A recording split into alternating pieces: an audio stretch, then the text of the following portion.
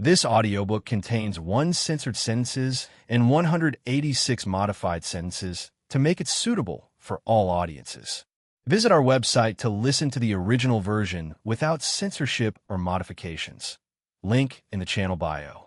Chapter 1, Part 1, Training and Moving Forward Japan, Kuo Academy Gene Skyward Few. It's been a month and 2 weeks since the small reunion that the Haimajimas had, as well as when I checked up on SEE Tuju. Many things have happened since then that I don't even know where to start. I gazed up at the sky as the clouds slowly drifted across the sky.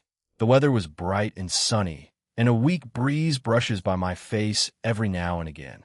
I was currently on the rooftop of the school, and it was lunchtime. Why? I don't know, I just felt like it. Maybe I wanted to come up here at least once. It's quite famous in anime after all. While I ate my lunch, not all of it mind you, I lied on my back. I already informed everyone that I would be up here. So if they needed me for anything, they can find me, or they could use a communication circle or the transceivers. I was easily reachable. I sit up as I heard some shouting below me.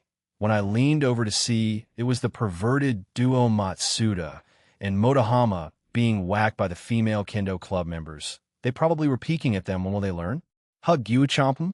This soft body, these breasts, and this nibbling of my ear, Akino. Yufufu, you really do know me and my body now, don't you, Outer God-sama? Akino had come up behind me and hugged me tightly, pressing her chest against my back as well as nibbling on my ear. She also called me that ugh. When will they let it go? HAAA, when will you guys let that slide? It's been nearly a month already, that's right. I reveal myself to them. When? On the day when everyone headed home, Suzuku was the one who convinced me, well, partially. I was already planning on telling them, but she was the one who coaxed it out of me, whom never.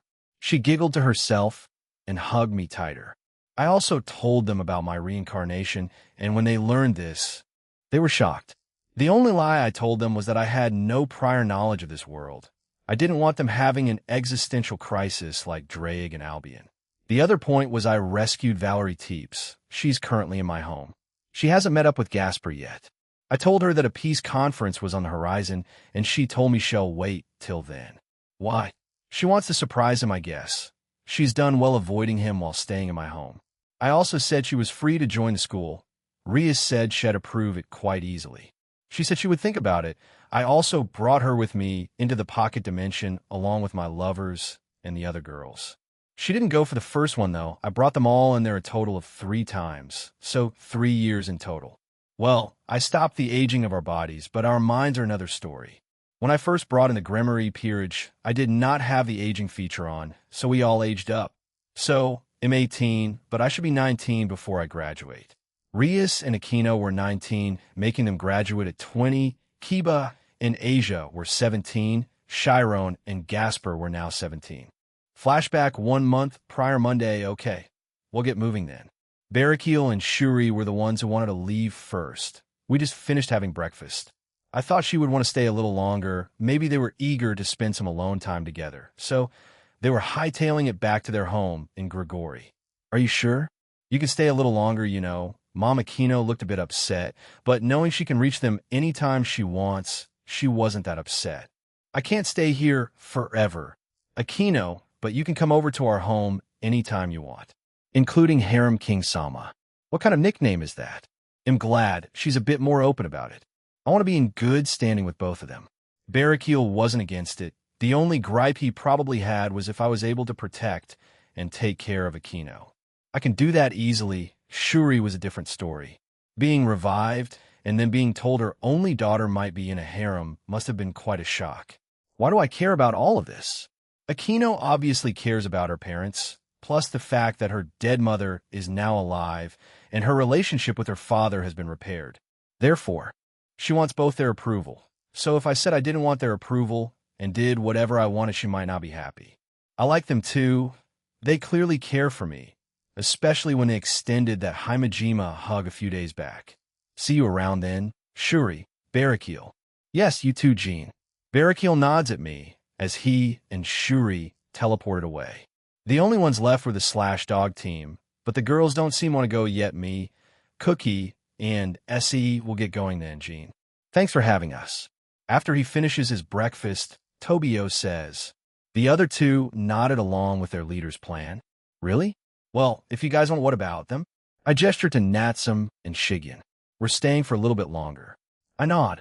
I wonder when Natsum will move in, or if she even wants a she will eventually, partner. Don't rush these things. I'm not rushing it. I was just wondering, that's all, right? Well, my point still stands. She'll approach you with that question when she's ready. All right, we're off.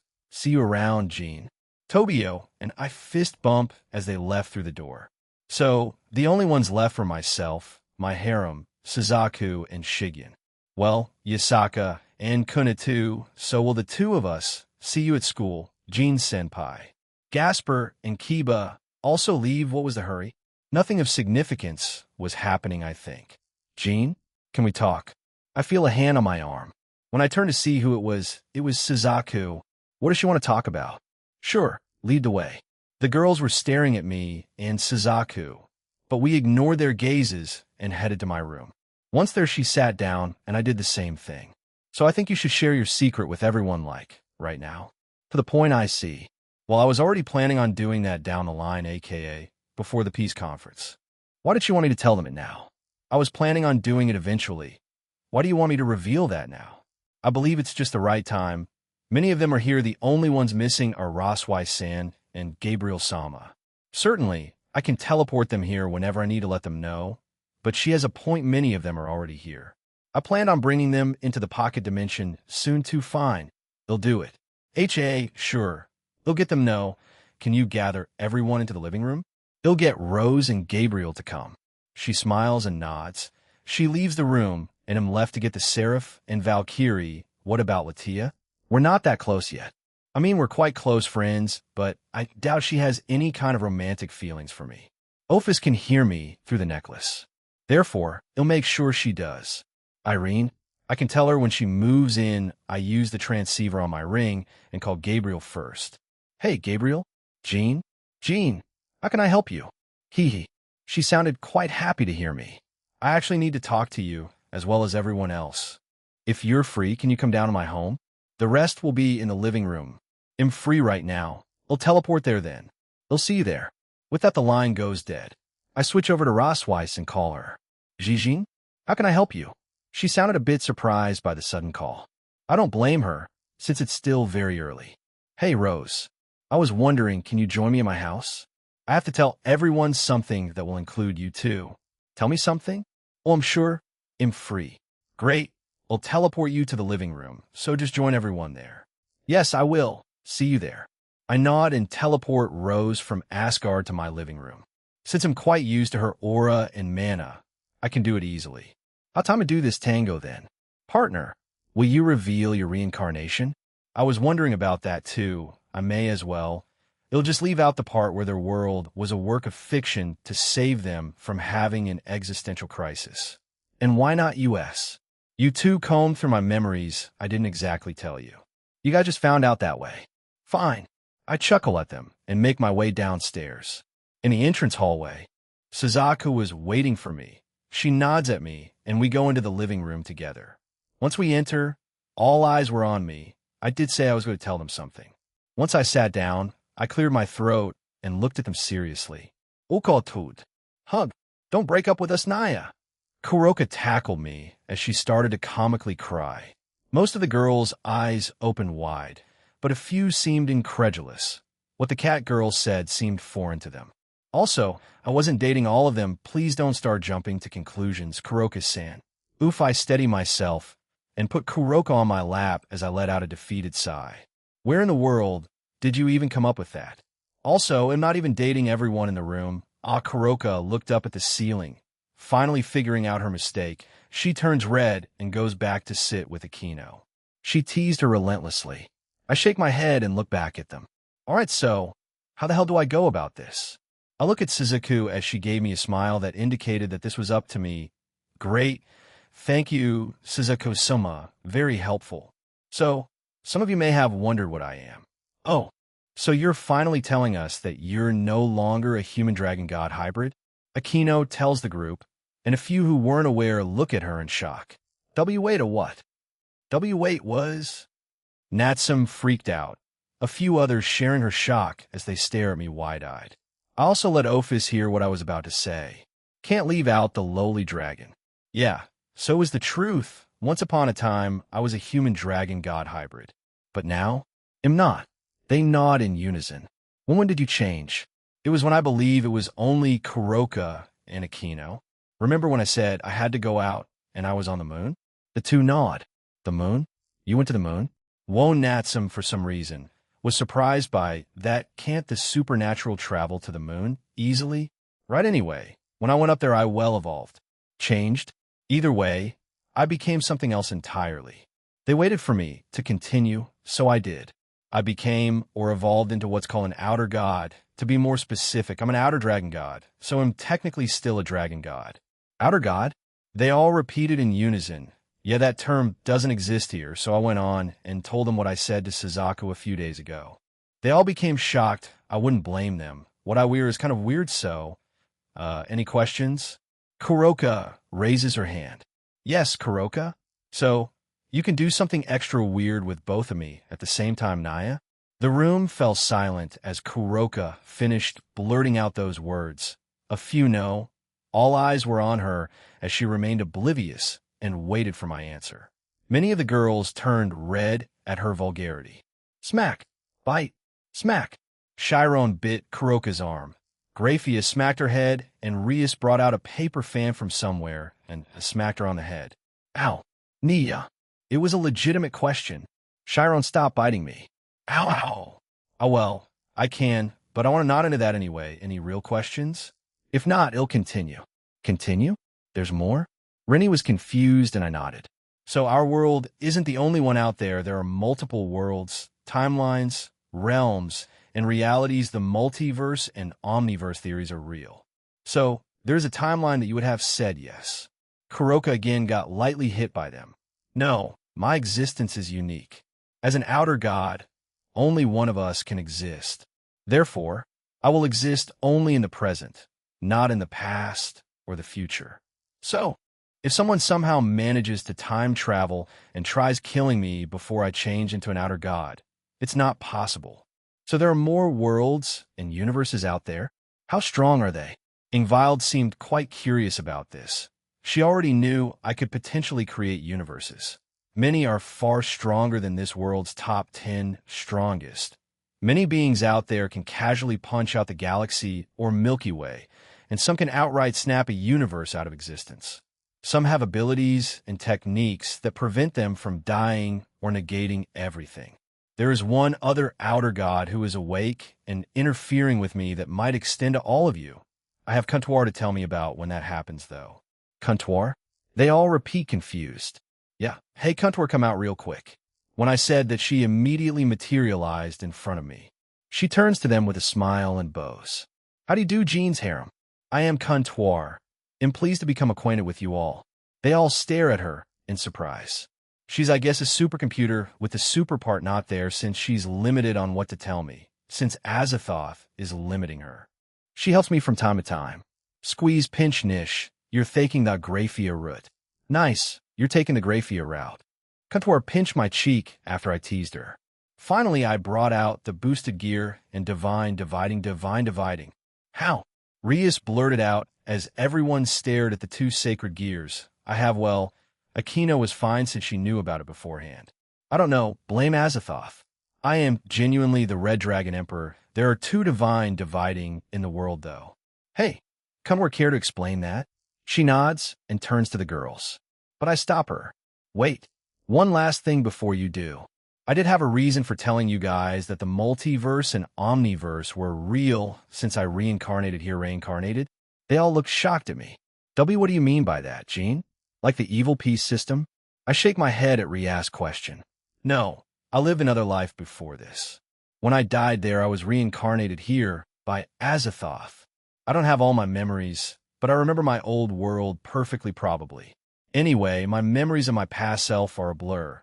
However, I've been receiving small dreams, flashbacks, and voices over time.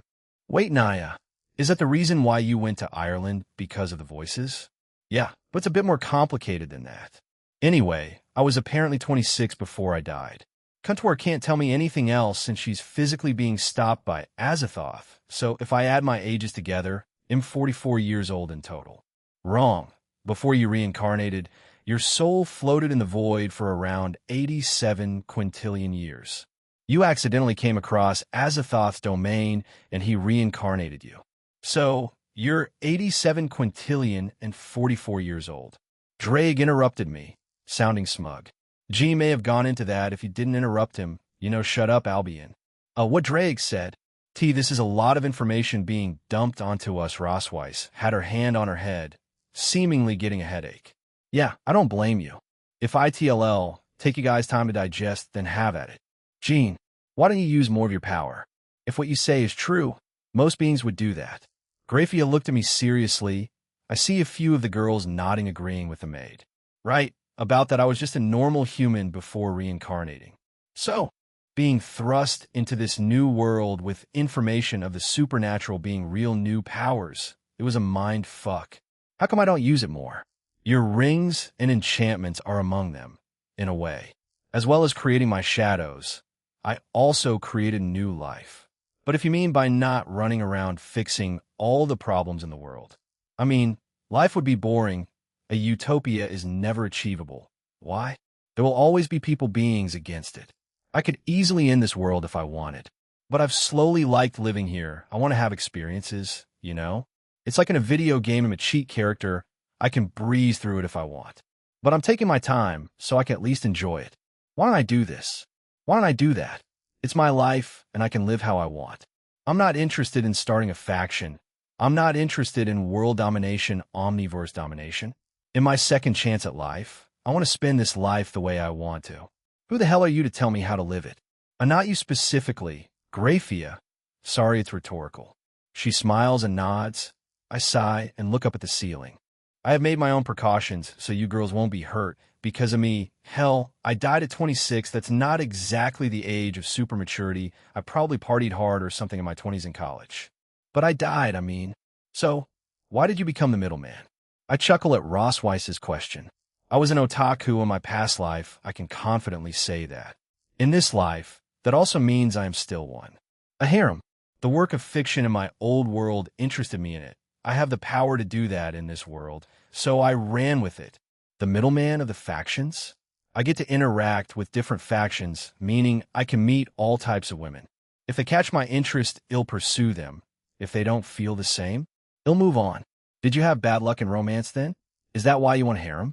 Love on you constantly? Kuroko was staring at me with concern. This question raised a few eyebrows from the girls. I have no idea. Maybe that's the other reason I wanted harem. My lack of affection in my past life. Kuntor hasn't answered that question fully, but based on my own theory, probably or not. I don't know. I know that I lacked familial affection.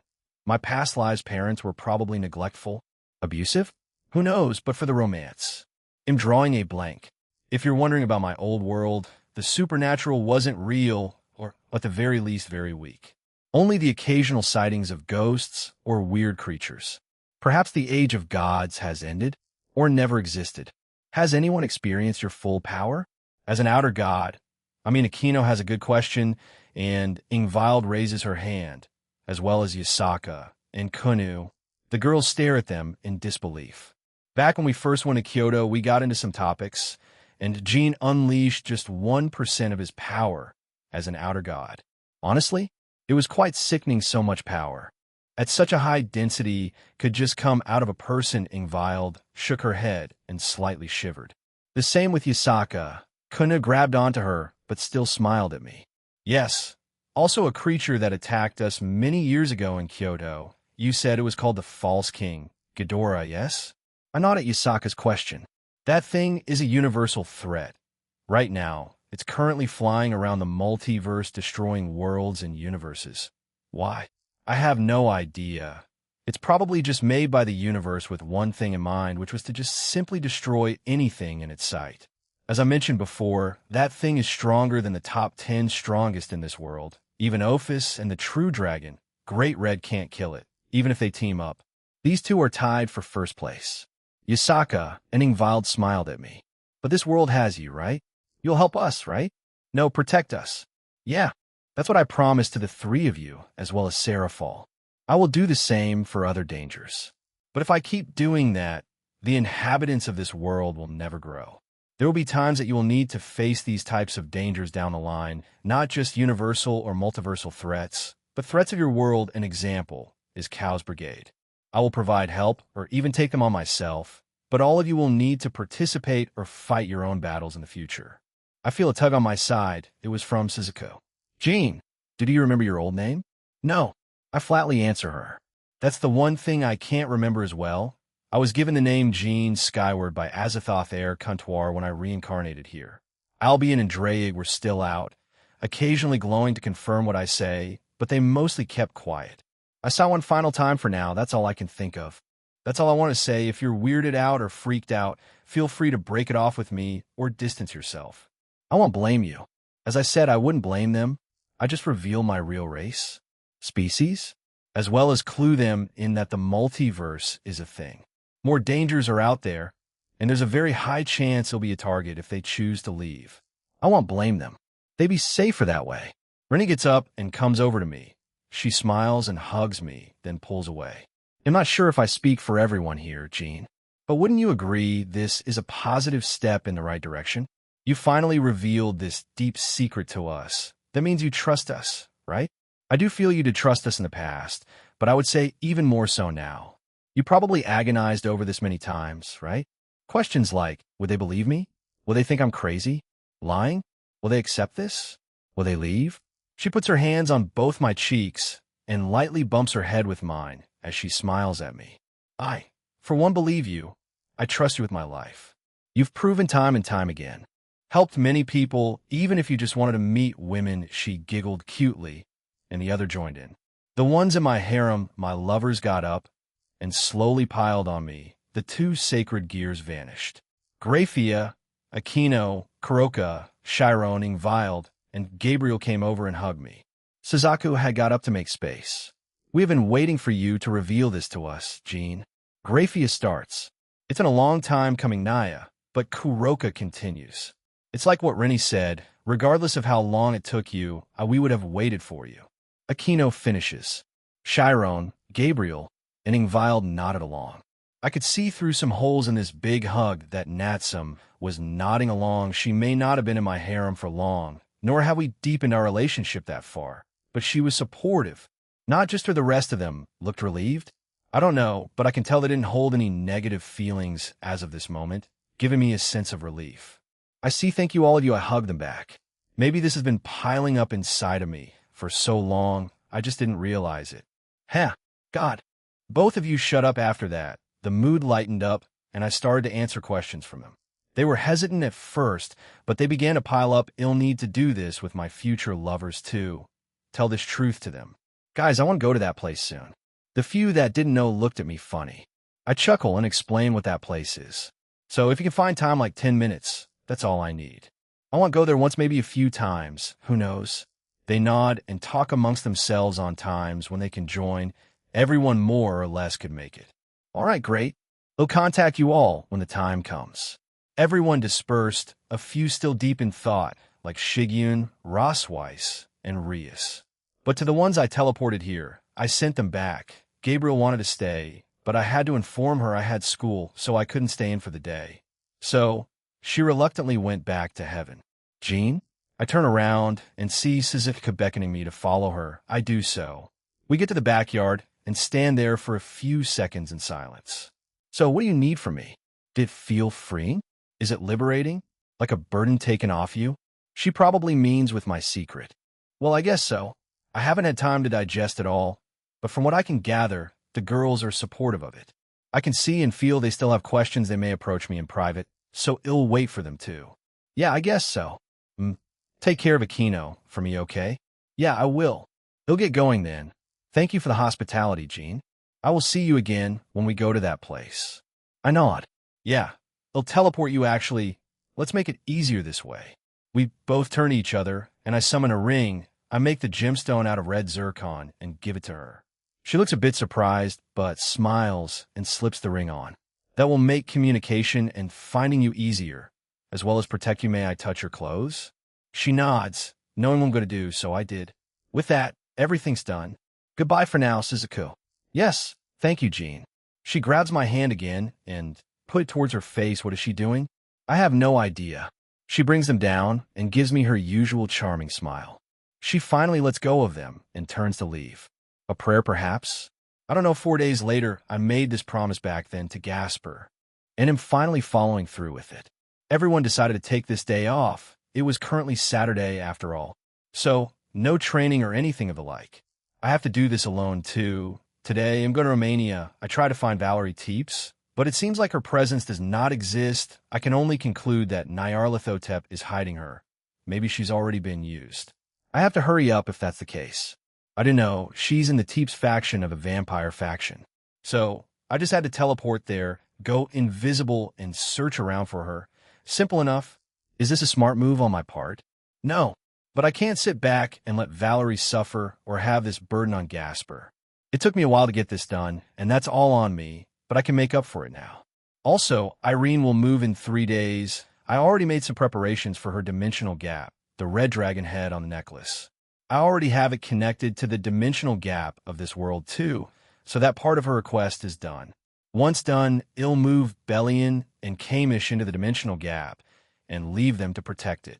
I just hope Nyarlathotep doesn't power up the Yexi gods. I also wondered if Chimyun Chapati or Shikigami would make contact with me.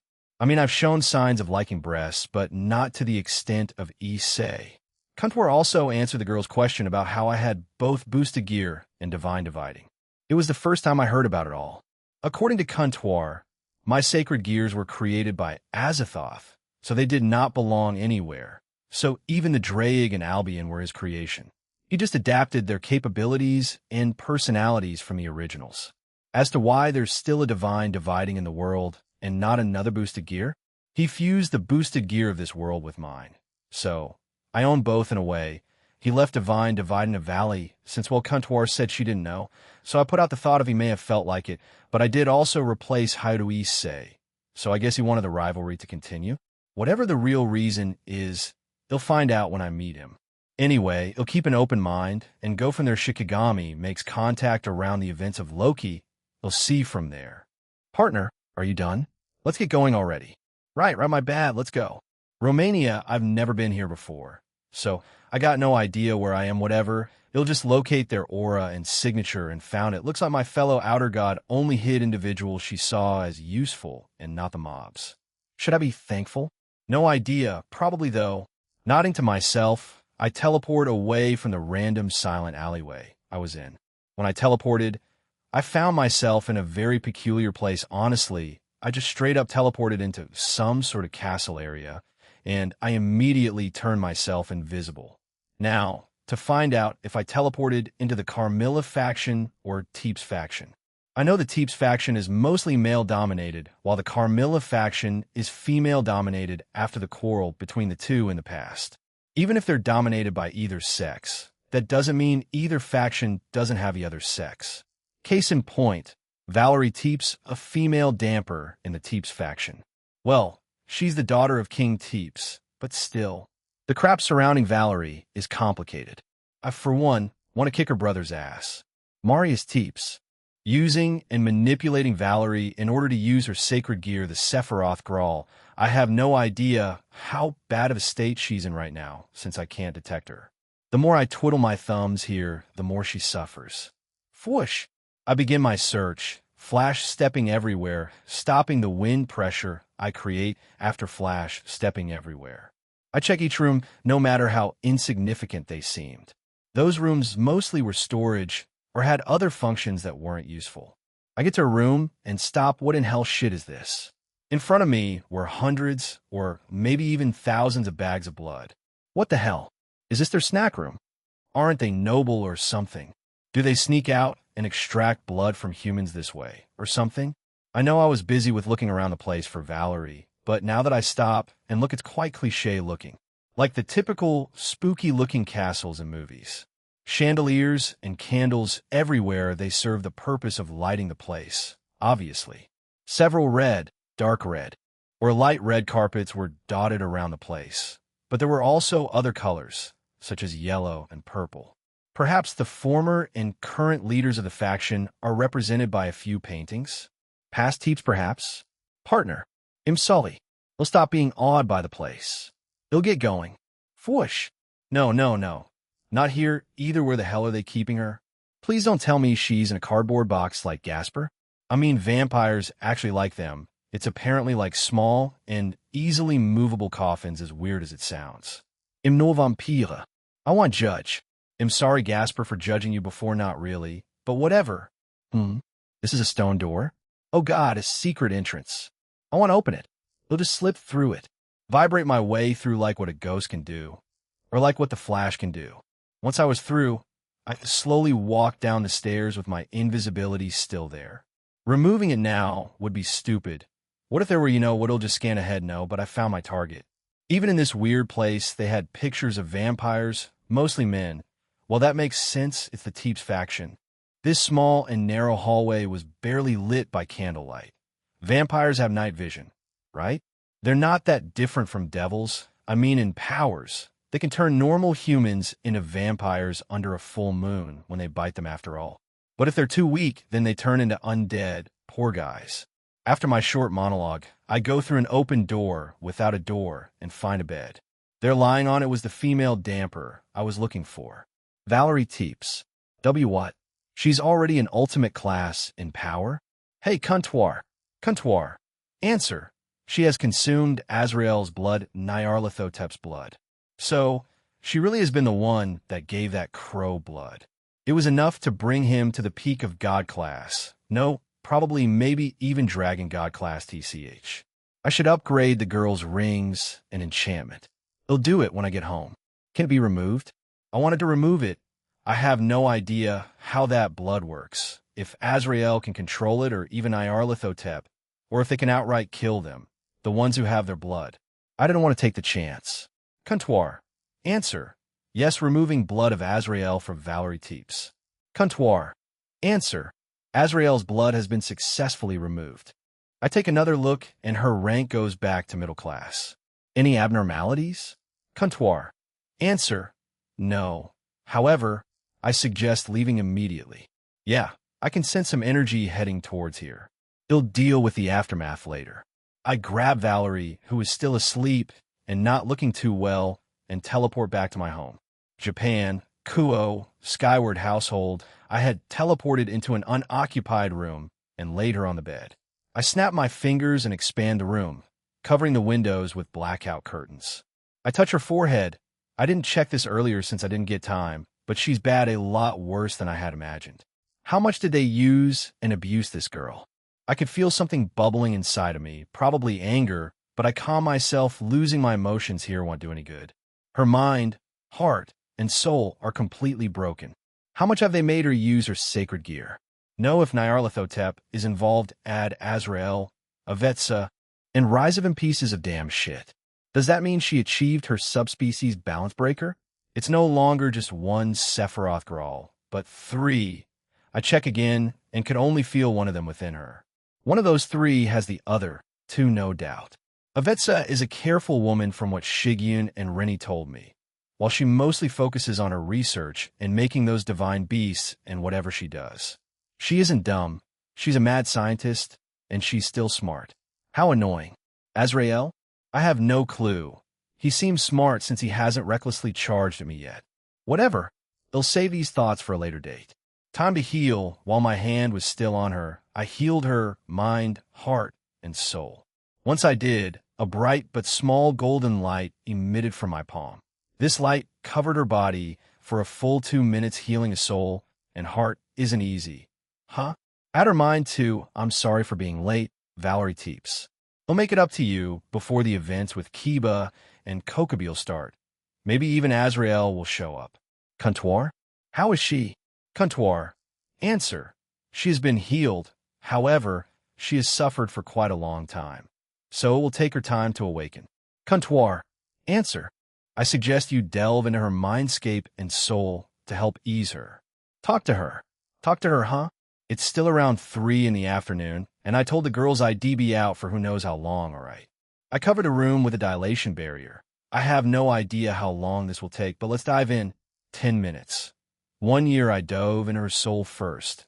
Once there, it was a mix of light and darkness. These powers were battling with each other, trying to see who could be the dominant one.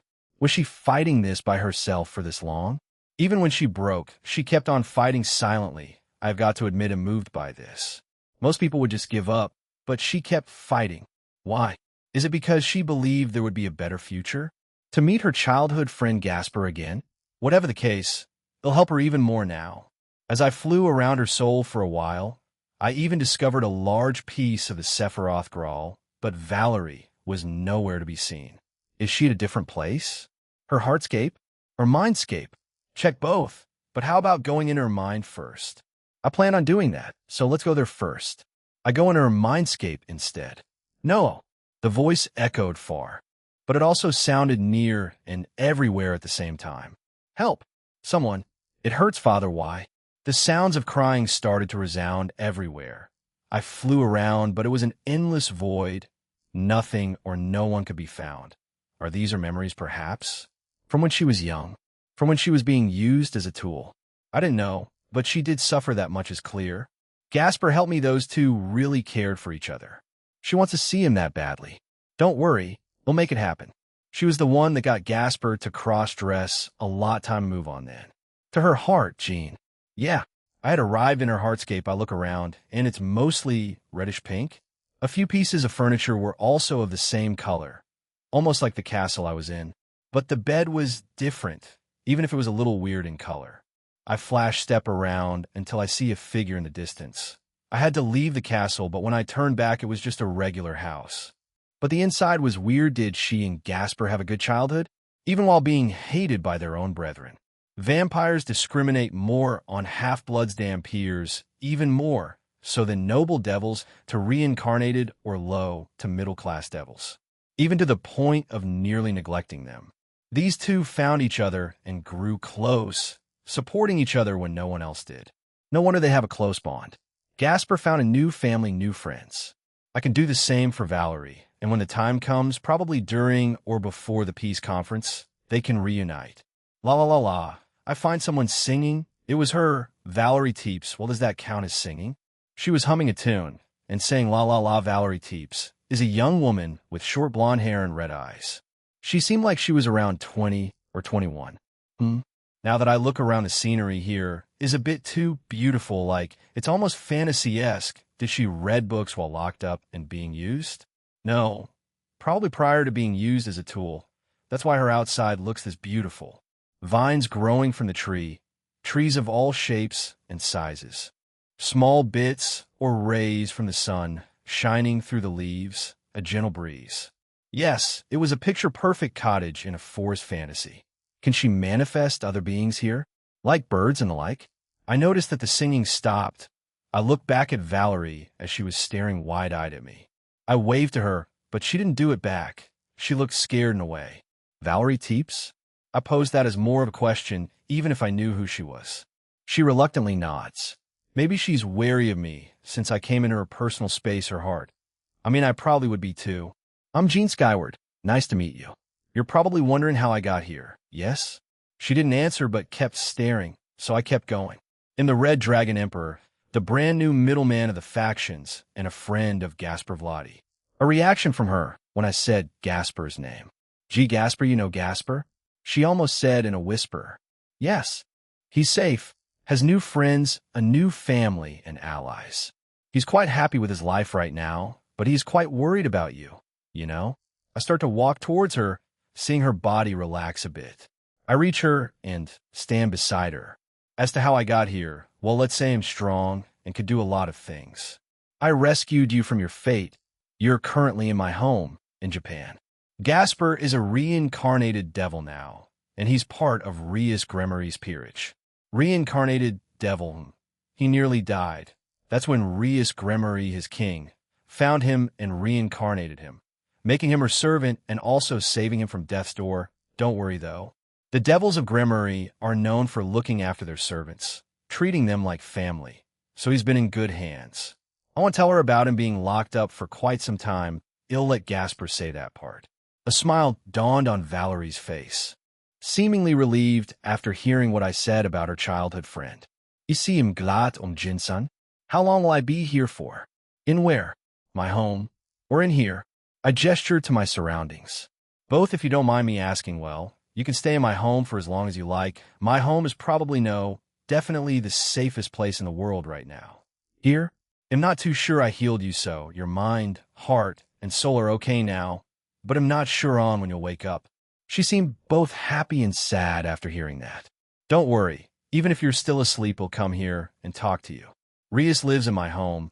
She also brings her peerage here quite often, including Gasper. I can relay stories about him to you daily if you wish. She brightened up upon hearing that. She nods slowly. Please, it seems like a bother, but I would appreciate it very much. When I wake up, can I see or meet Gasper? Well, that's entirely up to you. I removed the blood from you earlier, so right now you're back to middle class in power. You were ultimate class, but if you kept that blood, it may have been dangerous. I was forced to drink it. Her body shivered. I put a hand on her shoulder and calmed her. She noticed this and smiled at me, as well as giving me a thankful look. It's fine. It's gone. You won't need to worry about it. Anyway, as I said, it's up to you when you want to meet him. With my help, Gasper has become an ultimate class devil in power. He's gotten better control of his powers and is only getting stronger and braver. He still cross-dresses though you're the one to blame. Yes? I grin at her as she giggled and nodded. He looked cute in girls' clothing when we were younger, so I had him cross-dress a lot, Valerie. Even when you wake up, don't push yourself. You still need to adjust, but I can help the same with my harem or lovers. Harem, she repeats the word as she looks at me. Am I being judged? I can't tell from her expression, but her emotions were neutral. Very well, I will keep that in mind, Jean-san. He'll get going for now. He'll tell you more stories when I come again tomorrow. I tell her, and she nods at me with a smile. I'm back out time to tell the girls later then. I just need to wait for them to be here and Gasper to be gone. I don't think he'll be fine seeing his childhood friend in this state. I look back at Valerie. She's a lot better off now, but still looking paler than what a vamp damper should look like. But the strained and pained expression she had before I rescued and healed her were gone. It just seemed like a normal person sleeping there. Well, apart from what I said earlier. Dinner, it was dinner, and everyone was there. Gasper and Kiba left after being handed a box of what Grafia and I cooked. We invited them to stay, but they declined. I understand, guys. You want to eat like unhinged animals, not caring about looking elegant or whatever. I totally get you. That's just you. Partner, do not be like that. Red Dragon of Domination. I, for one, when alone, that's rare, but can happen. Eat like an animal without caring how I look and just be a slob. Actually, don't you guys see that? No comment. Kunkwar. Answer. Yes, we do. Oi. So, I have something to announce. I start and they stop eating to look at me. This may concern Gasper. For now, don't tell him. I feel like I have a legitimate reason this time for keeping this secret. Seeing as how pissed Gasper got when he found out Issei died, as well as Valerie's death, I don't want to take chances. Yes, the guy has improved greatly, but that's in terms of power and a bit of emotional stability. I think once Valerie gets better and is on her 2 feet, then I'll have them meet again. Jean, please explain before I agree to this. Rias looked concerned and also curious, the same with everyone else. I nod. So, Gasper had a childhood friend called Valerie Teeps. She's also a damper like Gasper. Well, things happened. I promised Gasper I would rescue her, and I did today. They fall silent as they stare at me without a word. She's in an unoccupied room right now, sleeping. I healed her already, her mind, heart, and soul. They were all damaged after repeated us of a certain scare gear. She even attained balance break, and a subspecies one at that. But she was mainly used as a tool. For what? I don't know. I do and don't at the same time. Yes, the evil dragons may still happen, but probably not at the rate and amount like in canon. But Avetsa and Nyarlathotep are still a thing. They may just create divine draconic beasts. Instead, they used her as a tool, forced a balance break, broke her mind, soul, and heart. She was basically a shell in a deep sleep. I healed her, as I said. So, she'll wake up eventually. You guys seen that Gasper can control darkness and shadows. The majority of vampires can also do that, but they vary. Anyway, from my brief conversation with her, those two care greatly for each other. I don't want Gasper seeing her like that and losing control. That's why I want to keep her a secret for now. I don't want my junior to suffer, and have a bigger burden on him. I think it's the right step. Of course, I can't protect him forever from finding out the truth, but let's keep it easy for him for now. In bringing them into the pocket dimension, after all, it'll work with Gasper and his confidence, darkness, and shadow powers, as well as bravery. Sorry, I see. We'll be taking your rules for the guys at Gremory. We'll just tweak it to the Occult Research Club rules for men instead, since I'm not part of Rias Peerage. ORC groups male lessons. 1. A man has to protect a girl. 2. A man has to stand up no matter what. 3. Don't give up no matter what. I think that's more or less it. I see. I'm fine with that then. Gasper's powers are still in training after all, and if what you say is true, then I can only imagine what Gasper might do. At least Rias agrees. Sorry, buddy. They'll be keeping this a secret for a while. I hope you'll understand my decision. A few weeks later, around 3 weeks have gone by, I did what I promised to Valerie and visited her every day. I talked to her about random things, including what Gasper has achieved and is focusing on as of late. I also gave him the rules of the Occult Research Club for males. He seemed quite fired up for it, Kiba as well. So, the 3 of us enemies have to go through us if they want to hurt the ladies. Though we'll probably beat them up first, more or less. Good news, as while Valerie woke up, I helped her up and got her acquainted with everyone during at night, of course, since Gasper wasn't there. She still looked quite pale. I hypothesized she may need blood. So, I let her have some of mine. I didn't know how to go about it, so I let her bite me on the neck and suck the blood from there. She seemed embarrassed by it. A few of the girls, Kuroka, wanted to try it, sorry, but I declined. Anyway, a few weeks passed, and it was time to go into the pocket dimension again. Everyone was here. Valerie has gotten a lot healthier. Even the day after she drank my blood, she seemed a lot better. It turned into a nightly ritual for us. I invited her to the pocket dimension. She declined, but I insisted over the coming days, so she relented, but we did come to an agreement. She wouldn't participate in the hardcore training. She would train in her own way, so a lot of meditating, slowly getting her mana reserves up. I was fine with that, but told her if she needed help with actual training, she could come to me or anyone else. Of course, she also became friends with everyone else. They were quite welcoming, especially Rias and her peerage, so Aquino and Chiron. She was Gasper's childhood friend after all. She got along the best with Rennie and Graphia. I have no idea how or why. But they did so. Everyone ready? They all nod. I managed to get everyone, and I mean everyone, Gremory peerage, including Gasper, but I had used transformation magic on Valerie, so she was disguised. Gasper being Gasper, he was a bit nervous with a new person. Ingvild, Graphia, Gabriel, Rennie, Natsum, Shigyun, Siska, Yasaka, Kunu, Rosweiss, Kuroka. The Gremory peerage is mentioned before, and last but not least, Latia. Yeah, she came over once before. I invited her to join us, and she was fine with it. Even I managed to convince Suzaku to come along. Well, she had time, apparently. All right, let's go then. Once in the pocket dimension, the ones who knew what was going on went off to start killing the monsters and do their own thing. The newcomers, so Yasaka, Kunu, Rosweiss, Natsum, Shigyun, Suzuka, Latia, Gabriel, and Valerie, I explained to them what this place was and how it worked. Quite a few of them were excited. That thing over is a replica of my house. So Valerie, you can go over there or sit by the benches behind me. Everyone else go wild. Try out as many new things you want, master what you can. We'll be coming back here 2 more times. They all nod and leave. Natsum, Shigyun, and Suzaku stuck together. The duo Kitsune of mother and daughter stay together. Latia decided to join Rias as they know each other, and finally Rosweiss and Gabriel were stuck by my side. Not sure on what to do, you two? Gabriel shook her head as well as Rose. I do know, but I'm not sure on where to start. Gabriel nodded at what Rosweiss said. I see. We'll look at this like a video game. If you kill those monsters they're spawning in, you'll gain a small bit of their powers. That's how everyone got so powerful in a short time. But let me warn you, once you reach God-class power, ITLL start to slow down. Like in video games, the higher level you are, the more EXP you'll need to level up to the next level. I wouldn't see this as a terrible thing. You can master and improve whatever magic, weapon, sacred gear, or aspect of yourself you want to improve. You'll have the perfect chance to use them on the same class of monster. Of course, they might be below you too. But you can master your craft and also have the chance to grow in power. isn't there something you want to completely master, Rose? Gabriel? I want to improve my Norse magic, elemental magic, and defensive magic, as well as my hand-to-hand combat. I nod. See? You go and get them then, Rose. She smiles at me and flies away. The only one left is Gabriel, not including Valerie on the bench behind us. How about you, Gabriel? She looked like she was thinking about something. She finally turned to me with her usual happy self.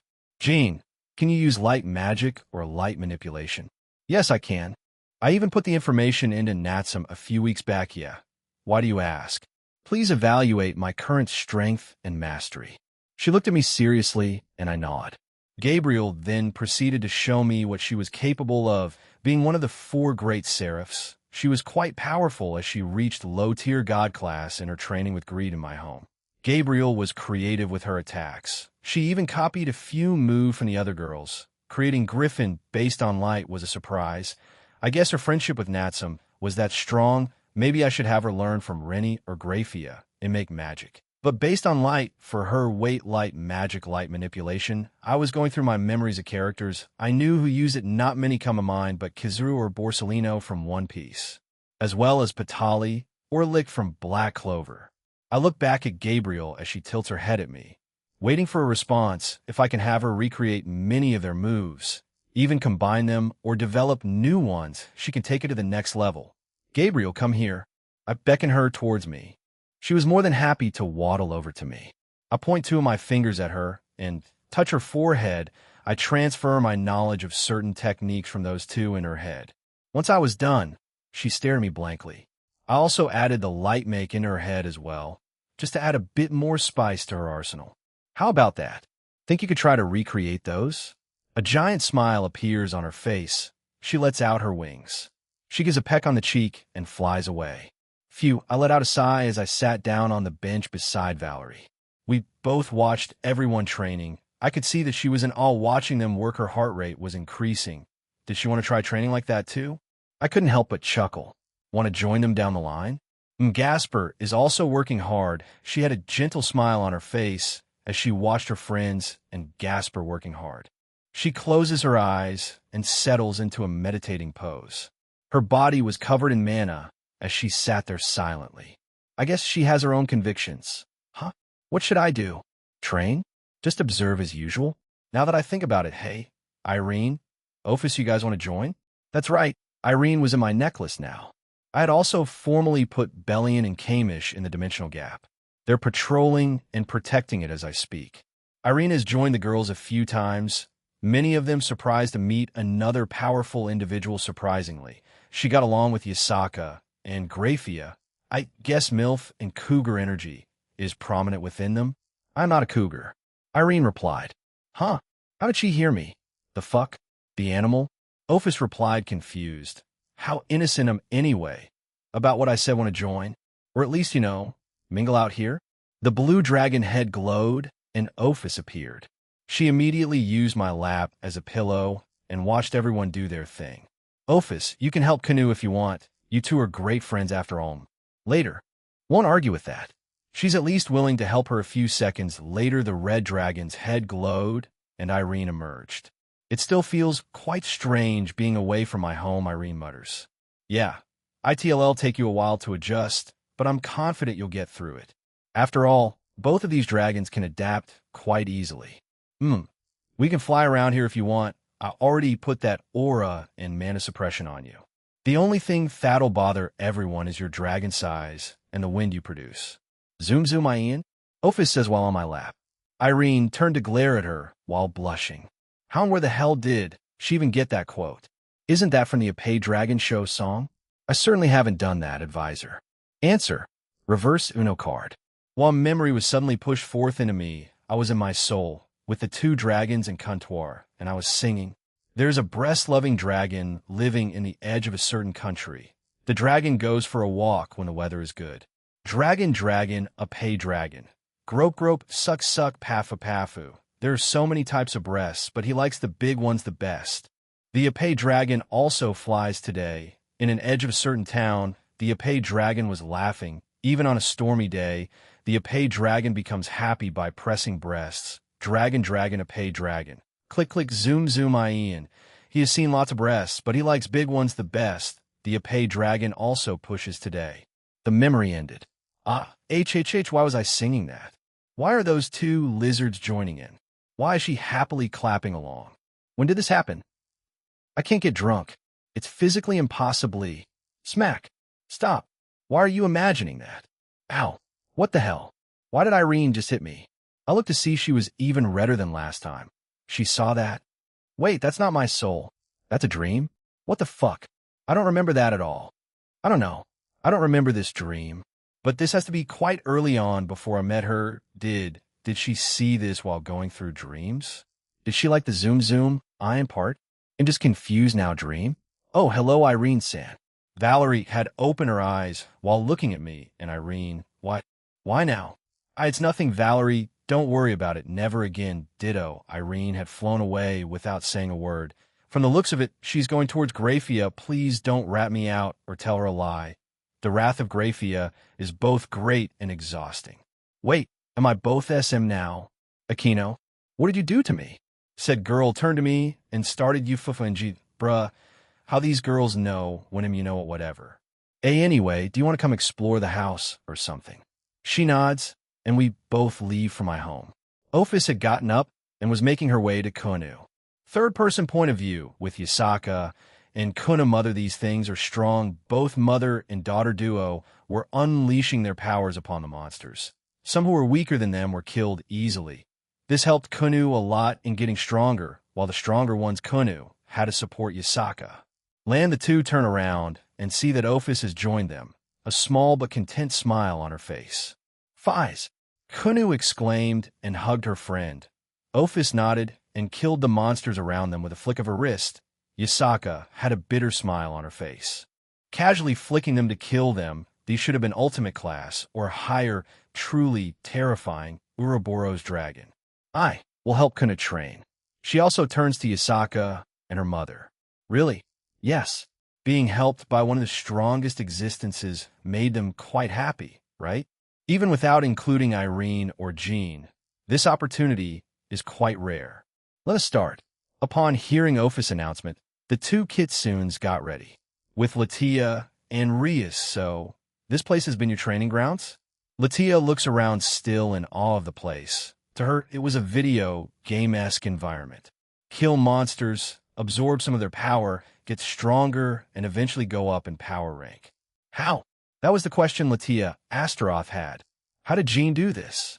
She hasn't been informed of what he is, but was just invited on a whim since she decided to visit randomly earlier in the week. She accepted since she was curious about the place. Yes, Jean is powerful. Let's just say that, haha. But yes, this is almost like a video game. Kill monsters to gain experience and level up to get stronger. But our lives can still be in danger. Push yourself, but don't be too reckless.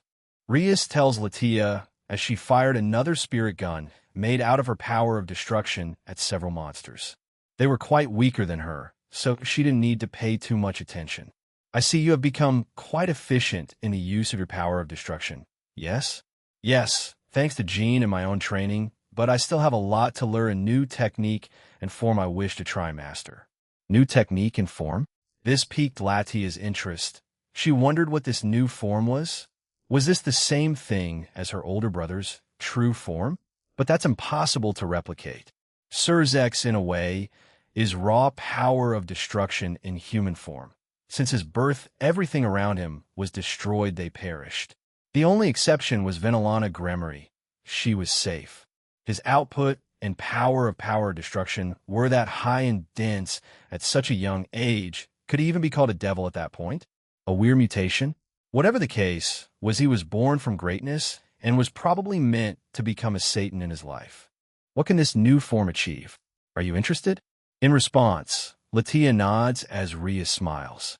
Well, I don't have it mastered, more like I only thought of it a few weeks ago and have been slowly trying out. Rias smiled, and her power of destruction started to cover her body with slash dog girls plus Aquino devastating gale. As a thin but strong and condensed wind covered Natsum's body. If you didn't look hard enough, you could almost believe nothing had happened. Let's Go Sylph was quite happy with how far Natsum had come. She had come out to cheer her on. Griffin was also out, and Natsum had extended her devastating gale to Griffin, making his power, speed, and defense even stronger. Whoosh! The two of them danced around the pocket dimension at high speeds, Griffin slicing monsters apart with his wings, also sending out wind attacks every now and again. Natsum was fighting with both her light gun and a light sword. She hacked, slashed, and shot at monsters she came across. She had a broad grin on her face because she was having a lot of fun. This was her first time here, but it almost seemed like she had already been here. Natsum is having fun. The rest of the girls watch their comrade and friend swiftly deal with the monsters around them. Suzaku-ni-san, will you come and train with me? Akino had joined them since she wanted to invite her cousin to train with her.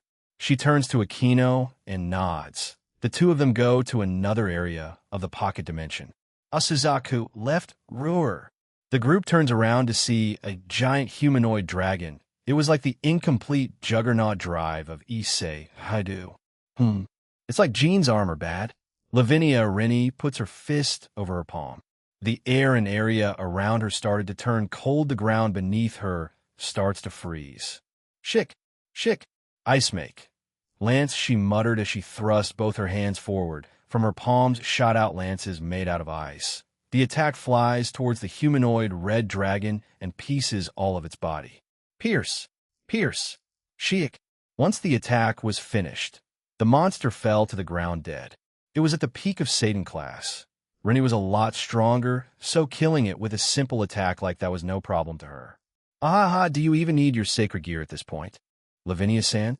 Shigyun was looking at the dead monster as ice covered its body. It appeared 1 second and died the next.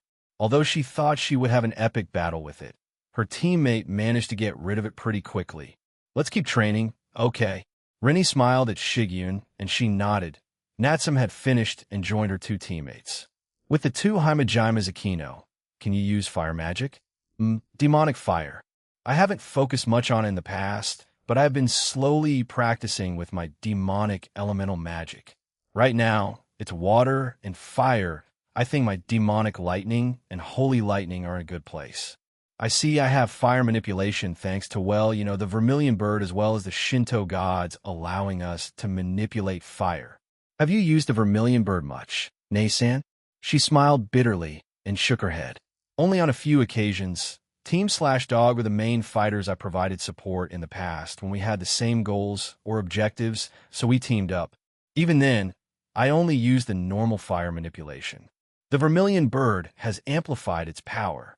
But I have an Akino puts her hand on Suzaku's shoulder and smiles at her. We can work on that here, Nei-san. Jean can also help. He's really good at magic and other things. He's the reason for many of my new attacks and techniques. I see. I will keep that in mind. BZZZDD. A monster had approached the two, but Akino dealt with it quite effectively by hitting it with a strong holy lightning attack. But even more monsters showed up. Zaha, Dan, KSHHH, FWSHHH. Suzaku made a small hand gesture, and the entire area lit up in flames. The monsters that were near them were burned up, the weaker ones died instantly, and the stronger ones were hurt, but that only agitated them even more. Suzaku put out her hand and opened her palm, and a small bird made of flames appeared. One moment the firebird was on her palm, the next the entire area in front of the two Hamajimas was engulfed in a huge torrent of flames. Incredible Akino was in awe of her cousin's power. Was this the power of the head of their clan? The current possessor of the vermilion bird, Suzaku Hamajima. Is she an ultimate class in power? Just below me, amazing. Suzaku-ni-san is amazing. Akino, shall we exchange tips? The two of them smile at each other and continue their leisurely walk through the pocket dimension. With Asia, Ingvild, and the Nakomata sisters boom. Rumble. Ingvild and the two sisters stare at the giant crevice that was made by their nun friend. A monster that was around 40 meters tall and hairy showed up. Asia screamed at the sight of it, covered herself in tuki, and punched the ground. What resulted in a giant crevice being made from her punch. The monster fell through. They had looked below but saw no end to it. That thing was dead. Asianaya, that was reaction was a bit much. Kuroka had a complicated expression on her face as she stared at the giant crevice. Chiron finished her sister's sentence as she looked at the hole. Ingvild had joined them to further her understanding and mastery of Tuki. I don't blame her. That thing was flopping around. Ingvild shook her head. That thing was naked, it didn't have any hair, and was exposed in the wind. Kuroka walked over to Asia as she put her hand on her shoulder reassuringly. Asianya. Kuroka called out her name. She looked up at her, still blushing. You'll see and feel Jean's thing in the future, so don't be too embarrassed when you see it. Pumph. Asia, who was already blushing, turned completely red. You could see steam coming out of her head and ears. Smack! Smack! Nay Shalma. Kuroka. Chiron and Ingvild had lightly smacked the cat girl, again with her increasing vulgarity. Udubaniya? It's the truth. Jean's been getting more and more excited thanks to all of us. Did you know we had to sneak into the bathroom to help him out? The other two turned red as well. Wathud. Asia had fallen over, her eyes swirling while still being the same shade of red. Asia-senpai. Asia. The two went over to their friend worriedly. Kuroka just scratched her head, not understanding why they were so embarrassed by it. You know, Jean's been thinking of monopolizing you two. I'm pretty sure he'll do it with Graphia, first though Naya. When Chiron heard this, her cat girls and tail came out involuntarily. The ears twitched rapidly, and the tail wagged furiously. She seemed quite happy with it. Naya haha. Well, your body has developed quite a bit, Chiron. You're not that far from my body. Our height's the only thing separating us is our chests. Kuroka put her arms underneath her bust and pushed them forward. Chiron looked at her own. It's true my chest isn't as large as Ne-sama. But, I can make up for it. Your plump ass makes up for it, though. You're cute to Naya, but I have both Naya, huh? She goes up near Chiron and whispers loud enough for the rest to hear. If you want Jean all to yourself, the school's a perfect place, no? Lunch, maybe? School rooftop? Not the most ideal hangout spot. But hey, a girl's gotta do what a girl's gotta do, Naya school rooftop. Chiron had gone into thinking while holding Asia. Kuroka turns to Ingvild with a shit-eating grin. And you're a lot more physically intimate with Jean, yes? What was it again? Baitme? Nia? Ingvild looked mortified at her. HHH, how does she know about that? Did Jean? My ears can hear a lot, you know Naya well. Make sure you lose it during our times in the pocket dimension. Kuroka got up and let the two girls think it through. Asia was still out of it, but perhaps she partially heard it all? Only time will tell. Later that night, after dinner, Jean skyward him. So, the girls are taking turns using the open-air bath? I mean, all right if that's what you guys have planned, but why are you telling me this? We had finished eating dinner a few minutes ago when Aquino and Rias came up to tell me about the girls' plans. I'm happy they're all getting along. They all did go into their own groups earlier on the day. But tonight, during dinner, it's like they've known each other for a long time. No peeking, Heen. I turned to see Natsum lighting glaring at me. I wouldn't do that, though, unless I get dragged in by Aquino, or if it's something I turned back to Aquino, and she was grinning at me. Please don't tell me you're going to try to convince them to let me join you guys that didn't exactly in too well last time. You seem to have enjoyed it quite a bit, I won't deny that. But I mean for the sake of the girls' mental health ID, rather not be an exhibitionist and have my lower half shown to everyone in its full glory. Anyway, they'll be going to the open bath with the guys. They'll see you guys later on. Sure, that sure didn't sound that convincing. I started to walk to the guys' entrance when Kiba and Gasper left in a hurry. Guys, what's wrong? And nothing, senpai. I have something to do. They'll take a bath later. All right, I want to practice a bit more. They'll see you later, Jean senpai. They both seemed flustered, no, scared or something what. They both run away almost like their lives depended on it. Whatever. More space for me then. I take off my clothes and step into the open bathroom.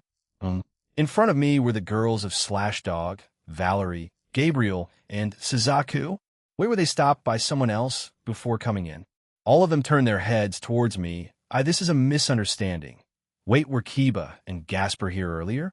They didn't answer me, but Rennie got up and skipped towards me, her breasts bouncing around. Holy crap.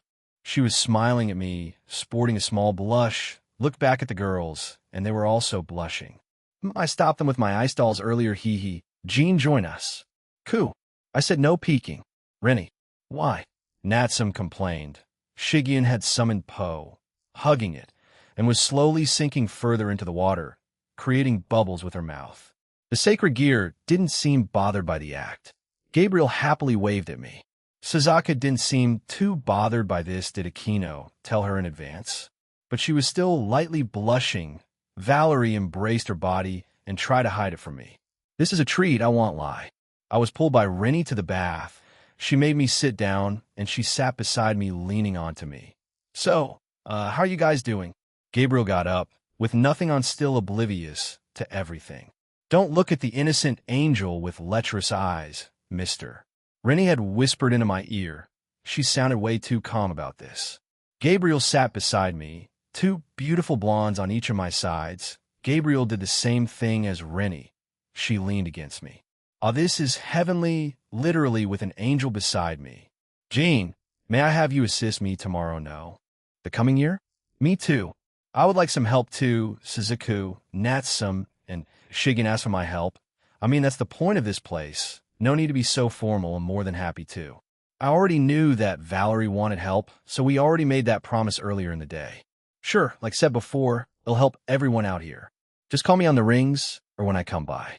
Choo-choo-choo, I glanced to my left, and Rennie was showering me with kisses. I love the attention, Rennie, but what's the occasion?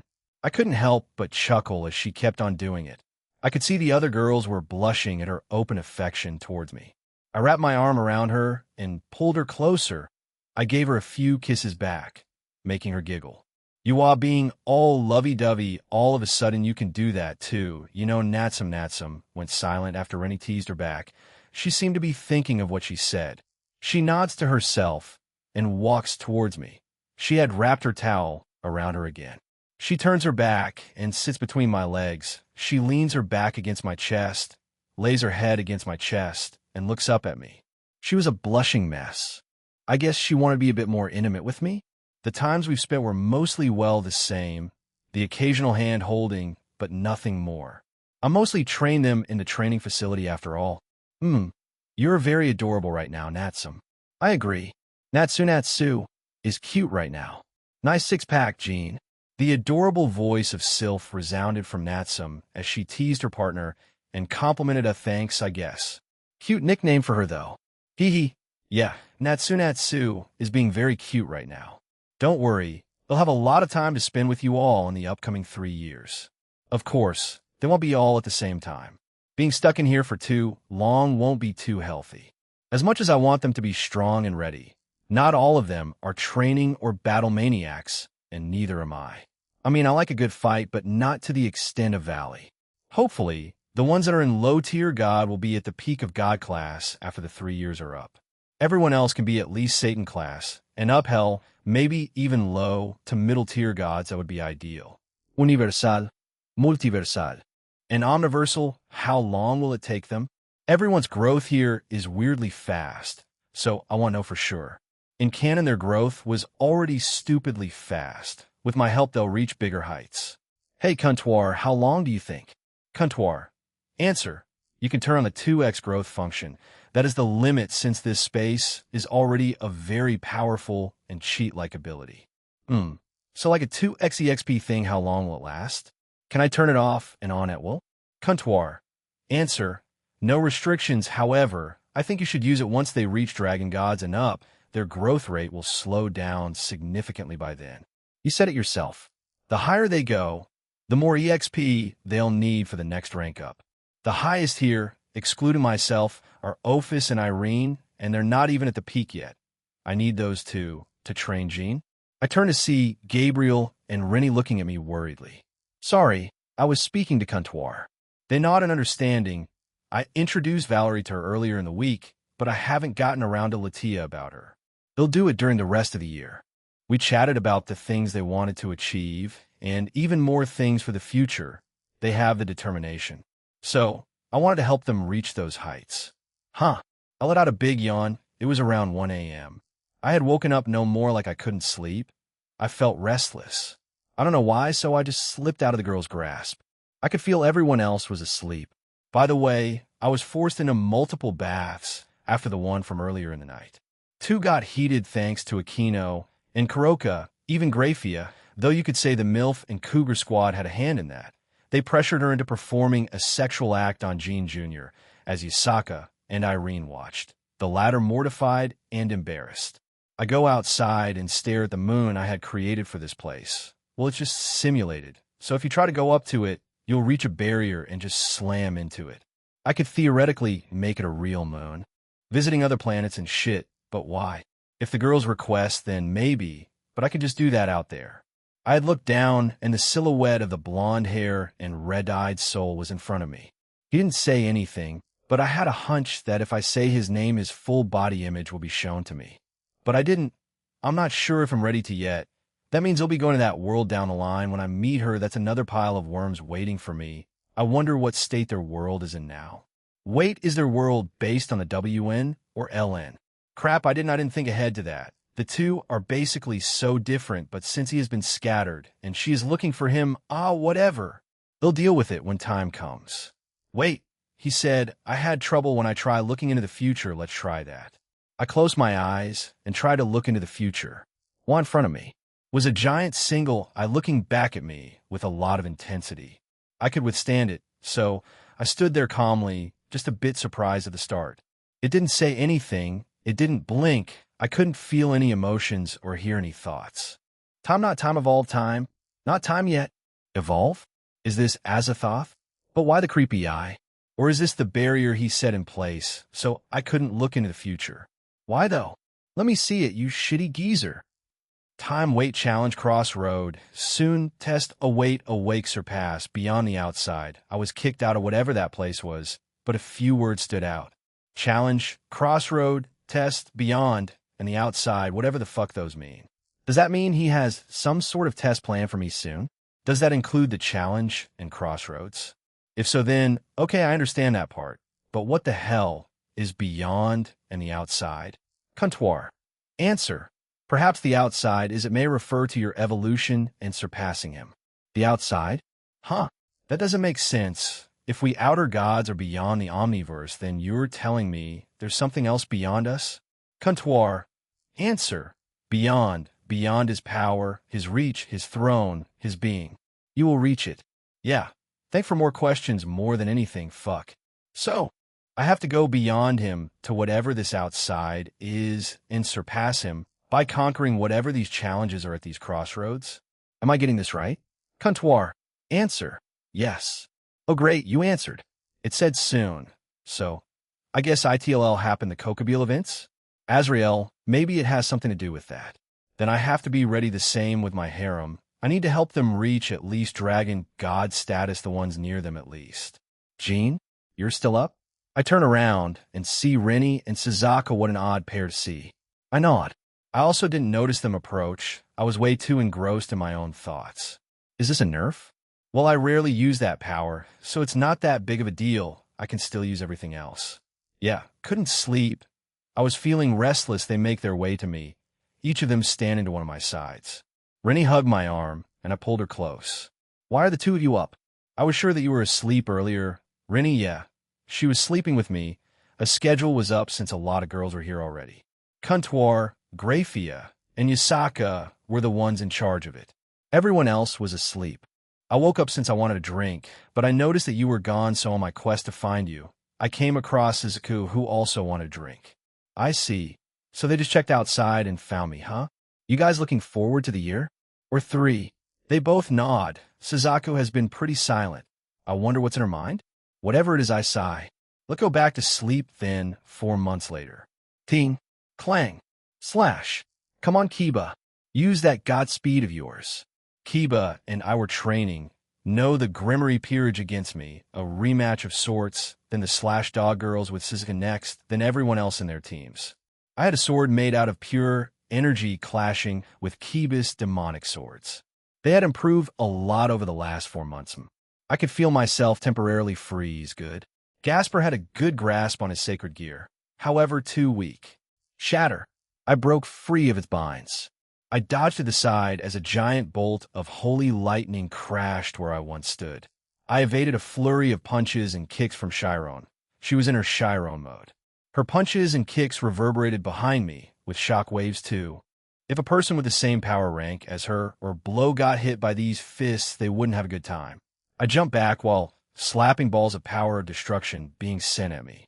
A full-on assault by the Gremory peerage. They were fully in sync. Asia had her role as support.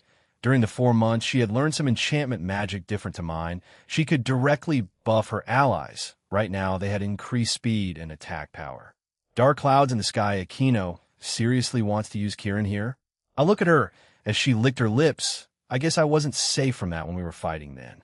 I smirk back at her. She knows full well what I meant by that, which made her blush. No flirting in the middle of a match. Rias cutely complained beside her queen. The spectators laughed at the crimson-haired princess. Era, jealous are we? Rias? Yes. She had become a lot honest with her feelings towards me. We've flirted, even kissed, but haven't made it official. It's not on my part, but her. It feels like she wants to prove herself, or something, maybe once the rating game against Sona is done. Or even Sarorg. Either way, he'll say yes when she finally confesses. She's become a great leader, growing in experience and power. Honestly, she's matured a lot faster than me. I'm sort of jealous. Envious even. Huh. Kiba roared as he summoned his fire sword and ice sword, dual-wielding them and slashing them at me. Clang. That's a Kiba. Chiron appeared behind me. The same with Gasper. She sent out a field-powered punch with 2 and Gasper sent out several attacks with his shadow and darkness. Above me was Kirin slowly appearing. Rias was also powering up a power of destruction, Kamehameha. These guys are the distractions, while Akino and Rias finish me off. Huh? Splendid.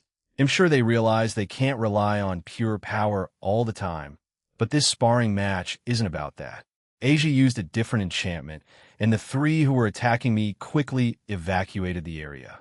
Their attacks were repelled by me when I slapped away Kiba's swords, stopped Chiron's punch, and broke Gasper's attacks. Kirin. Huh. The giant holy lightning dragon came crashing down onto me. At the same time, Rias Pod Kamehameha was coming closer towards me. This is a step up from our last match. I love it, guys. I sent out a punch above me. The shockwave met the holy lightning dragon, stopping it. I dashed forward and punched Rias Pod Kamehameha, breaking it. I flashed step to the dragon and broke it too. I reappeared beside Rias and point my finger at her neck while covering her eyes. Checkmate?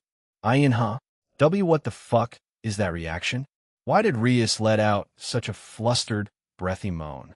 I could see everyone looking at me weirdly, a few snickering. Era. It is checkmate, but Rias' sensitive spot is her neck, aw crap. I forgot about that. I let go of her as she's blushing furiously at me. I turn around and tell the next team to get ready. All right, next team. Chu, I felt her kiss me on the cheek. Is this her own payback? Hee. I welcome more then. Payback, perverted dragon emperor. UOWHYYY, parrot near. I'm sorry, Drake-san, I can't help it. I've somehow gotten weirder titles than East say. While I'm not an open pervert like him, I'm still a closet one. AKA my house where my harem can see me more honest with myself. I opened my status after a long time, and when I checked the titles, it had an expand. On it, I'm scared of clicking on it. Fuck it. I mentally press it. Titles. God of Gods, God King, Red Dragon Emperor, White Dragon Emperor, Welsh Dragon, Vanishing Dragon, Outer God, Rising Outer Dragon God, but Dragon Emperor Breast, Dragon Emperor, Thigh, Dragon Emperor Lover, of Scorch, Dragon Emperor Fragment, of Partner, Darling, Husband, Dear Middleman, Gene Senpai Successor, of Azathoth Master, Creator, Almighty Conflagration. More click to expand. What the fuck are all of these? There is even more. No, enough. I dismissed the screen and wonder why I had some weird titles God of Gods. The fuck you want about? GXG is pretty cool, maybe a future armor that combines both Albion, myself, and your power. It complements great our Irene's titles as Dragon of Dragons, DXD. I'm sorry, we somehow got Thigh Dragon Emperor, but the Lover of Scorch Dragon Emperor, and Fragment of. It's too obvious who. HAAA. He'll say his name when he appears again. I want to talk to him. Why Almighty Conflagration then? What the hell does that mean? I haven't excessively used fire magic or manipulation that much, Gene. Are you ready? I hear Natsum ask, and I turn around. We'll deal with that crap later. Yeah, let's get started. That evening, Schlurp lick pa, and HMM I was on my way to my room just to lay done when I was pulled into Ingvild's room. She pushed me down and straddled me. We've been making out for the past few minutes. I was a bit shocked. I didn't think Ingvild was this aggressive. Did Kuroka say something to her? For the last 4 months, she's been increasing her intimacy with me. Want to take baths with me, since I'm usually the one left in the boys' section of the open bath. Gasper doesn't last long since he'll overheat, and Kiba leaves a few minutes later or at the same time since he wants to take care of the guy. I offered to, heal him, but declined for some reason. They probably know that some girl joined me, or I go join them. Layingvild's tongue invades my mouth. I happily use mine too. I could feel her and my own drool starting to come out of our mouths. I think it's fine. I want to anyway my title of, but Dragon Emperor reigns. I wrapped my arms around her waist. She didn't react, so I slowly snaked my way down to her ass and grab a handful with both my hands. MMM. Pa! She breaks out of the kiss, flustered, and looks behind her. She turns back to me with a shy smile as I grin. It's fine, just stay close. She reaches for my arm and pulls me nearer. My heart won't slow down. She's wonderful. You can squeeze it more. Nodding, I increase my grip on her sides. She let out a startled gasp, making something inside of me snap. I gently guide Ingvild down, both my arms placed beside her shoulders, and we silently stare at each other. I'm waiting for her to give me the okay. She was blushing even more now. Is this it? She finally gives me the nod. It's okay. I'm ready, Jean, she said invitingly with moist eyes. I lean in close and slam. The door to her room opens abruptly. The ones that came through it were Asia and Chiron. Ingvild-san, that's not fair, Asia announced as she flung her clothes off herself. She was just in her bra and panties. They were white. Chiron beside her was staring at her wide-eyed, not expecting Asia to be that bold. I looked back, and Ingvild looked quite annoyed but sighed. I get up and help her as well. I'm still in this state, so we'll go consult Kuroka, Aquino, or Graphia, or something Limestar Jean. Seat. Ingvild points to her bed and told me to sit. I raised a brow but complied. Asia, Chiron, come here. Ingvild gestured for the other two. Beside her, all three were in front of me. Now, oh no, is this a repeat of the open bath from before? Ingvild smiles and leans close to me, while the other two blush as they watch their senpais share an intimate moment. It's a bit embarrassing if you just stare at it, Ingvild says with a smile as she steps closer, as she leans in while keeping her gaze playful, nodding to herself before reaching out and gently holding on with her left hand, giving a reassuring, teasing squeeze. Ingvild made soft, muffled sounds as she leaned in close, her lips brushing gently. A quiet, intimate moment passed between them. She briefly stops and looks at me. She then continues her gentle, rhythmic movements, giving me more pleasure. Where did she learn to do this? The only ones that are this skilled are Kuroka, Aquino, and Graphia. The most likely candidate to teach her these things is either Kuroka or Aquino. She stops and looks at me. The other two were brought out of their trance as they listened to what she was going to say. Kuroka and Aquino gave me tips on how to do this. Graphia also did Inne-sama, taught Ingvild Senpai, Ayuyu. The elegant and strict Graphia gave in some tips.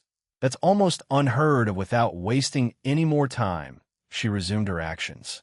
See LLP. SPPT. Ingvild started to continue with more speed and passion. Maybe she was a bit embarrassed after telling her secret, so she wanted to make me forget by putting more effort in. I let her close to me, and I put a hand on Chiron and Asia. You guys can help her, Ingvild stops and winks at me. She decides to focus her attention on me more. Making room for her juniors, Chiron approaches first. She gently takes her place nearby, and I let out an appreciative sound.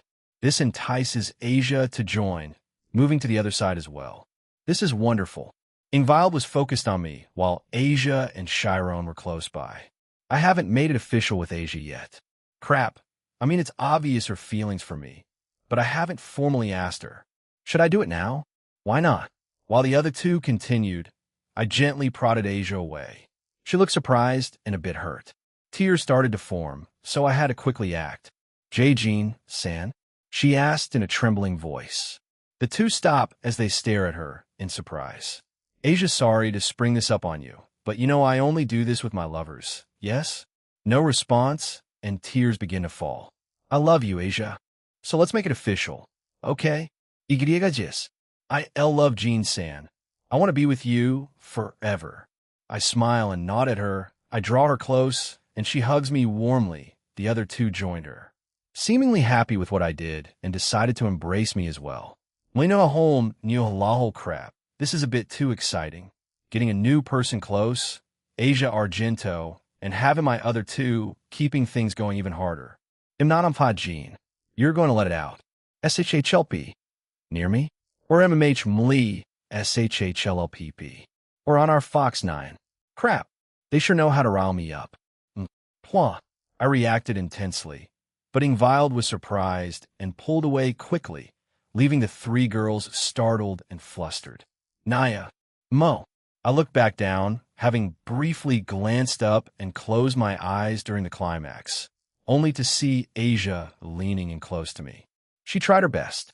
She started to move quickly, the other two shocked by her sudden action. Oh no. Asia, slow down. Oh. All of this because of us. Nyan. Chiron joined her senpai and pushed her out of the way. Ashion-chan. Both of them competed for dominance in a strange display, battling over the same goal. Wanted me all to themselves. Ingvild had gotten up and sat beside me. I wiped her face clean. I did what I could, I'm sorry, Jean. She didn't need to feel guilty, geez. It's fine, and it felt good. They'll look forward to next time. Also, sorry, I can't, I said, burying my face into her chest as I turned away. Naya. My two juniors laughed together, still smiling about the earlier mishap. They were both a bit of a mess from before. This was pretty awkward. Naya, A new voice appeared.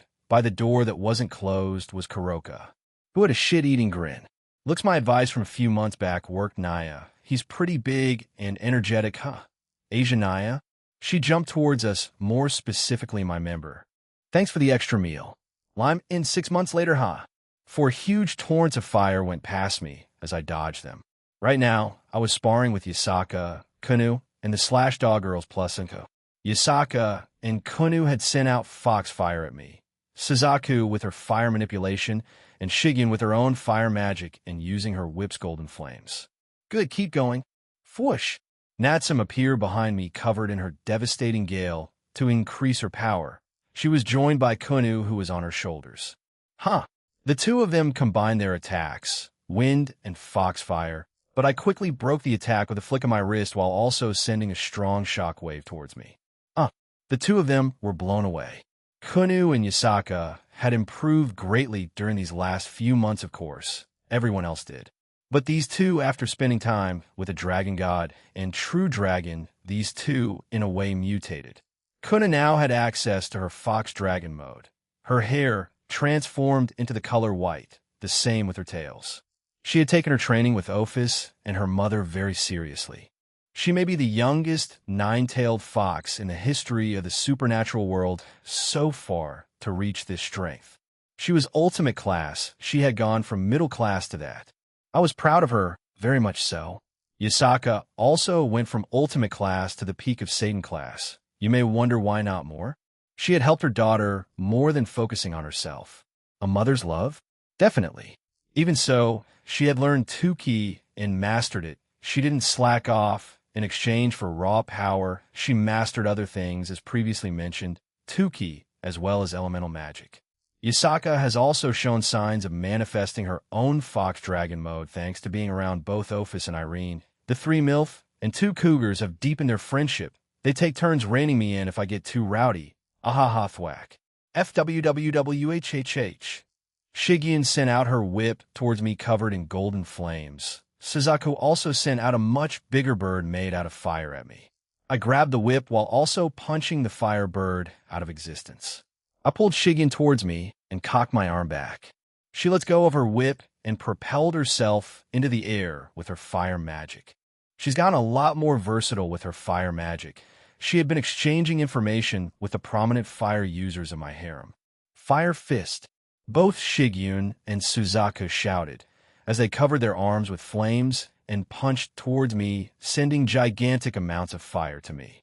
Just like Ace from One Piece's Fire Fist, I'm glad I suggested it to them, as well as many other techniques over the last few months. Shigen's Fire Fist was golden in color. Somewhere down the line, her normal flames turned golden. I can only theorize it's because of her constant use of her whip. Suzaku's was the same color as before, but it was a lot hotter and intense. The Vermilion Bird amplified this even more after her training. The two attacks came at me from different directions. I sent a punch towards Shigen's Fire Fist, extinguishing it, and also disrupting her stable condition in the air. She fell onto the ground, but softened her landing with her magic. I turned back to Suzaku's attack and smiled. Row Ajax. 7 flower petals made from light appeared in front of me. It takes the form of a 7-layered iridescent flower. Originally, each flower petal layer has the defensive power of a fortress wall.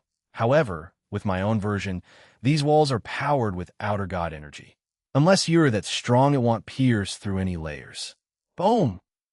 Suzaku's attack collided with my Row Ajax, but it couldn't pierce through it. It stopped there, eventually slowly dying out. That should be fine for now. Nice work, all of you. You sent us flying too far. I turn around to see that Natsum and Kunu had come back. I pull both of them into a hug and heal them. Haha, saw thee. They'll hold back next time. You're forgiven. That was quick, but 1 month left here before we take a break and have another year here. Chapter 1. Part 2. A promise and the start of events 1 month later. Gene skyward boom. Boom. Boom. You need to be faster, Rose. KHH. I was sparring with Rosweiss and Latia. These two have had interesting developments so far. But today marks the end of our first out of 3 visits here. Rose took my advice and trained hard. Her Norse magic, elemental, and defensive magic became a lot stronger. Get ready. You're next, Latia. The two nodded and took a defensive stance. Griga. My right index finger pointed at Rosweiss and a small dark red flame appeared. She looked quite confused and let her guard down a little. It may look small and weak, but don't underestimate it, Rose. Use your defense's full capabilities. I warned her, and her eyes became sharp. I felt the rise in her power, and she created a multi-layered circle shield. Crash! GSHHH. Ugh. Rosweiss struggled to stay in place as the small dark red flame started to push her back, and her arms began to lurch, the same with her knees. She started to sweat and looked like she was about to pass out. A little bit more, Rose. Rah. She gained her second wind and put even more power into her shields. Latia stared in awe as she saw the Valkyrie give it her all. PWSHHH. My attack finally disappeared as Rose's shield broke. She sighed in relief before falling to the ground. I quickly flash-stepped to catch her. Well done, Rose. You did very well. She had a satisfied expression on her face as she fell asleep. Rosweiss had risen up from high class all the way up to the peak of Satan class. She had to juggle that with mastering the things she set out to do. I believe everyone here will reach God class before the 3rd year we come back. One moment, Latia. She nods and I flash-step to the bench that Valerie was sitting at. She had trained a few times, mostly using her own powers, but she didn't participate in killing anything. So, her mana pool increased, and she mastered the small bits of attack she knew. Hey there, Valerie. Gonna put Rose down here for a sec. She did really well. Valerie stroked the sleeping Valkyrie's hair and smiled. She became a big sister in a way. Gasper had some suspicions over the year, but simply shrugged them off. He wanted to get stronger first and foremost, so didn't bother with finding out who she was. The guy's gotten stronger in his own way. Physically? For some strange reason his body didn't change, but his overall physical power did. He looks like a stick, but can probably hit as hard as Cannon Sarorg. That's how much she improved. Excuse me. Good luck. Valerie waved me off, and I got back to Latia. Sorry for the delay. Shall we? She nods. Latia and I gotten closer, and I took the liberty of teaching her some new magic. While she's smart and has a knack for technology, she tried to recreate her uncle's Kankara formula, but wasn't successful. She had a small stump, so I had to help her out. So, I taught her, or rather, gave her information and a more effective way of using spatial magic, as well as showed her spatial magic techniques from other shows. So, she trained in territory magic from Fairy Tail, as well as recreating techniques from Law from One Piece. Room. Latia conjures a blue transparent, spherical force field of sorts that is centered around us. She then summoned ice-shaped objects around us. She knows she can't transport me around, but she can do it with her own object she made. Shambles. Latia swapped places with one of the ice figures, covering her hands in territory. Nihility, another form of spatial magic, sending a punch towards me. Boom! I block her punch. Latia frowned, created a hole behind her, and jumped into it. I see. She's doing that too. It looked like a mix of Fallen Angel Gate from Black Clover and the territory magic of Fairy Tail. Multiple spatial circles appeared in the room she created. SSCHHH. Block. After emerging from one of them, she sent another Nihility punch at me, which she repeated a few times until she finally jumped out and sent a normal punch. Shambles.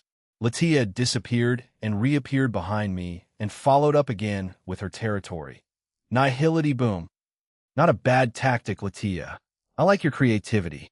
She jumps back into the spatial circle. The ice statues around us started to float and fly towards me. They were covered in spatial magic. Is this boom? Once they got closer to me, they all exploded.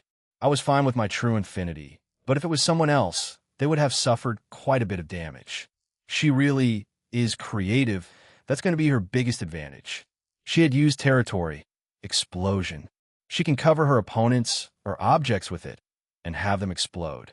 This is quite a fearsome thing to do with her ability to create and swap people around with shambles. It's a deadly combo. Latia had reached ultimate class after all. If I could give her some sort of tool or equipment that would help her even further, maybe a sword, so she can follow up more with Law's abilities. Doesn't seem like a bad idea, huh? When she emerged from the spatial circles, the room and the circles had disappeared, leaving her completely exhausted. I walk over to her and heal her up. Good job, Latia. Your new magical and demonic pool makes you an incredibly fearsome fighter thanks to your creativity. Add your intellect. It'll create something for you in the future to make things easier. She smiles at me and nods. Thank you, Jean, but yes, it was quite exhausting. Let me rest a bit. I picked her up and brought her back to the bench. All the other players were still training. We have a few hours left, so they wanted to take advantage of it. I mean, we'll be back again. Sheesh, I had grown closer to everyone, including Latia. I'm 99 sure she started to have a small crush on me. With the number of glances the girls gave me while giggling to themselves when Latia was around, or when we spoke, it doesn't take a genius to figure that out. But it's a crush, nothing more or less. So, you'll work on that with her in the next 2 sessions in the pocket dimension. It's like speed dating. Huh? Are you stupid? Comptoir. Answer. Single dragon, be quiet. You're single too. Both of you. While they started arguing again, geez, they're like siblings fighting at this point. I sigh and look at the distance. All right, this, in the first year I had gathered everyone up, and we all went back home, Skyward household, Gene Skyward a week later. Everyone wanted to take a week off before heading back into the pocket dimension. I don't blame them. Training at the end of the day is boring. Yes, you can get stronger, but it's still boring. In MMORPGs, grinding for hours on end in the same place gets boring, right? Even more so when the amount of EXP you need keeps increasing with each level up, or in the girls' cases, rank up. So, we took a week off to rest and recuperate.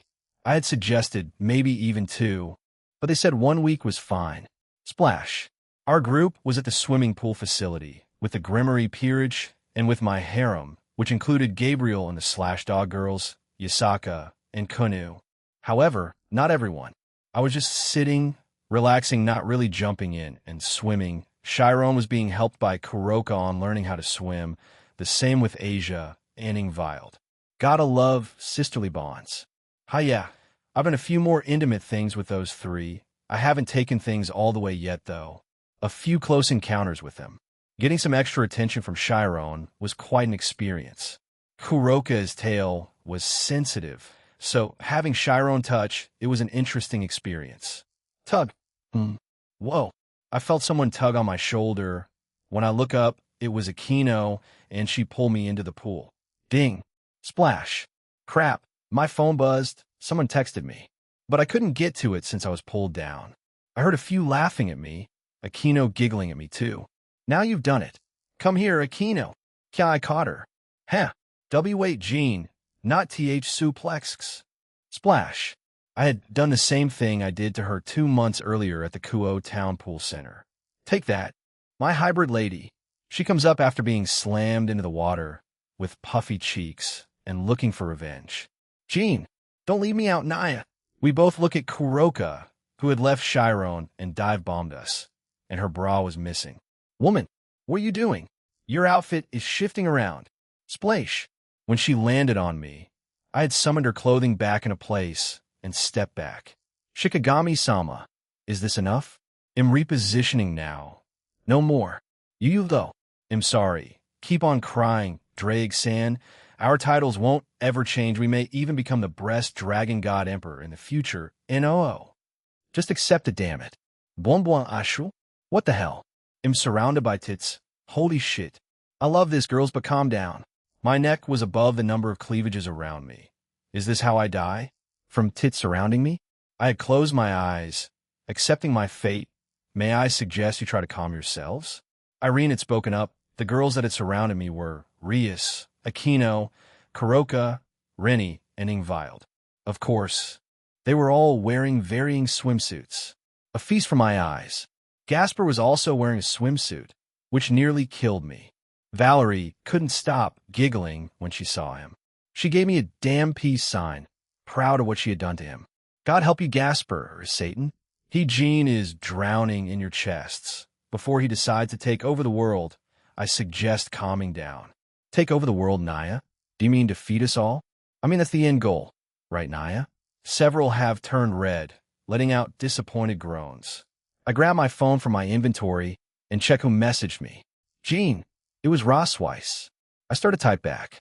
Hey, Rose, what's up? Granny wants to meet you soon, like in a month or so. See, can you make it? Gondol, huh? I don't see why not. Gotta meet the grandmother, parents, and grandparents eventually. Sure, let's talk plans when we're in the pocket dimension. Igriga, let's do that then, bye. I have some work for Odin-sama, yeah. Take care. I close my phone and throw it back into my inventory.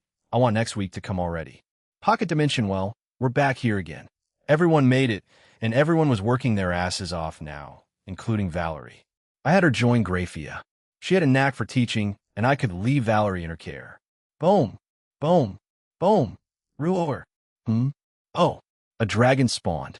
Acnologia from Fairy Tale. Now that's something interesting. A dragon interesting.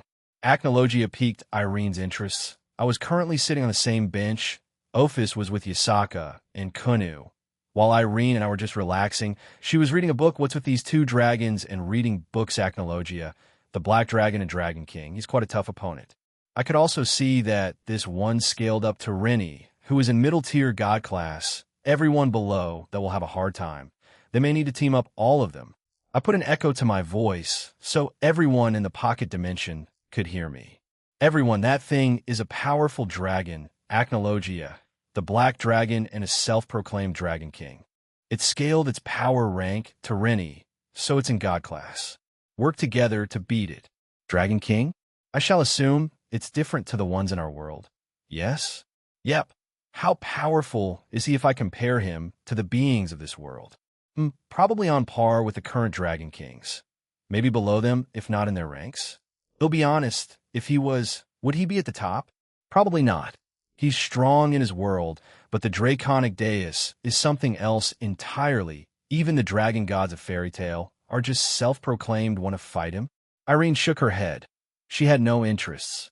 She leaned back on my shoulder and kept reading her book. She had taken her witch hat off, talk about being comfortable. Any development between us? No. We're good friends, though, seeing as how she's comfortable doing this. Third-person point of view, big dragon. Kuroka screamed as she looked at the black dragon in front of her. She turns to Ingvild and starts pointing at the thing. Make use of your Nereid Kyrie. It should work on it, right, Naya? I'm not sure. But it's worth a shot, Jean said. It was the same power as Rennie, as unfortunate as it may sound. Valerie was sent away, as she was still middle class. Considering everyone just entered the pocket dimension today, it's a bit reckless, no, stupid, to ask someone in that power rank to wrestle with a god-class being. Everyone else here should be able to hold their own. Everyone, let us work together to take this down. Graphia took command as everyone looked at her. Asia, Gasper, you two will act as our main supports. Asia, can you enchant all of us? All eyes were on the nun from the Gremory group. She nods. She had a bit of a confidence boost after spending quality time with Jean, and other times as well. I can enchant everyone here at least 50 times over. After that, only half of you. Asia had reached Satan class, along with her peerage, Aquino being the odd one out as she reached God class. The first year she was in the pocket dimension, she had tried to achieve a balance break with her scare gear, but she had luck. However, before she came here, she had had a bit of luck with it. She wasn't quite there yet, but she was on the right path. She just needed very well Yudo, Rosweiss, and Yasaka shall be the frontliners. Wizard types shall also be behind the frontliners, but in front of the supports. Everyone else will provide them support, be it offensive or defensive. Kuroka and anyone else that have some sort of supporting capabilities, try to utilize that before anything else. Only in a pinch you are to provide offensive support. Yes? Yes. Ingvild, your scare gear will be our deciding factor. Use it as effectively as you can. We will need you to put your all into that dragon. Yes, Graphia-san. Everyone nodded and got into their positions. I will take charge, Rosweiss-san, Yasaka-sama. Please back me up. Yudo announced his intentions. The two nod. Asia was at the back with Gasper as she enchanted everyone. She increased their power, speed, durability, and gave them some passive healing. While it may not be as powerful as her Twilight healing, it should serve its purpose of healing small wounds. Shine. Gasper had activated his sacred gear, locking the dragon in place. Roar! It roared in frustration. However, it was still far more powerful than Gasper. As it slowly broke free, but before it could BZZT, SHZZZT. Oh no, you don't. Ufufu Aquino Himejima had struck the black dragon with her holy lightning, a large amount of it, paralyzing the dragon temporarily. Kiba seized the opportunity to charge it. Summoning his destruction sword, he swung it down on the dragon, but it didn't pierce its scales.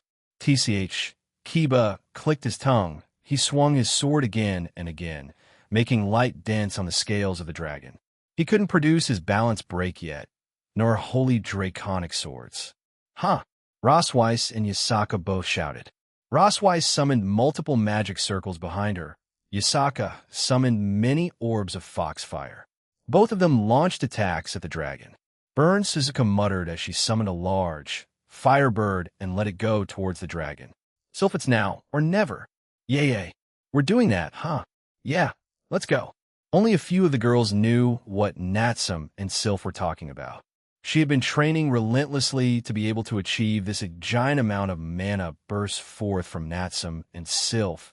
The mana turned green, the properties of wind were running wild around them. When combined with Sylph, Natsum Minagawa's left arm is cloaked with green mana. A green circle of connected crosses appears around her wrist. A green wing appears from the left side of his back, and a green half-crown of connected crosses appears on the left side of her head. Spirit assimilation, spirit dive. The ones that didn't know looked at Natsum in shock. The girl had a wide smile on her face. She concentrates a large amount of mana in the palm of her hands, and then released it in a dense beam of swirling wind magic. Wind spirit magic, spirit storm. Svushu. Boom. The attack merged with Suzuku's bird, turning it a mix of wind and fire magic, a raging firestorm. They both combined. Rias was shocked as she saw the attack quickly approaching the dragon. All the attacks from Rosweiss, Yasaka, Suzu, and Natsum's hit the dragon.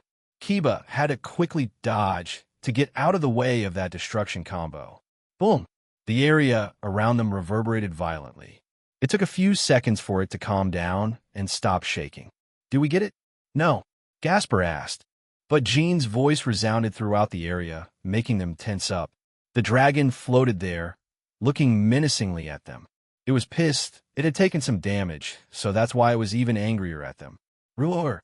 The dragon quickly charged up a breath attack and released it. Dodge! Graphia shouted as everyone scattered to dodge it. Luckily for them, they were quite nimble and fast, so they easily dodged its attack. But, boom! Rumble! Rumble! Its attack had hit an unoccupied part of the pocket dimension and completely destroyed it. The group stared at the destroyed area in stunned silence. At least this version of it isn't weak. Irene had looked up and seen the destruction the dragon caused, and had a small smile. It seemed she was happy with what it did. I don't get. Eugene shook his head, still drawing a blank on how Irene's brain worked. You foo-foo. It will take more than a year's time with me. Skyward Sand, back with everyone else. The dragon broke free and began chasing after random people. KHH. It targeted Latia as it chased her down. It was gaining on her when shying. Gasper stopped it again. Latia turned around and covered the entire dragon in territory magic. Territory. Drain. The magic power from the dragon was being rapidly drained. It was slowly getting weaker. Get it? It's being drained by Latia. Rias shouted as she had already been charging up a power of destruction, Kamehameha. Dark clouds hung above them, and Aquino was busy preparing Kieran, as she had also transformed into her fallen angel mode and proudly displayed all 12 jet black wings. One more time. Let's make it bigger this time, Sylph. Yeah. Natsum and Sylph started to charge up an even more powerful spirit storm. Gabriel also spread her wings. She had watched everyone else fight the dragon and wanted to support them. Gabriel crosses his arms in front of her as she waits for the other girls to release their attack. She wanted to time it right. In fact, she was planning to perform the attack Yasakani no Magatama, but on a much larger and more powerful scale. Yasaka-sama, one more time. Yasaka nods at Rossweiss's request. There was damage from the combined attack earlier, even if it was relatively minor. Dragon slaying magic, can Jean teach me? They'll ask him after this. Rossweiss felt a little frustrated. Even though she had learned many types of magic, her Norse magic was what she felt was the most powerful, but barely made a dent in the dragon. If I can combine them in the future, Rennie and Graphia stepped forward. Rennie had summoned 3 ice dolls to stand in the same position as her and Graphia, while Gasper had the dragon immobilized, Latia draining it. Graphia also added her own time stop on the dragon, making it even harder for it to move. Ingvild put her hands out and used her Nereid Kyrie. She had become middle-tier god class like Rennie, but was a rank below. While Rennie was SSS, she was just AAA, but her sacred gear should still affect the dragon. Roar. The dragon let out another small roar. It got weaker. On top of 2 people stopping, it with time affecting abilities, Latia's magic draining, and now Ingvild's sacred gear, it had significantly weakened. Oh, it seems to have dropped down a rank. It's low god class. Nice work, Ingvild. Ingvild gained a bit of confidence after Jean's voice resounded through the area. She only used her left arm to keep her sacred gear on the dragon. In addition, she used her other arm to control the lakes, puddles, and other sources of water around them. Combine the water with Kieran. It'll be a shocker. Aquino's joke got a few chuckles and groans from everyone as she continued her attack. Everyone else charged up their attacks. Is this the final attack? The attack to take down the dragon? The Dragon King? Huh. Kiba had charged forward. He felt the most useless out of everyone right now. His swords weren't sharp enough to cut the scales of the dragon.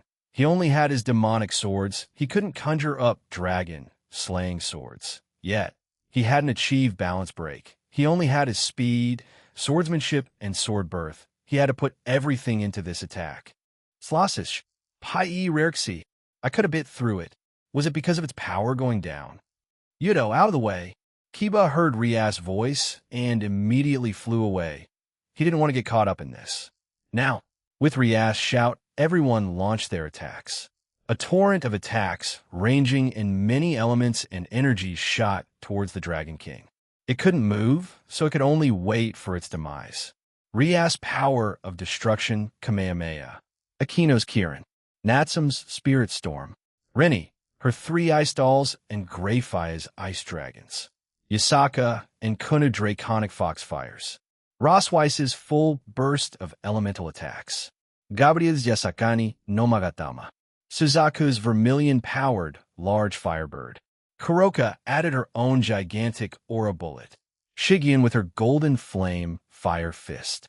Finally, Ingvild, shaping her huge amounts of water she gathered, she fused them all to be of a giant spear, making crash onto the Dragon King Acnologia. Boom! Jean whistled in admiration. Those were quite powerful attacks they just launched at the dragon. It's definitely dead. After that, Irene nodded while also looking at the site. Many forms of magic techniques and attacks were used in this fight. She was impressed too, especially Yasaka. She had managed to use her fox dragon mode like her daughter Kunu. I can't detect its signature anymore. Yeah, they killed it. When the smoke and dust from their combined attacks had settled, they saw that the dragon had a huge hole through it. It was lying on the ground, not moving. It was a total victory for everyone. We did it. Gasper cheered as he slowly fell down. Kiba quickly caught him and chuckled at his junior. We did. Nice job, Gasper-kun. Thank you very much, but it was a combined effort. While Kiba suspected it, the very small dent he made may have played a factor in the final attack. Was it because he was able to chip away his scale, revealing a weak point and the attacks hitting it? It would surely hurt. Well done, everyone. It seems our combined might defeated our foe. Quite a lot of them cheered after seeing what they had done. Jean skyward, this isn't enough. If they struggled against a low-tier god class, and if Avetsa is right about her divine beasts being both god class and Satan classes, then they all need to get even stronger. So, everyone needs to be at least Satan class and up? Yeah, more or less. Is it possible for some to achieve dragon god status? I look to my side and see Irene has turned back to reading. She also needs to get stronger as well as Ophis. They'll try to entice Ophis, since she'll be a bit easier to deal with. Irene, on the other hand, will think of something. Later that night, hiki. How in the world did I get into this mess? It was currently after dinner. Everyone wanted to celebrate after their major kill today. I don't blame them. It did take the combined efforts of everyone. So I cooked dinner and made it a feast to remember. Afterwards, Yasaka and Rosweiss suggested drinking some alcohol. It was a special occasion, so Grafia gave the okay for even the underage to drink, and now we're in this mess. Kiba and Gasper were passed out. Their drinking tolerance was abysmally low. Not as bad as Rose's, since she gets drunk after one drink or sip of alcohol. Kiba was spread out on a sofa, while Gasper was curled up on his stomach, almost like a cat. Everyone else was still awake, well, in varying degrees. A few were swaying from side to side. A few were a little bit more energetic and braver. Jwing-kyun. Pumph. Rose had drunkenly hugged me, a bottle of alcohol still in her hands. I had drunk a lot, but since I can't physically get drunk, I'm the sober person here. Yes, Rose? She had buried her face into my chest, but looked up at me. The smell of alcohol was pungent. She had a very, drunken smile on her face. She had confessed her feelings to me while crying her eyes out. I'll wait for another time when she's sober to accept this. It feels like I'm taking advantage of her, if I did accept right now. Gimme a ch. Rose clumsily and drunkenly tried to kiss me, but when she pushed herself up, she fell back down, hugging the bottle of alcohol in the process. She fell asleep, Rosweiss-san is a terrible drinker, ufufu. Quite a lot of the girls had flushed faces thanks to the alcohol. Akino was one of them. She had put a hand on her cheek while looking at me with closed eyes. Now, you would expect this time to be very rowdy. That's why I used a sleeping spell on Kuroka when she had gone off the deep end and became a full-blown drunk cat girl. She literally tried to force herself onto me. The unhinged Nikomata had to be stopped. Now she was peacefully sleeping on my lap. I have no idea how Rose didn't disturb her, but hey, I ain't complaining. But this place isn't the most ideal place for sleeping, so I snapped my fingers and teleported her to my bedroom to sleep it off. When I say everyone is drunk, I mean everyone. With the exception of Kunu and Valerie, the two of them watching everyone with a concerned expression. Kunu watched her friend Ophis with even more concern. She was swaying from side to side while she had been looking at me for an extended amount of time. Honestly, everyone had their eyes on me. I was just waiting for them to do something. My eyes are spinning. Asia muttered as she had been lying on the floor, completely out of it. Seems like she's not good with alcohol either. Rias and Aquino got up at the same time.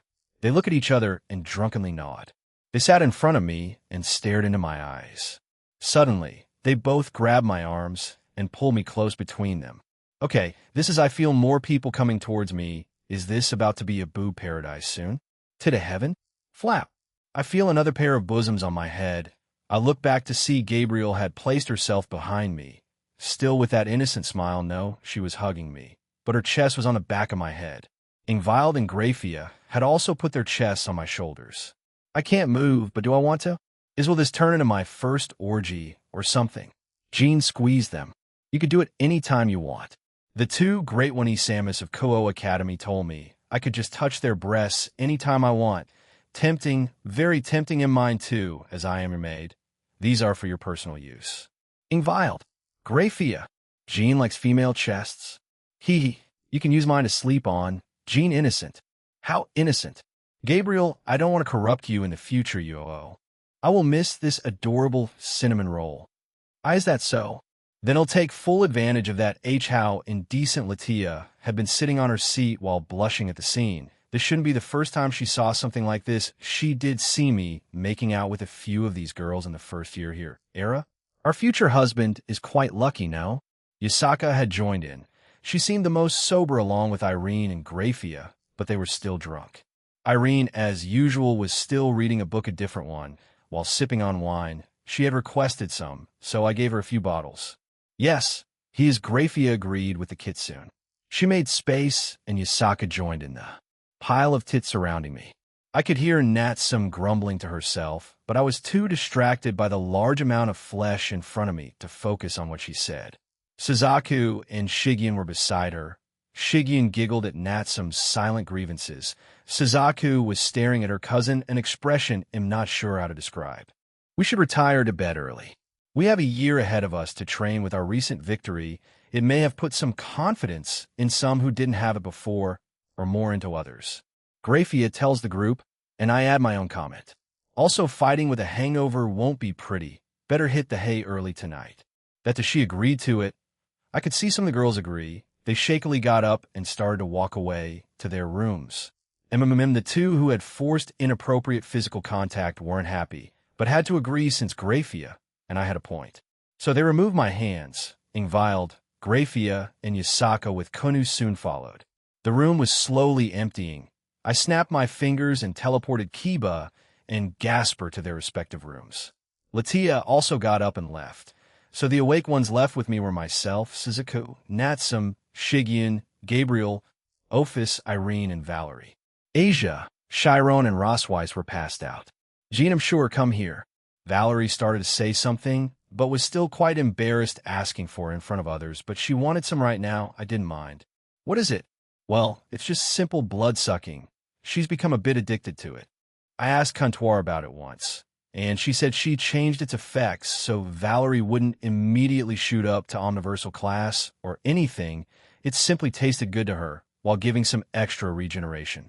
I also gave Valerie her own ring. As well as enchanting her clothes, I also upped the upgrades and enchantment. The barrier for the rings have been changed from being able to defend from Dragon God level attacks to Omniversal level attacks, the same with the enchantment on the clothes. But Nyarlathotep is the only one currently awake and present that can cause direct harm. In any case, they're a lot safer now. The nagging feeling I had subsided since I did that. I'm not sure if that's a good or bad thing. In my little monologue, Valerie had reached me. She for some reason took her time getting to me. She was blushing a lot, but bared her sharp fangs and bit into my neck. I could feel her draining my blood. I could also feel her licking my neck for some weird reason. Bite, chew, suck, suck. Once she was done, she as per usual licked the small wound. She made we both already know that those will heal instantly, but she's adamant on doing it. Thank you. She thanked me, and I nod. Everyone was staring at us. They knew about this, but, well, not all of them, and as well as this was the first time they've seen it. That was quite an erotic scene. Irene speaks in the silent room, making Valerie turn redder. I wonder if that'll be the case when she joins me. Well, she's a pure-blooded vampire. She may be even more addicted to my blood. What about Gasper? He's trained a lot, so I don't think he'll need to have any unless he goes berserk or something. I'll go to my room, now Valerie stutters out, and quickly Power walked away. I sigh and deadpan at Irene. She just let out a chuckle at the female Dampier's expense. Shall we head to bed then? They all nod. I made the 3 girls that were passed out float beside me. I took them to their rooms and placed them on their bed. I turn around to find Natsum still there. Everyone else seemed to have gone to their respective rooms already. Natsum? Is something wrong? She shook her head and beckoned me to come closer. I did so. I bent down since it looked like she wanted to whisper something to me. Good night. Chushi whispered good night to me and gave me a kiss on the cheek. I pulled away as she sported a small blush. She smiled and ran to her room she was sharing with Shigen. Ha! Goo! For months later, boom. Dawn. Boom. I was sparring with Irene and Ophis. I managed to convince them to train. I didn't want to fight the monsters and have a chance of those monsters being turned to dragon god levels. The girls already struggled quite a bit 4 months back against Acnologia. The 2 of these worked pretty well together. The 2 of them sent a breath attack towards me. I slapped the attack away, and Irene appeared behind me, with Ophis in front. They both sent a punch covered in powerful draconic aura at me. Catch. You and your stupid powers, Irene muttered as I caught both of their punches. I proceeded to fling them both away. Of course, they stabilized themselves and stood back on ground. Go, Jean. Aquino cheered me on, along with Rennie. Everyone else had taken a break, so I stopped the spawning of the monsters as they all watched my little sparring match with the 2 dragons. These 2 wanted to practice their hand-to-hand combat as well as increase their physical strength. They're absurdly strong, so each punch or kick sent my way had enormous shockwaves produces. I have to constantly nullify those unless I want everything around us to be completely obliterated. My house included, since I don't have the barriers on it here. There's no use for it here. I can stop the monsters from spawning. Therefore, there's no threat when we relax for the night. Nor can anyone else come in here without my express permission. Blip! Dawn! Irene disappeared from her spot, and we started to blip around, fists colliding. Right now, my output is 100 Dragon God. Since she was doing the same, I had to use the same amount. Add the fact Ophis was also here. Even though she tends to look lazy, laid back, she's quite skilled in her use of power and close combat. Maybe she learned from watching everyone else over last session when we were here. Irene and I both covered our fists with draconic aura. When both fists collided, they created large shock waves. Kuntuar was out and about. She canceled any shock waves that came near my home and the spectators. I had originally put a barrier up, but Irene said she didn't want to feel suffocated, whatever that means, so I took it down. While I'm no battle maniac, I hadn't had this much fun fighting since I fought Thor, even if I did hold back. Irene jumped back. She summoned multiple magic circles behind her. From them came out huge meteorites. Lady, Joe, what the hell? Wasn't this supposed to be hand-to-hand combat? Oh, isn't close quarters combat. I have decided to change it. That's unreasonable, lady. Fuck it. I flash-stepped and destroyed all the meteorites in a blink of an eye. I used very highly condensed and concentrated crush magic. It's different from me touching something and breaking it, since it literally erases the attack from existence. Crush magic comes from Fairy Tail. It allows the caster to break anything they come into contact with. Gildart from Fairy Tail was a user, and he was quite powerful with it. New magic? Quite interesting, Jean. Irene looked interested as she flew towards me, and our fists collide again. No, that's an after image. She was behind me and let out a point-blank breath attack. Banning. FSHHH. Oomph. Have I finally won? I'm behind you, you know. Wah smack. Crash. Irene relaxed for a second, and that costed her. When I spoke behind her, she turned around looking stunned. I slapped her back into the ground. Once I did, I landed back on ground. I looked to where Ophis was, and she had joined the spectators. Did she get bored already? I mean, we sparred for about 30 minutes, but she seems quite lax. That was like what Jean did to Riser. History repeats itself. Thank you for the running commentary. Guys, I looked towards Irene as she had pulled herself out of the giant hole she made when she crashed into the ground. You okay? Yes. You really don't? Blood is coming out of your head. I shake my head and go over to her. I put my hand on her head and heal her. I didn't hit her that hard. How is she bleeding? Didn't hit her that hard. 100 dragon, God max output, huh? She's a powerful dragon too. She's a true dragon. Isn't that the same or equal to in power? She has the power of dreams and illusions. Maybe she made that as an illusion to have you two pet her? Possible, not impossible. She's old and wise. I don't think she would resort to such weird tricks to get my affection. She's been quite straightforward with her words to everyone. Look at her. I did so, and she looked quite content with my hand on her head. I don't understand women. I sigh and shake my head as I remove my hand. All right, time for lunch then. You guys hungry? They all nod. I snapped my fingers and the food I prepared alongside Grafia appeared. That evening go fish. Kuroka. We're playing blackjack. I don't know the difference, Naya. A calm evening for all of us. A few girls were playing blackjack. Kuroka has no idea what's happening and shouted go fish. It was cute, but yeah, Screw the rules, Naya.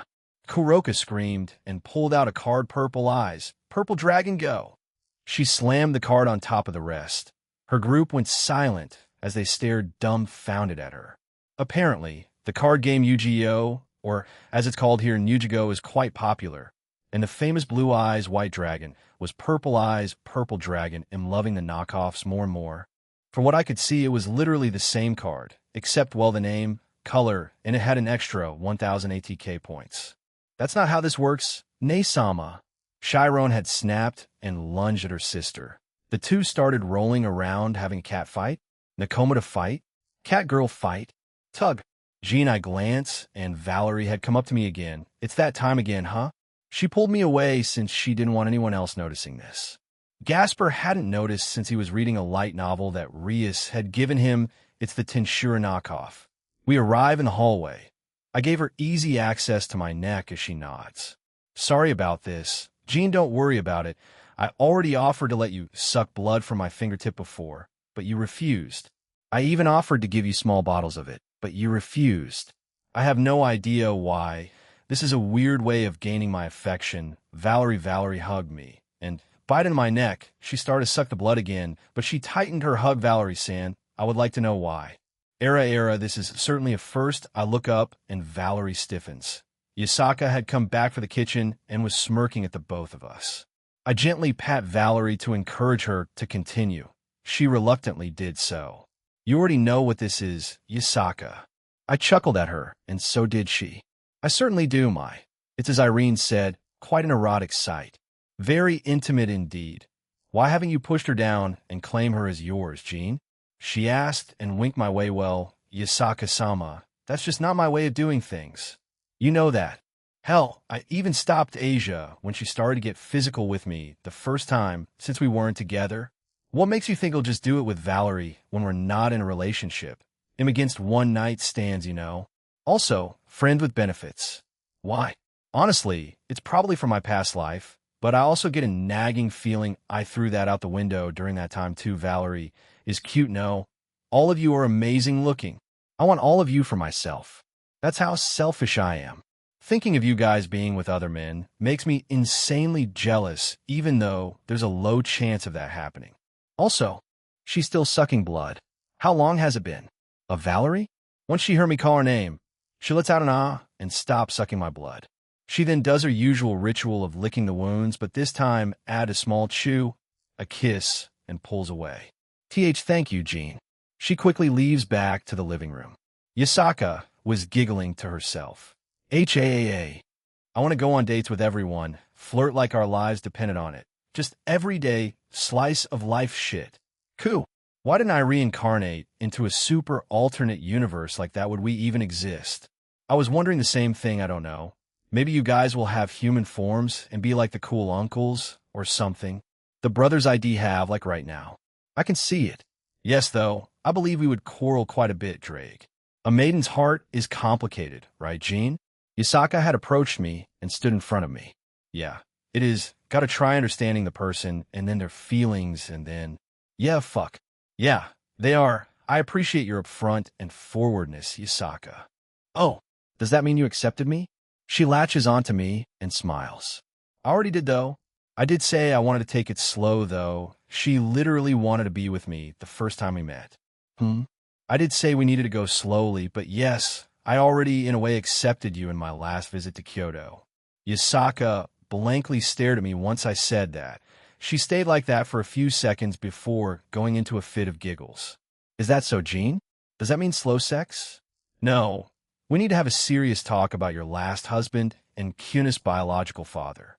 For what I can tell, you're a strong woman, Yasaka, but you've deliberately hadn't mentioned him at all. No, but we'll need to do I say it now? What if she shuts me off? But we do need to talk about him down the line, need to? Might as well do it now. Talk about Kunis' biological father and your previous husband. Yeah, I expected that. She was looking at me silently without saying a word. She might be thinking about what to say.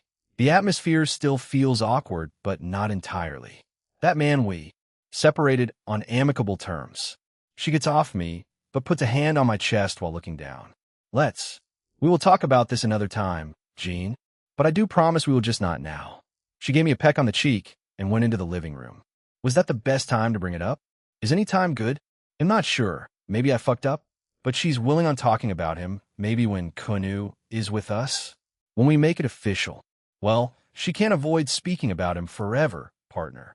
He'll come up in conversation one way or another. Am I too immature for that talk yet? Will I react some way she won't like? When's the right time? Hopefully during this year, or the next. Don't think too deeply about it. Partner, just like that other thing you're worried about. Live in the present. The girls and forever, yeah. They'll do that.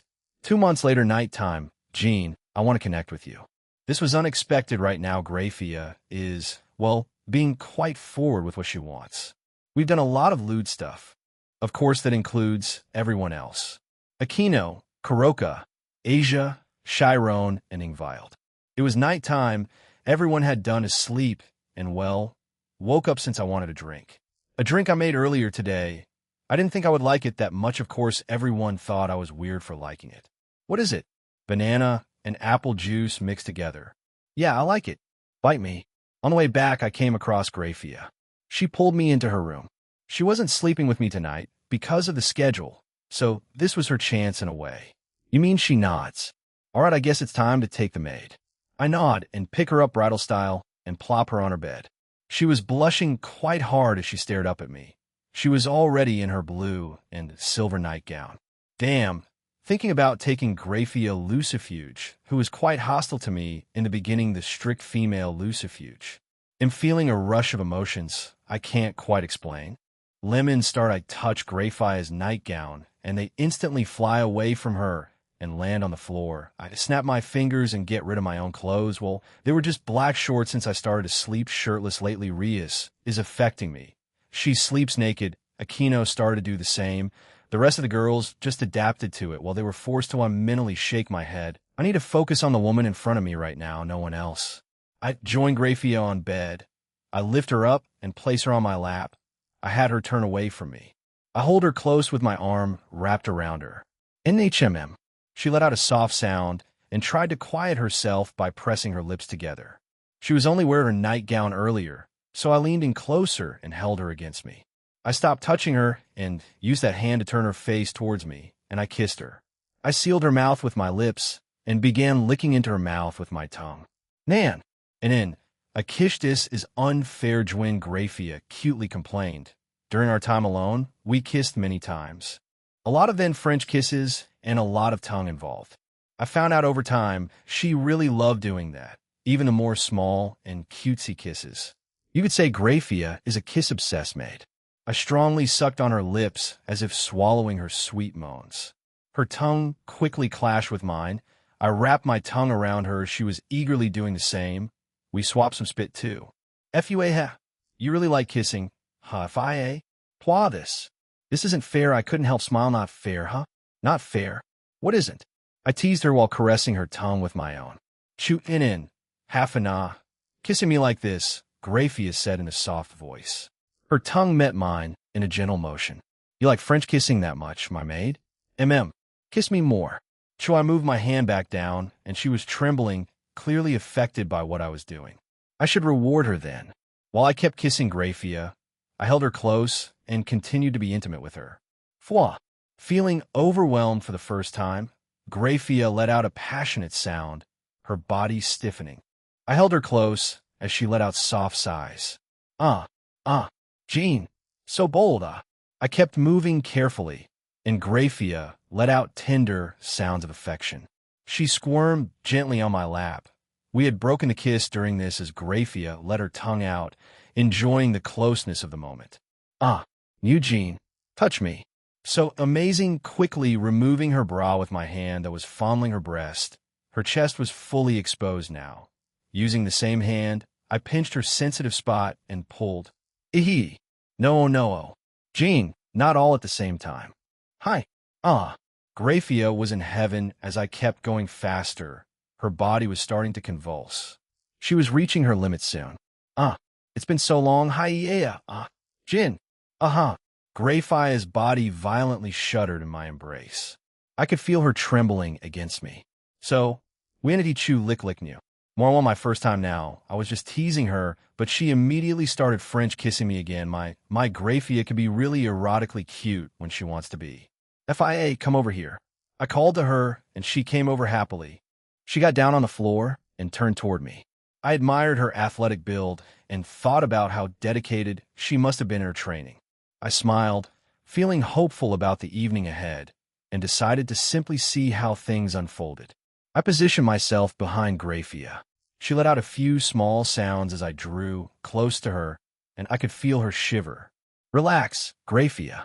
When I sensed her settle, I drew her closer to me. In one fell swoop. Gah! Nah!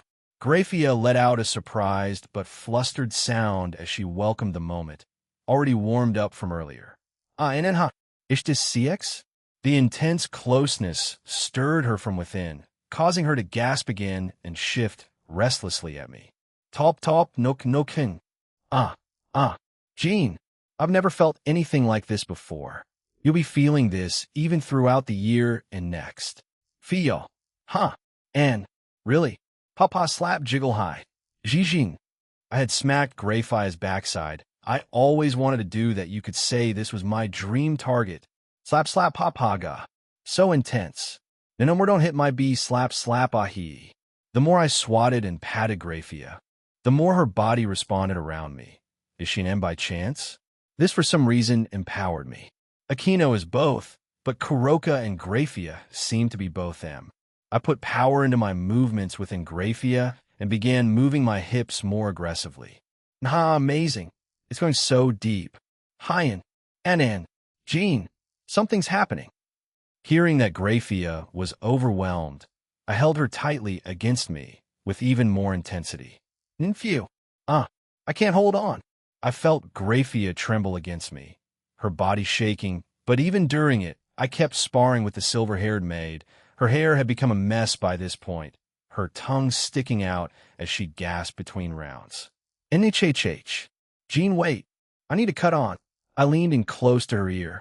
Keep pushing through for me, FIA. Again, she steadied her stance, my words having an effect on her. I pulled Graphia closer, moving faster and harder. Hold on, I'm almost there. Don't stuck. Don't pull away. With one final movement, I held her close against me, MMPH. With a shudder, I let go of everything I'd been holding back. It's here. It's so warm. NNGH. It's in. I feel so full. After my release, Graphia was still on all fours, exhausted and muttering to herself. Did I go overboard? It was her first time after all. Now that I look at it, there was no blood. Yeah, she definitely tore something during her years of training. Pinch. We were cuddling on Graphia's bed. She was also lightly pinching me on my cheek. You were a bit too rough. It was my first time going on a real outing with you. She was pouting. This was rare, but yeah, I'm sorry, I was a bit too intense. Can you blame me, though? I finally get to spend a day with my maid. My Graphia. Oh, I'm so happy I could die. My bad. But I was just a bit too excited, you know? I could finally do it with you. HAAA. What am I going to do with you while we were cuddling? Graphia was the little spoon while I was the big spoon. She turned around and cupped my cheek. You're like a big baby. Sometimes you know that. I've had a kino, and Kuroka say that to me. She smiled and leaned to kiss me. I kissed her back. It was an innocent kiss, a first kiss, you would say, full of love and no lust. You should go back for the night, so selfless as always, but no. Those girls should hopefully forgive me. I want to spend the rest of this night with her Graphia lucifuge. It's fine, Graphia. It'll stay with you the rest of the night. The girls should understand in the morning. We both went silent and continued to cuddle. 8 months later, it's been 10 months in total. Everyone has made leaps and bounds in their technique, magic, and mastery. Also not to forget their raw power and ranks. After that night with Graphia, we enjoyed many similar occasions together, and while she didn't become overly dependent on it, she was quite willing to spend that kind of time with me as much as I wanted. I didn't take advantage of that. Mind you, but I may have asked to do it a bit much the first few months. We were caught a few times by Asia, Ingvild, Natsum, and even Suzuko. It was a bit embarrassing, but not world-ending. The girls had gotten along swimmingly the past 10 months, many friendships blooming and growing. Hell, even Irene had developed a strong bond with many of my lovers. I'm not sure if I should call them the MILF Trio or Cougar Trio Yasaka, Graphia, and Irene. One is a real mother, while the other two are technically classified as cougars since they're not mothers nor given birth yet. I'm waiting for the birth of a church trio. That should be soon, I think. Boom. ZZZZTT. Doing. You full. Aquino and Rias were sparring. Aquino was in her fallen angel mode, while Rias had developed her own form. She had heavily based it on my own scale mail for my boosted gear. It was crimson in color, almost like Issei's True Queen, his Cardinal Crimson promotion, without the helmet, wings, or jewels. Rias covered her whole body with her power of destruction while shaping it into a sort of armor shape. Since I was the closest to her and had showed her numerous times my scale mail over the months, she adopted it. She had to practice shaping her power of destruction into more complex structures and ways before she could pull this off. With the help of Rennie, Graphia, Ophis, and Irene, she mastered her shaping in around 4 months, which is pretty incredible. After that, she just had to shape it around her body parts and also her time to be able to maintain it. Currently, after 10 months, she could keep it up for a whole 2 months. Of course, since Aquino had longer to master her fallen angel mode, she could keep it up for what she personally told me 20 years. She had managed to decrease its demonic consumption so much that it takes very little to activate and maintain. This includes when she uses powerful techniques and spells. Much like my armor, it increases Rias' overall power and defenses. Rias also developed her Extinguished Star move, and the speed which she creates it is very fast. Even more so, when she's in her new form or mode, she hasn't officially given it a name yet. I let the two duke it out and look at the others in here. Valerie has been in a good mood lately, as she's been humming happily beside me. She has recently reached Satan class. Her powers have improved a lot. She caught up to Gasper pretty quickly. Does she have a higher potential than him? She hasn't really touched her sacred gear either. I can't blame her, but I, along with everyone else, has been encouraging her to do it. She's still missing the other 2 Grauls. She can still use the one she has. But she did say she wanted all of them back before actively using them again. I should try to get them back as fast as I can. As mentioned earlier, everyone went up a rank or multiple ranks, while also slowing mastering their own powers. Even creating new moves from the ones I taught, or let them see. I've also been wondering, should I teach them hockey? The ones from One Piece. I personally think, yes. It should benefit them all a lot. The ones with Tuki may go up in power by a lot if they master armament hockey and observation hockey. I have no idea which ones can awaken Conqueror's hockey, unless I just outright give it to them. Of course, I will need to put this foreign power into them. It doesn't exist in this world, but if I do put hockey into them, maybe only a select few will awaken the Conqueror. Isn't Tuki and hockey the same thing? So, I need to make them separate things so they can be used at the same time as Tuki. It would benefit Kiba and Zenobia in the future by a lot if they learned both armament and observation. As well as Tuki, I have talked with a guy, but he's hesitant. He can be quite stubborn with the weirdest things. Slap. Pap. Don. Good. Ross Weiss and Suzaku were in sparring match with me. They wanted to improve their hand-to-hand combat. The two were already good at it, but want to train a bit more. Everyone else was having lunch at my home, so I stopped the spawning. The 3 of us were currently outside going at it. Rosweiss took it upon herself to learn enchantment magic from Irene. Asia had learned it from me, and also Irene when they met. Rosweiss easily picked it up, and now our group has two that can do enchanting, excluding Irene and I. She had enchanted herself and Suzaku. Fwyap, Schweish. The both came at me at the same time, sending punches and kicks towards me. I had swiftly dodged them. Suzaku, increasing her speed, appeared behind me and sent a roundhouse kick. Meanwhile, Rosweiss empowered her fist with a bit of magic and rushed in front of me. I teleport away, and the two of them seemed surprised, and both their attacks collided. Don, Ak, Ugh. The two hit each other. Suzaku's kick hit Rosweiss on the shoulder, and Rosweiss's punch hit her on the stomach. The two of them sent each other flying by accident. I know I'm not the bad guy here, am I? I just dodged. You could have stopped them, but you chose this. It's not bad, partner. I sigh and quickly gathered the both of them up and healed them. You too, all right? Yes. I'm fine. Are you okay, Rosweiss-san? Yes, I'm okay. I'm glad you're okay too, Suzaku-san. Seems like they're okay. I nod. You two want to keep going? They shake their heads. We should have lunch now. We still have the rest of the day to train after all. Yes, I agree. The two quickly left with each other, chatting about how to improve. The two of them glanced at me briefly and kept walking. It's fine, right? I've improved my relationships with everyone these past 10 months. Nighttime after dinner foie. Finally, I can relax. Gasper let out a sigh as he opened up a new light novel he got from Rias. It was some obscure title that I hadn't heard of before. Kiba had also sat down while drinking some coffee. He came out from the bath just now. Gasper went in before having dinner. I was the only one left that hadn't gone, though. I usually wash myself with magic. Not all the time, mind you. What are you reading there, Jayasuk? He looks up at me and smiles. I had started calling that a few months back, and he didn't mind, so I kept using it. A light novel about being reborn in another world with a cheat-like ability. The main character get a harem, as well, almost like you senpai. Apart from the reborn thing, though, haha bruh. It's vague, though. There are probably hundreds of those circulating, and it kind of tells my story, though mine is a million times more complex. Also, I don't want to hear it, you too. There are probably hundreds of those kinds circulating around. Is this one a little different? The three of us laugh and agree that there's quite a few of them around. Well, the main character changes gender anytime he kisses a girl, any girl. That's what. I guess it's interesting. Is it some kind of curse or something? Sounds like a hassle. Is it a curse? I'm not sure yet. I'm only on volume 1. I see. Well, can't help it then. I look to my side and see Suzaku staring at me.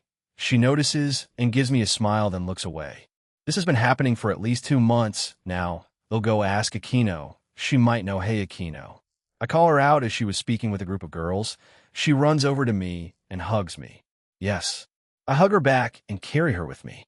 I stop by an empty room. So what's up with your cousin, Suzaku, lately? When I asked this, she started to giggle at me. What? Does she hate me? Did she hate what I did earlier today? No, this started a few months back, Jean. I really wonder if you're just that dense at times, or you're willfully ignorant. Ihaili smidaha. I would like to pick option 2, please. I mean, some guys need an outright, I guess. Hint? No roundabout ways of saying. It's just a straightforward, I like you, or let's date, or something along those lines. We'll take a mix of the two, please. So she's interested in me? A bit. Nason is just a bit confused right now. She knows we're dating. She knows Mom is still not too on board with the harem of yours. But she knows you can make us happy. So, Nason is confused. Does she go for it? You've done a lot for her, especially the training, helping her friend, promising to help the Himejima clan to accept Tobio, and what you did for my family. Just because I help people, especially females, I don't expect them to fall in love with me, Akino. They don't know me anything like that. With the pieces of my past, my own personality, and his soul, maybe the dragons and I have theorized that they may have mixed to my current one. I know, Jean. But 9 times out of 10, that's what ends up happening. Of course, your harem-obsessed self will accept them. Will you accept Nason? I want to know that I'm attracted to Suzaku. How the two of you have the same body, probably measurements. Akino pushes her chest up with her arm, smiles. We probably have the same sizes. Female Himejima blood? Mom probably has the same pair. I don't need to know your mother's.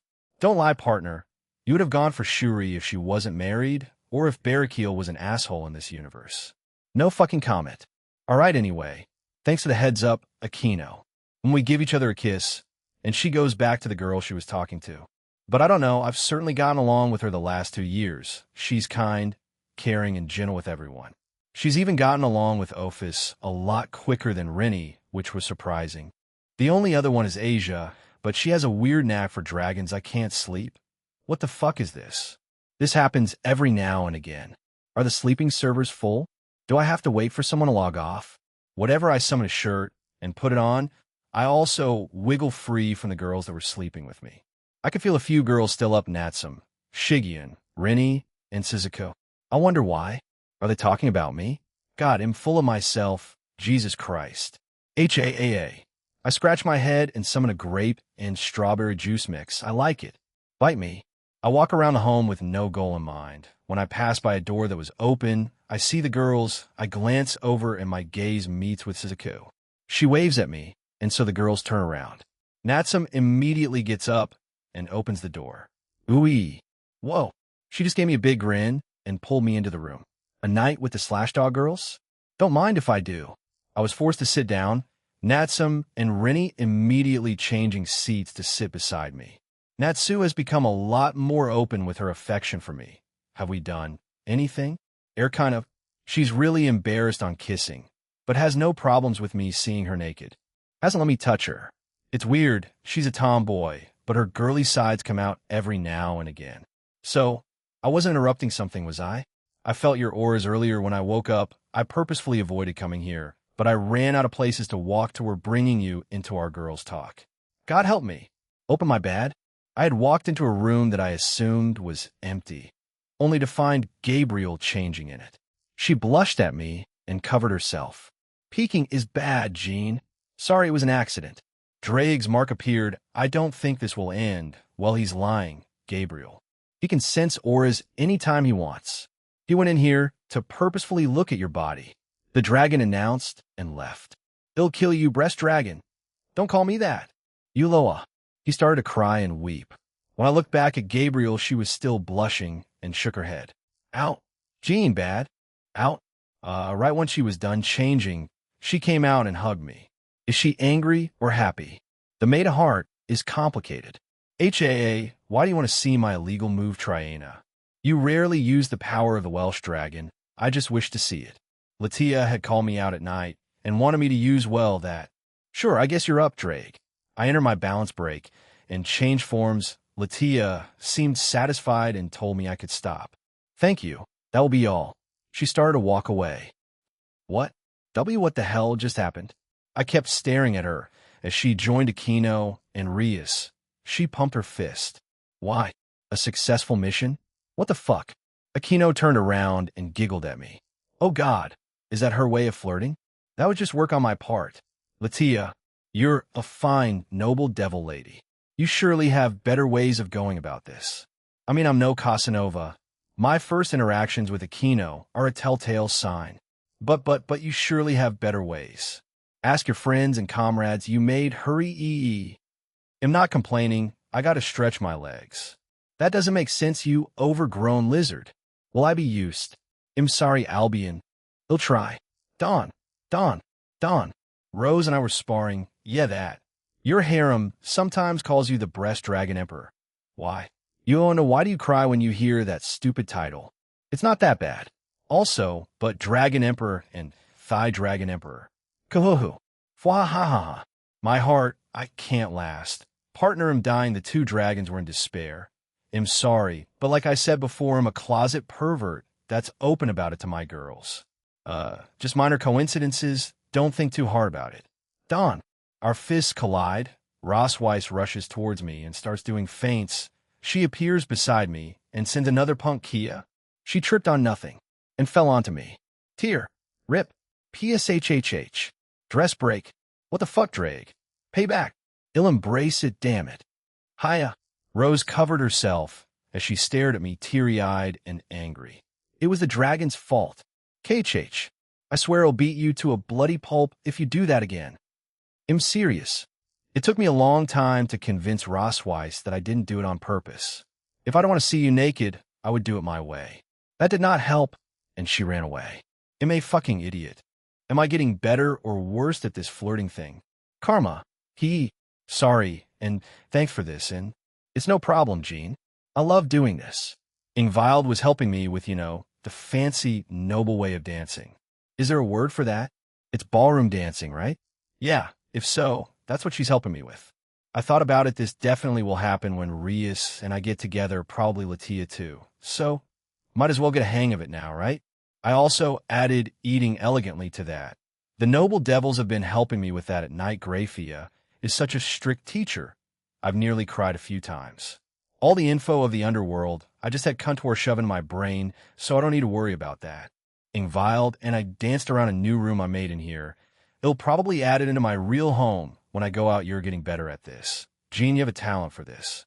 Ingvild laid her head on my chest as we went around the room, holding each other and dancing, twirling and the like. More like Grafia and Rias beat it into me. It didn't take long to learn, but man, they become like army sergeants or whoever is the one always screaming at new troops. Slam! I want to turn Aya. Kuroka had come in, and I separated from Ingvild.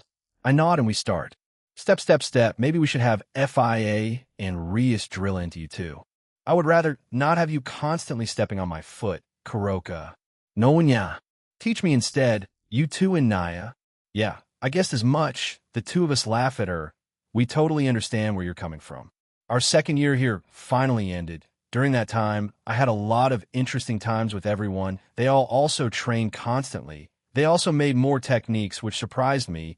The world outside is going to have a hell of a time when they come out after the third year, all right? All rested and ready to head back? Yes. They answered enthusiastically. Flashback in present day, Jean skyward, nibble nibble. During the third year in the pocket dimension, everyone went up more in power. Everyone is like this now. Rias Gremory. Low tier God class S. Aquino Himajima. Middle tier God class SS Asia Argento. Low tier God class S. Chiron Tiju. Low tier God class S. Kiba Yudo. Super Devil AAA Gasper Vladi. Super Devil AAA Gabriel. High tier God class SS Grafia Lucifuge. High tier God class SS Ingvild Leviathan. High tier God class SS Irene Belsirian. Dragon God X Canoe. Satan class X Kuroka. High tier God class SS Latia Astaroth. Satan class X Lavinia Rennie. Dragon God BBB Natsa Managawa. Middle tier God class SS Ophis. Dragon God X Rosweiss. Middle tier God class SS Shigen and Aru. Middle tier God class SS Suzaku Himajima. Middle tier God class SS Valerie Teeps. Low tier God class S Yasaka. Low tier God class S Rennie. She finally reached it, but it became a lot harder for her to progress after that. She wanted to reach triple A. I even put on the 2x growth, but only pushed her to triple B. She was like a mad woman hunting down anything and everything. But everyone more or less reached God class, including the 2 Gremory male members. Sirs X is a super devil X, so that's saying something. They're at least in the top 20 in the world in terms of raw power. Kiba and Gasper just need a reach balance break. Kiba, while also getting his second sacred gear in the next events of this world, Gasper needing to evolve his forbidden Baylor view into Aeon Baylor, as well as controlling the insane power he has within him. Latia slowed down her hunting and killing. Instead, she focused on her mastering the new powers I gave her. She also focused on perfecting her demonic powers. In a way, she sacrificed raw power for mastery and control. I had told her she could do both, but said she wanted to focus on what she wants. I already changed her potential like everyone else. Maybe I should change Gasper and Kibis. I'm not too sure yet. Everyone else's growth was what I expected. I also deepened my relationship with all of them, a few still hesitant to take that last step, but am willing to wait. I have eternity after all. I also created the same door for Gabriel like Yasaka and Kunis. Now her room in heaven is connected to her room in my home. She has easier access now. I don't know if she told Michael yet, though. Nibble, nibble, nibble. How long? Is she going to nibble on my ear? She's having quite a bit of fun by herself, Aquino. How long are you going to do that? I just want to do it. I can't. She asked me, all teary-eyed woman, that's unfair. How can you even go ahead? Happy with my answer, she went back to nibbling my ear while also tightly hugging me. So, we spent the rest of lunch just flirting like a Baycapple stupid couple, but no one else could see us. Does that make us a normal couple? I have no idea. After school occult research club, Gasper, Kiba, and I were outside the door of the main club room. Everyone else was there since Rhea said she wanted to give us a little pep talk for when the ball tournament started tomorrow. Why were the three of us outside? Well, I want to make a dramatic entrance, just the guys. Senpai, do we really have to do this? It seems fun. Gasper Cohen, I don't see why not. Gasper asked a bit uncertain, but Kiba had my back, giving his usual cool laugh, while reassuring our junior. ITLL be fine, Jayasuk. Just follow my lead. Come or get that music ready. Comptoir. Answer. To be used in such a moronic way very well. Hee hee. I nod at them, and they did so to me. I pushed the door with quite a bit of force. And go. Slam. The girls in the clubroom were a bit surprised by the sudden loud noise. As they turned to look at us, the three of us were in a pose. What pose, you may ask? The three pillar men of JoJo, of course. To the left was Gasper as a Sidisai. To the right was Kiba as Kars. And on the ground was me as Wamu. I also had Comptoir playing the music of the Pillar Men Awakening. They all stared dumbfounded at us, music blaring from somewhere. The lone exception? Rias. She looked quite happy and ecstatic while doing some JoJo poses by herself. Of course, JoJo is known as Go-Go in the universe. To know it just is. So, that's how Rias got this reference. The music was basically one for one, no changes at all. And cut. I said, and the guy stopped posing, and the music stopped. Gasper was blushing quite hard while hiding his face with his hands. Kiba looked satisfied while chuckling to himself. I was waiting for the girls to react. Well, apart from Rias, that is. Amazing. Can we do go-go poses next time? Cute. She completely lost the dignified and noble girl look, turning into an otaku, gushing over this. Sure, but you called us here for a club meeting, haha. Once I reminded her, the excitement all but disappeared as she embarrassingly coughed into her fist. Why, yes, that's right. Everyone please take your seats. We did so. I sat beside Ingvild. Aquino had started to pour tea for everyone. Chiron sat on my lap. So did Asia. Now I couldn't see anything. So, Rias went on for the next few minutes on what she wanted to win and what we were mean to do. We obviously had to hold back even more. By we, I mean them.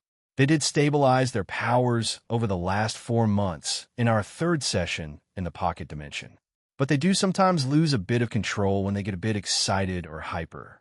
Next day ball, tournament, ora. We were playing dodgeball, and it was class versus class. The guys were aiming for me like their life depended on it. Come on. It's been 2 months, please get over it. Kill him. Eat shit, Gene. Ora. They were shouting quite harsh words at me while throwing their dodgeballs at me. I take a look at Rias. She did tell me to win, but this would be, she's looking at me with a weird determination. How competitive are you? I inwardly sigh and catch the balls that were thrown at me. This seemed quite surprised as the referee shouted they were out.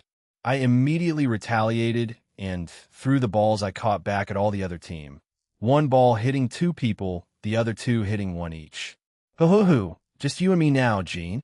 I was against Ida. I'm sorry, man, I'll end it quick. We stare each other down until he threw the ball he had hidden behind his back. Take this. Ultra Mega Star Throw. You named it. That's just a normal throw. I caught it. So the teacher blew the whistle indicating my class wins. Ida fell to the ground defeated. Dude, too dramatic. We're winning this. Occult Research Club. Fight. We all answered Rias in an upbeat tone. We were about to play a baseball game. While we lacked members, we still went through with it. I had to work the infield because of the lack of players. The others had the outfield. Kiba was catcher. I was pitcher. Gasper first base, Asia second base, Ingvald third base, Rias, Chiron, and Aquino were the outfielders. We had no shortstop, so I had to play that role in a way. Whistle. The game started and we were at bat. Rias was first, and she was against the ace pitcher for our baseball team. Thomas Anderson. He seemed pretty fired up. The guy could throw consistent 95 to 99 miles per hour fastballs. Even with his bulky and muscular build, he was quite fast on his feet. He threw his pitch. Bang! Rias hit it, and it went flying. A home run on the first pitch. Oi, we're meant to hold back, you know. The ball flew and flew until it sailed across the school. Thomas Cohen looked dumbfounded by what just happened. I'm sorry, man. But I think Rias called her peerage last night to tell them to get only home runs off you. It was the fourth inning. Thomas Cohen looked defeated. We only had hit home runs, but I want to give him some mercy, so I missed on purpose at bat. The guy really looked like his soul left him. But I didn't let any of them hit when I was pitching. I like it too much, sorry. Ding. Chiron hit another home run. The crowd that was watching had become numb to it. The fans of Chiron were the ones cheering her on now. Of course, the same with the girls. I mostly got boos from the guys. The girls cheered me on, while a few gay guys did too. Thank for the support, I guess. Strike. Strike two. Strike three. Game set. It was over. I closed out the game with my last three pitches. I didn't need to throw anything else but fastballs all game. The baseball team had lost their will to fight quite early on. I'm sorry, you guys. Please win the official tournament, though. Don't let this get in the way. We all started to shake each other's hand. When I got to Thomas Cohen, he looked at me with a defeated look. Vinkung. I am more fired up than ever. I didn't expect him to be this high tension. What happened to that depressed aura? I will admit that our club got cocky when we won that game. Honestly, you did the most during that match. But with this lose, we were humbled. So, thank you, Occult Research Club. Rias-san, I wasn't expecting that either. Well, at least it ends well. Yes, good luck, Thomas Cohen. The two shake hands. A new fire lit inside of Thomas and the entire baseball club. You guys better win, otherwise I'm choke slamming you all. Kill her. Kill her with everything you have. Rias, chill. It's a tennis match between clubs. I know you're competitive, but chill. Oh ho ho ho. Kyom Abe came oh ho ho ing towards us. Kyom Abe is a busty young woman with long, brown hair arranged in multiple drill-like curls. She's also a third year like Rias, Aquino, Ingvild, and I. She's also aware of the supernatural since she's from a family of beast tamers. She's also the current captain of a tennis club. Let us have a great match, Rias-san. She smiled at Rias, but that had a deeper meaning than just a regular smile. It was a declaration of war. We can't use our supernatural strength, so it comes down to technique and stamina since we're forced to use normal power. She looked at me and smirked. Why? We barely interacted since today. We have greeted each other, and that's about it. Your status, since you have come out to the supernatural world, as both the middleman and Red Dragon Emperor, it is no surprise that many beings have become interested in you. Right, you're right, but she remained passive towards me even before today. Okay, maybe a few glances here and there, but is she planning on asking me to? But that's so far away, unless it's been pushed forward. I was talking about her engagement. Yeah, she's also been forced into an arranged marriage by her father, but how the hell do I deal with that? Whatever. I'll leave it for another time. I'll focus on the tennis matches first. The tennis club won the first match. It was Gasper versus a veteran player. He stood no chance. Even with all the training at the Pocket Dimension, Gasper still had a bit of problem with interacting with new people. He wouldn't scream, cry, and run away. No, he's a lot better now. But he doesn't like the excessive attention, I guess. Since it's the ball tournament and a lot of eyes are on him, it got to him and he messed up a few times, even tripping on nothing. Jayasuk, we need to work on that more. The second match we won, Aquino versus another veteran tennis player. She asked for some encouragement, so I kissed her in front of everyone. Yeah, that caused a ruckus. People freaked out left and right. I didn't care. It'll be a scandal to humans, though. You know, since I already said I have a girlfriend and all, but it did motivate Aquino, and she easily overpowered her opponent. We were meant to play 5 matches in total. 2 have been played, 1 win for each club. 3 left to go. I was meant to play the last game regardless of how the score is. Hua. Rias and Abe were going at it. They've been on the same rally for 5 minutes now, neither giving up. If Abe scored, she won the 4th match, making a tie. Right now, the Occult Research Club had 2 wins, the tennis club had 1. Kiba played the 3rd game and won against a junior of the club. Even though they were younger, they were quite talented, but the Grimmaris Knight's speed was something else, and he won. Da. Ba. Ba. The two furiously hit the tennis ball back at each other until Tan. Rias lost a bit of her balance and couldn't get to the ball in time to hit it back. Whistle. Kyom Abe won the 4th game. Now it was tied at 2-2, 2 wins to us and 2 wins to them. She looked quite happy and was smiling brightly towards her club. They were also cheering her on, the same with a lot of the male populace. Rias came over upset with herself. I pet her a bit. It's all right, you did your best. You can't win it all. You'll come home with the win. She gave me a bitter smile and nodded. Let's get jiggy then. I grab a racket and walk towards my side. I have also seen another female stand on her side. I've never seen her before. She looks like a senior like me. Oh ho ho. That's Shizue. She's the current vice captain of the club, Jean-san. Prepare yourself, Abe announced. I'm the one serving first, the chair umpire blew the whistle to start the match. I threw the ball up, bang. Fwash. Thud. Yeah. Shizue-san stood there with a shocked face. She didn't know what just happened. I didn't use excessive force. I want to win this, So, I'll use all my regular strength. Equal rights, equal fights. These fists will beat you up, lady well racket. But you know what I mean. The same thing happened until I gained a lead and point. Of course, when she served, I also returned it with the same strength. The strings on her racket snapped, and it went through. That repeated 3 times until she forfeited. They didn't want to go through all the rackets the club had, so they were forced to forfeit the match. Abe did not look happy with me. She was glaring at me quite hard. Sorry, I needed to win. Yes. Rias jumped up, and that further annoyed Abe. The two captains, Rias and Abe, shook hands, but they had dangerous auras leaking. They were also gripping each other's hand a little bit more forcefully than they should be. Well done on the win. Rias-san, grip. You too, Abe-san, grip. Okay, you two need to chill. And so the tennis games ended with a win for the Occult Research Club, thanks to a forfeit on the tennis club's part. Pass. One last game today, the basketball game, club versus club, Occult Research Club versus basketball team. I was appointed point guard while everyone else were given the end role. I passed the ball to Kiba, who used his speed and reflexes to dodge and weave through the baseball players.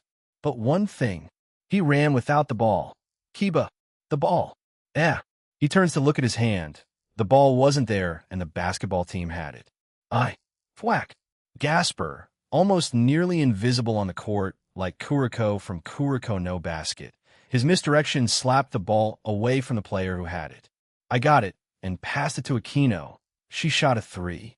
Whoosh. It went in, and we high-fived. Kiba came over embarrassed. Sorry, I thought I had the ball. Don't worry about it. Let's just focus on the game. The knight forgot to dribble the ball. Now that's something new.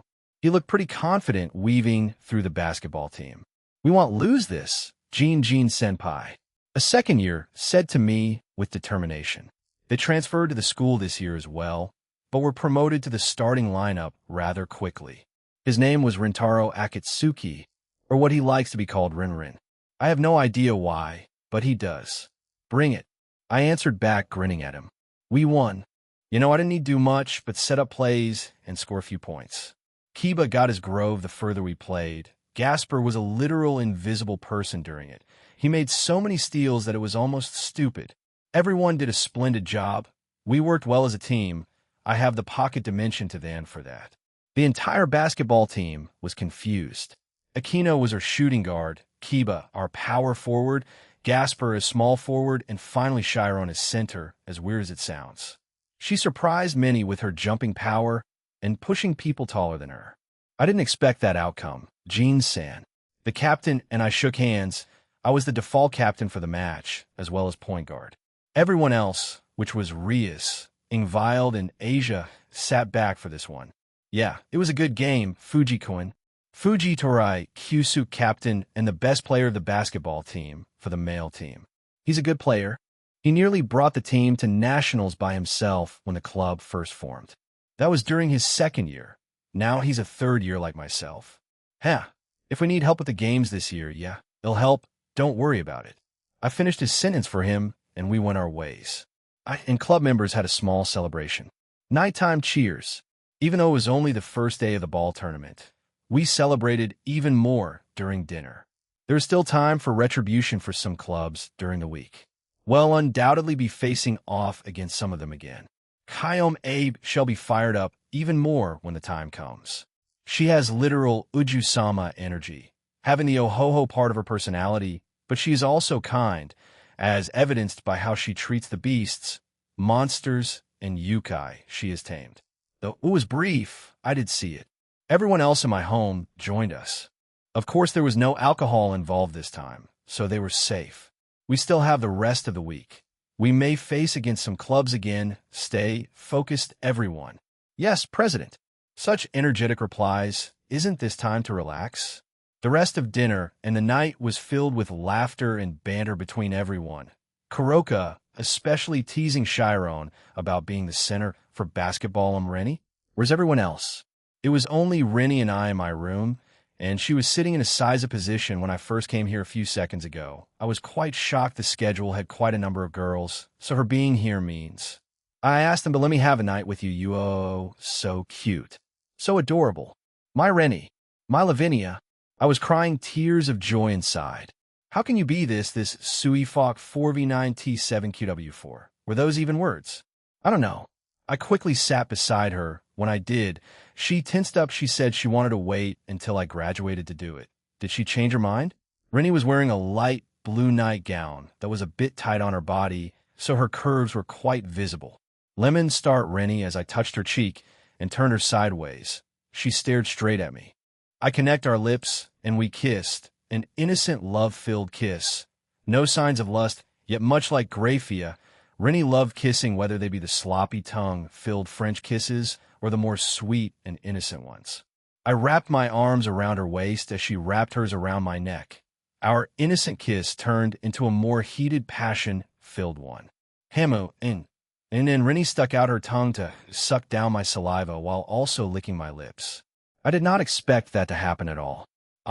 Kissing Chupu, and then Churchupachu. Rennie licked all over my lips, teeth, and gums before finally wrapping around my tongue tightly.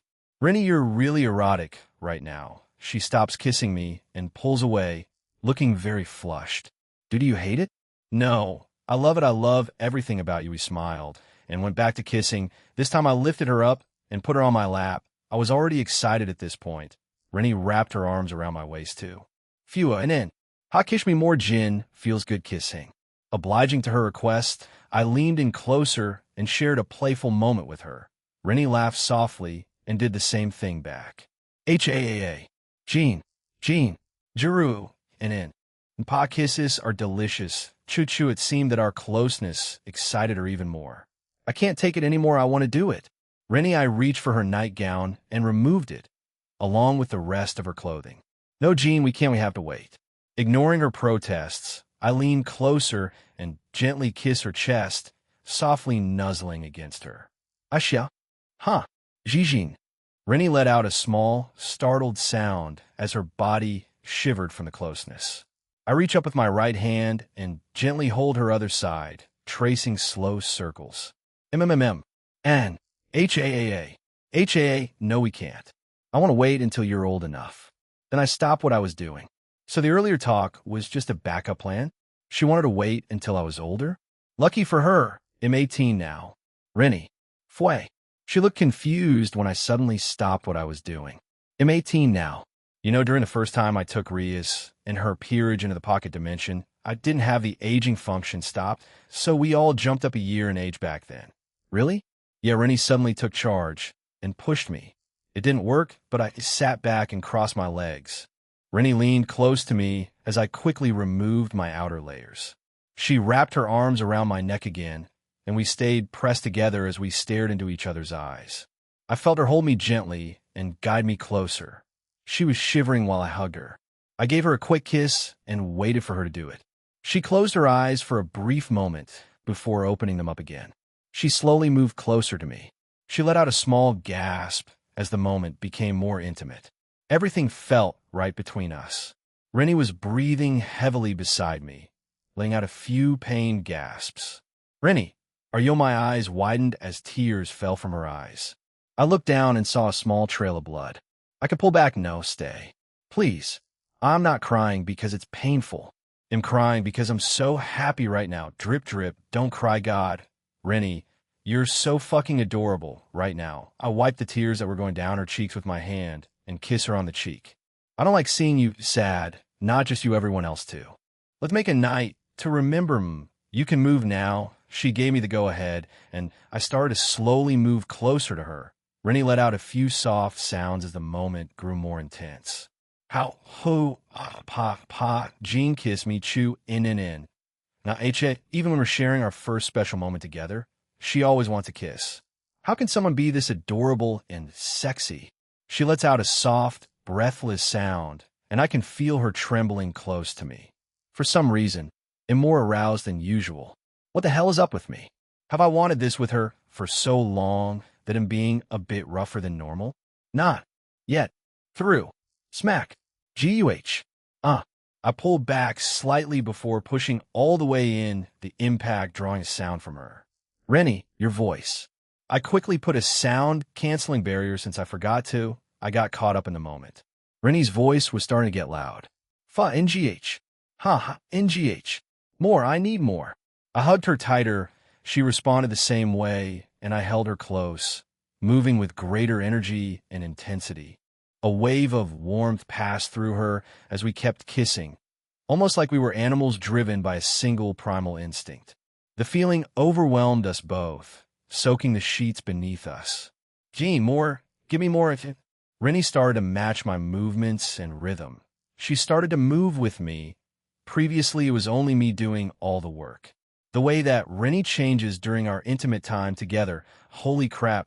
Rennie, I can't get enough of you. I love you. Papa move grind me. Tuhujayam. I love you. We kept holding each other without a care in the world. I wanted to show her more affection. With my left hand that had been hugging her, I reached around and gave her a gentle squeeze, sometimes lightly teasing her. Hi. Naya. Inichinin Mlane Nayatma. Jean. Together. Now. Together. Yeah. I was reaching my limit too. She kept on holding on tighter these last few minutes. Rennie suddenly tightened her hold around my waist with her legs. I pushed her down onto the bed and kept relentlessly pressing forward. Thrust. Thrust. You on. Wah. No. I can't. Hold on. Jean. Me too. Rennie. I held her close as we both reached the moment together, our embrace tightening with emotion. Oh, and Rennie's hold on me tightened so much like she was trying to pull me even closer. They clung to each other as the intense moment overwhelmed them both, their bodies trembling with shared release. I had gone back to hugging her. I didn't want to let her go. I guess she felt the same way as her hold of me didn't lighten one bit. Rennie and I were cuddling, much like Grafia and I, we were spooning. I was Big Spoon, and she was Little Spoon. You seemed quite happy. She turned around once I said that and gave me a kiss. We finally did it, she said that as she buried her face into my neck. This woman is just adorable. Please marry me. I want to wait until I graduate to propose to her. Yeah, to the first three. Aquino, Kuroka, and Rennie. They were the ones I was going to propose to first. Why can't I graduate now? I suddenly feel Rennie grab my left hand and put it on top of where her Rennie. Drip, drip, she was crying again. I really don't like seeing her cry. Please just smile for me. I really want to avoid any of you from crying. In the future, when we have that forever, can we? Kids, children, my own Rennie, and his children, I haven't thought of that all. I've thought of it in passing, but nothing too seriously, Rennie. I thought you sigh. She put a finger to my mouth, stopping me from continuing. She shakes her head. Back then in Grigori now, or the future, my answer will remain the same, Jean. I want to be with you forever. Please. Okay, I was already touching her there, so I changed her lifespan. I turned her immortal. She can't die of old age anymore with this she's done. She smiled brightly, tears still streaming down her cheeks. She lightly bumped foreheads with me. Together with Jean, forever. I love you, yeah, I love you too, Rennie. I felt happy many times these past few months being here. But right now it's something indescribable. I can't find words. But, to put it simply, I felt sheer euphoria. A few days later nighttime, the ball tournament is slowly unwinding. It's currently Thursday, and tomorrow is the last day for it. We, the Occult Research Club, won quite a bit of the sports that we participated in. We also faced off against the Student Council. That was a hell of a fight. Rias and Sona were almost like they were out to kill each other. That's how heated it got. The rest of us club members just sat back and watched them duke it out. I guess this is a way for them to show their friendship to each other. Rhea stayed behind today. Once the ball festivities were over, apparently, Sona wanted to talk to her about something. I know what it was because I felt three familiar auras that entered Kuo today: Zenobia, Irina, and to my surprise, Griselda. I influenced this world that much that she also went with them for this mission, though. I would believe it's due to Azrael and his rumored divine beasts. Crash. Thud. I was chilling with everyone in the living room, just unwinding when we heard a loud crash at the entrance. I quickly rushed over with everyone else and opened the door. Watch Chapter 2, A Holy Sword in Silence Japan. Kuo Jin Skyward Wayudo. I was cut off by Rias shouting Kiba's name. He was severely injured, with many cuts and slashes around him. Even missing an arm, who the fuck? Kiba is a super devil, you know. Who the hell overpowered him? I quickly pick him up and heal him as well. Then I brought him to an unoccupied room and lay him down. His arm also grew back. He's fine, Rias. I just healed him. But ITLL take him time to wake up. Did he drag himself all the way to my house? Or was he attacked? Who attacked him? How did they escape my? No. Nyarlathotep, did she? That's the only way. So, it's somewhat of importance that she's hiding shit. After a few minutes, Kiba woke up. I had put another more effective regeneration spell on him. It mostly healed his psyche and soul. Everyone else was there. I even expanded the room so we could all fit in there. President, everyone, he muttered, still tired. Kiba, you can tell us when you have more energy. We can know. It's fine, I can speak now. He cut me off, wanted to tell us what had happened to him. I'd stepped out to get something in the shopping district. Gasper and I were missing an ingredient for our dinner, so that's why I stepped out. It started to rain, and when I was around the park, someone in a robe attacked me. I think they were stray exorcists. They wielded a holy sword. It's one that I hadn't seen before. It was crimson in color. Crimson. Could it be Jean? Everyone looked at me. Rennie looked like she recognized what the sword was too. Gallatin is one of the 13 swords of the Knights of the Round Table, a band of knights led by the legendary King Arthur of Camelot. It was owned by one of the Knights of the Round Table and King Arthur's nephew, Sir Gawain. Considered to be the sister sword to both Excalibur and Arondite, the holy-turned demon sword of Sir Lancelot du Lac. Gallatin possesses similar characteristics to both as a holy sword as well as a unique blade that can never be nicked. Also formerly wielded by an exorcist called David Sarrow. He was a teacher of Fried Selzin, the psycho-exorcist that was meant to help Rainier, but I killed him before he reached her. Wait, does that mean? Many of their eyes widen, and I confirm Rias' question. Yeah, he's a natural wielder of a holy sword. Whoever attacked Kiba, he's a lot more dangerous than the ones wielding the Excalibur pieces. Everyone needs to remain alert. I can't detect him. Everyone looked at me in shock. Yeah, there are some people I'm not able to detect thanks to the other outer god currently awake. Is the other one hiding them? Yeah, she's definitely messing with me right now. Well, it should be us. But, yeah, stay on high alert. I also felt some exorcist earlier today. I know them since I did complete a request for them before Well for Heaven. I turned to Rias. We're meeting them tomorrow, right? She nods. Yes, they have come here for a mission. They met with Sona before I spoke with her. We'll be meeting them after school tomorrow. Kibayudo, I had walked to the shopping district to buy some ingredients that Gasper Kuin and I were missing. Things have been quite hectic lately. The 3 years we spent in the pocket dimension, Jean Senpai, Maid, we the Grimmery group grew a lot in power. Jean Senpai told Gasper Kuin and I that we had reached the special status of Super Devil, though I trust his judgment. It still didn't feel real. To be suddenly told that my raw power output was on par with the top 20 strongest in the world, as well as Satan Surzek's Lucifer Sama, it seemed inconceivable. Almost like a fantasy fever dream. In spite of being the knight of Rias Grimmery, my king, and she formally referred to me as the ace of the group. It seemed like a long time ago. I feel like I've stagnated in strength. I haven't reached balance break state, yet the same for Gasper Quint. However, I believe his potential to be higher than my own. His mastery over his sacred gear kept getting better. He also displayed an absurd amount of power that was different from the usual devil HA. It was raining when I left the supermarket, so I had an umbrella in my left hand as well as a bag of groceries in my right.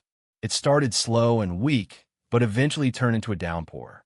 I have to hurry unless I let Gasper Cohen star we do have some emergency snacks if he does get hungry. I felt a sudden chill and looked to my right. Someone in a hood was standing there. Shying. A holy sword? The figure dashed towards me. I had to throw away the bag I had as well as the umbrella I had. I quickly summoned my holy eraser demonic sword and clashed with the hooded individual. Clang. Who are you? I asked, but the person didn't answer. But he also seemed equally surprised to see me parry his strike. This person is strong, add to the fact that his crimson holy blade didn't change once our blades clashed. It did not look like an Excalibur piece. Could it be another type of holy sword? But what? Clang! Clang! The two of us disappeared, and our swords clashed against one another. Sparks were generated by the amount of force we were using. This is a problem. Normal humans were still out, and even though it was nighttime, it was still relatively early. I must end this quickly. It was what I thought, and I could see the cloaked individual thought the same thing. In order to do this, I decided to use all my current power. Doom! When I unleashed my repressed aura, the hood the man was wearing partially blew off, and his face was revealed a foreigner. The man had a brown skin tone and a rugged face, yellow-green hair, and sharp eyes. I also noticed that his arms had strange green tattoos on them. While I suddenly feel someone grab hold of my legs. When I looked down, there were tree roots holding me in place. Can this man control plants or roots? As I slashed at the roots with my sword, something deflected them. No. Something stopped them. Naughty boy, you must lose here. Who? Who was that? A strange female voice resounded around the area. I thank you, Goddess-sama, the man said and dashed towards me. My hands were still free, so I could fight back. Clang, clang, clang, slice. Ting, ting. Damn it. He suddenly became faster. Did he hold back earlier? Why? Why is this happening? Shit. Are these roots draining my energy? I could feel myself getting slower and becoming more tired. I summoned my flame sword and tried to burn the roots with the flames, but it was also blocked from reaching them. Cut! Arg! I look at my side, and the hand that was holding my flame sword had been cut. Damn it. Hold on, I can get through this. I didn't train for 3 years for nothing. Jean Senpai's efforts would be wasted. I can't let down President, for I am the knight of the Gremory called Rias. Arg! I kept on swinging my sword in a desperate attempt at winning. This was so uncool. If Jean Senpai saw me, he would say that, but would then train with me while making jokes and puns. Why am I thinking of him at this moment in time? Brilliant. I have never seen such a strong fighting spirit from someone before. After that, everything went black. Next thing I knew, I was dragging myself through the streets of Kuo towards Jean Senpai's house, but I also had no full memory of what had happened after I blacked out. When I reached the door, I fell against it. I hoped that I had hit it loud enough so that they could hear Wayudo. They heard me, thanks Satan. I finally lost consciousness again. The next day, Kuo Academy lunch. Jean, Skyward, the situation has been tense since last night, with a mysterious attacker that attacked Kiba. I have confirmed with Heaven and the Church that they are not involved with this stray exorcist, nor do they know where the Holy Sword Gallatin is. Having a seraph as a lover is quite convenient, since I could just walk through the door in her room to reach her room in heaven. I met with Michael that night and asked a few questions. He seemed to not know anything about it, so I had him inform the church to be on the lookout for this individual if he had fled. In the morning, Kiba gave more details on what had happened. The man had a unique look, one I had never seen before. He could also use some kind of plant manipulation, almost like with Style from Naruto, but a much weaker version from what I heard, but could drain energy, stamina, or both. But I doubt that man went all out. For him to overpower Kiba, who's a super devil, Nyarlathotep had a hand in this, since he told us that a female voice came out of nowhere and stopped him from breaking free from the roots or vines that kept him in place. Rias was tense.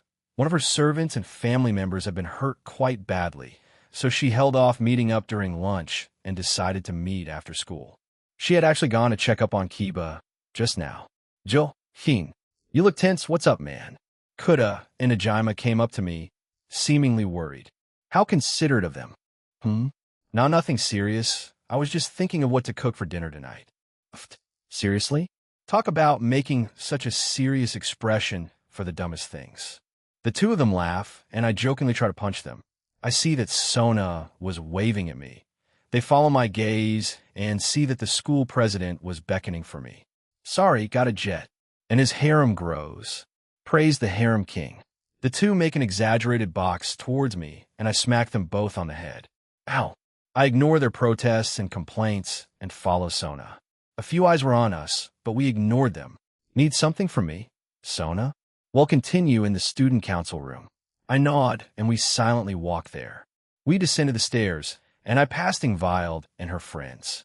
Her friend started giggling at her, and she blushed. Look at your boyfriend cheating with President Sona. You're going to let this slide? Inchan? Go take your man back. Ingvild turned around slightly flustered and angry with them. Gee, stop it, you guys. They only giggled at her more, then pulled her away while chatting about God knows what. Walking through the halls seems too weird. I spent 3 years in the pocket dimension with many people, and I wonder if they're having the same thoughts. It was like a very long camping trip, and now we're back to reality. I haven't even BZZT. Never mind. I was about to say I still hadn't received the text. I take my phone out and check it. I miss you.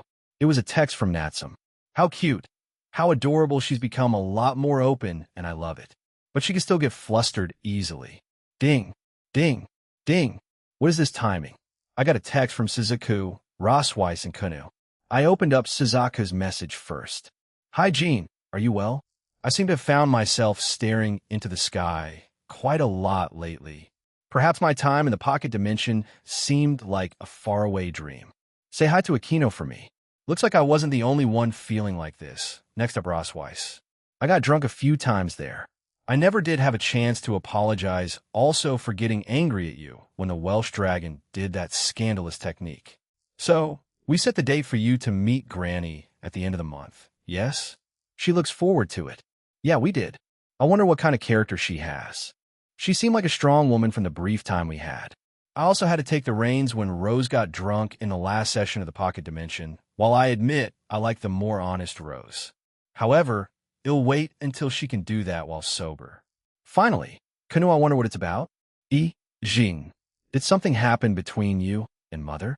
She seemed to be lost in thought a lot these days. I've also been training here as well. I can't wait to show you my progress.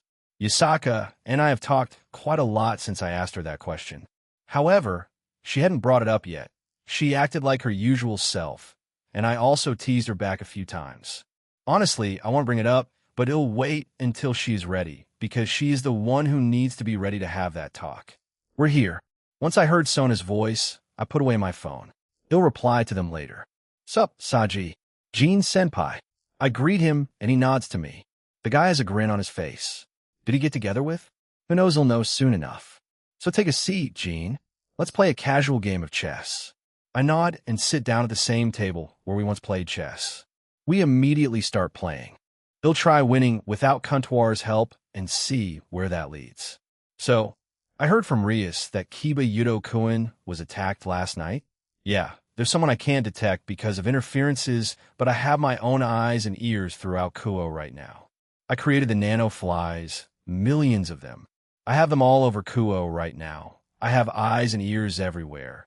If they see the person that has the same appearance as who Kiba described, I can confront them directly. Is that so? Can they be trusted? Check. Yeah, you could say I personally created them, like the android fairy I made for your sister in Surzex. I see, checkmate. Fuck, I don't think I did too badly. I look at the board and chuckle. I heard some exorcist came to visit you. I snap my fingers and reset the board. Sona nods and starts moving her pieces again. Kuntuar, you're a lifesaver at times. Kuntuar, answer. Only at times? HAAA. You're becoming more and more human. It's weird, but I also welcome it. I made my move too. Yes, there were 3 of them. However, the oldest and most powerful was the one who did most of the talking. She was a pleasant woman. Yeah, she is. Leave it to Griselda to do the talking. ITLL be a lot smoother. Irina isn't the smartest, but she can keep a calm head. Zenobia is more of a fist now. Talk later kind of lady. I wonder how much stronger they got. I'll see them later today. If Kiba asked them to spar, I don't think he lost his cool when he saw the holy sword last night. Good on him. I probably know them. They were all women, right? Check. Yes. They were, you know them? From your requests, as the middleman? Yeah. Heaven had once asked me to do a job for them. Well, I had more requests in the past from them, but yeah, I traveled to the Vatican for that one. Even fought their strongest exorcist. I will assume you won. Check. Yeah. What was a request from him? So, I had to try a bit. Don't want to look like an ass, you know? Checkmate. I won against her without comptoir. Go me. I guess I'm not that stupid after all. Don't worry about it, Sona. They won't cause trouble, even the one that has a high chance of doing so. They'll take care of it. Then I leave it to you, Jean. However, the Citri group are here for support. I know. They'll ask for help from Sona-sama, if needed. You got Mr. Dragon King over there, too.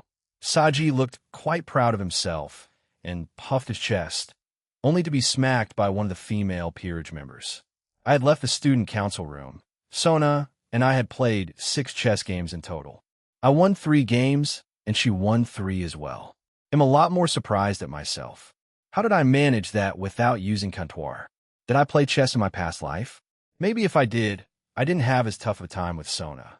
There were a few minutes left of lunch, so I hurried back to my classroom. I was joined by Ingvild on the way back. Jean, you heard the rumors circulating around about you? Rumors? No, I haven't heard any rumors. What are they? I tilt my head at her. Rumors say that you're two-timing your girlfriend with Akino. I facepalm. Maybe I should just start saying I want a harem or something. No, that's dumb. It's the human world. While some are open to harems because of anime and such, many still look at polyamorous relationships as, well, wrong or at least weird. Rumors are rumors. You know the truth, so I don't care much. I lean in close to her. You're also part of that affair, aren't you? I pull away and we both laugh. Yeah, whatever. Like I care about their opinion of me. I only care if they make my normal life a hassle. If they start bullying me, it'll take action, but for now, it's like a fart in the wind. It's gross, but not life-ending. We kept on talking until we reached our classroom. We had more eyes on us than ever. They want adding Vile to this crap, right? After school, Rias and Aquino headed first to the Occult Research Club. I could feel the auras of those 3 in the clubroom already. I left to pick up Chiron and Asia with Ingvild. We were going to see Kiba, but he had already left. His aura was also present in the clubroom. He's not being an irrational asshole. Thank you past me for dealing with that. Jean Senpai, do you know the people who are coming? Yep, I already met them. The older one, who I think is the leader, is level-headed and can be trusted. We'll have an easy time talking to them. I see Chiron nod beside me. Asia was messing around with her ring. They've used it a lot, but she was messing around with the storage or inventory function. She was testing its limits, putting random school items into them, taking them out, and such. And the other 2? One's interesting. She has her heart in the right place, but is just above average in smarts. But she has good judgment most of the time. The other, I hope she doesn't do what I think she'll do. She's a bit hard-headed. They'll deal with her, so don't worry. Yeah, if Zenobia threatens Asia, I'm sorry, but it'll be defending my new girlfriend, well as in 2 years new, but that's beside the point. Yeah, Asia can defend herself, but I can't let it slide, even if you end up in my harem in the future. We finally reach the last door, and I push it open. Once through, everyone looks at us and smiles. There was clear tension in the room. The 3 see me and smile while 2 of them did. Zenobia just gave me her usual blank look. I already told them last night to behave, so Asia and Chiron can't sit on my lap for this meeting. So they did last night as much as they could. Everyone took their seats. I took mine beside Ingvild and Chiron. Unfortunately, Asia had to sit somewhere else. Once seated, Aquino poured everyone tea. Oh, tea made by a devil. Thank you, Amen. The devils cringe at Irina's Amen, and I let out a snort, getting a light slap from Ingvild. Shall we start then? Griselda nods at Rias' question. I am Rias Gremory, as you know, and this is my peerage over there as well. Jean, you already know him. They nod. Hey, at least give me a proper introduction. I am Griselda Corda, an exorcist from the church. These 2 are trainees I am in charge of, as well as fellow exorcists in training. Irina and Zenobia. Recently, the holy swords Excaliburs that were kept by the Catholic Church Headquarter Vatican, Protestant Church, and Eastern Orthodox Church were stolen. Quite a few devils' eyes widened when this was mentioned. I don't blame them. They're supposed to be safe, so they did a great job. Can you feel my sarcasm? 3 of them were stolen months apart. Well, one was, the 2 ill assume were recent and close enough to each other. Griselda nods at what I said. However, I am surprised they didn't act sooner. At the time, only one of them was missing. The other 2 were still in their possession. Let me guess. Excalibur and Nightmare. Rapidly and Transparency are the ones missing? Griselda nods sadly. Didn't we up the security on them? How the hell, well, maybe back then I could say who could do this. However, knowing Azrael, Avetsa, and Nyarlathotep's existence, it is possible. Excalibur Ruler is missing, but I more or less know who has it. So Mimic and Destruction are with these 2? I conclude and gesture to Zenobia and Irina. They seemed surprised, but Griselda answered for them, but was interrupted by Irina. As expected of Boss Jean, Irina osvered enthusiastically. Excuse me, Boss Jean? Where in the world did you come up with that? We met once, you know. You also motivated them that one meeting. Motivated? Call Virgil. Drake, shut up. In any case, I checked them out, and they're both middle class. So it beats them being low class. I was hoping for high class, but this is fine. Fighting will lead to their defeat by Kiba. Griselda lightly smacks Irina and nods at me. Yes, that's correct. We currently possess Mimic, Destruction, and Blessing. However, Blessing is stored in an even more secure location. I could see Asia was confused beside me. The same with Ingvild. Excalibur doesn't exist. They look at me. The original was broken long ago, and so were born Excalibur Destruction, Mimic, rapidly Nightmare, Transparency, Blessing, and Ruler. If all 7 are merged, the original Excalibur can be remade again. They were broken and remade into the 7 pieces using alchemy. The church had 6 of them, while Ruler was lost along the way. Griselda smiled at me, and the 2 Asia and Ingvild nodded along. Anyway, who does the church think stole the pieces? Surely not Grigori. I've been there many times myself, and I have not once felt any pieces there. Originally, they thought that Grigori was involved, but that has changed. We believe it is a group of rogue fallen led by Kokobeel. We are also led to believe the Angel of Death is their true leader, Azrael. Azrael. Finally, he's been mentioned. I haven't, that's useless to think about. If Kokobeel and Azrael are working together, that means Nyarlathotep is also hiding him. Everyone in the club seemed quite surprised. It's not every day that the Angel of Death is mentioned. We are led to believe he's somewhere in this town, as we have sent priests, exorcists to this town, and they kept getting killed. Zenobia gets up and glares at Rias. Our request, no. Our order is to tell the devils not to interfere in the battle between us and the fallen angels for the Excaliburs. In other words, we came here to tell you not to interfere with this incident. Rias stared at Zenobia with no change in emotion. She looked back at Griselda, who was holding her head. Zenobia, seat. Griselda glared at the girl, and she flinched. She reluctantly did so. While Jean has made a lot of the hate subside on all sides, many still can't let go of the grudge that has been around for many years. Many of the church's higher-ups don't trust devils or fallen angels. We were told to use force, if necessary. But upon seeing Jean, I do not believe the devils have anything to do with this. I will also take his word for the fallen. Look at you. Your reputation is helping you out here. Huh? I guess it is. I think I made the right call being the middleman. This is because a lot of the crap and misunderstandings in canon can be quelled with my presence and actions. Wait, if they have a natural wielder, then he's not the one using the pieces. Then who is? Another stray exorcist?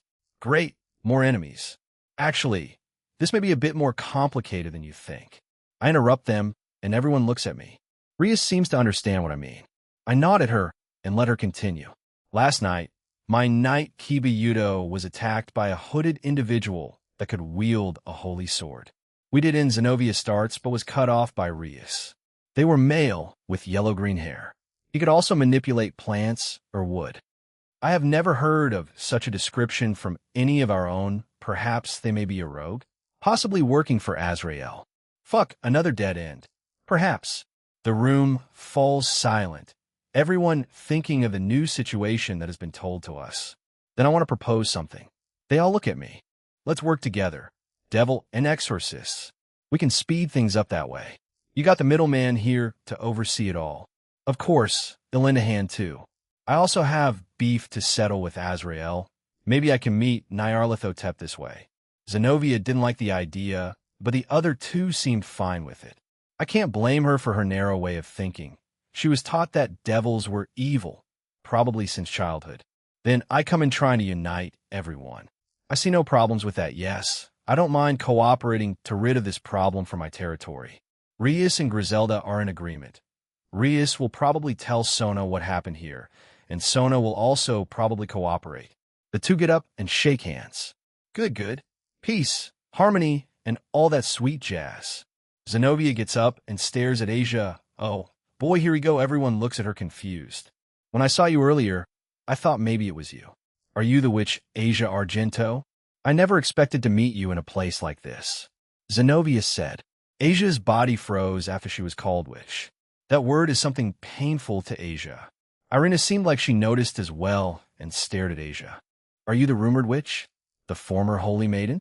You are said to have the power to heal devils and fallen angels, right?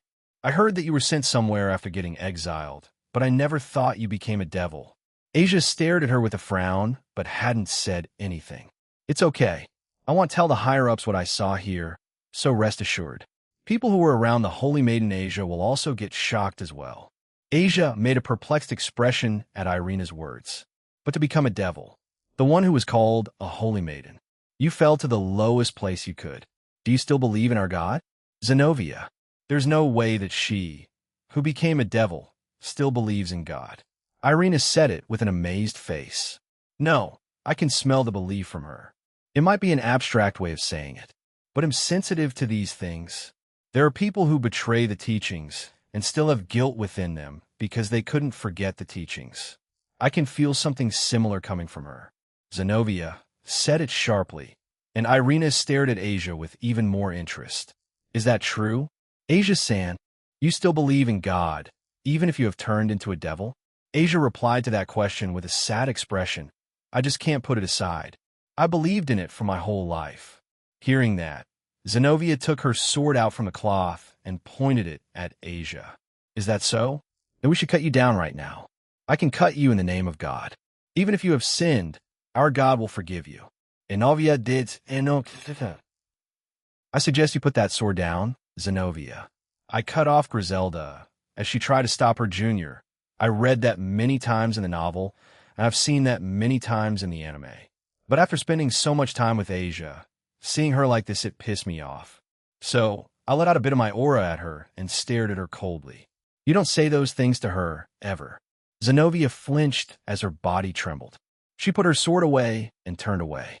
So I stopped using my aura. Anyway, we show if I may interrupt. I started, but Kiba stopped me. So he's planning to have a match then? Let's have a sparring match then. If you're that fired up to put down a comrade of mine. Who are you? Kiba smiled at Zenovia's question. I'm your senpai, though I apparently was a failure. Rias tried to stop Kiba, but I put a hand out. The same to Griselda. Zenobia agreed. So the two left. I look at Irina and gesture for her to follow them.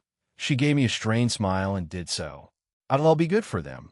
I know those two will ask me to fight them down the line, to evaluate how much they progressed. Also, this can be therapeutic for Kiba. All right, stop them if it goes too far, Jean. I trust in your judgment, Jean. Both Rias and Griselda agreed, and we all stepped out to join them.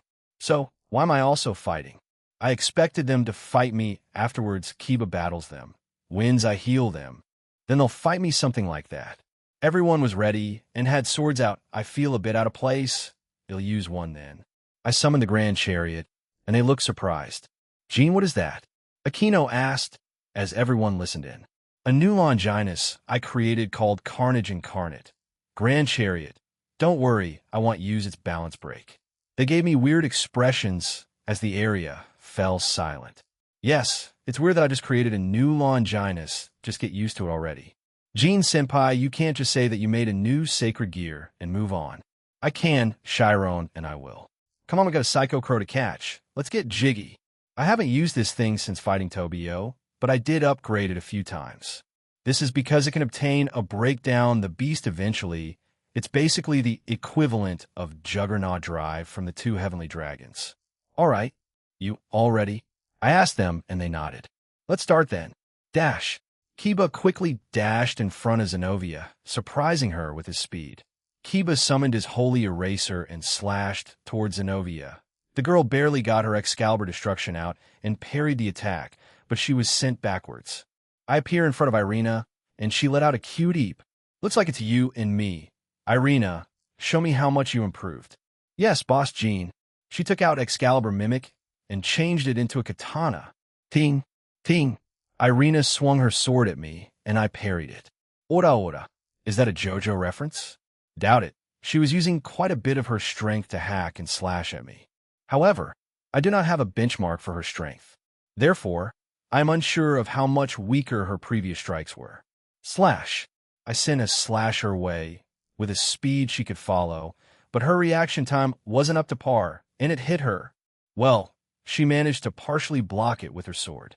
G-H-H-H. Irina struggled to slow down the speed at which she was being pushed back by my strike. Zenobia immediately jumped back beside her as Kiba jumped backwards beside me. Your thoughts? Kiba? I expected my demonic sword to be outmatched because of the wielder I fought last night. However, she is weak. Ouch, dude. Talk about putting salt in an open wound. This obviously ticked off Zenobia as she looked at him with a glare that could kill. She collected herself and sprinted towards Kiba. Irina did the same, but towards me. Clang! Clang! The two girls moved in sync, and our swords parried their slashes. Their power wasn't high enough that our clashes would create any sort of pressure, sparks, or shockwave. I look forward to training them. Hugh Kiba let out a frustrated sigh. No, it was a disappointed sigh, this guy. Ha! He gained a serious look and slashed once. That slash reverberated through the air, sending Zenovia's sword high into the sky. Wog! Once her sword was out of her hands, Kiba dismissed his demonic sword and punched Zenobia in the gut. The girl keeled over, clutching her stomach. The sword fell loudly beside her. She was unable to do anything, only clutching her stomach in pain. I followed suit and grabbed the sword out of Irina's grasp, surprising her. I point both my swords toward her neck. I guessed a checkmate on both her sides. Yes. Kiba seemed satisfied with himself and began to walk away. He was still pissed at losing to that guy from before. You know I am fine. President, I will go home early today. I'm Sully. It seems my injuries from the previous night may still be affecting me. He told Rias, bowed, and teleported away. Yeah, she didn't believe him, but didn't stop him either. She just defeatedly sighed and let him be.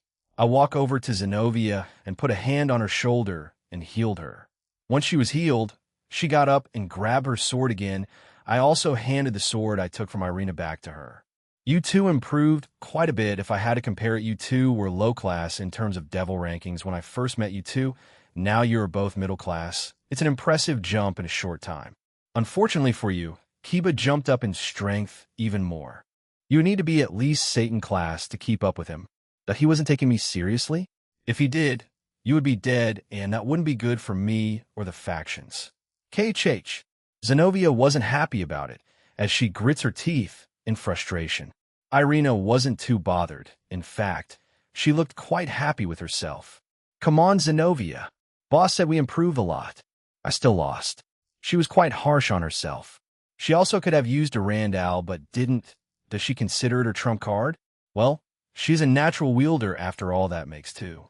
The unknown male wielder and Zenobia. Gallatin and Durandal. How vexing. Leaving those thoughts for now, I walk over to Griselda with Zenobia and Irina. Do you guys have a place to stay while you're in town? Ada, are you offering your place up for us, Jean-san? I nod. I would rather not have them out in the streets begging for food or losing their funds in the stupidest of ways. Who even falls for obvious scams in this day and age? When I look at Zenobia and Irina, I can sort of understand. Irina tilts her head, confused about why I glanced at her. Zenobia was still grumbling to herself. Then we'll take you up on that offer, Jean-san.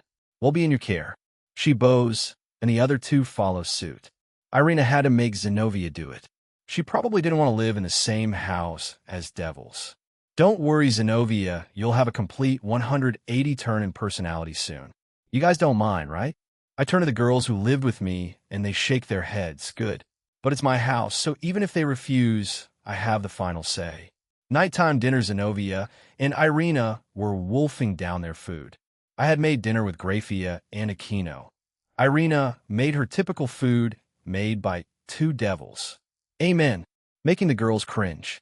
But in the end, she ended up liking it. The same for Zenobia. Griselda was eating it quite elegantly. No, she's just being normal about it, but I can tell by her eyes and her emotions that she quite liked it. Kiba was at his home with Gasper. I'm glad he isn't wandering around Kuo trying to look for the suspect. I sent him a text of my nanoflies, and he seemed satisfied with it. If Jean-senpai has that many, then I will stand by.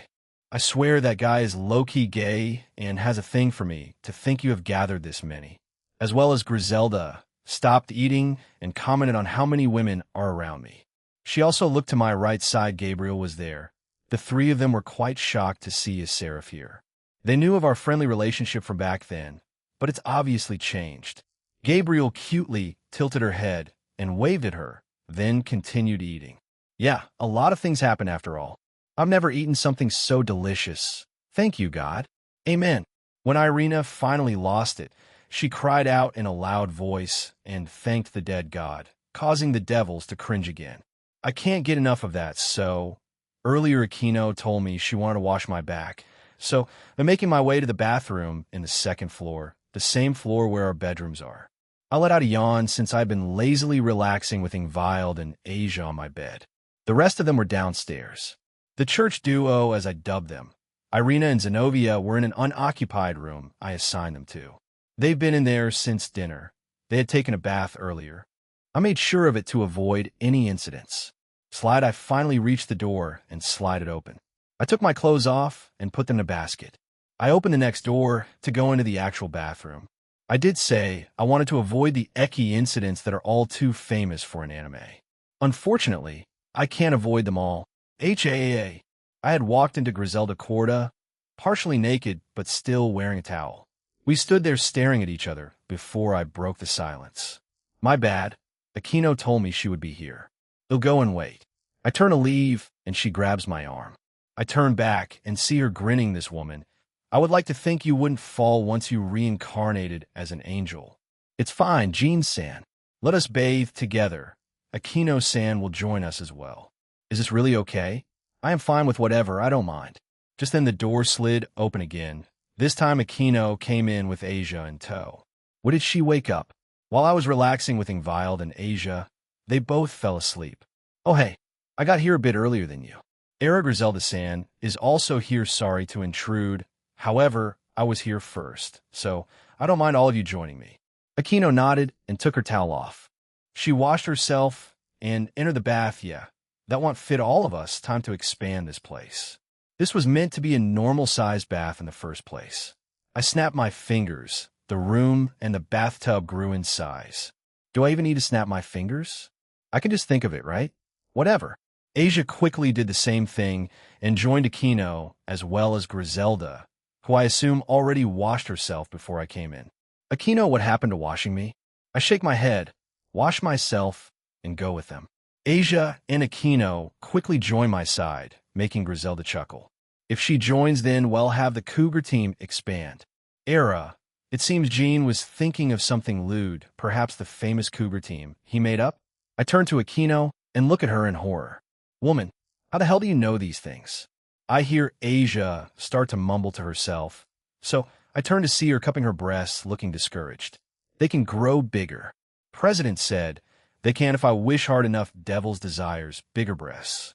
Asia, you really don't need to worry about that. Every size is wonderful. Small, medium, or large. I love them all. Asia-san. Griselda calls out to the nun beside me, and she looks up temporarily, stopping her muttering. I'm sorry for what my junior did earlier. What she did was out of line. I'm sorry. Please accept my apologies. Griselda bows towards Asia. She obviously got flustered. Well, I didn't mention it earlier. Griselda is counted in the top 5 strongest female exorcists currently. When she reincarnates, I wonder how much more powerful she'll be. My guess would be 6 or 8, since Dulio will have 10 wings in total. Please don't bow to me, Griselda-san. I already got over it. It really didn't bother me that much, so there's no need to apologize. As kind as usual, I pat her on the head and she smiles. You hurt her yourself. Don't worry about it much. I also lost my cool, so my bad too. It was only natural you would react like that. Even I know Zenobia stepped out of line. She pointed a sword at one of your lovers. Right, well, it's in the past. She definitely won't repeat that. The rest of the bath was in a lighter tone. It seemed Griselda was trying to find the right time to apologize to Asia after what she saw earlier today. All that's left is to wrap up this event and have Zenobia apologize herself. Shouldn't be too hard. It was Sunday, and a few of us, myself, Chiron, Asia, Kiba, and Saji were together. The church exorcists went on their own investigation. Right now, we were wandering the streets of Kuo looking for any signs of Kokobile or the guy who attacked Kiba. My nanoflies hadn't seen or detected him at all. He's been quite cautious since his run-in with Kiba. Kiba said that the guy looked surprised that he could fend him off, so I'm guessing that the guy who attacked Kiba didn't expect him to be the strong good thing I spent 3 years in there then. Logically, that would mean he must be wary of the rest of us. If he does know the rest of us, he may be waiting for backup, the new exorcist that will wield the Excalibur pieces, Valper, Kokobile, and Azrael, maybe even Avetsa and her divine beasts. Man, we've run into nothing. So, far can we eat lunch soon? Saji had his arms around the back of his head, while half-heartedly glancing to his sides. I would like to end this sooner, man, but shit is beyond my control. It also pisses me off. I'm also quite hungry myself. Food. Okay, let's get over there then. I relent and point to a family restaurant. We make our way there. I pay for everyone's meal. I had Saji give me his order, and I got both our food. He secured seats for us. I could sense everyone else in different parts of Kuo still looking. We were finished and went back to searching. But I have to ask, what does this have to do with you, Kiba? How are you even related to Excalibur? Saji asked the Gremory Knight as he looked back at him with a sad smile. I knew this would eventually come. I don't mind sharing my past. Let's find a more private place to talk. So Kiba led us to the park where I had my date with Rainier. It had not many people here right now, even though it was Sunday. Strange. Once everyone was seated, he took a deep breath and began. Kiba then started to talk about his past after everyone readied themselves. The project that the Catholic Church planned secretly. The Holy Sword Project. The test to make lots of people who can use holy swords was taking place in a certain institute. There were boys and girls who had talents at using swords and were possessors of sacred gears. Day after day, they were going through inhuman experiments. They were being experimented on and had their rights of freedom taken away. They weren't treated as humans and their lives were ignored. But they had a dream. To live on. They were forced to believe that they were loved by God, and they were just waiting for that day to come. They believed that they would become special beings. They believed that they could become people who could wield holy swords. But the result was disposal. Kiba and his comrades couldn't use the holy swords. Everyone died. They were killed. Killed by those who serve God. No one saved us, just because we couldn't use the holy swords. Other boys and girls were put under poisonous gas while still alive. They put poisonous gas on us while saying amen. We vomited blood and suffered on the floor. Even so, we were seeking help from God. Kiba told us his story. We listened to him silently. Kiba somehow managed to escape from the laboratory, but the poisonous gas had already infected him. Apart from certain people, the test subjects who had lower abilities than average were all disposed of because they weren't needed. Kiba, who managed to escape, met Rias, who came to observe Italy as he was dying. And now he was here. I want to accomplish my comrades' regrets. No, I don't want to make their deaths be in vain. I need to keep on living in their place, and I have to prove that I'm stronger than Excalibur. He chuckled and looked at me with a content smile. But I realized a few months back, no, Jean Senpai in a way made me realize the path I was going wasn't the right one. He asked me who was really responsible for mine and my comrades' pain and suffering. It certainly wasn't the sword's fault, inanimate objects that did not have feelings or the will of their own. So I changed and directed that anger at the main source, the man who caused it all. Valper Galilei, the genocide archbishop. Day by day, each new training session, my hatred for the sword subsided. Now my anger and hatred focused on that man. Once he was done telling us his sad, Asia was crying and holding on to me. Chiron just looked sad. She probably knew this to some extent. And then there's Saji Hiyo. Kaba. Saji was hugging himself, bawling his eyes out. I don't blame you, man. Kiba had a hell of a sad life before becoming Rias Knight. Kiba, it must have been horrible. It must have been painful. Damn it. There isn't any God or hope in this world. Right now, I feel so much sympathy for you. Yeah, it's a horrible story. I understand why you hold a grudge against those people from the church and Excalibur. To tell you the truth, I didn't like you before because you were a good-looking guy, but it's different now. I will also help. But before that, we have to destroy Excalibur. I will also work hard. You also have to live on. Don't ever betray Ria Senpai, who saved you. His heart was always in the right place. Also, his reason for helping Sona was admirable. He okay. It's a good time. I want you guys to hear my story. You guys should know about me if we were working together. Saji seemed a bit shy, then said it with glittering eyes. My dream is to make President Sona pregnant and marry her. But, you know, making a girl pregnant and marrying her is hard for an unpopular guy like me. There aren't any girls that I can make pregnant to begin with, but I will one day make her pregnant and marry her. Huh? Wait, he's still pursuing Sona? I had a feeling he had a girlfriend now, my man, if you do, and she finds out and doesn't like sharing rest in peace. Saji Jintaru. Everyone else laughed awkwardly at Saji after his confession. Pervert. He fell down, being called a pervert by Chiron. Being called that by her, it was a one-hit kill. Chin up, man. She's a closet pervert, too. Don't worry about it. Pinch. No indecent thoughts. Why me? Chiron pinched me. I swear these girls are mind readers. First Graphia, Aquino, and now Chiron. It won't be long until all of them. We did not find anything that day. It's frustrating. A few days later after school, we had gathered in the park, myself, Saji, Chiron, Asia, Kiba, Zenobia, and Irina. Rias, Aquino, and Griselda were nearby doing their own search, while the Citri peerage did their own. Since Saji was assigned to our group a few days back, we kept it. Every day after school, we searched many places within Kuo to find, well, anything. No luck. Maybe we should expand the search radius. Not just to Kuo, but beyond. But will they even hide there? It's not impossible. For no progress today, huh? Saji said as if he lost interest. Saji was the one who was most eager to do this. This guy is truly a nice guy. Our first meeting wasn't the best, but we get along fine now. You can say that he's the Citri group's version of me. A bit weaker in terms of power, though, but he has potential. I was thinking like that, but Kiba, who was walking in front of us, stopped his feet. Chiron. Asia. The both of them nod and get ready. Chiron goes into a stance, and Asia enchants everyone except me. What's happening? Saji was confused and looked at Kiba, the girls, and then me. Above us. I shouted. Everyone looked up, and a priest with dark blue hair with white tips was falling down with a long sword. I spy me a group of devils. Kachian. Kiba took out a demonic sword and parried the blow from the priest. Who are you? It's a person I haven't seen before in other new existence. Like the one Kiba fought? Know this guy must be the replacement for Freed. You replaced Freed, didn't you? The man twirled and gave us a nasty smile. Bingo. Wow, Middleman Kuin is smart.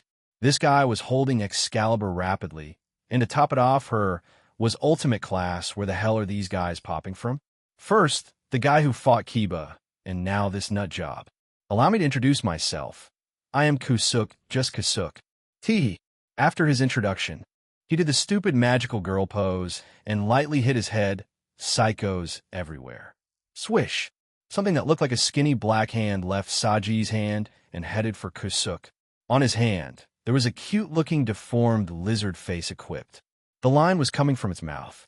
Then, that skinny hand was the tongue of the lizard. It was his sacred gear, well, one of them, since he only has one right now. Absorption line, one of 4 parts of Vritra's sacred gears. He'll get the rest from Grigori sooner or later. Such a pain. Kusuk tried to knock it away with his holy sword, but the lizard's tongue changed its direction and went downwards. It stuck onto Kusuk's right foot, and it started to swirl around his leg. Kusuk tried to cut the tongue off with his swords, but it went past as if the tongue didn't have any physical form. You can't cut it down that easily, you weirdo. Do it, Kiba. Thank you. Kiba rushed in quickly. He was going towards Kusuk with 2 demonic swords. So, it's not only the holy eraser, I see. Having multiple demonic swords. Are you the possessor of sword birth, perhaps? Wow. You are guilty of having a rare sacred gear. You know, Kusuk seemed like he was enjoying it, which was the opposite of what he was saying. So he was like free too, a crazed battle freak. But normal demonic swords can't put up a challenge against my Excalibur-chan. But to his surprise, Kiba's swords parried the sword. His eyes widened in surprise, but his smile got even wider. Interesting. Very interesting. As expected of a group being trained by Middleman Chan. Kachin. Ting. Clang. The 2 of them clashed. The strength they exuded made sparks come out of their blades. Even with demonic swords, Kiba looked like he had the upper hand. With the help of Saji's absorption line draining Kusuk's powers, he has an even bigger advantage. You guys help him. They'll keep an eye out if anyone else comes to help him. Chiron and Asia nod and dash towards Kiba. Much like her older sister, Chiron shot an aura bullet towards the priest. Kai, even more scummy devils. Cold air suddenly surrounded the man. He grinned and shot icicle shards towards Asia and Chiron. Kiba had jumped out of the way and dodged the attack too. Kai, haha, you seriously don't believe I only relied on my Excalibur-chan, right? Yudo, Kaneko, Asia, looks like Rias, Aquino, and Griselda had arrived. Zenobia and Irina came out of their stupor when they heard her voice. Seems like they froze when they felt Kusuk's aura and power. Ultimate class psycho priests and 2 trainees middle-class exorcists? If they froze up to Griselda, who's the same power as this guy? It makes sense. They get to where I am and ready themselves. Fushu, it's him. The man that Kiba had fought suddenly arrived at the battlefield. He had the sword Gallatin ready by his side. Someone else also arrived with him, Valper Galilei. Kiba roared so loud that the glass on the park's lights shattered, surprising even me. I didn't think I was that famous and loved. How do you do, devils? A wonderful evening, no? Ajamu, Kusuk, we retreat for now. Valpor had the appearance of a short, bespectacled elderly man with gray hair, a mustache, and black eyes, who wore a priest outfit. He also ordered the newly named Ajamu, the one who attacked Kiba, to retreat. Fine. Kusuk agreed, but still didn't like it. He used something on the Excalibur and cut the line from Saji. He grinned at us. I played along for too long, my bad. He'll play more with you all next time. Shouldn't be too long, though. Valper disappeared, and the 2 priests start to run away. Oh no, you don't. Zenobia shouted as she took out her own Excalibur and chased the 2 down. We're going after them. Irina. Yes. A bit flustered, Irina agreed with what Zenobia said and ran after her. You 2 stop, Griselda shouted, but they didn't listen. She shook her head and dashed after them. Wait, hold up, lady. I prepare myself to run after them. But Griselda looked back at me, shaking her head. What the hell does that mean? Leave this to us, Jean-san. You don't stand a chance. That guy, Ajamu, he's at least its super devil in terms of strength. I felt even more blood from Azrael coming from him than ever before. Did that crow give him more blood than the past cryptids? How'd he even survive? I felt uneasy. Jima, into her shadow. Help them if they're in danger. Once I said that a shadow grunted as he left my shadow and went into Griselda. You should keep them safe. Those 2 are strong. The man named Kusuk, the one who wielded Excalibur rapidly, is at least ultimate class. The one who attacked Kiba, named Ajamu, is at least a super devil or low god class. Wow. Azrael, From what Comptoir told me, she and I felt very high amounts of blood coming from him. I would also assume the cryptids I killed in Spain, and as well as numerous cryptids that Team/Dog from Grigori killed had Azrael's blood in them, making them stronger. Comptoir? Sona was confused. Yeah, she doesn't know. But now's not the time for that.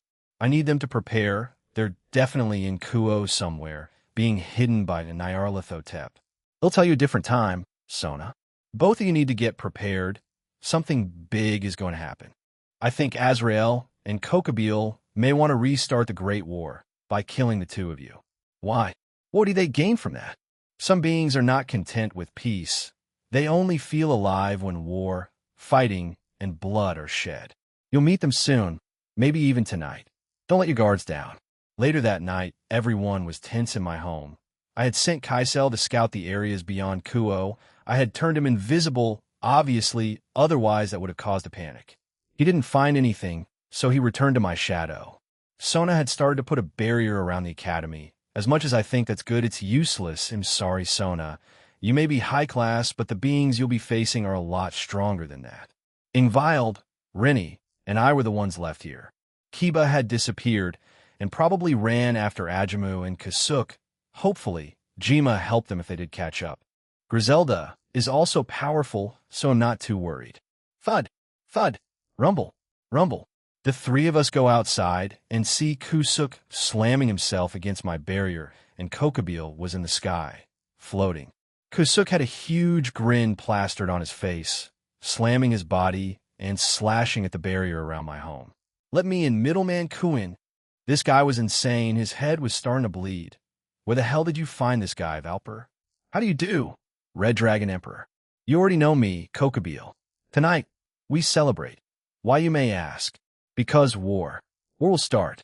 I am also here on behalf of my partner and boss, Azrael, the Angel of Death. Oh, this too. A giant, sickening grin spreads across his face. He throws a body towards us. It was Irina. She goes through the barrier, and I caught her. She was alive. She wasn't that badly hurt, all things considered. Regardless, I healed her, and the pained expression on her softened. Tonight, a full-scale assault on Kuo will take place. Enjoy your time before then, Red Dragon Emperor, devils. Kuahaha. He appeared near Kusuk, and they both vanish. Shit, that's not good. Innocent people will be dragged into this. I put some regeneration spell and healing spell on Irina. She won't be too useful for this, so I snap my fingers and let her sleep in her room in my home. I grab the two girls and teleport us to the academy where both peerages were at.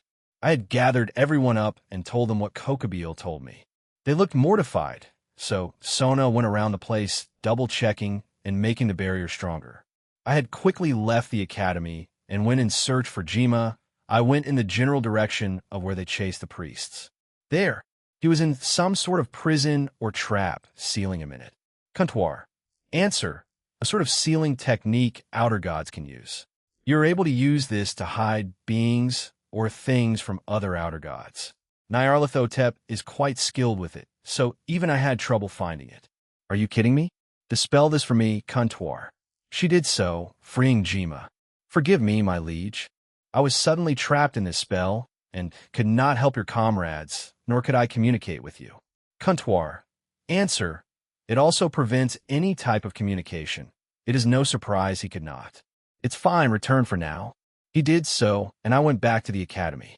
I felt uneasy now. When I got back, Rennie and Ingvild approached me.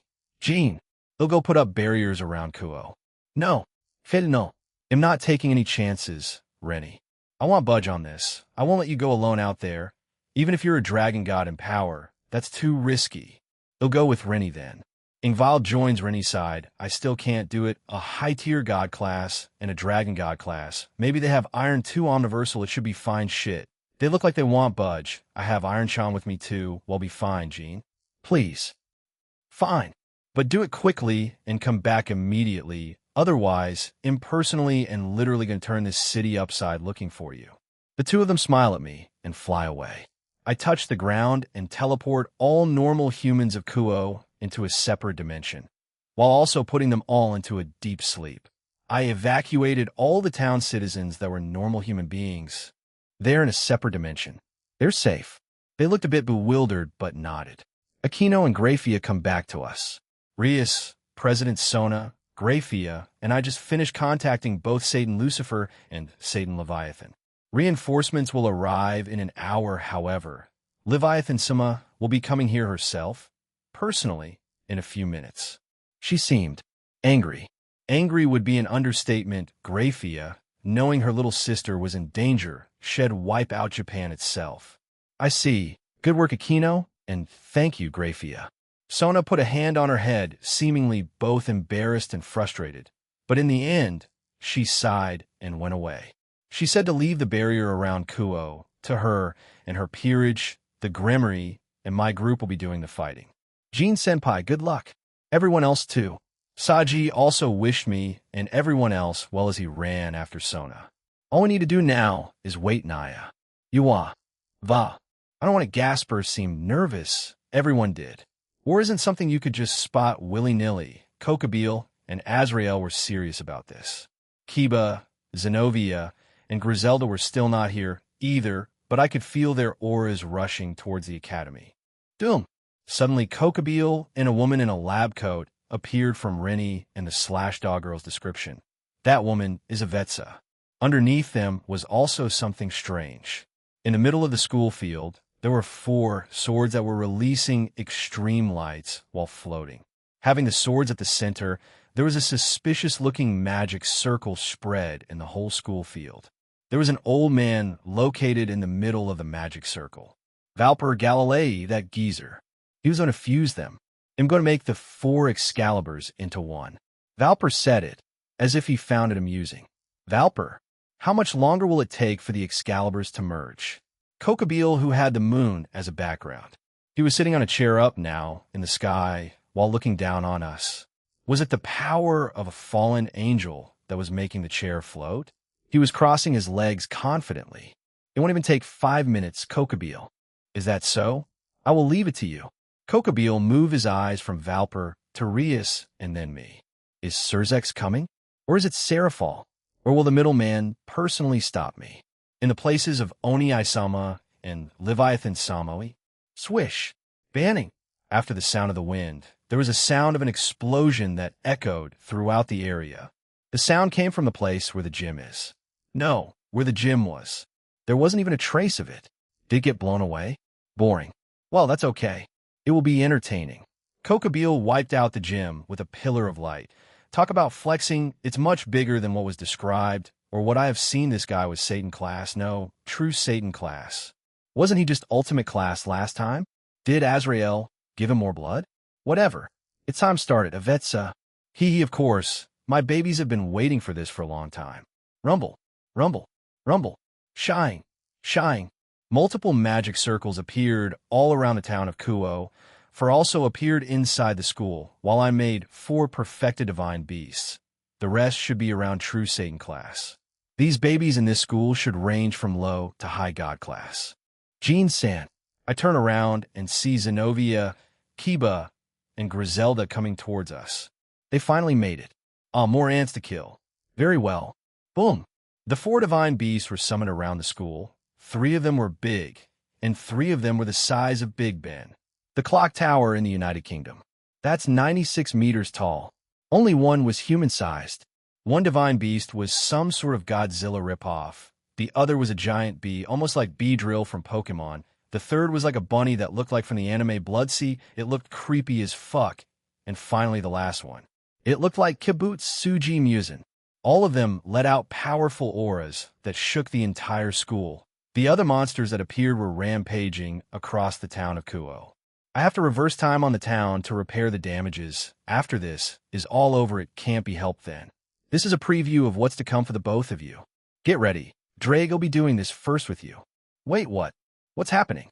All of you, focus on the 4 divine beasts. I have someone else for the other beasts that are rampaging around Kuo. Dre, get out here. Boosted gear. I summon the boosted gear. Normally this technique is only achievable in the future, but screw the rules, I can bypass them. I don't need my Diabolo's dragon god form. All my right hand and arm up high come. Welsh dragon, red dragon of domination. Why Drake Gotch? Sheing. Oh. its thighs pertiny near. The gauntlet in my hand burst forth with a bright red and light energy. It swallowed up the whole school, no, the whole town of Kuo, a pillar of red and green light. When the light died down, an enormous shadow was covering the academy. Everyone was speechless. Above us was the red dragon of domination in the flesh, alive, summoned into the world. Fuahaha, I'm alive. Take care of those dumb monsters around Kuo, Drake. We'll deal with the rest here. Hell yeah. On it, partner. Zoom. Boom. Boom. Drake let out a hearty laugh and flew away while destroying cryptids all over town. To be able to summon the Welsh dragon into our realm, you're quite an interesting individual, Red Dragon Emperor. Kokabeel had a huge grin on him. Two more people joined the battlefield. It was Ajamu and Kusuk. I'm here, old man. Are you done? Kusuk ran towards Valper, followed by Ajamu, who had his crimson sword Gallatin ready. It's complete, Valper said in a calm tone. Then the 4 Excaliburs that were placed in the center of the school field started giving out incredible amounts of light. Kokabeel started applauding. The 4 Excaliburs are going to become one. It started giving out divine light that spread throughout the school field. I stared at the center of the school field. I saw that the 4 Excaliburs were put on top of each other. Excalibur, that was originally one. It was split into 7, but 4 of them were going to become one. When the bright lights were gone, there was one holy sword at the center of the field giving out a blue-white aura. Because of the light created by the Excalibur when it turned into one, the spell on the ground is also complete. This town will collapse within 20 minutes. The only way to dispel it is by beating Kokabeel. Use the Excalibur in the circle. It shall be the last entertainment. Fight while using the fused Excalibur. Yeah. Geez. My boss sure uses people recklessly. But, it's like I'm so honored to use the Excalibur-chan that has become super wonderful. Something like that. Yuhihi. It will make killing these bats easier. Kusuk put on a crazy smile while holding the Excalibur located at the center of the school field. So he could use it. He did have the factor that he got from Valper. Zenobia then spoke to Kiba. Rias Grimmary's Knight. If the cooperation is still valid, let us destroy that Excalibur together. I have no quarrels with it. Zenobia laughed fearlessly at Kiba's words. Good. It won't be a problem if I collect the fragment of the Excalibur that is acting as the core of it. Since Kusuk is wielding it, that is a holy sword, but it isn't a holy sword. Even if it's a holy sword, it's the same as any other weapon. It changes depending on the person using it. That is a sword of heresy. Someone was laughing at the duo's conversation. It was Valper. Valper Galilei. I am a survivor of the Holy Sword Project. No, I'm the one who was killed by you, to be more precise. I have continued living by being reincarnated into a devil, Kiba said calmly to Valper, but his eyes were filled with flames of hatred. Depending on Valper's answer, it might become an explosive situation. The survivor of that project. This is such a misfortune. To meet you in a Far East country like this. I feel like it's fate. Fu. What a disgusting way of laughing. You see, I like holy swords. I like them so much that they come out of my dreams. Possibly because my heart was fascinated by the legend of Excalibur since I was a child. That's why when I found out that I can't use Excalibur, I went into despair. Valper suddenly started talking about his life. A story about the geezer's past. I held admiration for those who can wield it because I couldn't. That feeling became so powerful that I started an experiment to create those who can use them. Then it was complete. It's thanks to you and the others. What? Complete? You killed all of us when you deemed it a failure. Kiba lifted his eyebrows, seemingly in doubt. But Valper shook his head. I realized that there was an essential factor needed to wield holy swords. So, I used the numerical value of the factors to investigate its capability. Most of the test subjects had the elements, but they didn't have the numerical value needed to wield the Excalibur. Then I reached a conclusion. Is there a way to take out the elements and gather them? I see. I understand now. The thing that is put inside the holy sword wielders when they received a blessing is... Zenobia seemed like she learned the truth and grit her teeth hatefully. Valper continued to talk. That's right, holy sword wielder girl. We take out the holy elements from those who have them and crystallize them. Just like this, Valper took out an orb that was giving out light. It was a shiny orb. It has a holy aura in it. With this, the research on holy sword wielders improved. Even so, those fools from the church banished me for heresy and took away my reports on the research. By looking at you, I see that the project was succeeded by someone. That Michael. He made me look like a criminal, and this is the result? Well, it's that angel we were talking about. Even if he takes the elements out from the test subjects, he wouldn't go as far as to kill them. That part would make him more human than me. Coo. Valper laughed pleasantly. To create holy sword users artificially, it required a sacrifice. So Kiba and Zenobia were victims of the project started by Valper. You killed my comrades and took out the elements needed to wield the holy swords? That's right. This orb is from back then. I have used 3 of them on Kasuk, though. This is the last one. Ha. Other guys besides me died because their bodies couldn't synchronize with the elements. If I think like that, that makes me special. If it were just like Kasuk said, then the other ones who stole the Excalibur died. Valper Galilei, how many lives have you sacrificed for your greed and experiments? Kiba's hands were shaking, and there was an aura of anger coming out of his body. One incredible intensity. If you say that, then I will give this orb to you. My research has reached the stage where it is possible to mass produce them in the right environment. First of all, I will destroy this town with Kokobeel. Next, I will gather the legendary holy swords stored around the world. Then I will mass produce holy sword wielders and start a war against Michael and the Vatican with the combined Excaliburs. I'm going to show the result of my research to those foolish angels and their followers who have convicted me. That was the reason why Kokobeel and Valper teamed up. Both of them had hatred towards the angels. Both of them sought war. A match made in heaven, you could say. Valper threw away the orb as if he had lost interest in it. It rolled on the ground and went to Kiba's foot. Kiba leaned down silently and picked it up. He patted the orb sadly, lovingly, and dearly. Everyone. There was a tear on Kiba's cheek. His expression was filled with sadness and anger. Then it happened. The orb that Kiba held started giving out shallow lights. The lights started to spread, and they eventually covered the whole school field. From the ground, there were lights coming out, and it started to form a shape. Then it formed into a proper shape. It took the shape of people. There were boys and girls who were giving out blue-white lights, and they were surrounding Kiba. Were they perhaps? The various powers that are present on this battlefield made the spirits within the orbs appear. Aquino muttered, "The demonic swords, holy swords, devils and fallen angels, cryptids, divine beasts, and the 2 dragons here, Drag and I. Everything was present here. So, it was not weird for this to happen." They looked at Kiba with a dear and sad expression. Everyone, yeah, they were also the ones who were involved in the Holy Sword Project. They were the ones who were disposed of. I have always thought about it. Was it all right that I was the only one that survived? There were those who had more dreams than me. There were those who wanted to live more than me. Is it all right that I am the only one to have a peaceful life? Then one boy's spirit smiled, and it seemed like he wanted to say something. He was moving his lips. I understood what he said, so I translated. Don't worry about us anymore. You're alive at least. That's what they are saying. There were tears coming out from both of his eyes because it seemed like their thoughts reached him. Then the spirits of boys and girls started to move their lips in a rhythm. They were singing the sacred song.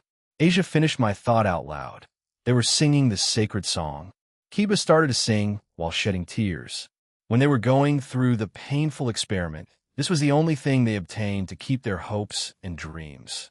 This was the only support they had to continue living during their harsh life.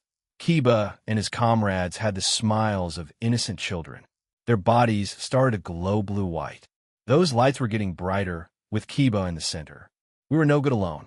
We didn't have enough elements to wield the holy swords. But it will be okay if we are together.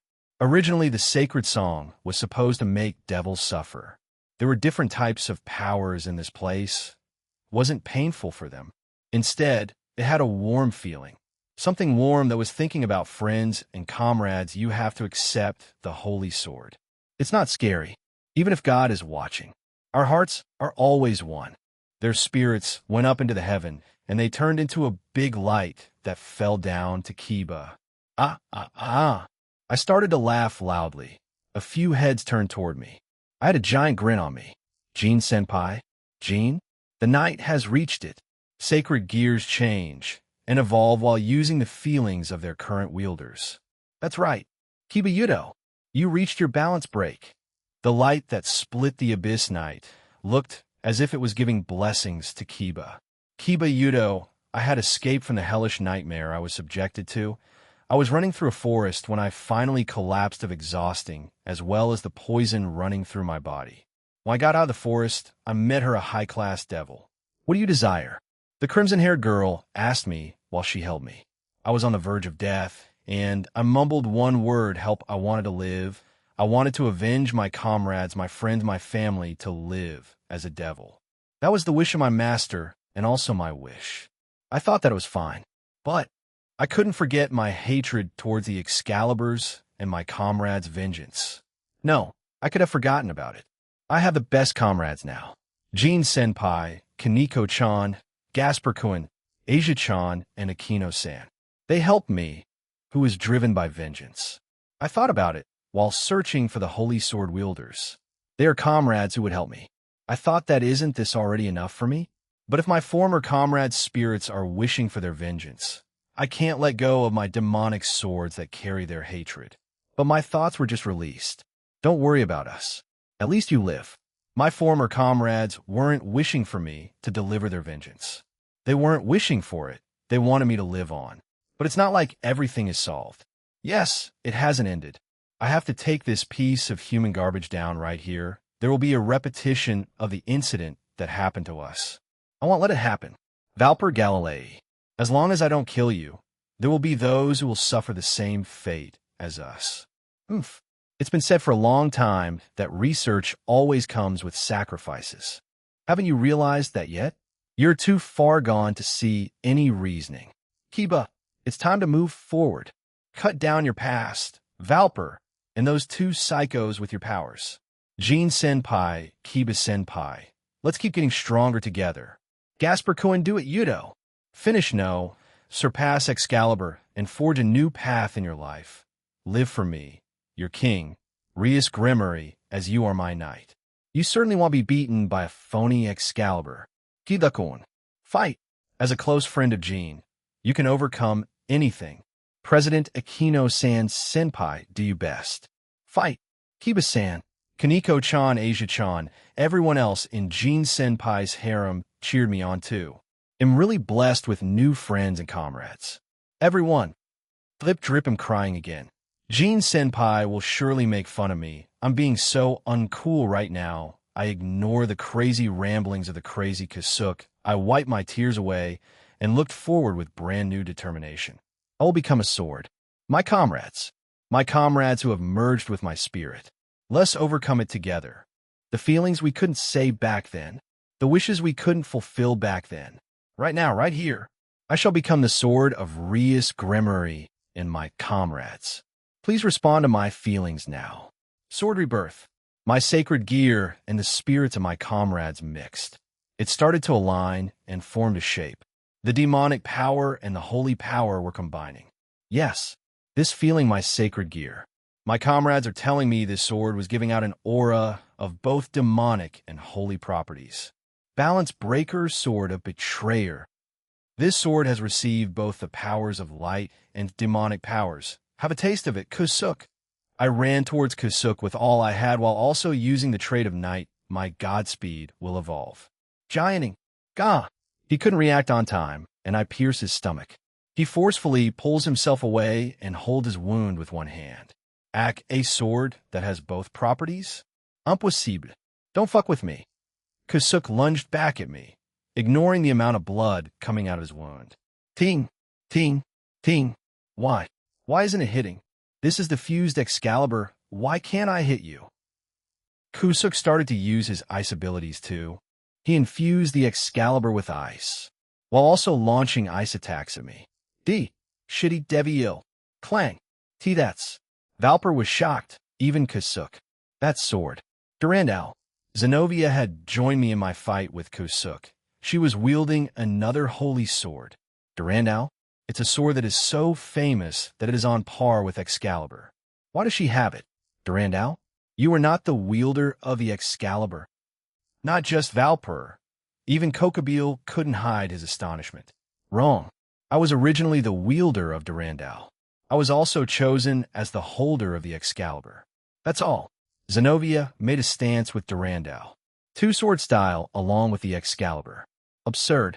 According to my research, we haven't reached the stage where someone can wield Durandal. Of course, even in the Vatican, they haven't made someone who can wield Durandal artificially. Then why? Unlike those common artificial holy sword wielders like Irina, am a natural-born wielder. Valper became speechless at her words. Unlike us, Zenobia was someone who was blessed to naturally wield the holy sword. Kiba, let's end this. I nodded Zenobia. Right?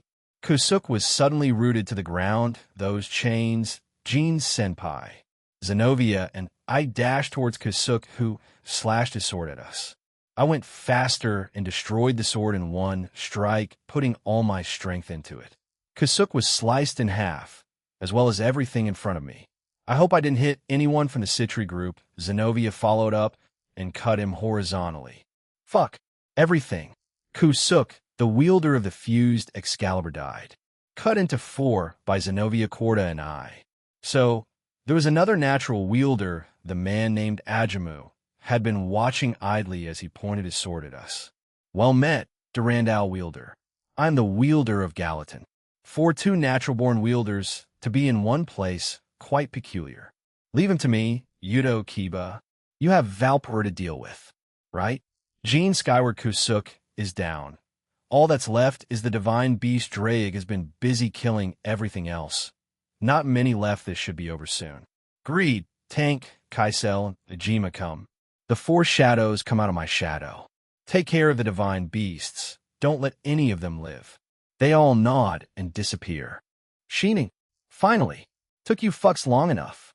Suddenly, a giant magic circle appeared, and robed mages came out of them. Those are magicians from the Cow's Brigade. They suddenly started launching attacks at everyone else. On your 6. Those guys are high-class magicians. Kill them. Don't hold back. I order everyone else to move, and they did.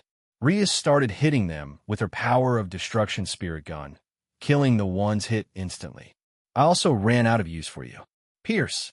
Kokobeel suddenly created a light spear and threw it at Valper, piercing him through his chest. I expected this to happen sooner or later. Can't even trust fallen angel. The last words of Valper were cynical. He took his last breath and died. Kiba stood there in shock. Clang. Clang. Kiba, help Zenobia. She's fighting someone that's a super devil like you. Yes. With his sword of betrayer in his hands, he quickly dashed towards Ajamu and Zenobia.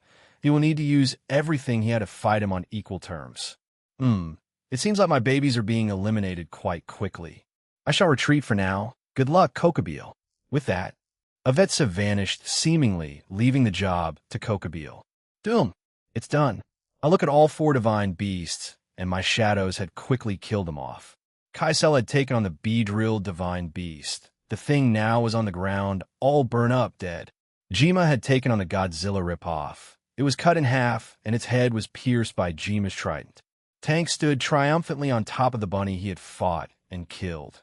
The bunny was shredded to pieces with Tank chewing on one of its arms. Greed had his arm through Muzin's stomach, while he had his head in his other hand. Looks like the knockoff Muzin was nothing to Greed. Stay with them. Kill them again if they somehow come back to life. The shadows nod and remain where they were. Everything's going awry. Shit, where's boss when you need him? Kokobeel seemed a lot calmer than I would have thought. Does he have a trump card or something?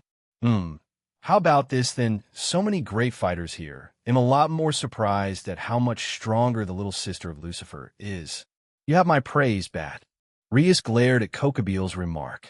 Everyone else was busy killing off the mages who kept coming through the magic circle. Chiron and Aquino had joined Kiba and Zenobia in fighting Ajamu. The guy was struggling now. Not only did he have to defend with his sword, but he also had to dodge Senjutsu and lightning attacks from Chiron and Aquino. When he tried to use his plant manipulation, Aquino burned them instantly. She isn't interfering, hell, why hasn't she done anything so far? It's strange, another wicked smile spread across Kokobeel's face. Tell me, how can you lot keep fighting when the master you serve is long gone? What are you talking about? Rias was staring at Kokobeel with a frown. Everyone else quickly killed their enemies to listen to what the crow had to say. Fwa, fwa ha ha ha ha ha ha. That's right, I totally forgot. The truth wasn't revealed to you lower guys. Then I will tell you. In the war between the three sides, not only did the four great Satans die, but so did God. You've been serving a dead God for so many years. Do you not wonder why he hasn't answered any of your prayers? Kokobeel kept on laughing like a maniac. He even started to clutch his stomach with how much he was laughing. I see Asia fall to her knees with a look of despair. Griselda was beside her and put a hand on her shoulder. Lies. Those are lies. Further away, Zenobia, who was battling Ajamu, had stopped. She had stood still looking at Kokobeel in disbelief. No, everyone was, even the magicians that were coming out of the magic circle, even Ajamu. What? How can the god of the Bible be dead? Ajamu asked Kokobeel. The fallen angel just shrugged. Fuck if I know. Truth is, he's dead. Gone. Blip. God doesn't exist. God is dead. Then the love we were giving him is. Kokobeel laughed at Asia's despair. That's right. It's normal that there is no love from God and no divine protection from him. God is gone already. Michael is certainly doing well. He's taking the place of God and is taking care of the angels and humans. Well, if the system used by God is operating, then the prayer to God, the blessing of God, and exorcism would function. But if you compare it to the time God was present, the number of believers and miracles decreased. That holy demonic sword Brad over there was able to create the holy demonic sword because the balance between God and the Satans broke. In reality, holy and demonic powers cannot merge. If the ones who rule the power of holy and demonic powers, God and the Satans, disappear, then lots of unique phenomena occur. He still had a smirk on him as he let that fact sink in for everyone. The magicians in the air even looked at each other, not too sure in what to do. It's Cow's Brigade. They will definitely spread this. They need to die. You, Red Dragon Emperor. You don't look surprised at all. He cocked a brow at me, and I shrugged. I knew. Before I met up with Michael in heaven, before becoming the middleman, I already knew of his death. I have my ways of getting information. Fuahaha. Interesting. So, that's why I do not look shocked. He grins. Those divine beasts were certainly powerful in their own right. Those shadow beings you have were much more powerful than them. However, our goddess certainly has ways of making us stronger through Azrael. I can easily kill all of you if I wish. So much bravado. Where does he even get it from Doom? Whoa, Drake had come back to us. No, he had been blown back towards us. Drake, how did you get back here? No, who blew you away? Hee ha ha ha ha. He's here. Kokobeel started to laugh maniacally again. He? Does he mean Azrael? So, the one who launched Drake all the way back here was him? That's impressive.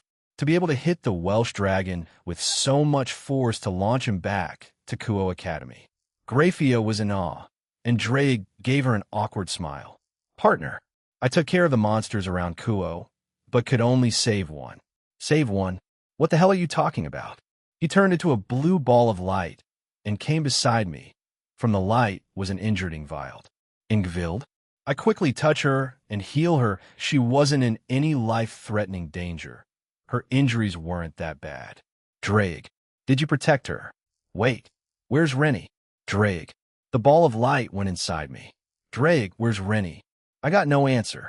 Drake, I swear to all, that is where is she? But I still got no answer. Who? So you were the Red Dragon Emperor? Huh? Another voice came. I was holding Ingvild as her breathing had returned to normal. She was mostly sleeping now. Coratia, look after her. Coratia came out of the ring and stood defensively in front of Ingvild and the rest of my allies. I turned to the voice, and it was another fallen. Azrael, glad you could join me. What's that? Azrael had a wide grin on him as he looked at me and tossed something. A body? Missing something. Red Dragon Emperor? Rennie. The girls screamed as they watched her body come towards me. I jump up and catch her, and I held her close, not want to let her go. Rennie, she felt cold through the hole through her stomach. I touch it, Contour. Answer. Lavinia, Rennie is alive, beginning the process of healing. Sheing. Contour.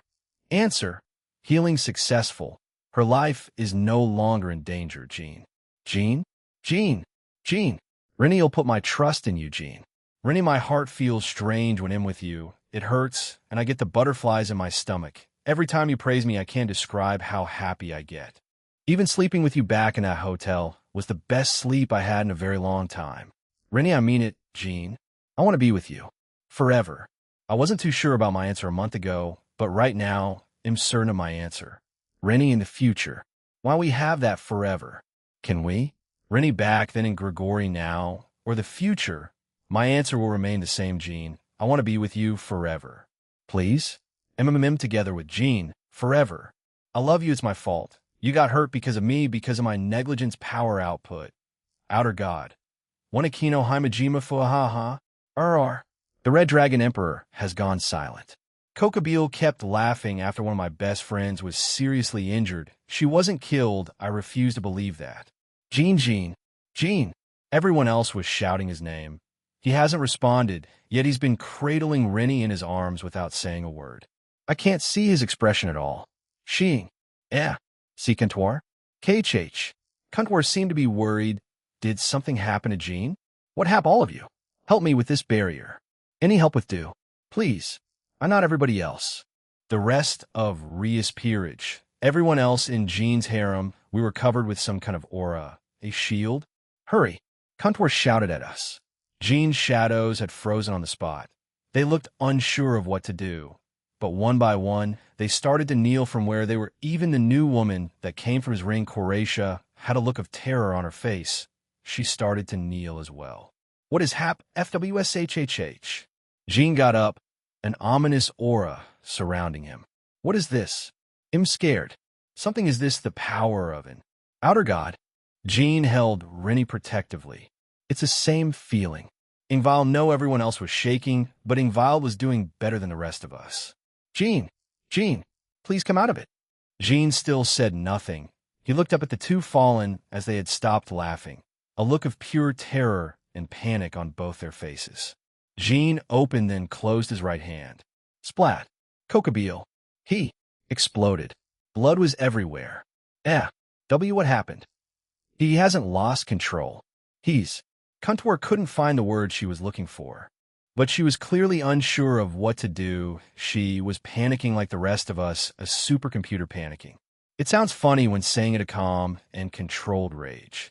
We all look over at Graphia, who was helping Contour maintain a barrier she had erected. Why you? You're the same as my goddess. Azrael screamed at Jean, a slow realization dawning on him. Chapter 3, Part 1. Change in 5 years. What is this? Did a being become a god? This feels like divinity, but a bit sickening. Find where this is coming from. Heaven Michael and Gabriel were in his office, discussing something, when something didn't feel right. What is this? Jean? Gabriel started to panic and started to scream her lover's name. Michael was shocked this power, this feeling, was from Jean. Why? What happened? Gabriel. Sister, please explain. She kept shaking her head and ran out the room. Gabriel. You're a Kyoto High. Jean. Yasaka had hugged her daughter Konu. They felt this feeling before. They knew it all too well, since they felt it once before from a man called Jean. Why? What happened? Yasaka looked over to the door that linked their home in Kyoto to Jean's home in Kuo. She wasn't sure in what to do. Lanafei. Oh, what is this? It's quite sickening. Hey, Titania, do you know what it is? My boat is already shaking. Haha. Titania frowned. She didn't know what or who this was coming from, but she was concerned for her kingdom. Oberon. All right. Let's take this seriously for once. Asgard 9, Realms. Oh, to think someone could produce such power. Ho. I'm getting old. Odin's three sons looked at the table in front of them with concern. They all had the same thought. Who is this coming from? Rosweiss was fidgeting beside Odin, and it caught his attention. Rosweiss, is something wrong? Odin-sama, I have to go. Odin stopped her. Not unless you tell me why. Jean, this is from Jean. I have to go. Odin and everyone else in the room looked quite surprised. This overwhelming aura was coming from Jean? The young lad is angry, troubled, I would assume. All right, go. Rosweiss nodded and hurriedly left the palace to her home. She had to get something first and then go to Kuo. Grigori, what the hell? Azazel was in the middle of a meeting with Valley when the both of them felt an enormous amount of energy spike. That it has a hint of dragon, it has to be Jean. He is my rival after all. You knew. Who wouldn't after he revealed himself when fighting the Devil Riser Phoenix? Fair enough, are you going? I was originally going to send you to get Kokobeel back. Yes, I'm going. Azazel nodded and sent Valley on his way. Underworld Seraphal, you don't need to leave. The reinforcements are ready. Surzex tried to persuade his fellow Satan not to leave, but she was adamant. Nothing was going to change her mind. While he also wanted to go personally, he didn't think it was necessary. Her sister and everyone else, Jean, was there. It was fine. No, Surzex John, I'm going. No one's going to STO hide. Seraphal flinched as she felt the same feeling from before. What is this? Is the Ouroboros dragon fighting someone? Perhaps that thing? We must prepare, wherever this energy is coming from. They may attack us now. That's Jean. What happened? I'm going. Now I'm really going. Seraphal lost her magical girl clothing and changed back to her business attire. She was concerned for her own sister and now her future boyfriend. Jijin. What he showed before wasn't his full power. Incredible. Even Falbium was on alert now. His lazy attitude was nowhere to be seen. Full power? This is just one of what Jean told me was true back in Kyoto. Seraphal teleported away using her own magic circle. 1%. Surzex, Ajuka, and Falbium looked at each other with concern. What in the world is happening over there? Yes. Yes, little brother. Show me. Show me your power. Show me how angry you can get. HAAA. Ahin Kuo Academy Akino Himejima, the same as his goddess? The other outer god is the one helping Azrael, the other outer that was awake? Jean points his hand at Azrael doing. Azrael was slammed into the ground. There was something keeping him from getting up. He struggled to push himself up. Did Jean change the gravity around him? We could see his face now. The light in his eyes was gone. He looked so emotionless. He looked sharply at Ingvild, making her flinch. No, he was looking at her shadow Baru. She immediately saw a shadow soldier emerge from her shadow.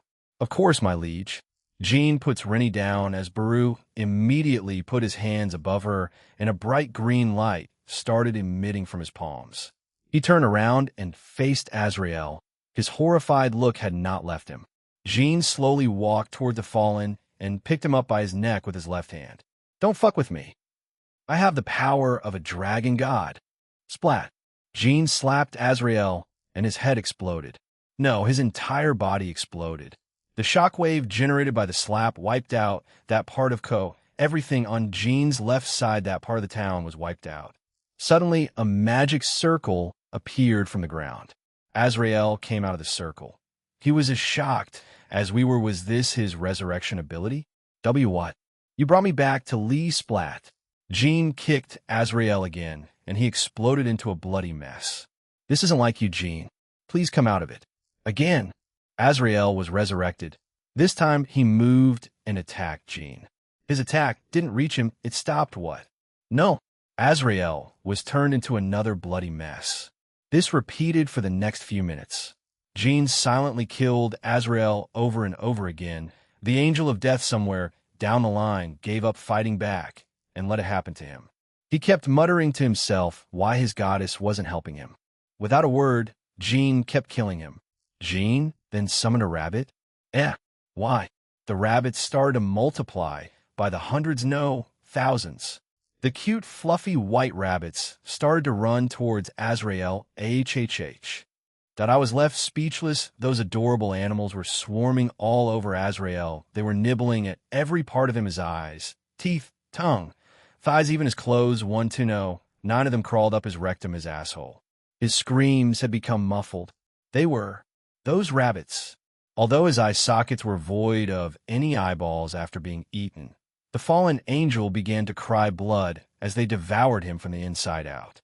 Azrael's body stopped struggling. He died again, so brutal, but he was brought back again. The man, the fallen angel, looked even more horrified at Jean. His screams started again. He couldn't move since Jean bound him to the ground with chains. Russell, Russell. Rennie woke up. Rennie. I was the only one who hadn't gotten up and helped Comptoir with the barrier. Even the Citri peerage, who had no idea who she was helping him, useless. I scurried over to Rennie and started checking her for any other injuries. The Citri peerage and everyone else who experienced this for the first time were covered in cold sweat. It seemed that the auras covering us were protecting us. Even now, he's still. You're okay. I hugged her as she looked confused at me. Jean? What's wrong with Jean? Rennie, do you know what happened to you? Rennie was concerned for Jean, even though she was heavily injured, probably nearly died too. I was fighting someone. He said he was Azrael. Drake Chan and Ingvild were also helping me, as well as Iron Chan. We were losing. He was toying with us. The ring, I couldn't call Jean. Neither could Drake. It's like something was stopping us, keeping us hidden, keeping our battle hidden. The other outer god. It was stopping Jean from finding out. Jean said he and Comptoir couldn't find her, so if she used the same ability in the area where they were fighting, how we lost, didn't we? I sent Drake Chan away with Chan. She was very injured. After that, it was all a blur. Iron Chan and I tried fighting him. Iron Chan was having an easy time until he was trapped in something. He couldn't move, and I couldn't hear him. I had to fight Azrael by myself. His power felt like Ophis and Irene, but a little bit weaker, but stronger than me. The ring, it didn't work. Something stopped it. I nodded to her, and then I relayed what happened to her and why Jean is like that. We need to stop him, but before she could move further, Baru stopped her from moving any further. My liege has told me not to let you near him. My apologies, Ice Princess Lavinia-sama. Baru looked serious. He was glaring at us. If we took a step further, he would probably knock us out and stand by guarding us again. I felt as if the other shadows and the being called Coratia would do the same. She looked pleased watching Jean be that brutal towards that fallen angel. Jean cocked his arm back. No. Jean, don't do that. Comptoir tried to stop Jean, but he didn't know. She couldn't. She was the one in charge of maintaining the barrier. Boom. His punch was stopped by something, an invisible barrier. The shockwave was also stopped, so the area in front of him stayed intact. Not time yet. Little brother Sheen. Jean was gone, and so was Azrael. The entire academy, the entire town. The whole area was in a state of complete disaster. The houses, the surroundings, everything was destroyed. It was like the apocalypse had begun. Jean. Rennie had started to struggle wildly as she clawed the ground in front of her, bawling her eyes out. I could feel hot tears streaming down my own face. I'm heading there. We will be back to repair everything. Comptoir told everyone as we stared in shock at her. She then vanished. Jean. Jean, please come back. Jean skyward. Where is this? A woman in a red cheapao was floating in front of me. In the middle of her dress was an open spot with a red eye. Her belly button was also exposed. She had black hair, sharp red eyes, and tentacles were coming out from behind her. She also had a shan in the color red with red eyes on them. They slowly blinked at me. She felt like a god, an outer god. Is this Nyarlathotep? Comptoir. Answer. It is. She is the outer god Nyarlathotep. Partner. Save it. Drake, that conversation is for later. All right, let's talk later. I can finally meet you in person, little brother. How was it? My silly pranks. They were great, right? Is she insane? Are the other outer gods like this? Bashitan-san? You call nearly killing my Rennie a prank? A joke? Power output. Outer god. 50 blip. Boom. I disappear and reappear in front of her. She had a very excited look on her face. She even licked her lips in anticipation of what I was going to do. I sent a punch her way. She put her hand out to block it. Doing. My little brother, you're quite vicious. That's why I love you, Hiya. that was a pretty powerful punch. If Azathoth hadn't intervened, half of this multiverse would be gone as expected of a successor. She licked her lips again. PSSSDD. My cheek had been cut, and blood was coming out of it. Was she able to bypass my true infinity? She's dangerous. I should go full power comptoir. Answer. You two will be stopped by Azathoth. Outer gods are not meant to fight. Is that your system you were talking to? Hi, System Chan. Give me Gene Chan. He'll stay with me forever. I really like him. She was fidgeting excitedly. Why do I always meet weirdos wherever I go? Please, little brother, come and stay with me. We can be together done. Don't say that word. Hearing you say it makes me sick. This arm will take time to regenerate. I love that temper, little brother. How about we give you a new title? About the true dragon of domination and annihilation. I say it has a nice ring to it. No? Nyarlathotep's right arm was missing, but it was slowly regenerating. My punch at 50 power did that much damage. I should start using techniques and skills. Come on, Papazoth is here. Such a shame. Well, you to just send out punches at half your full power. That certainly troubled the multiverse. I don't care. You need to disappear. Comptoir. Answer. Jean, stop. Ignoring comptoir, I dashed towards Nyarlathotep again. When I was about to launch an attack at her, my body froze. BZZZ. I felt like some form of electric shock just hit my body. Halt, you piece of shit. Let me hit her. She needs to die. Boom.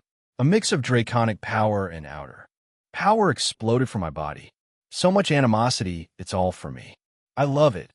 Honey hoo-hoo, I look at her in fury, as I never felt this much anger in my life. She suddenly flings Azrael into a portal. He still has his uses, even after you traumatized him a little. What do you call this? A reoccurring villain? Well, he's useless now, but still. He could be used as a power source. Look forward to more powered-up villains in your world. Honey Nyarlathotep blew a kiss at me and jumped into a portal of her own. She got away. Free pass free? Pass. Fuck you. I don't give a shit about any of that. I should have just died without being reincarnated at the very least. She wouldn't have been hurt that way. I can't get the image out of my head now. All this shit is happening. They'll all be dragged into it. Partner, let's go home. Yes, everyone is waiting, Jean. Comptoir. Answer. We cannot find her, Jean. Please go home to your family. No time has passed. Maybe she was feeling playful today, so didn't separate you and your lovers for thousands or even millions of years by changing the time dilation. Open a portal back. Comptoir obliged and created a portal for me to pass through. It'll get you, and when I do, it'll make you suffer. Nyarlathotep. 2 months later, pocket dimension, Lavinia, Rennie Jean, boom. Boom. Don. Everyone was worried about him. Our Jean. When he first came back, he wouldn't stop hugging me or apologizing. He kept blaming himself for what had happened. I told him that it was because I was weak. He shut that down really quickly. He immediately restored the destroyed Kuo, got rid of the cryptic corpses, and put the residents into their homes. Not too long after, reinforcements arrived, as well as a Seraphal Leviathan. Jean relayed what had happened to her and told her he had everything under control. However, she seemed skeptical, but the stare Jean gave made her back up and accept what he said. We asked him what had happened, and he assured us that everything was fine. He said he would be making more plans just in case something like that happened again, but added that he didn't want anything like that to occur again. Due to my recklessness, I almost lost our forever together. But as usual, he blamed himself. Look at him go. I looked to my side, and Drake Chan had appeared. During the 2 months that had passed, Jean revived both heavenly dragons within him, the two of them now having human forms. Yeah, he's pushing himself, even though he told him not to carry everything by himself. Albion Chan also appeared beside me. Albion Chan took the form of a young man with medium-length white hair, which covers his forehead and runs down to his nape. He also has icy blue eyes. He also had a muscular build. He wore an expensive-looking white and silver tuxedo with a blue tie. Drake Chan is a tall, muscular man with red hair and amber eyes. His red hair is kept short, ruffled, and spiked. This is done by having 2 strands of hair near the opposite sides of his head falling over his face, as well as distinct sideburns. He wears a black leather jacket with a fur collar and a white V-neck underneath. He wears dark blue denim jeans held up by a simple brown belt. This belt is attached to a silver chain attached from the belt to his back pocket, paired with black shoes to top off the rest of his outfit. Drake Chan looked like a delinquent old man, while Albion Chan looked like a young man from a high social class family. Why did you even choose to look like that? Drake Chan looked at his rival, now turned friend. Albion Chan did the same. The two of them stared at each other looking like they might start a fight. No fighting. I reprimand the both of them. My bad. Sorry, Ice Princess. Jean turned both his sacred gears into homes the two dragons could return to. They were more or less like the places Irene, Ophis, and Coratia lived in. The two of them could change how the inside of their homes looked or add things they want. The two of them prefer to live there. Even though Jean offered them rooms in his home, these two are very loyal supporters and brother figures to Jean. They talk to him a lot and give him advice, especially in the last 2 months. HAAA. Zenobia Corda has also joined us in here. She changed into a devil and joined Rias Chan's peerage. She also moved into Jean's home and had apologized over and over again to Asia. She had been training nonstop since we came here. We're 4 months into our 5-year training session in here. We won't be taking breaks. This was the first time Jean became a bit forceful with us. He didn't take no for an answer. We understood why, so we had no problems going back. The same could be said for the ones who were there. However, Yasaka, Rosweiss, Gabriel, and Kunu, who had come to Kuo immediately the same night of the incident, were informed.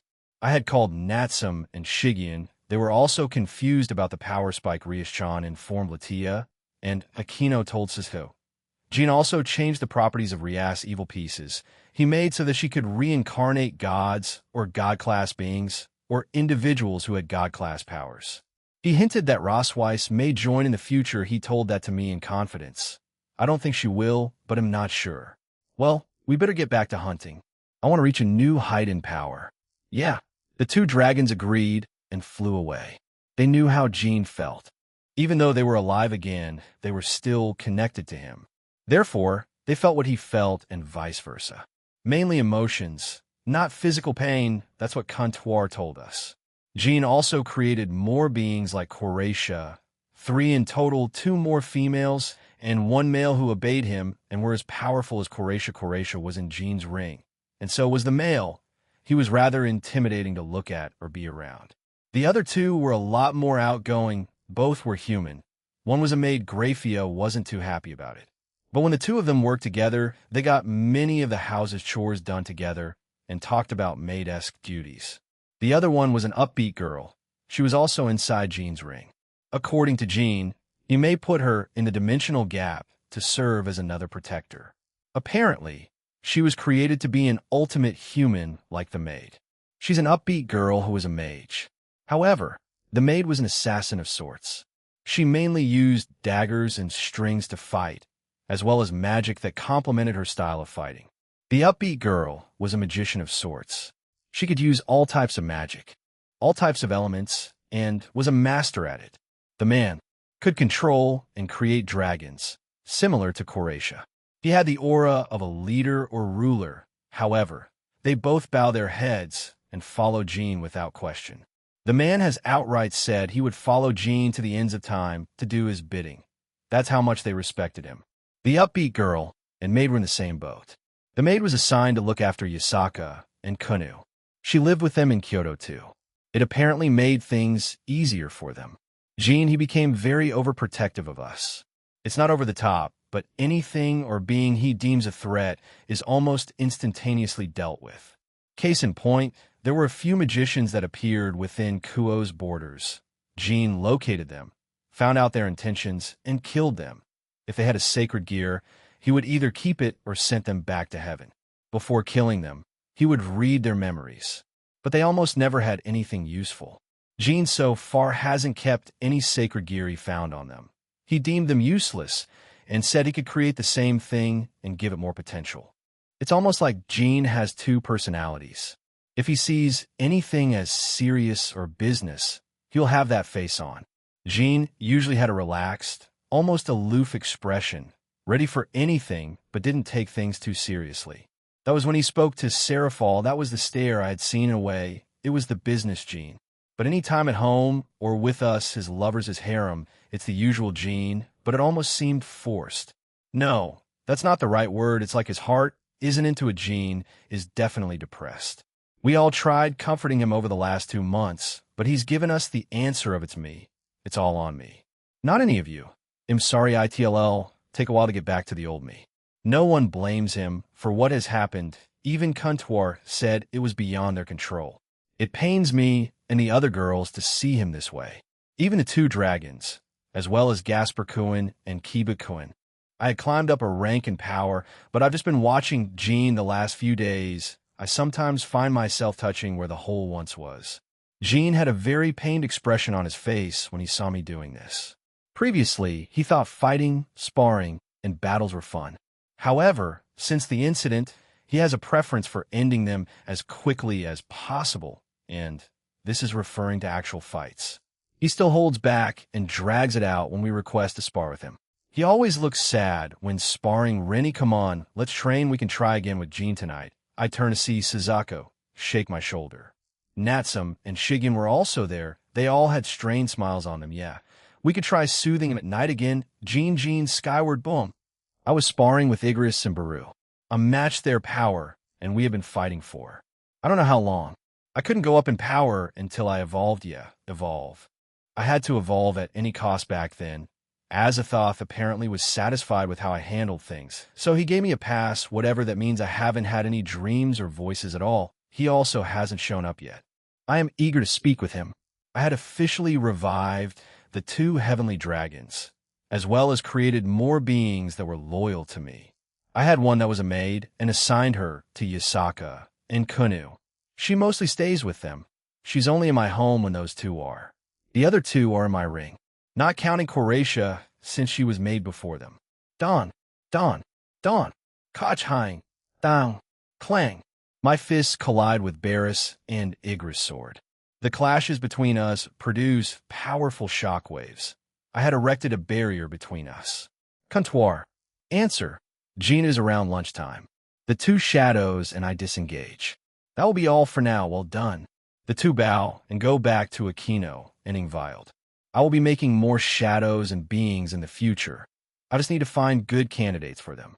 I turn around and dispel the barrier. I flash step around the pocket dimension to check on everyone's progress. They have grown in power, especially Zenobia.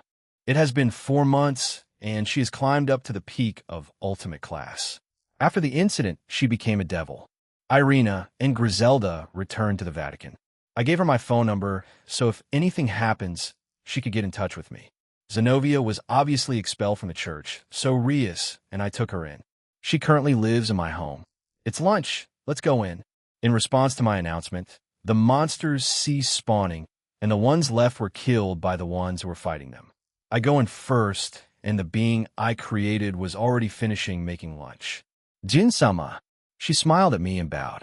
I nod at her and join her. I start helping her get the food on their plates. This is just some plain old sandwiches of varying tastes. I had taken account of everyone's preferences. I see. Well done, Sharon. Yes.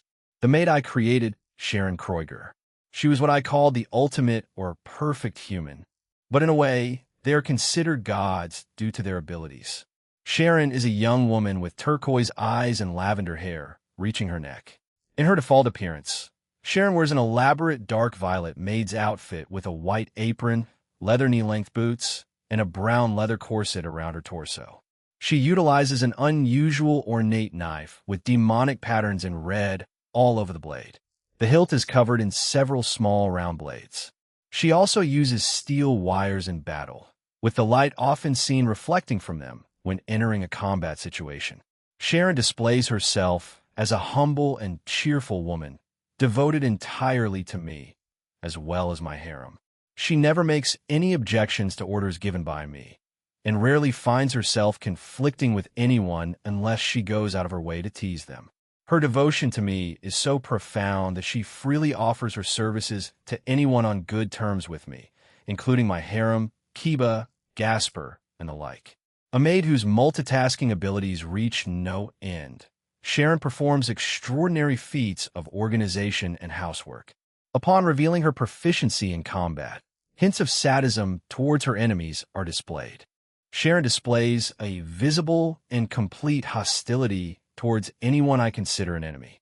She also has an unusually high tolerance for alcohol and is capable of drinking down bottles of such drinks with no apparent side effects. I did not give her those abilities how she got them. I do not know. Perhaps Contour did something during her creation? A nod to the original, perhaps? Shua had been staring at her, and she suddenly gave me a kiss on the cheek. I was not aware of giving her the female beings I created any kind of affection to me apart from loyalty. However, they have displayed them quite clearly. The only male so far does not cross that line. However, he is very devoted to me as well. Era Sharon is flirting with Jean. How bold of a maid Yasaka first came in and commented on what Sharon had done. As I nodded to her, I teleported all the food onto the table. That troubles me, Jean-sama. If you do these things, it will hinder my job as a maid. Sharon pouted, and I nod.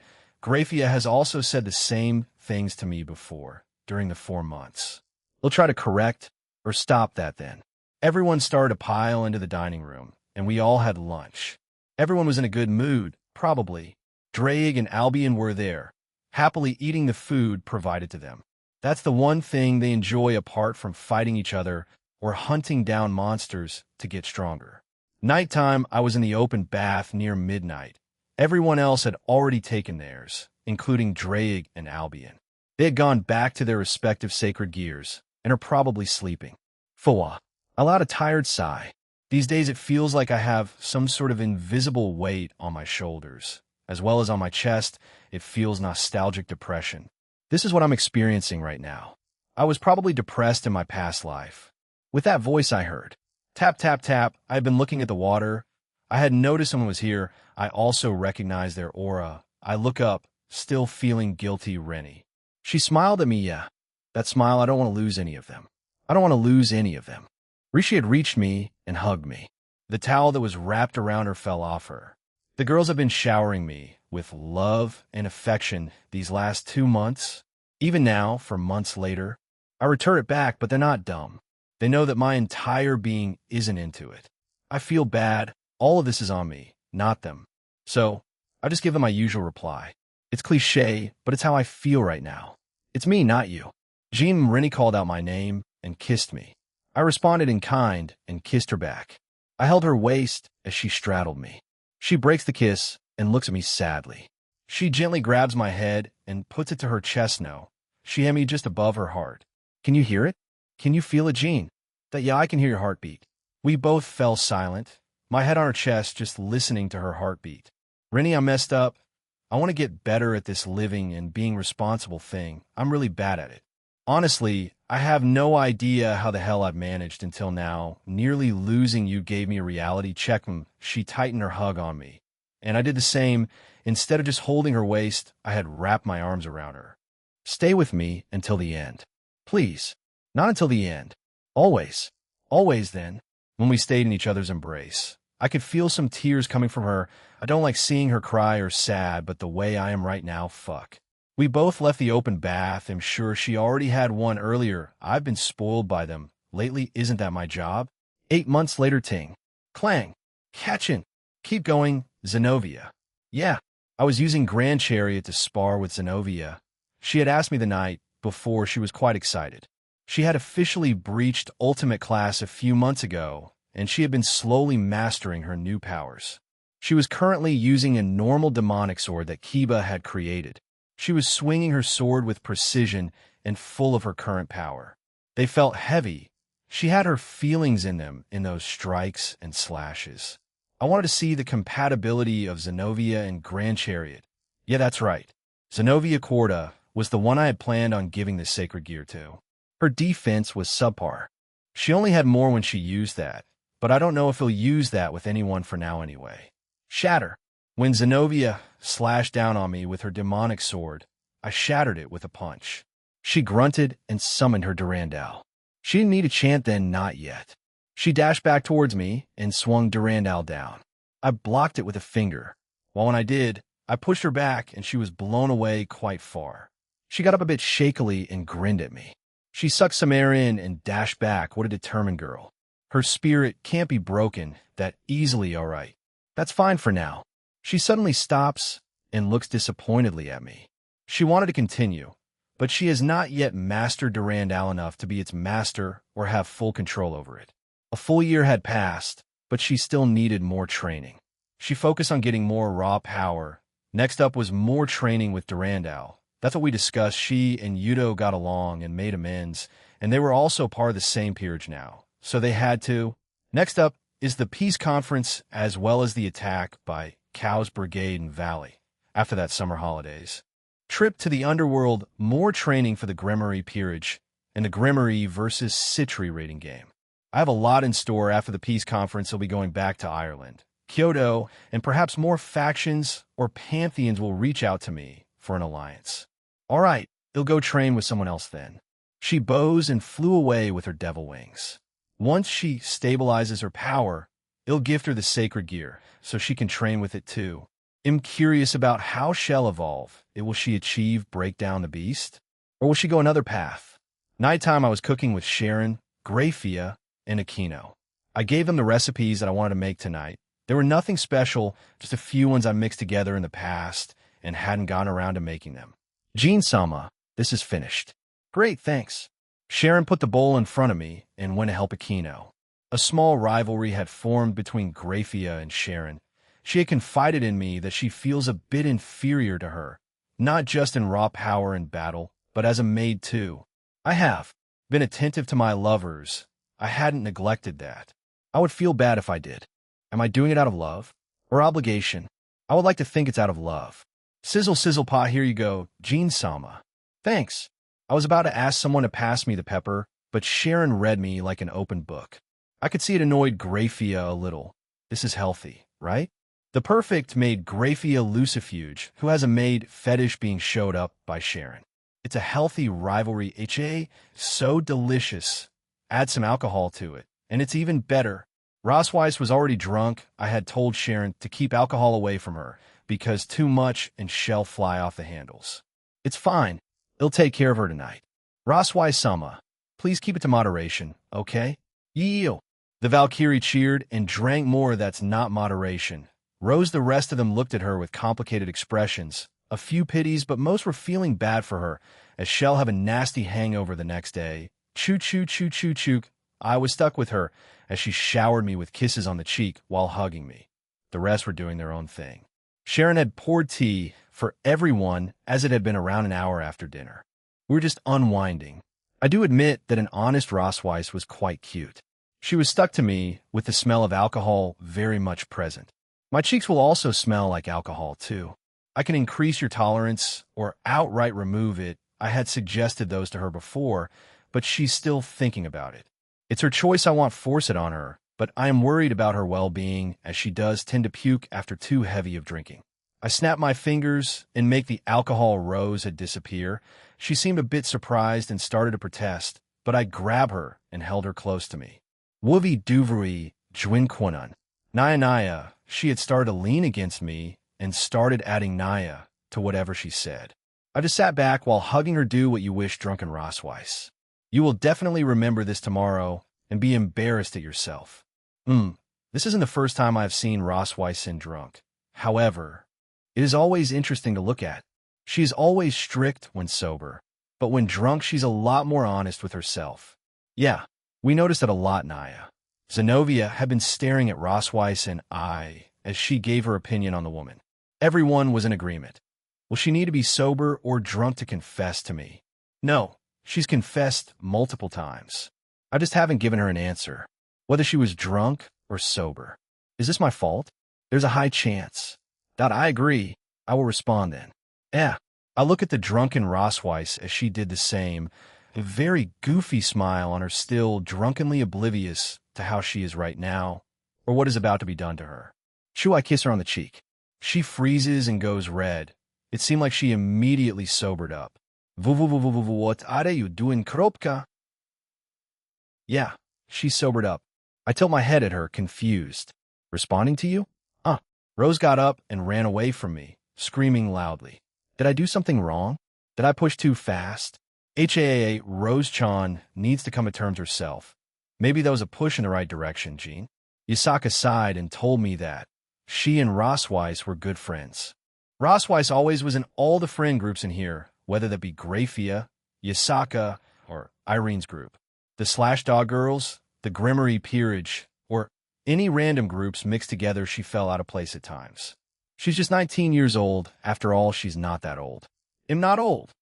How did she even hear me? I should follow her. Give her time, partner. She needs to accept those feelings of hers. If you push too hard, they'll reject it. Very well.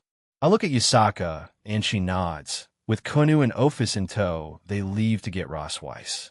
Ophis, the day after that happened, she became weird. No, clingy at times. A being with had trouble with how to convey her own feelings or understand others, became worried about me. It was strange, and it still is. She, like the others, insists on being near me, if not all the time, then in my bed. The one who gave her a new home had a drastic change, and seemed not like himself. Can you even blame her for being worried? Point taken. But I do see this as a good change. She's more open to the others, conveying, or at the very least trying her best to speak or describe how she is feeling if she doesn't know what it is. No one truly stops growing. We will always grow in one way or another. Take us, for example. We still quarrel, but not to the point of leaving destruction in our wake when we're in our human or dragon forms when out and about. Yeah, partner. We still fight, wanting to see who's stronger, but we do keep in mind our surroundings and who's around us. I mean, I don't want to die again if I piss you off. Drake let out an awkward laugh. Don't worry, Drake.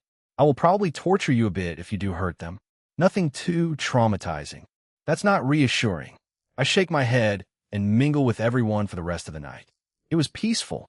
Jean's soul partner? Haven't seen you here in a while. Is there some sort of special occasion, Jean?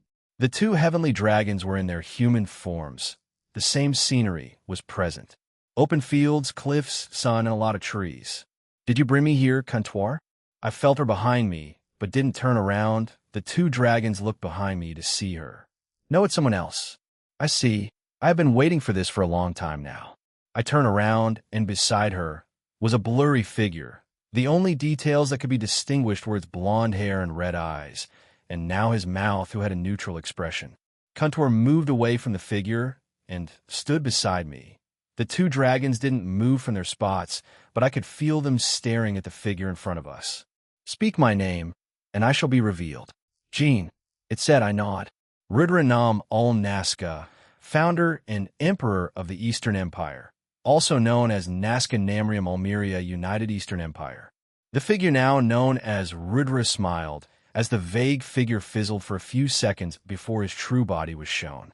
Rudra has medium-length blonde hair, blue eyes, and the looks of a handsome young man. In the illustrations, he is mostly wearing black Eastern clothing with gold ornaments. He chuckled. Former, don't you mean? It's finally nice to meet you in my full body, Jean, not just in some vague spirit form. Likewise, the two of us stare at each other. I was much taller than the man in front of me, but he still had that same look that I read from a long time ago. This man had confidence, even now the aura of a true king, a bona fide ruler. You are aware of it now, yes?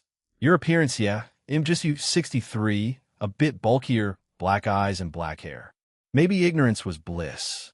I had seen myself multiple times in front of a mirror. In the past, I had jokingly said I looked like him, but since I didn't have the same color hair or eyes, I dismissed the thought. That was before I had those flashbacks and voices, but when he first gave me the hints, I started to wonder, especially about the part about her. She's coming then. So, she's coming here, Velgrind? He nods. That she is. The others seem to want us to speak to each other, so they're staying silent. You said you took control before. Can you do it again? Only once more. Henceforth, my next appearance shall be my last. I have lived for longer than it was necessary. That skill took a toll on me. You are aware of that. Yeah, Ido. Justice King Michael, it has other name variations depending on who translated it. But that was the reason for his downfall. It was meant to be the ultimate gift from Veldanava, who apparently created their multiverse. How does that work then? Azathoth implanted the memory that Veldanava created the multiverse. However, that is false. But the Star Dragon King was powerful. He was, in theory, a multiversal threat. Multiversal makes me wonder how much more powerful the beings of Tensura are. My history? Fate. Whatever it is, it's tied to that place. It will be enviable that I will go there in the future. Who will I bring? Can I stop time here, so I won't be separated for hundreds, thousands, or millions of years? It is before or after my evolution. So many new questions, so few answers. Comptoir, how far or near is she? Very far. It will take her many years to get here, unless I evolve and help her. Is Nyarlathotep messing with her? Preventing her from reaching this universe? Yes. Comptoir is giving me more answers than usual. Did I reach some requirements? If that pass meant anything, then I may be able to get more answers from her. If Velgrind is tied to me to us, Ridra, and how does that mean she's that? Comptoir, is she that? Yes, you have met 2 out of 4 so far. She emphasized met. What does she mean by that? There was a delay in Comptoir telling me that Rennie was one of those fated one things. She also hadn't mentioned Velgrind since at the time I didn't know her, but I also haven't met her officially yet. Ridra, during my reincarnation, my full soul and one of your soul fragments merged, correct? He nods. Indeed, once that happened, by pure chance. All the other soul fragments scattered around the multiverse, as well as the ones that had new bodies they inhabited, vanished. This included the ones in the possession of Velgrind herself. She must have freaked out then, so the one remaining was the one who fused with me. Her last hope, huh? So, you were the last, that means she's panicking and making her way here. She's that desperate. We have been partners for many eons after all. It is only natural. I would have done the same thing as her. You loved her? I still do. I won't have that chance anymore, and before you ask. You cannot resurrect, nor you can reincarnate me, unfortunately. What? Why? Azathoth, a soul will reincarnate as many times for eons to come. But there will come a time when that soul will vanish, it will cease to exist. Comptoir speaks out. Does that mean? That means Ridra here is on his last leg, or was on his last leg. Him merging with your soul gave him a saving grace in a way. Drake finally joins in. That you are correct, Welsh Dragon. You could say, us merging was a blessing for me. I can meet her one last time before I am erased. But you could always just stay, like not reappear again, so you won't vanish. Rudra let out a dry laugh and shook his head. Do you not call this NTR in your old world? I would much prefer not to witness that with my own eyes, even if we are one and the same. Jean, take care of her. When my time comes, am I even qualified for that? I nearly lost Rennie. Am useless. Velgrind may be stronger than Rennie right now, but do not doubt yourself. All of us are attached to your soul. Mine is merged, and we feel your doubts and insecurities. It was beyond your control, Jean. You have been mulling over and over the last year. Evolve, evolve, evolve. It's like you're obsessed.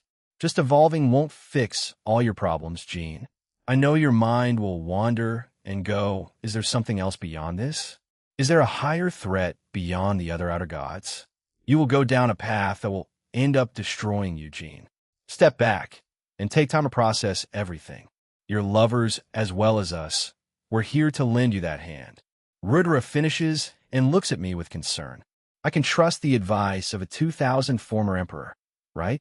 You did have this problem in your past life, Jean. Comptoir said beside me. She points beside Rudra and a screen appears.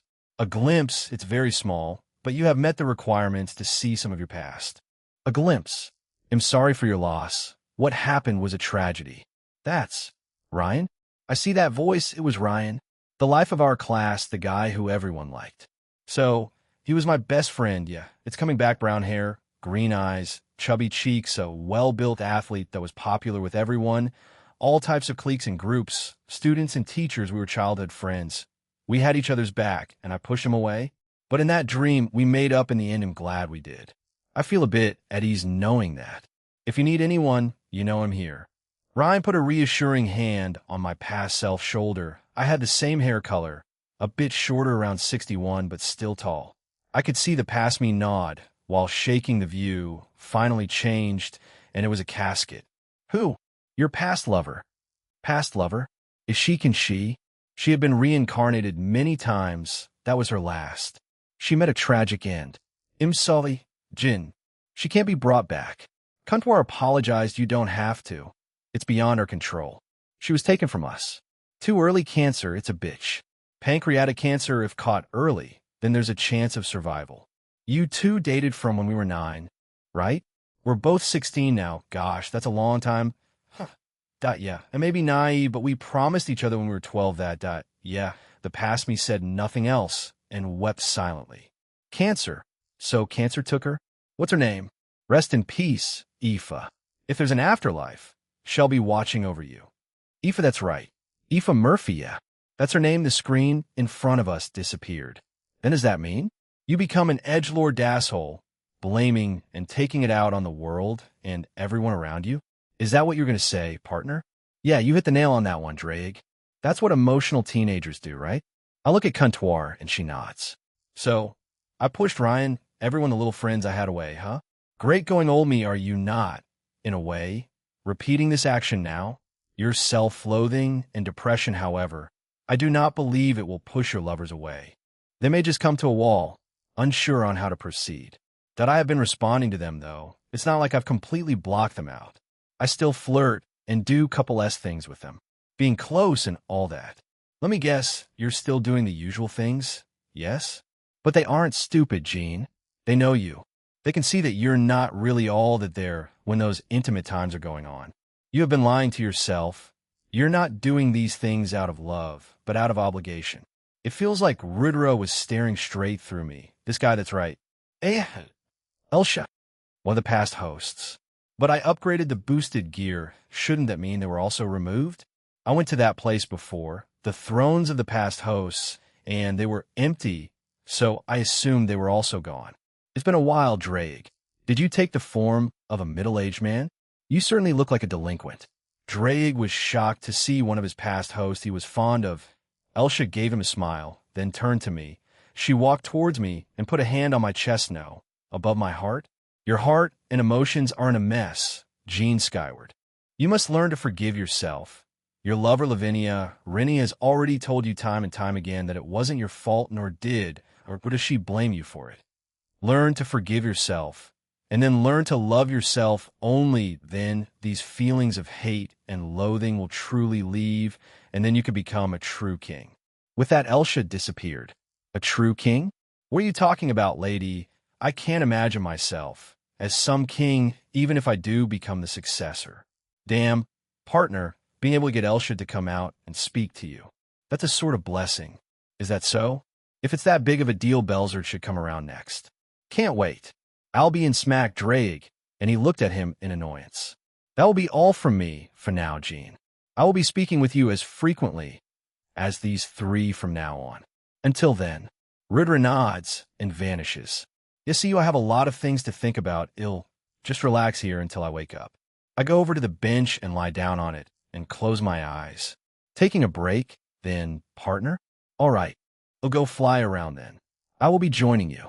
The two went back into their dragon forms and flew away. The air shook on occasion as they sometimes fought and clashed.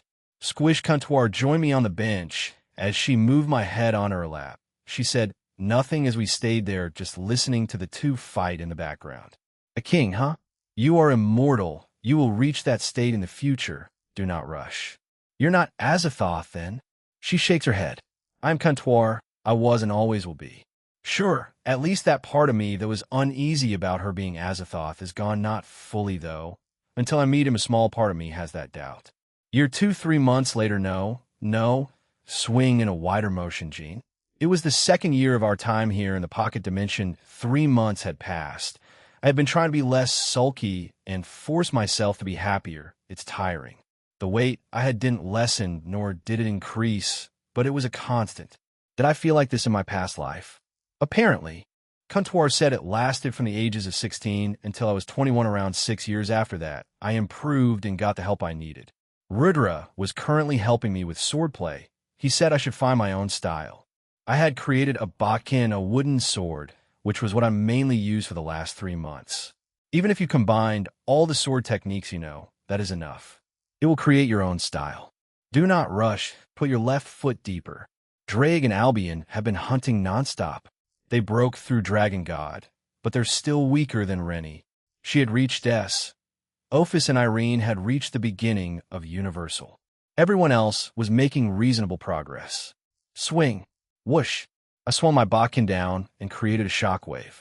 I had changed my idle state from one Dragon God to a constant one Outer God. It took Comptoir and I a bit of time to create new suppression seals. But it was done. But now I was walking around with that power. I had temporarily gone out to the outside and tested it. No one detected me. Well, not including that cunt.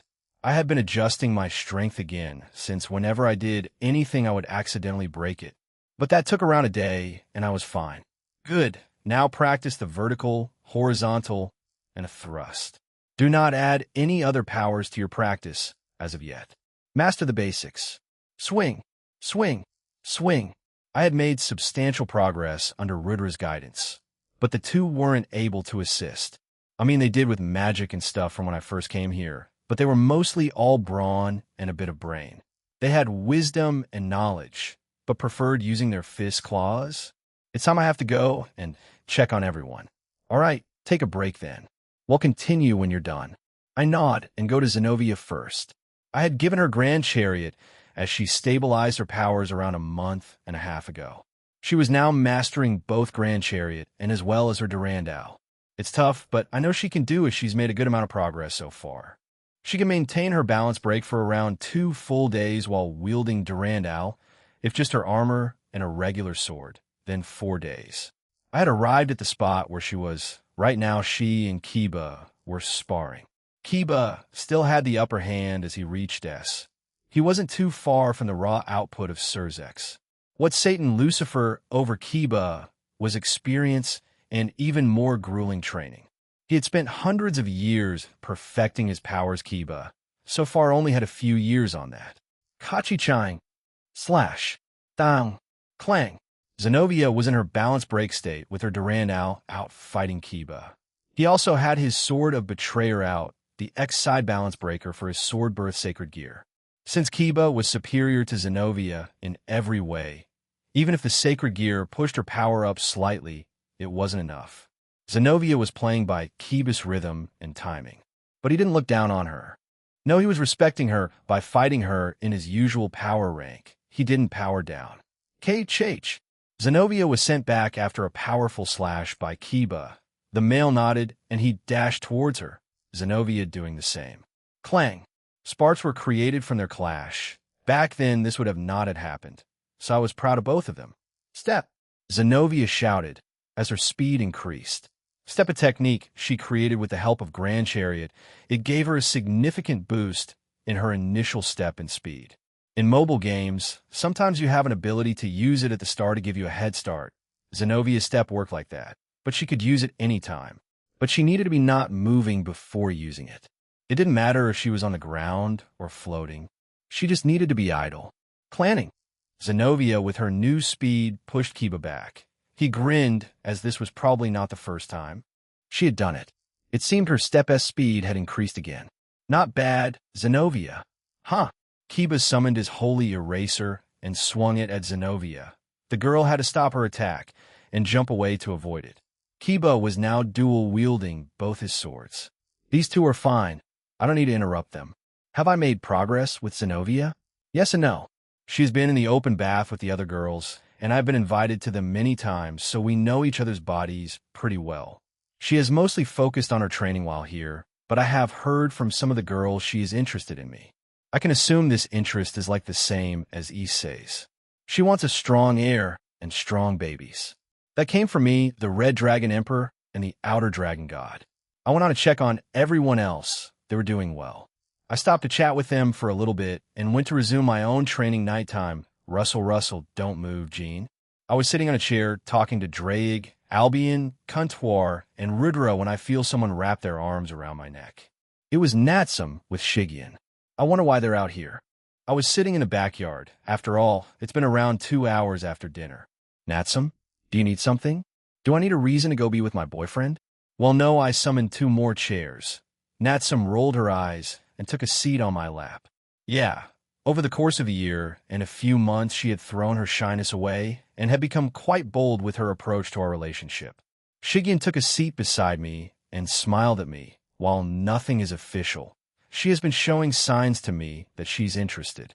Not being shy when I joined the /dog girls in the bath, hugging me on occasion, and the like, she's also sought after me for one-on-one training, and I was happy to help her. Natsum put her head on my chest and closed her eyes. She started humming a tune of a song. I don't know what it was. For years left here, huh?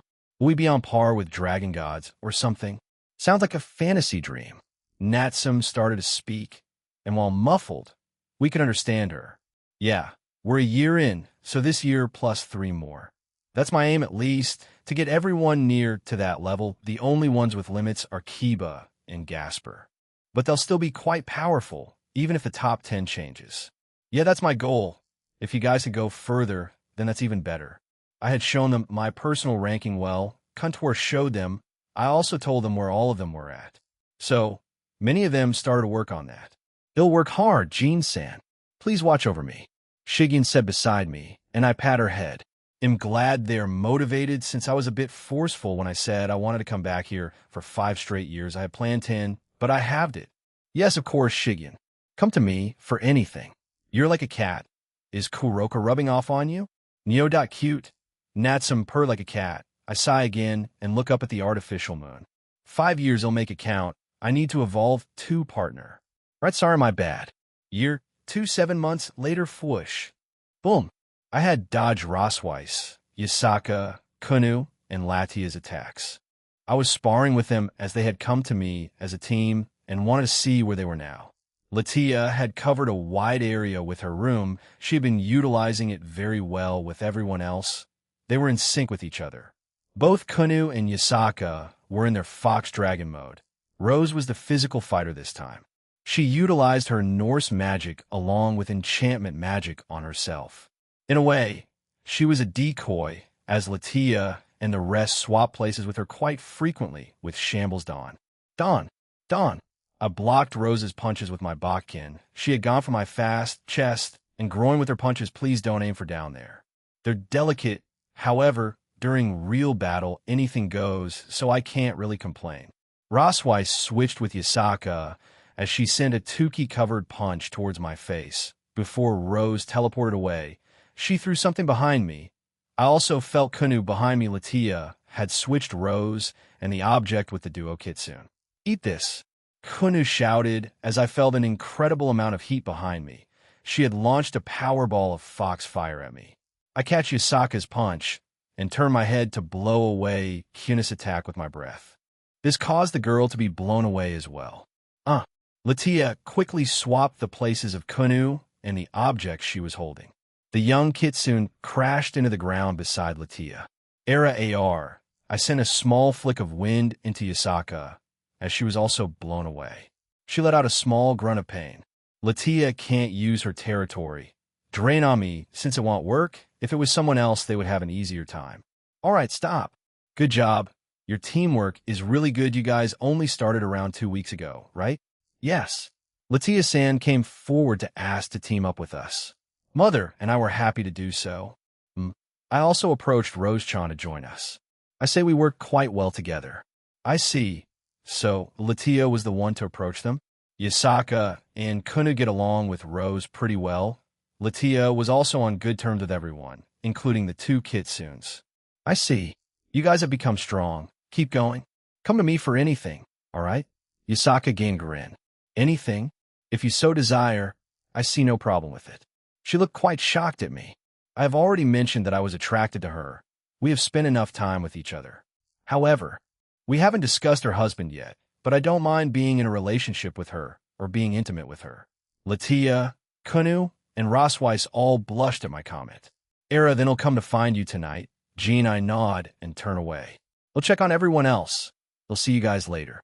As I stepped away, I heard Kunu screaming Yasaka's name. Well, she screamed mother, but that means the same thing. Lightning flame? Suzaku asked Akino as I stood beside her. Akino had asked me to help Suzaku with something. She had been improving in her fire manipulation a lot. Suzaku and Shigyon as well as anyone practicing fire magic or manipulation who want to help in that field. Jean taught me a way to, well, consume lightning as well as strengthen myself with it. Akino stepped away and used her holy demonic lightning mode. Suzuka stared in awe at her little cousin's power and mastery of her lightning. Something like that. I nod and do the same.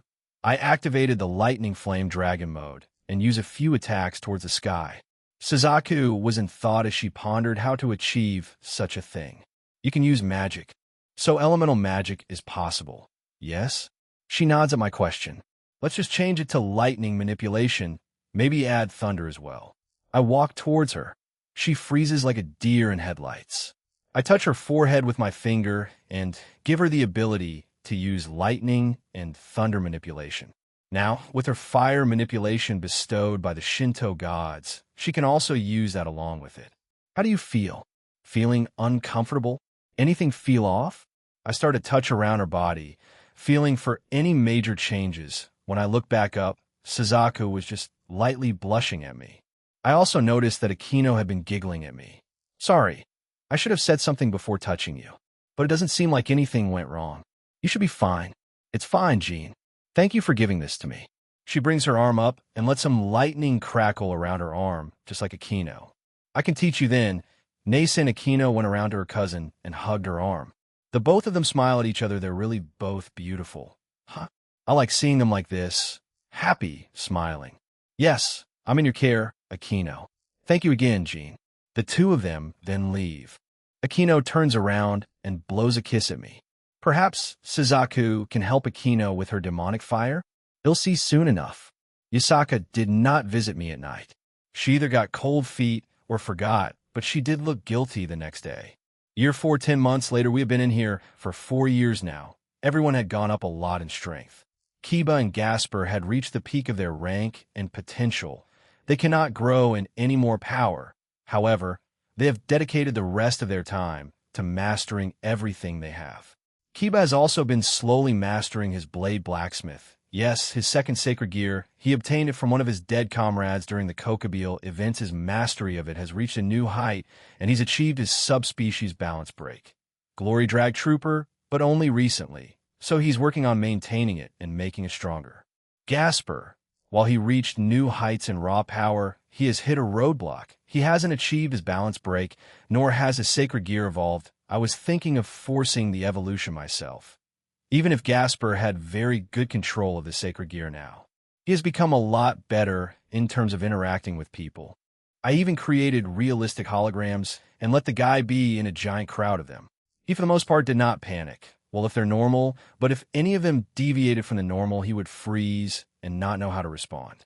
He would quickly end the conversation and walk away. It's better than panicking and running away, so I saw it as a good thing. His reunion with Valerie was near. The two have interacted, albeit with Valerie in illusion magic. Everyone else made good progress. No one has breached Universal, apart from the previously mentioned Ophis and Irene, but they had barely gone up in rank. From a bottom up to Triple B, the both of them.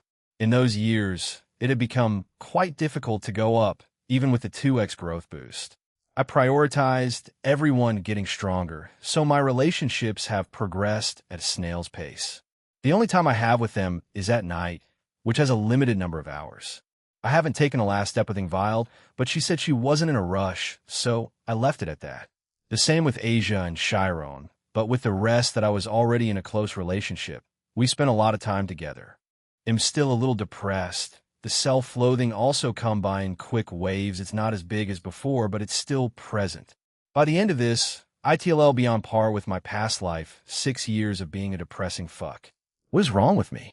Down. Clang. I was sparring with Zenobia. She had made leaps and bounds as she reached low god class, mastering her sacred gear, Durandal, and demonic powers. She juggled them all, while also starting to fall for me for real. I don't know how, since I was mostly dull. No, I did respond and be active at night. I guess for those years, it had some sort of effect. Guts! She shouted as her armor bulked up temporarily.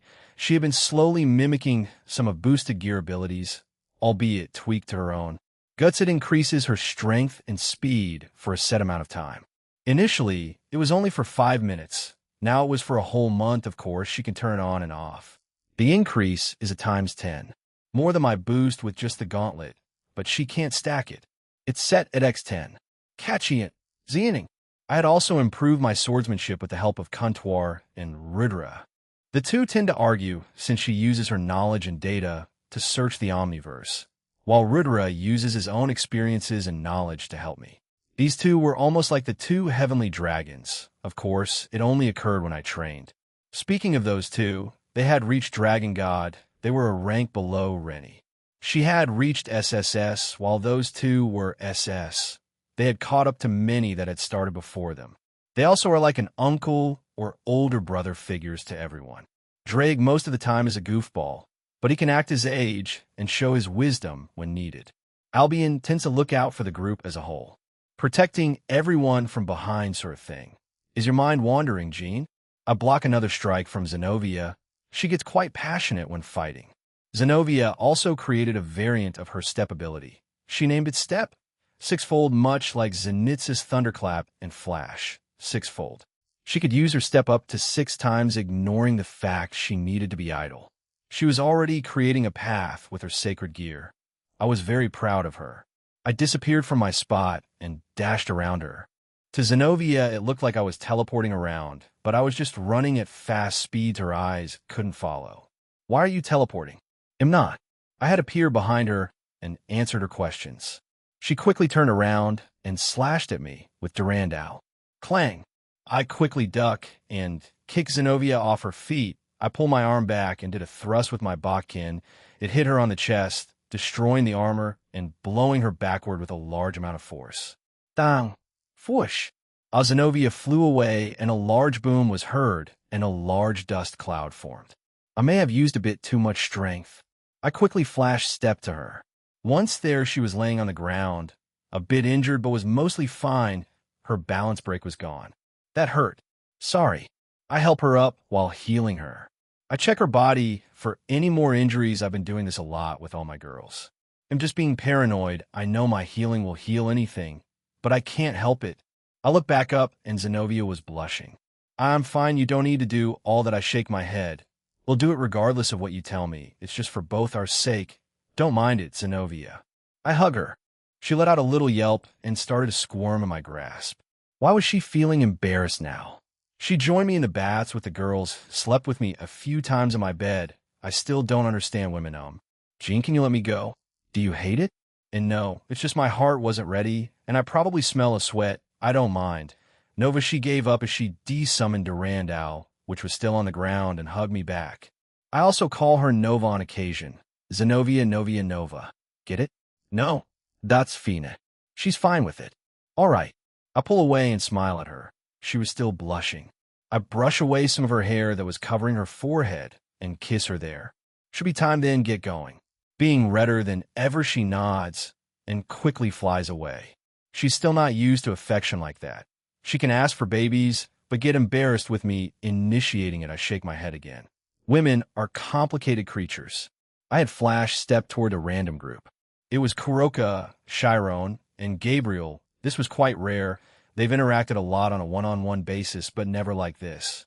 Gabriel has a bit of trouble with Kuroka's straightforward and blunt lewdness.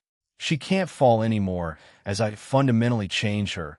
She doesn't need the necklace anymore, but since it's my first present to her, she treasures it. Nia, Jean. Even though the two of them had their 2-key active and consents key, she didn't notice me. The same with Chiron. The other two turns and smiled at me. Everything okay here?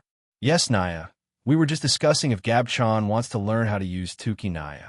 Kuroka had started to dial down her lewd talk when around Gabriel as of late. It took her a while, but she's managing. I approached them and pet Chiron. She let out her cat ears and looked quite happy. Is that so? Why the sudden interest, Gabriel? She smiled and came over to my right to hug my arm. Ingvild seemed to have gotten the hang of it while she's a hybrid. I wondered if an angel could learn it to be able to detect ki or life force. Seems like an interesting ability. If she wanted to, then I don't see why not. I nod and touch her cheek, making her giggle. I gave her the ability to do so. I wasn't sure if angels could, but I just gave her assurance that she'll succeed. She tilts her head at me confused. I wasn't sure if angels could, so I gave you the ability to be able to learn 10k. So, there's a 100 chance of you learning it. She smiled and kisses me on the cheek. I'm not sure in how to proceed with her. She's innocent, but also both naive and not naive. She has a grasp on what's been happening around her, the three factions and other pantheons thanks to me and the girls. She's become very opinionated, but still retains her innocence, especially her love, while she understands what my and the other girls' love is. She also knows her, and I will come to that eventually. Gabriel hasn't said anything about it, so most of our intimate moments are just innocent kisses, hugs, and cuddling. The thought of corrupting her doesn't sit right with me. Okay, Naya, no more flirting. Kuroka barged through and gave me a kiss. She licked my lips and pulled away.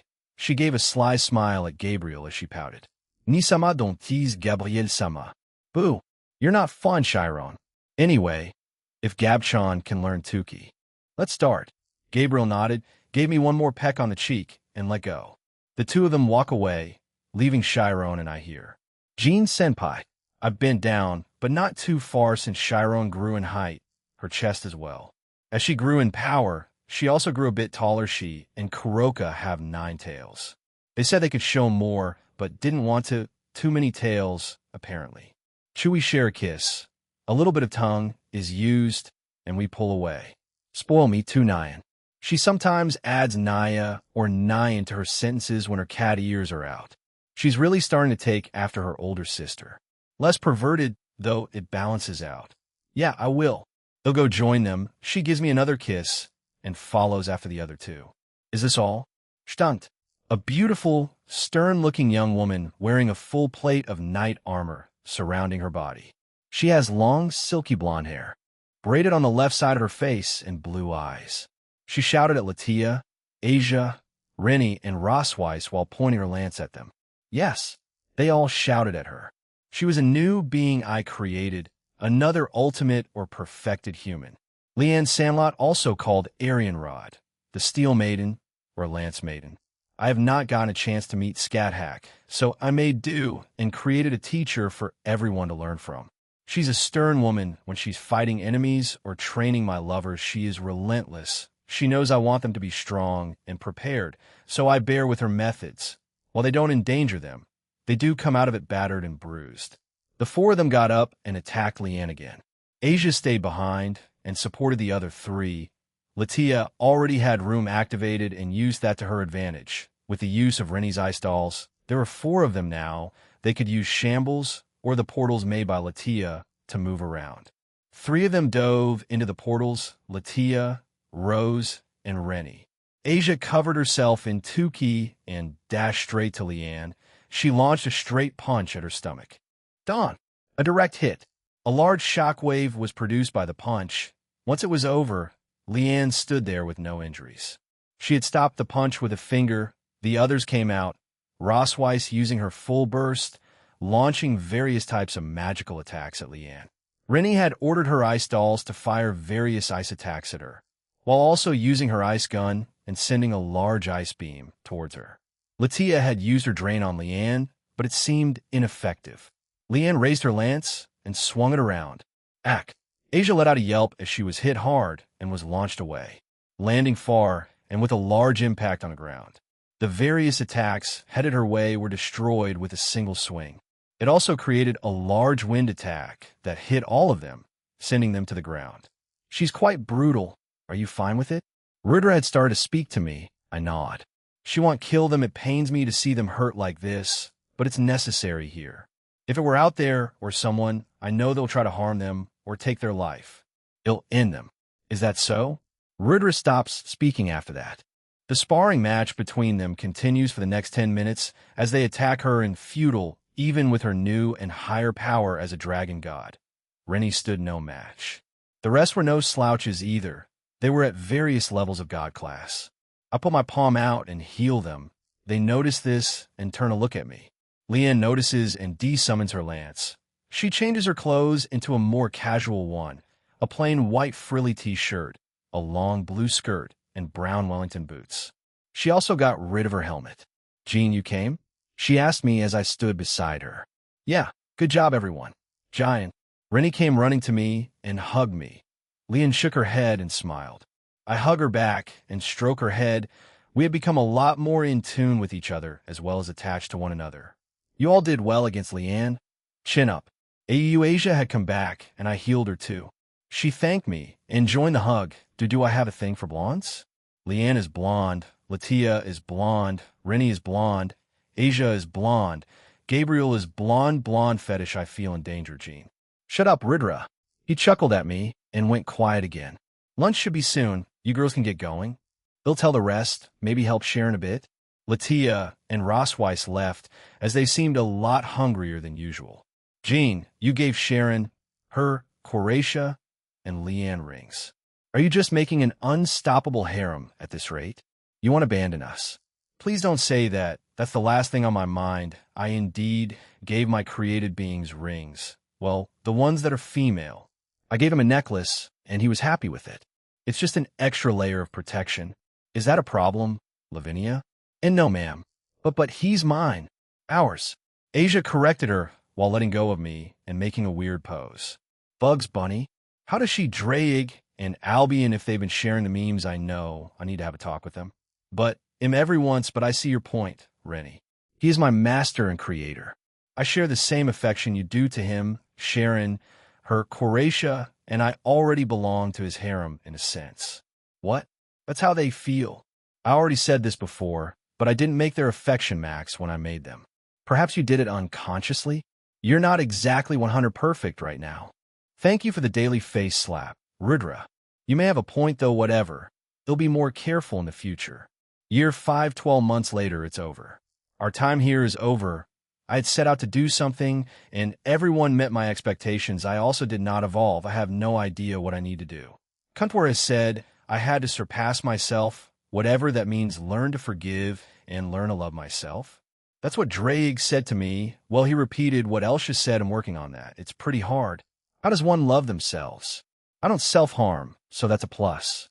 I was sitting on the bench. Everyone wanted to get a bit of more training in Irene, and Ophis had joined me, and we're well here.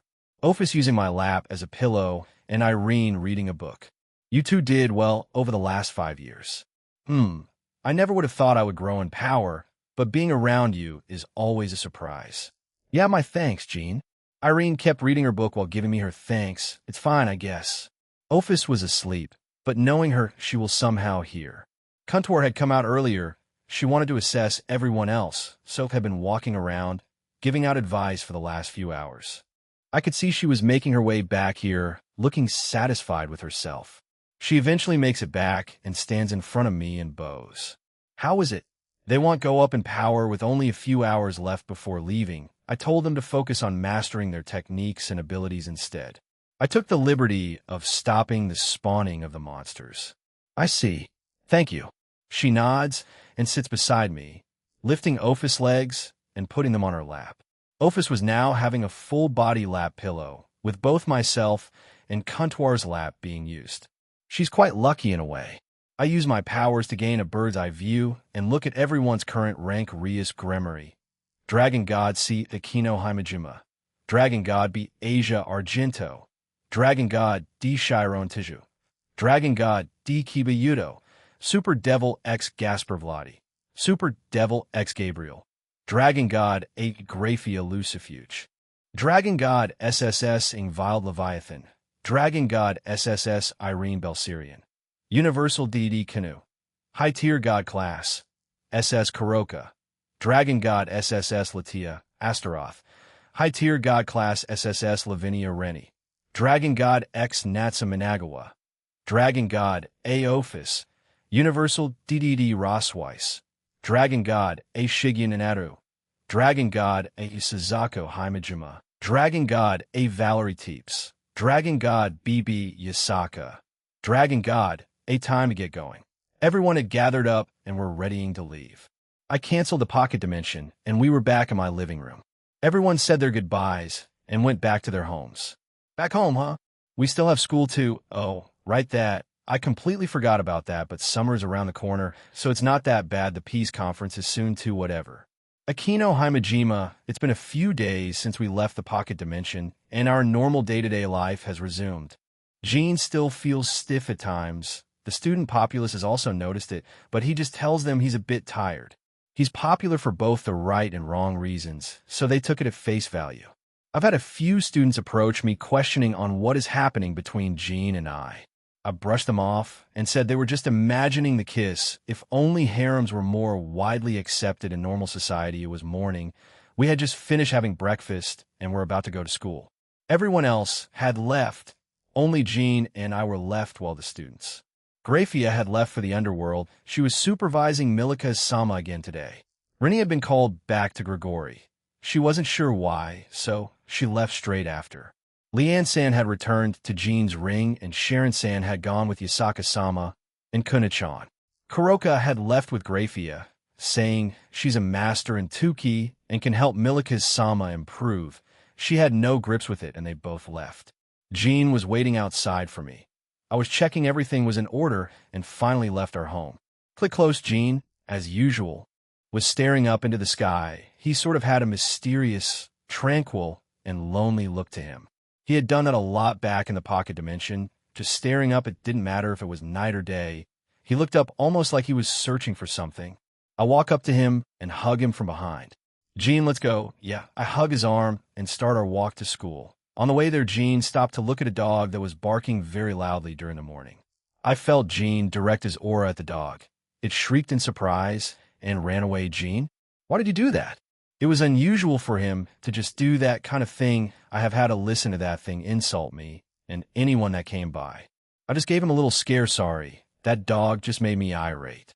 Oh, he did mention something about being able to understand animal language. I should ask him if he understands nonverbal yukais. We continued on our walk. I didn't want to separate from him, so I kept hugging him as we go through the gates of the school. W.A. Himajima-senpai with Gene.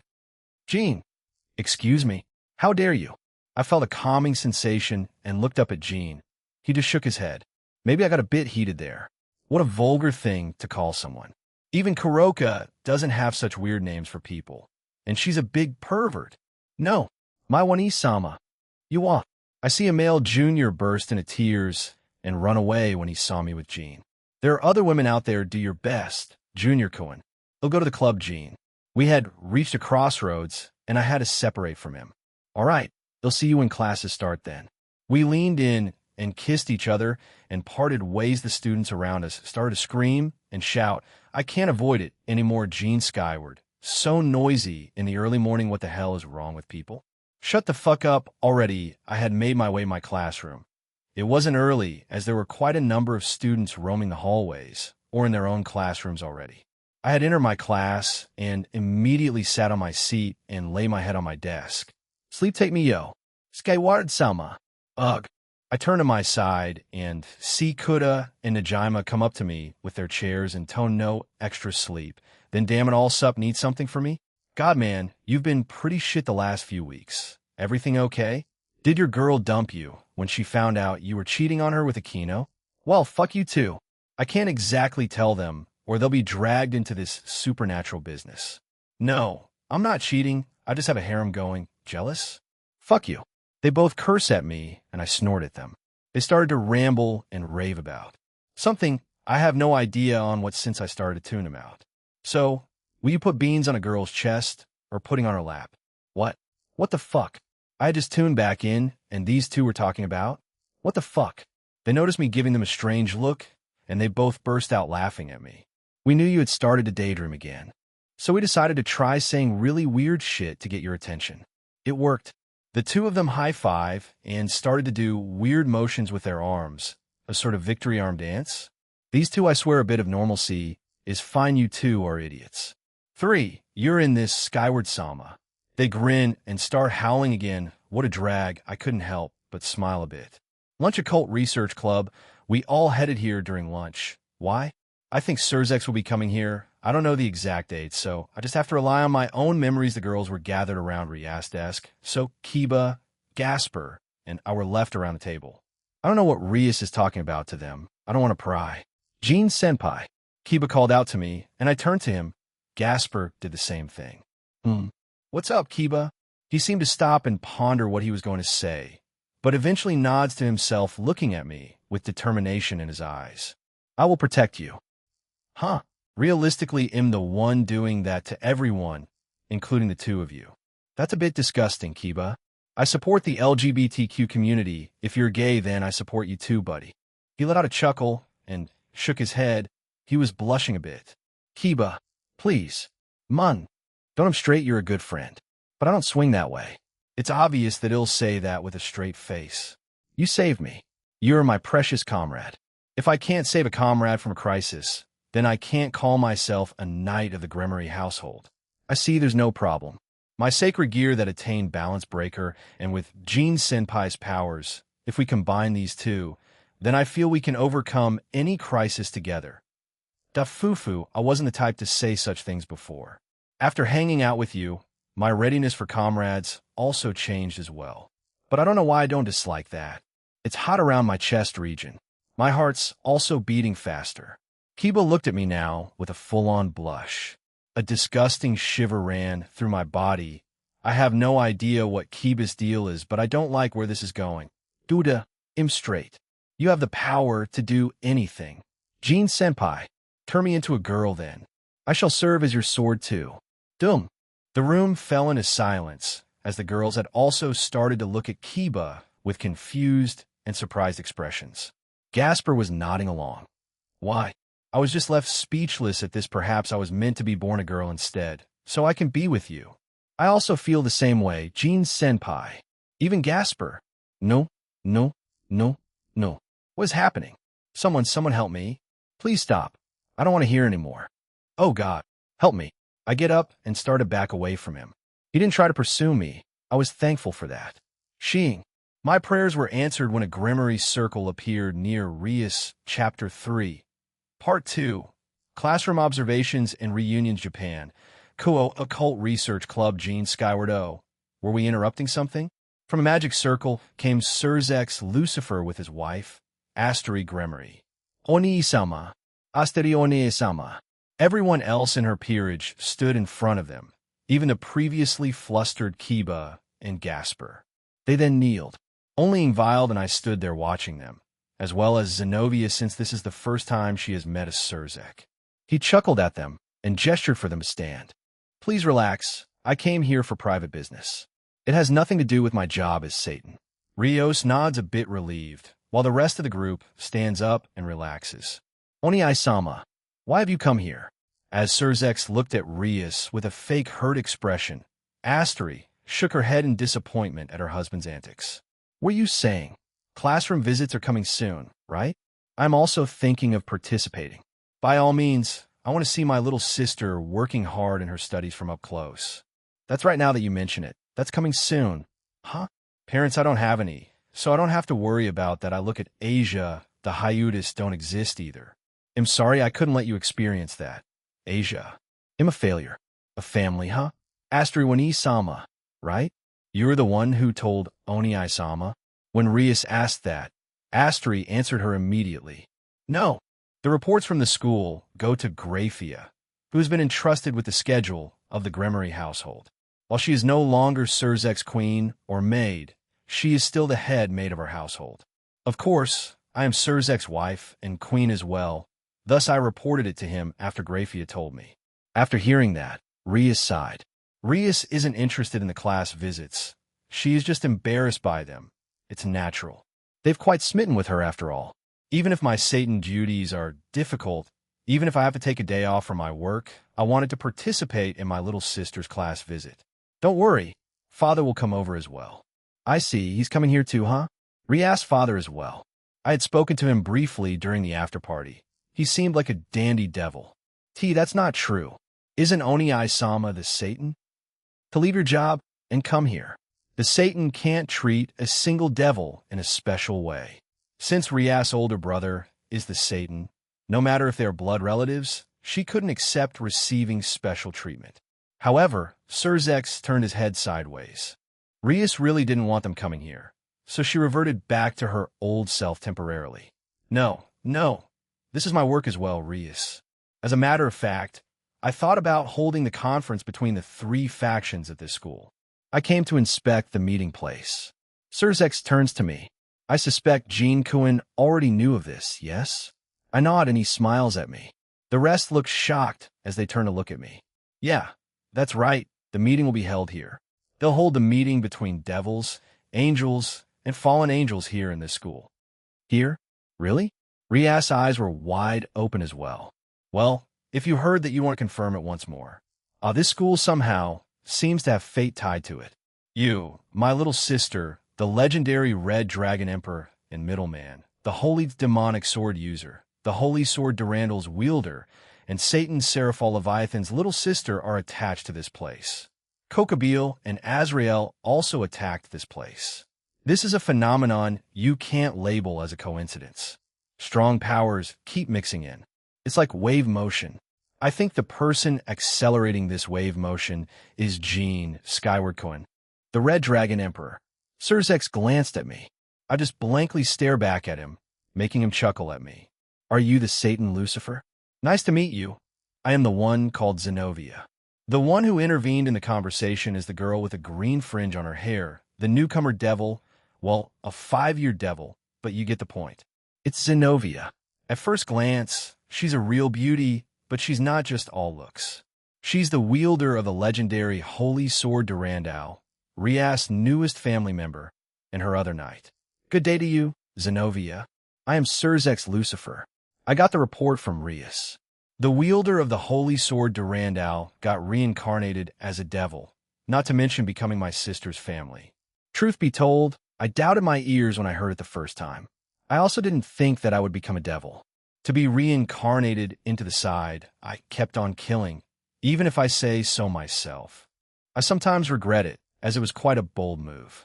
I had once asked her why she decided to reincarnate as a devil back in the pocket dimension. She shrugged and said that it was the only option left for her.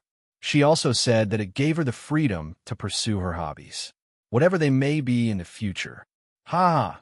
It's great that my little sister's family has a lot of interesting people. Zenobia, since you were just reincarnated, you want to understand your own way, but I want you to support the Gremory household as Ria's family. They'll be counting on you. Well, she's been a devil for 5 years, so you're wrong about that, Surzex, but he doesn't need to know that. If I am asked by the legendary Satan written in the Bible to do it, then he'll have no choice but to do it. I don't know how much he'll be able to do, but allow me to do whatever I can in my capability. After hearing Zenovia's words, Surzex smiles. That smile was exactly the same as Rias. Thanks. After hearing Surzex thanks, Zenovia's cheeks also became a bit red. She looked back at me in panic. I just shook my head at her. It's fine. She didn't need to overreact like that. Now then, let's continue the difficult conversation somewhere else. However, even though I came to the human world, it's still during your school hours? Yes? Would a hotel be open right now? I don't see why not. But that would be a hassle for them, so it'll make it easy for them. I step forward. If you like, you can stay in my home for the time being until everything goes down. Rias looks at me in disbelief. She gave me the please don't do this look, begging me. I'm sorry, this has to be done. Is it okay, Gene Cohen? I'd just offer it. Yeah, I have no problems with it. After school welcome, Surzex-sama, Astri-sama. Upon welcoming them, Grafia guided them into the living room. Once she was done, she came back, kissed me on the cheek, and headed into the kitchen.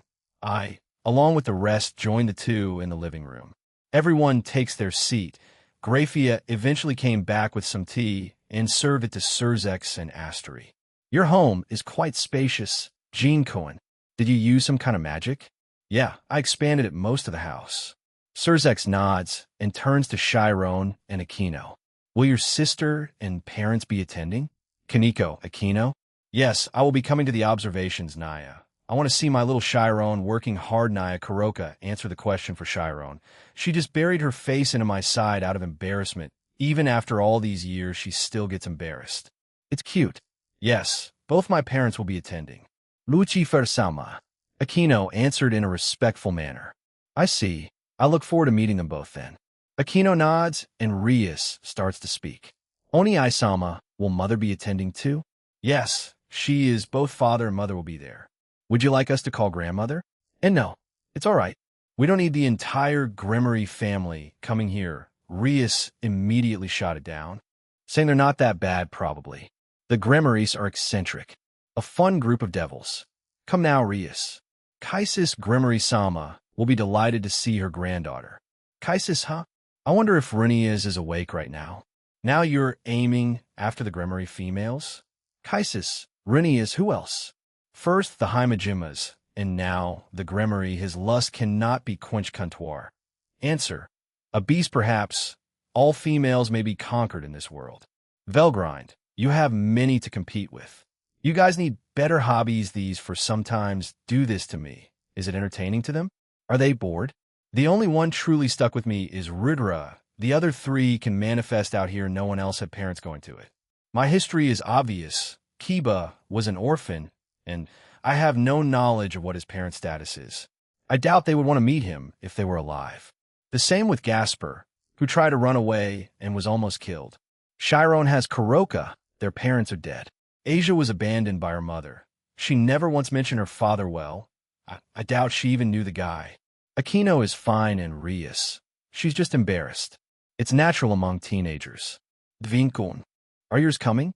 Everyone turns to me when Astri asks me if my parents were coming. No, they refuse to be resurrected. Unless I can bring corpses or skeletons to the school, then probably not. The room fell silent. That was meant to be a joke. Was the humor too dark? I need to work on that then. My apologies. I didn't mean to. It's fine. I'm not that bothered by it. I meant as a joke. Dark humor, I guess that passed over most of your heads. Anyway, I'm fine. I don't need to worry about my parents watching me. I would say it's a good thing. Surzex chuckles as the rest seemed to understand my joke. Astery seemed relieved as she drank more of her tea. The rest of the evening, we had more pleasant conversations, with Surzex sharing some stories from Rias's childhood. Rias was clearly embarrassed and hid behind my back throughout the conversation. Nighttime, I can't sleep with Jean tonight. Dinner had been served a few hours ago. We spent more time relaxing in the evening and learning more about Astrid Grimmery's more relaxed and kind nature. Surzex and her really mesh well together. If Satan Lucifer got a bit too rowdy. The famous Grimmery female pinch came into play. I also got pinched by Rias and Graphia. I wasn't doing much, just sharing the experiences I had with them with Surzex and Astri. I want to talk to Jean Cohen for a bit, while in the same room, some privacy between men. Sorry, Rias, but just for tonight, lend me Jean Cohen. A talk, huh? After what happened 2 months ago, I had a feeling he wanted this. Earlier, I had turned a large bed into 2 medium-sized beds in my room. I did not want to sleep with a man. Though this will feel strange, during the 5 years we spent in the pocket dimension, I slept with the girls all the time, yes. Even Suzaku and Latia joined near the end. They were quite embarrassed and had a bit of trouble falling asleep, but eventually managed. Yasaka did, in which I found surprising, but I didn't outwardly show it. She kept up her usual appearances. She may be mulling over the husband thing I mentioned before. However, Kunu joined me, and any time Rennie was there, she would gush about her being like a daughter to us. Unfortunately, Kunu doesn't see me like that. She'll need to be older before I even think of doing anything to her. Even then, her feelings may change. I will find out in the future. Rennie, well, she was the most troubled by this, along with Kuroka and Aquino. They practically sleep with me every day. When the schedule became a thing, they were a bit upset, but understood that everyone needed a turn. As Graphia mentioned earlier, the women became a bit lifeless, a bit of an overreaction, but I understand how they feel. So, even with those two here, they all of them, the ones that were meant to spend time with me tonight. I spoiled them. Eugene Rias hugs me, as Astri and Surzex smile at her. It was her turn tonight, so she was quite upset about it. I hug her back and stroke her head. Even if I'm still depressed, I've become more attached to all of them, even more protective. I can say the same thing to them.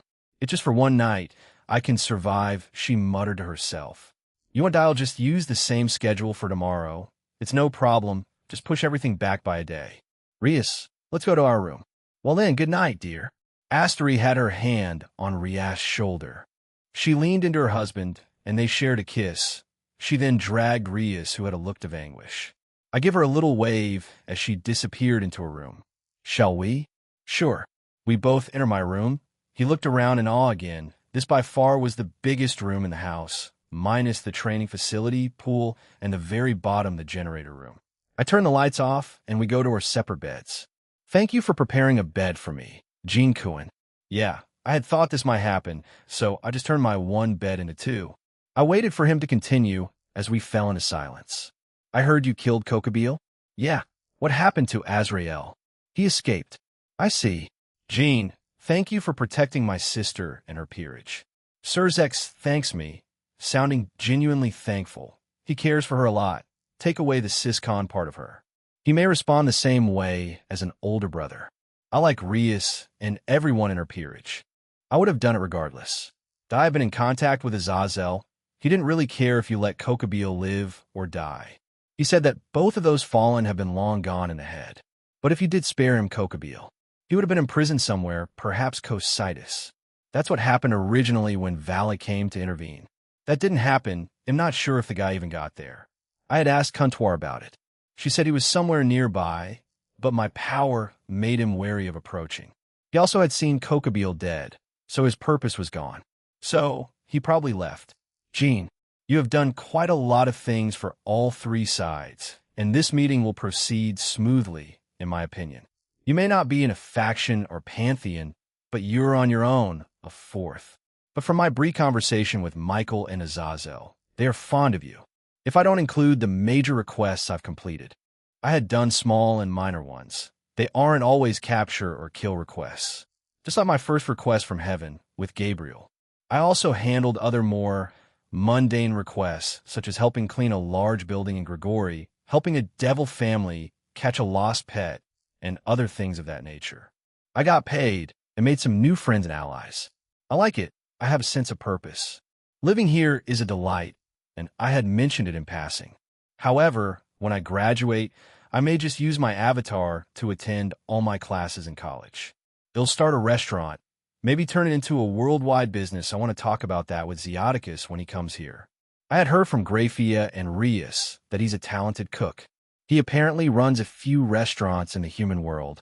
I'd like to use that connection to start a business. Perhaps they can lend me some devils? He doesn't sound like a terrible husband. The riser thing was just a drunken promise. Looks like Venolana is a no-go then. Unfortunately, he'll just form a familial bond with her. The same with the rest of the Grimoires. Jean Skyward, I leave my sister in your care. Look after her for me, please. Yeah, that was the plan. He'll protect her, along with everyone else. The next time she appears in murdering her. If so, will you call me Oni-I-San then? Drop dead. Surzex lets out a happy laugh, and he moved around his bed. No way in hell he'll call you that. Not yet. It will be inevitable, Jean. Then, Jean Kuhn, have you used your boost and transfer ability to increase your harem's breast sizes? I would think that some of the more smaller ones would like a boost in those areas. Dude, what the hell? I know you had this same conversation with Issei. They are all growing through the pocket dimension, so I don't need to worry about that. Even Asia's breast grew quite a bit while in there for 5 years. No need. They're all growing just fine. Is that so? Then good night, Jean Kuhn. He let out another chuckle and drifted off to sleep. Whatever Surzex and Astery decided to stay here for a few days until the observations and conference began. However, and luckily for the rest of the girls, those two shared the same room afterwards, so they could sleep with me again. Oh, Surzex let out a happy noise as we were in one of the arcade centers of Kuo. He was playing some sort of zombie killing game. He was really into it. Kuroko was playing along with him as the two of them had reached a pretty high level. Rias, Astery, and Grafia held their heads in shame, watching the Satan move his body energetically like a kid. I wonder how the rest of the supernatural will react if they saw Satan Lucifer like this. To your right, Kuroka, Nia. The two were really at it, and they eventually won. They high-five, and a pile of tickets started to pour out. A giant win. Displayed on the screen, they also had the highest score. A crowd had started to gather around, and when they won, they burst into cheers. Many of the kids were freaking out and cheering for them. Since they didn't need all the tickets, they kept some to get what they wanted and gave the rest to the spectators. Thanks, Oni-I-San. One of them thanked Surzex, and he looked giddy. He really liked being called that pinch. Let's go get your prize now.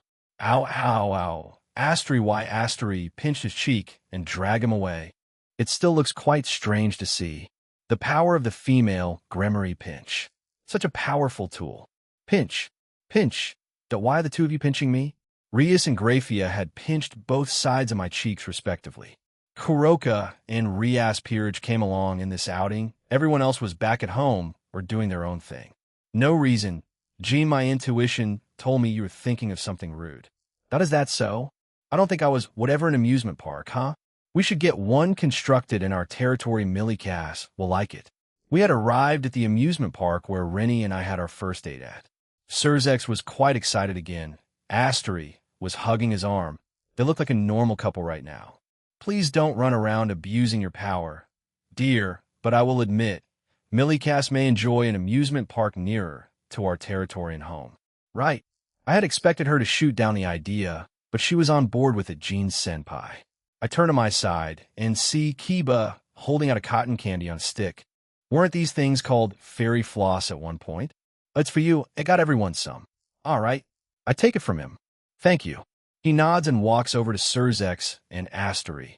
They happily accept and thank him too. Jean, why do you think Kiba said that to you? Huh? Aquino and Rias came up beside me and asked a question that I wasn't too sure on how to answer, so I played dumb. You know, the "it'll protect you and it'll turn into a girl for you" statements? Truth be told, I don't know how to feel about that. I would like to think he was joking. The same with Gasper. I have no intentions of turning them female. I know the shenanigans with Azrael's ray gun in the future will happen, turning the girls into temporary men and the guys Kiba and Gasper into women. I will hope they're joking. If they're not, Rias was looking at me seriously. I know she cares about them, but like I knew them as guys, met them as guys. Even if I changed their genders, it would be quite hard to change how I see them. Gasper will look the same, only his masculine traits changing. Kiba Yumi, as he's called in his female form, I will admit looked cute. But as I mentioned, I can't. Then, I may need to reject the first two females in my life. Let them down easily then. Easier said than done.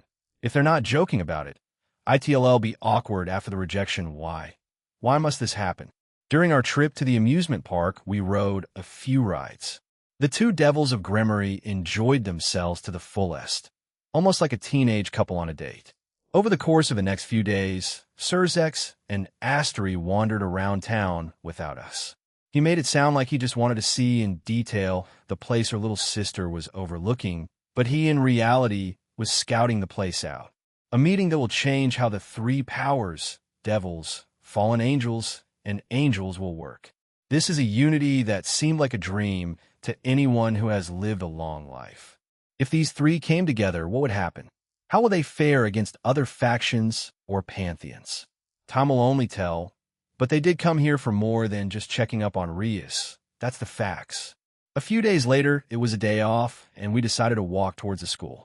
Why? Rias had this plan for some time now, and we were hoping to get it done today. Asia, were you able to finish last night's homework? Yes. What about you, Zenobia-san? Well, I don't know some things that are in Japanese. Would you teach me? Yes. Please leave it to me. But kanji is still a bit. Me too. It's really scary that the Japanese learn these complex characters. I'm catching a glimpse of a part of a major economic power. Asia and Zenobia were chatting. When they met initially, it was really awkward, but somehow, the fact that these two were disciples of Christianity was probably the main reason their relationship deepened. Calm Asia and Energetic Zenobia are the names the boys call the two gorgeous foreign girls. The time and the pocket dimension also deepen their friendship. They get along very well now. I see. This is also the Lord's guidance. Yes, it is the Lord's guidance. Amen. Ouch. Like this, they pray as they put their hands together. And at the same time, both of them take damage. What the hell are you two doing? I should do something about that. I was originally planning to fix some of Heaven's systems when the peace treaty was done. Well then, you all. Today will be the opening of the restricted use pool. The Occult Research Club members were ordered by the Student Council to clean the pool. It's already summer, and the school has to open the pool. Rias already gave her consent to cleaning with the condition of us having the very first use of the pool. Therefore, we removed the moss left over from taking out the water. A few days ago, Rias bought a swimsuit along with Aquino and Ingvild. A few others were annoyed they couldn't come. Sona insisted that only club members could attend. I said we could just use the pool in my home another time, and they were fine with it. She refused to show it to us back home. "They'll show it to you when we go to the pool," is what Rhea said. She looked quite excited about it. Once we were there, the guys and girls split up to get changed.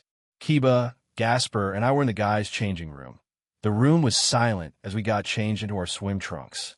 It didn't take long, and the three of us left to wait outside. Well, I waited. The two of them said they'd go get some snacks and drinks from the club room, so they teleported away. I could have just summoned some, but they didn't let me get word in. So I waited alone.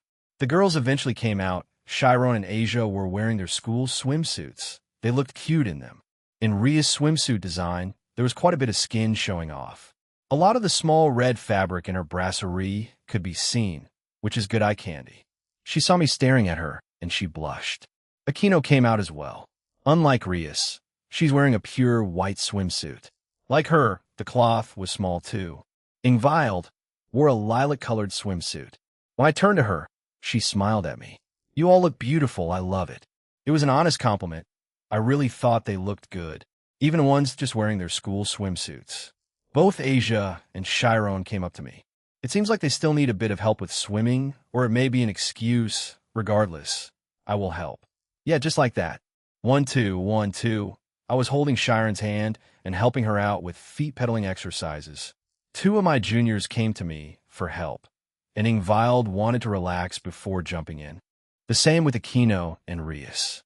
Kiba and Gasper came back and had put the snacks and drinks out, so I was the only one left to help the two. Kuroka wasn't here, so I had to do it. Asia sat by the poolside, waiting for her turn. "Keep it up, Chiron-san." She cheered on her friend and junior. They'll be helping her out afterwards, but I had to focus on Chiron for now. She stooped her exercises and hugged me. "He was sorry for asking you to do this, senpai." Chiron said in an apologetic manner. She didn't need to apologize. I like helping her. "You're one of my lovers, Chiron. I love helping you guys out, so rely on me more." She blushed at this and nodded. So we resumed her training and eventually reached the other side. She pedaled all 25 meters of the pool, and she did a good job. "All right, Asia, you're next." Yes. Using her newly gained technique and information, Chiron paddled back to Asia. She got out of the pool. It wasn't that far, so she was fine. I was right behind her. I proceeded to do the same thing for Asia as I did for Chiron. She got the hang of it quite quickly. She even asked to do it on her own halfway through, and she did very well. Towards the end of her tri-splash, Rhea's had jumped into the pool. That's dangerous. Well, whatever. They're powerful now. Something simple as that won't hurt them. She started to rapidly swim around. I urged Asia to leave since she might get caught up in this. Whatever this is, I see the two nod at each other and leave. Looks like they're getting some drinks, maybe relax by the shade a little. I feel someone cling to me. I turn back and see Rhea's had come up to me. "Hey there." Pfft. "Hey there. What are you? An old man?" She wrapped her legs around me as she tightened her hug. "I'm not an old man. Well, kind of. I may be old, but I'm not old whom you are in a way, aren't you? Old man Jean, please don't call me that." She giggled at my despair. "Well, you are 87 quintillion years old." "Yeah, partner, embrace it. The knowledge of 87 quintillion years equals to nothing since you were basically dead. I don't need to hear that I already feel old in my previous age and my current age, and yeah, I'm old. If you think about it, Rudra is the next oldest, then the two heavenly dragons." "Hi, yeah, hey old-timer." "Drake, your provocation means nothing, Welsh dragon." Rudra brushed off the attempt of riling him up, as expected of a veteran EMP boom. "Jaya." I spoke too soon. I guess he can have his childish and immature moments. Huh? Choo-choo, pay attention to me. I come back to reality and see Rhea pouting at me. My bad. She had given me a kiss on the cheek. "Sorry." The two lizards started to talk to me. She giggled cutely. We were close, really close. We hadn't shared our first kiss yet, as strange as it seemed. She has slept with me, cuddled, bathed, and kissed me on the cheek many times, but never on the lips. Rhea stared at me expectantly. I lean in, and so does she. Our lips connect, and we share a first kiss here. It wasn't the most appropriate place for it, in front of others too, but I didn't care. My hands that were wrapped around her waist had moved further down and groped her plump ass. In MFFH, she let out a sweet, faint moan into our kiss. The two guys were sunbathing with their eyes closed. The girls, however, were watching us. Aquino giggling and Ingvild smiling at us, taking advantage of the situation to grope my ass. We broke the kiss as she smiled at me brightly and buried her head into my chest. I couldn't resist. It seems like she was fine with it, as she didn't say anything else or stop me. I moved my hands back so I could hug her normally. We eventually left the pool since she got hungry. Asia and Chiron were sleeping against each other. They had gone back into the pool and tried swimming on their own. However, while they were a bit clumsy, they didn't drown, so they got the hang of it. Rias and Aquino were happily eating some snacks and drinking some bottled tea along with them. Kiba and Gasper had somehow got a chessboard over her and were playing chess. I go over to them. Chess. At the pool? I never thought I would see this in my life. The two of them laughed. Yes, we thought it would be an interesting place to play chess at, so we went with it. Would you like to join? It'll pass for now, but I might do it later. Zenobia has been missing since, well, earlier I'll try to look for her. I know where she is, but I'll still go. The two of them nod and turn back to playing chess.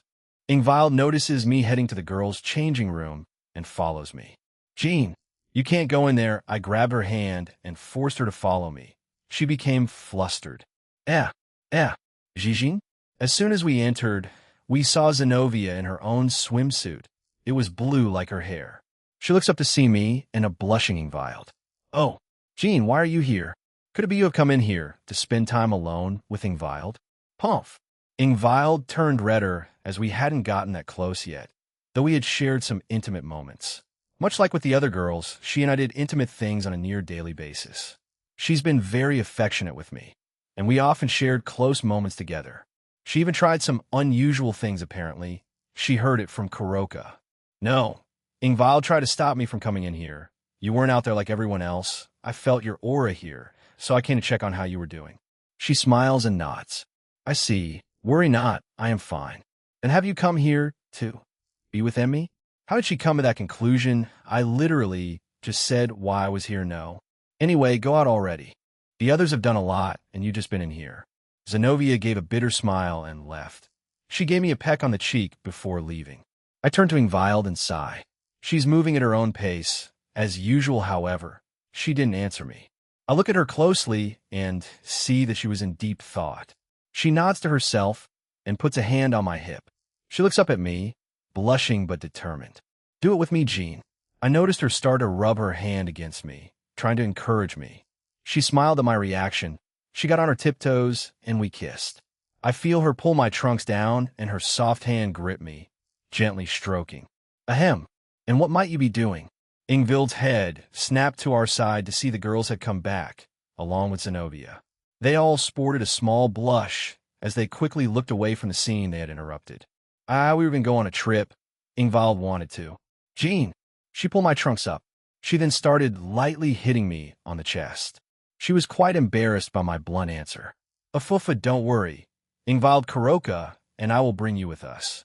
We've been planning a fun hangout with Jean. Looks like ITLL be a bigger group now. Aquino winked at Ingvild as she kept getting redder. Rias and the girls around Aquino looked at her in shock. Aquino tilted her head. Why are we surprised? Jean will have big gatherings eventually, you know. Aquino, everyone acknowledges that, but saying that out loud, isn't it embarrassing? Aquino shook her head. She wasn't embarrassed by it. I doubt most are the ones that have been close to me. No, even Grafia wants to do this. Rias, you may need to have spent time with Jean, as well as do it regularly enough to not be embarrassed by it anymore. Afufu. Some are still embarrassed, though Aquino glanced at Asia and Chiron. The two looked at the ground without saying anything, since she was right. Truthfully, we almost went further with Asia once, but we were interrupted. By who? Kunu. She cried. I had to comfort her that day. She has strong feelings for me. I know that. But Yasaka and I have told her she needs to be older. And if she still has the same feelings by then we could discuss it again. Is this appropriate behavior? I have no idea. I don't actively flirt or do anything romantic things with her.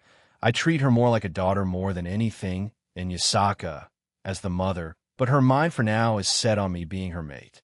I see Zenobia walk past them all. They stared at her as she flung her swimsuit off. The girls made surprised noises as they stare at the undressed Zenobia. Then, be with me, Jean. My love for you is as strong as my belief in the Lord. A Maui facepalm. That's not how this works, Zenobia. Let's just calm down and go back outside, all right? I snap my fingers, and her swimsuit goes back on her. I walk out there first and sit by the pool. How hectic you'll do with all of them eventually. They're hormonal teenagers, so it can't be helped if they act this way. As we leave through the school gates, I come across a familiar face. Vala Lucifer. It's been some time since I saw him. He was leaning against the wall, trying to look cool and mysterious. I stop, and the others catch up to me. They see me staring at him, and they also look at him. Jean, Vali, Red Dragon Emperor, White Dragon Emperor. We stared at each other, then he got up and shrugged. What did you plan on letting me know? He turned his back to me and asked a question. He didn't sound or feel angry. Interesting. Did he get it out of his system beforehand? During the peace conference. You were that confident in one happening? I was. I see. He'll be accompanying Azazel during it. He'll see you there then. Val has started to walk away, turn a corner, and I feel him teleport away. His Chinibu is really showing again. He really doesn't need to act like that. Everyone else was a bit too stunned to move. The White Dragon Emperor just randomly showed up. We knew each other, told he was affiliated with Grigori, and said he would be at the peace conference. A lot of stuff was just dumped on them. I wait for the questioning. Let's go home first. You can ask me there. They nod, and we walk back home. We were gathered around the living room as Grafia and Aquino poured everyone tea. Vakuin visited you?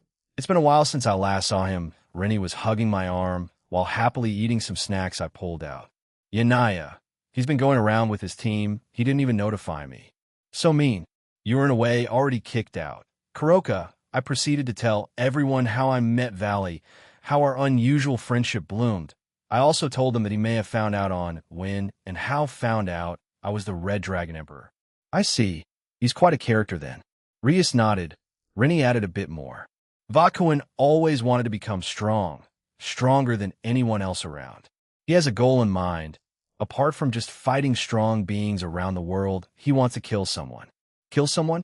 They repeated. But Rennie shook her head. She can't answer that, but I doubt Valley would care if people knew. In the end, he cares about that and fighting. If those stop existing, he doesn't mind dying.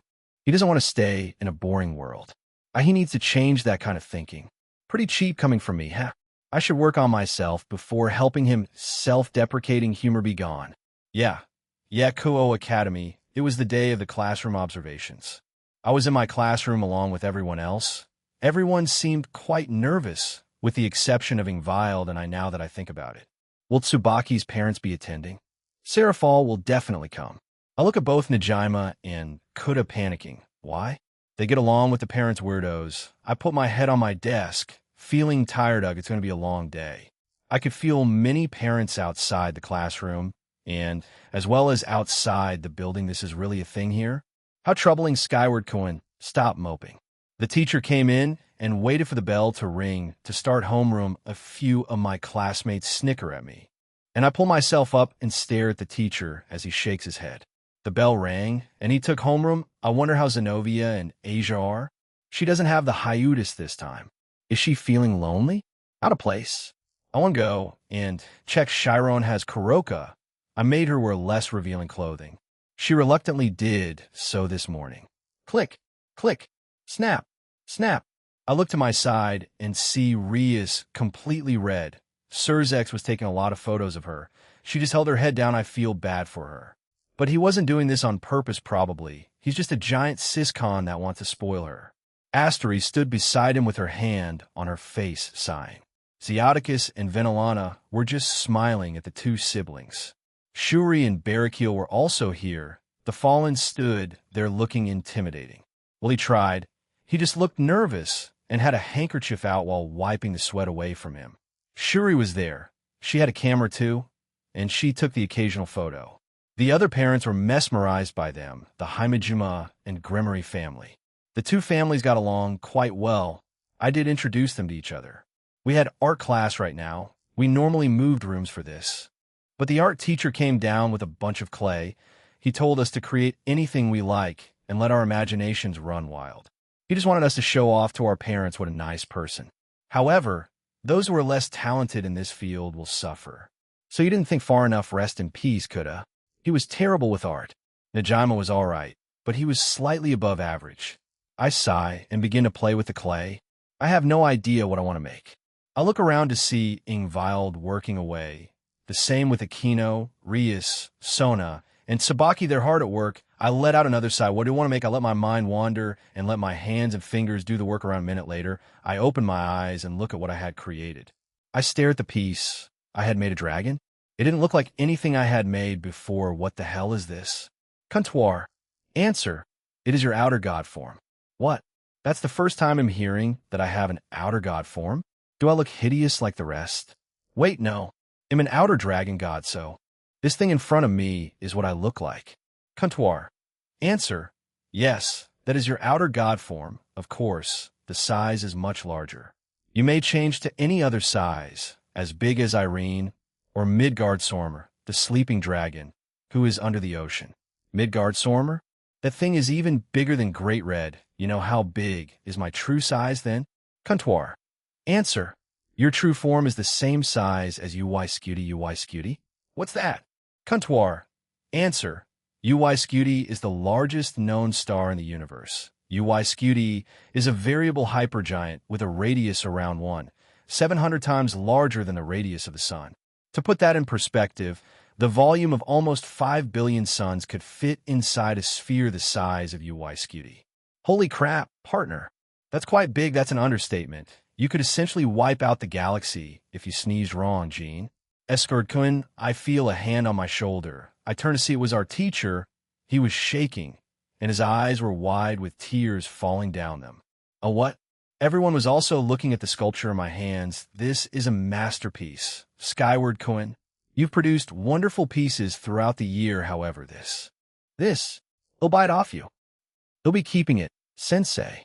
He fell to his knees as he sobbed. A few parents awkwardly laughed at him. Shuri was smirking at me, the girls staring at it in fascination. What would a show-off Daisuga, Skyward Sama? Praise the harem king. Kudanajima. It'll beat the two of you up later, however. The classroom kept getting louder, and it slowly turned into an auction house. Even though I already declined in selling it, how troublesome.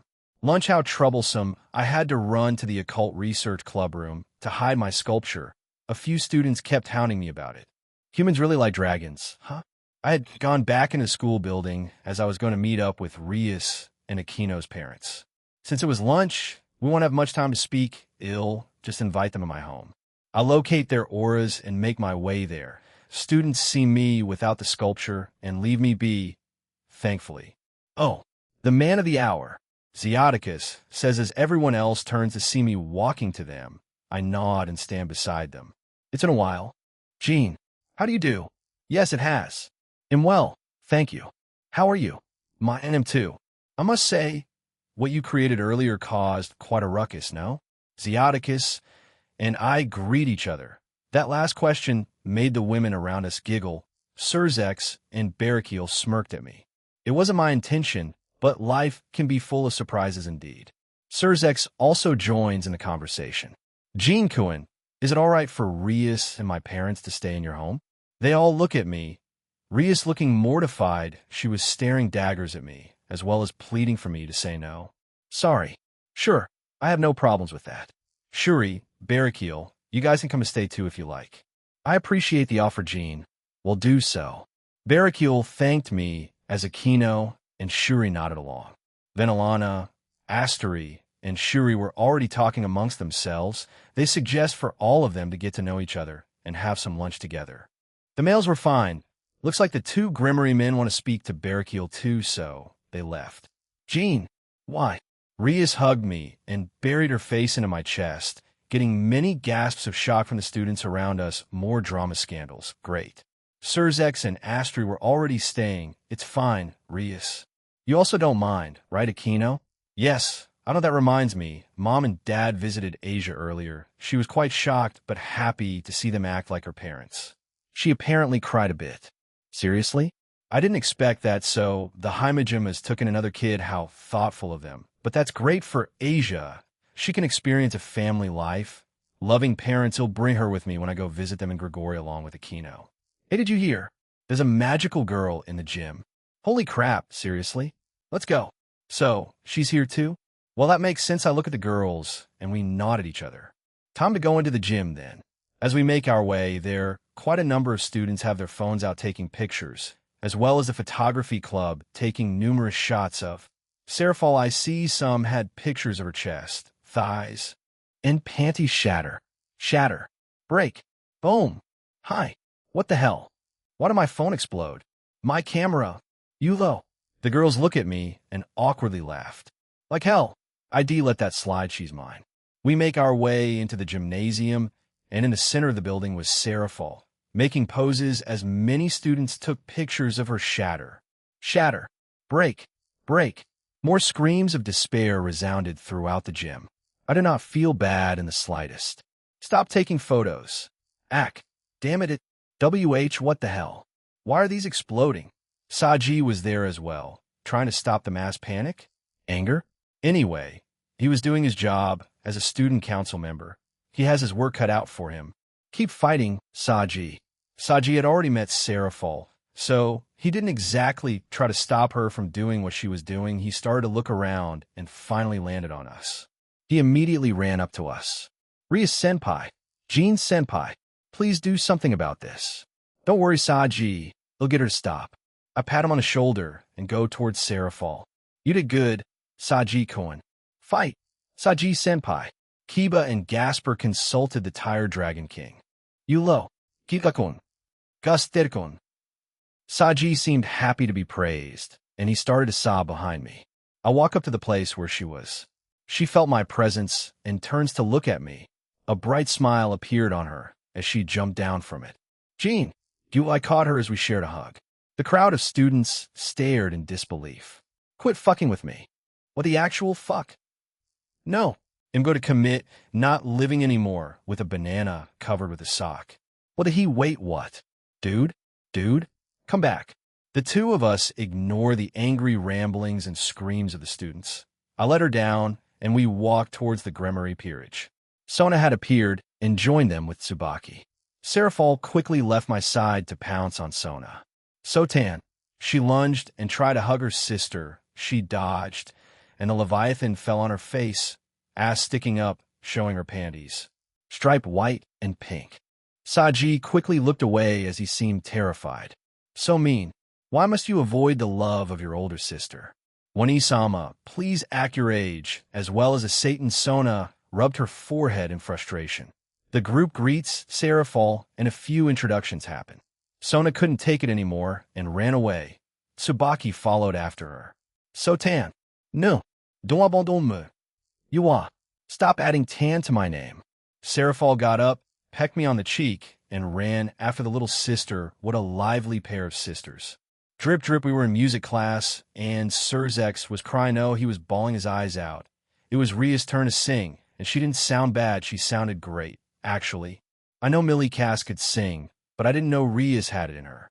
Zeoticus had his phone out recording her.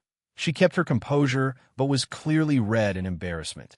She'll definitely explode once this day is done. I can see why she didn't want them coming. I wonder how it would have turned out if they had the originator of their household, Rinia's Gremory, as well as her grandmother Kaisa's Gremory. It may have been even more lively. Next, it was Aquino. Barracuda pulled out a headband that said Team Aquino on it as she started to sing. She looks at her father and blushed. Shuri also pulled one out and started to wave to her another one for the books. Barracuda then pulled out his phone and started to record her. Aquino's smile had turned into that smile. Barracuda immediately started to sweat as he put his phone away. Talk about having your own father around your fingertips. Shuri also smiled at Barracuda. While she loved Aquino, so did Barracuda, mind you. I think she doesn't want to embarrass her that much. I did not look forward to my turn. We were back in my home. On the TV in the living room were a bunch of videos of Rias, Aquino, and Asia being played. I just wirelessly connected them to my TV via my powers. All three girls had their faces buried in their hands. They were quite embarrassed. Ha ha! Paying attention to a daughter's blossoming is a parent's duty after all. Zeodicus, after a few drinks, had loosened up a bit and was lightly patting Barakiel on the shoulder, as well as his son, Serzex. The two of them awkwardly smiled at the man. This is a hell the likes of which hasn't been seen before. Rias was shaking her whole body while blushing to the maximum limit. Please look. Our Riatan is raising her hand and answering Sensei's question. Serzex, he's commenting on his little sister's action. Through the video, Rias became even redder as she tried to go even further in her own hands. I can't bear it. Oni-sama, you idiot. Ah. Rias ran away after not being able to bear it anymore. Zubin. Serzex is knocked down by Astra's paper fan. Everyone was laughing at Serzex as he slowly got up. Ah, maybe I took it too far. I shake my head. This man is more trouble than necessary. I'll go get her. Rias was sitting in front of my room. She was puffing her cheeks as if in displeasure. Is it wrong to say I find this cute? Rias, would you like to enter my room? She nodded without saying any words.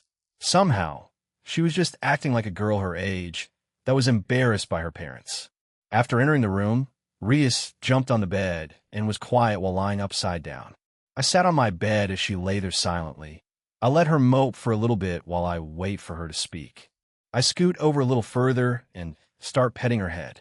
My mother, father, and Aquino's family are getting along quite well. I didn't say anything. She still has things to say, so I wait. This meeting, as I feel it, is good. Father and mother also seem to be enjoying it. They're getting along really well. They don't even care if Barakiel-san is a fallen or my family are devils. It's a step in the right direction. True peace for the three powers. She nods as she finally turns to face me. She had grabbed my pillow and was hugging it. She looked at me as if telling me to come closer, so I did. Hey, Jean. Yes. Are you happy to have met me? I am. I'm glad to have met all of you. Even if we had our little hiccup a few months ago, I'm glad it went down that way. Before I could answer, Rias continued. I am happy to have met Jean. A life without you is impossible. Just imaging you not in it, it's painful. I can say the rest of the girls agree with this. I know. I'm spoiled by all of you. I'm blessed by all of you. If I didn't reincarnate, if I didn't exist, you all would have your usual fate. Would that have been better? I've forced you all into this crap I'm in, after all. Of course, Rias. I'm glad to have met you. I'm glad I met all of you. My life is full of fun and interesting things happening to it. But it's full of dangers as well. You already saw it a few months back, even though I held back from asking. Are you sure you want to stay with me? Even knowing that those dangers are just around the corner? I can always just erase the memory of me from everyone from this world, then face this by myself. She shakes her head furiously, letting go of the pillow and lunging forward to hug me. I don't want that. Please don't do that. That sounds so lonely and painful, being forgotten by everyone. You alone will be keeping those precious memories while we... She started to cry. Tears fell from her eyes. I didn't think me mentioning something like that would make her cry. I wiped the tears away, but they didn't stop. I'm sorry. I shouldn't have said that. Please don't cry anymore. I made someone else cry again. Shit, why am I so lousy? Rennie Aquino and many more cried when I first came back after meeting Nyarlathotep. Rennie cried the hardest, the way she clung onto me for dear life, like I would blip out of existence if she let go. The other girls too, Asia after finding out God was dead, and seeing me just vanishing, Aquino that probably reminded her of her mother's shit. Shit. Fuck. No, stop, I can't keep going with this kind of mindset focus. Jean, come on, man, hey. Jean, I looked back up at her. I've been staring at my bed while she slowly stopped crying. Aquino said you would marry her in the future. Can we? I have thought about my marriage ceremony as well. You know? Japanese style would be good. For the reception, somewhere in Japan would be good. If you talk about a place with beautiful scenery, then Rias had already imagined it till there. As expected of a Japanophile, but yeah, he'll marry them all. I don't care what others say. He'll do it. He'll make them all happy. Fuck whatever other opinion there is. My mouth was suddenly closed as Rias kissed me and wrapped her arms around my neck. I instinctively wrapped my arms around her waist and supported her.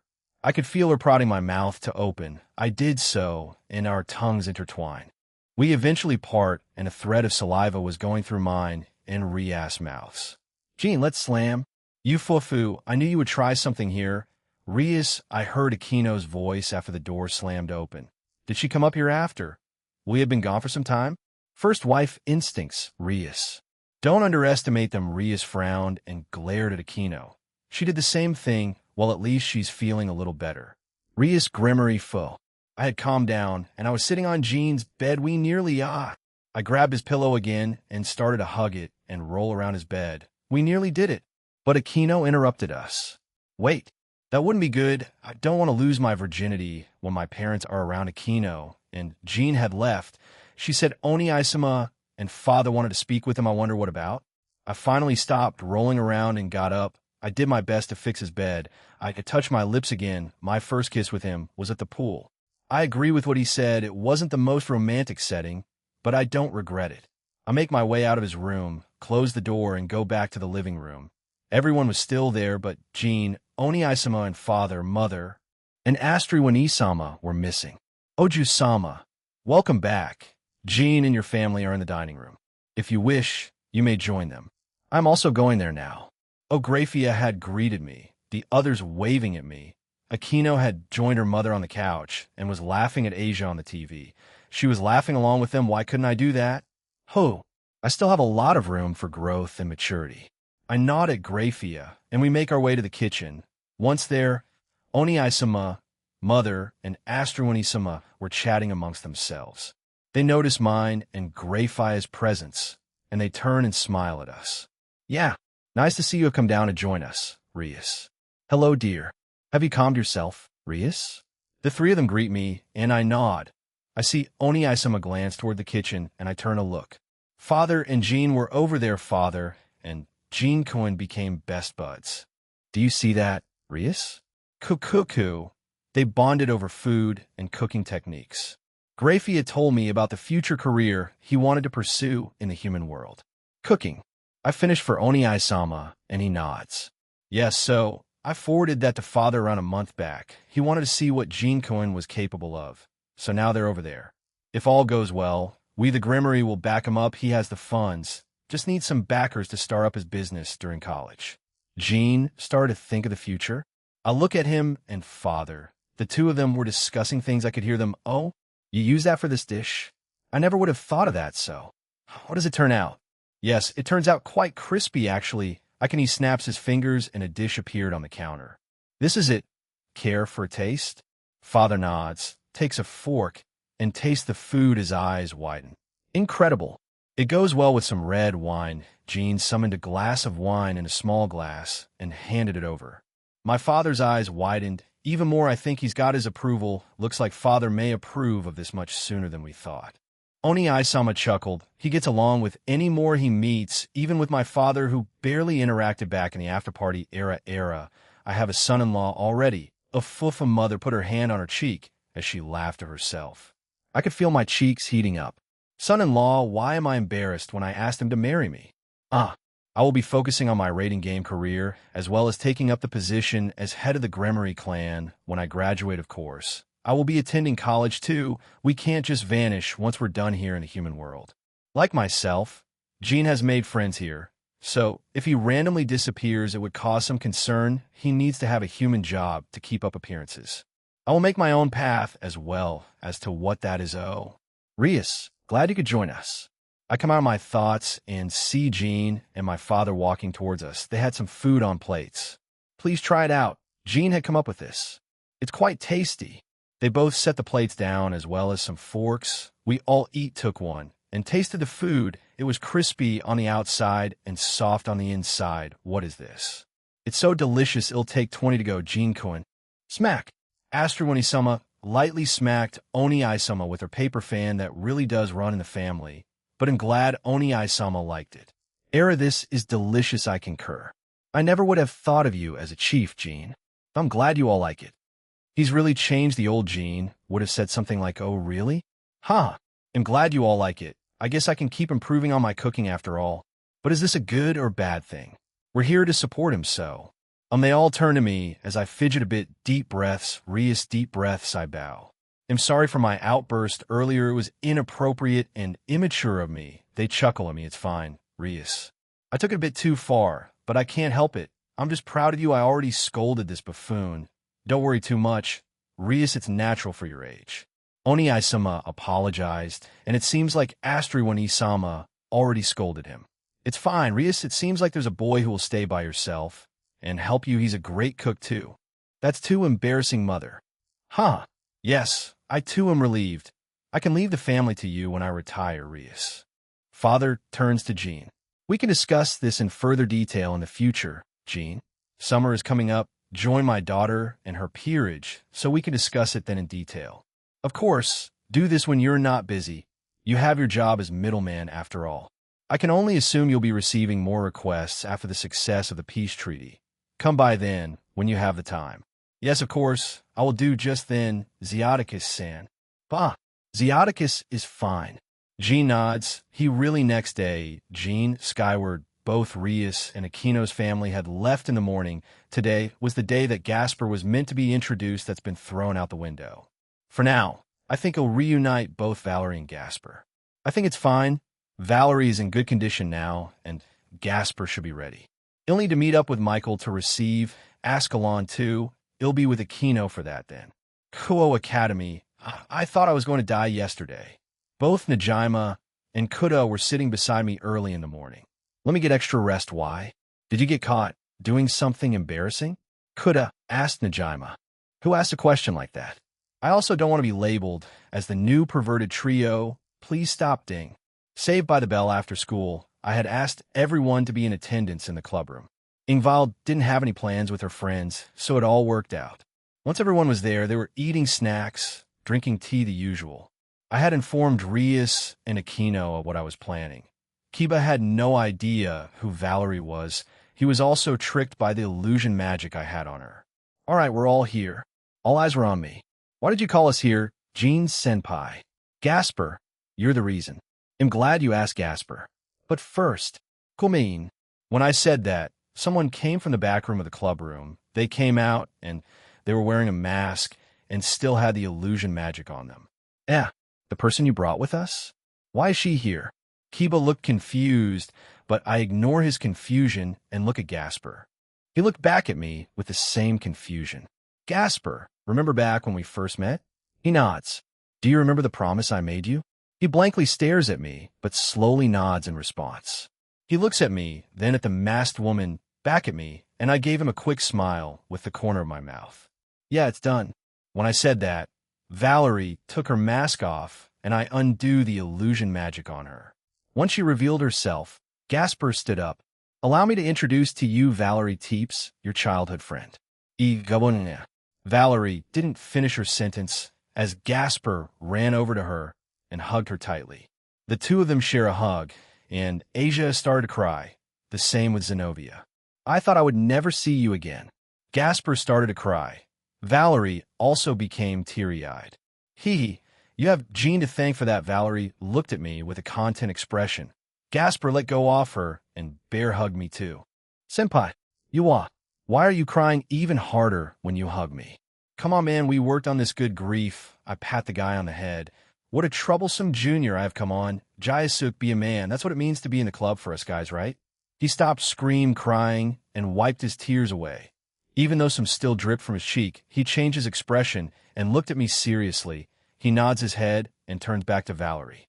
Welcome back, Valerie. Let's get along again. You too, Gasper. Everyone looked at the two with smiles as they have finally reunited. I'm also relieved that Gasper didn't hate me either.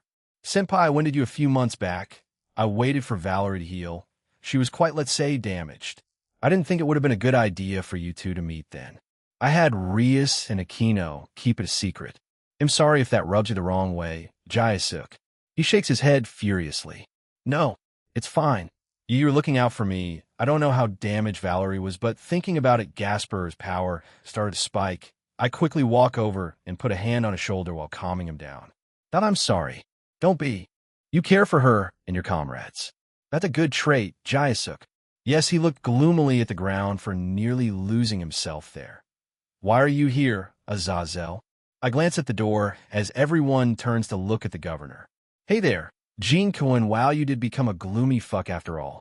I've got to hand it to Valley. All right. I just came here to check out the Gremory group. in you. I'm about to say I can't feel your powers or auras anymore. What in the world did you do to them?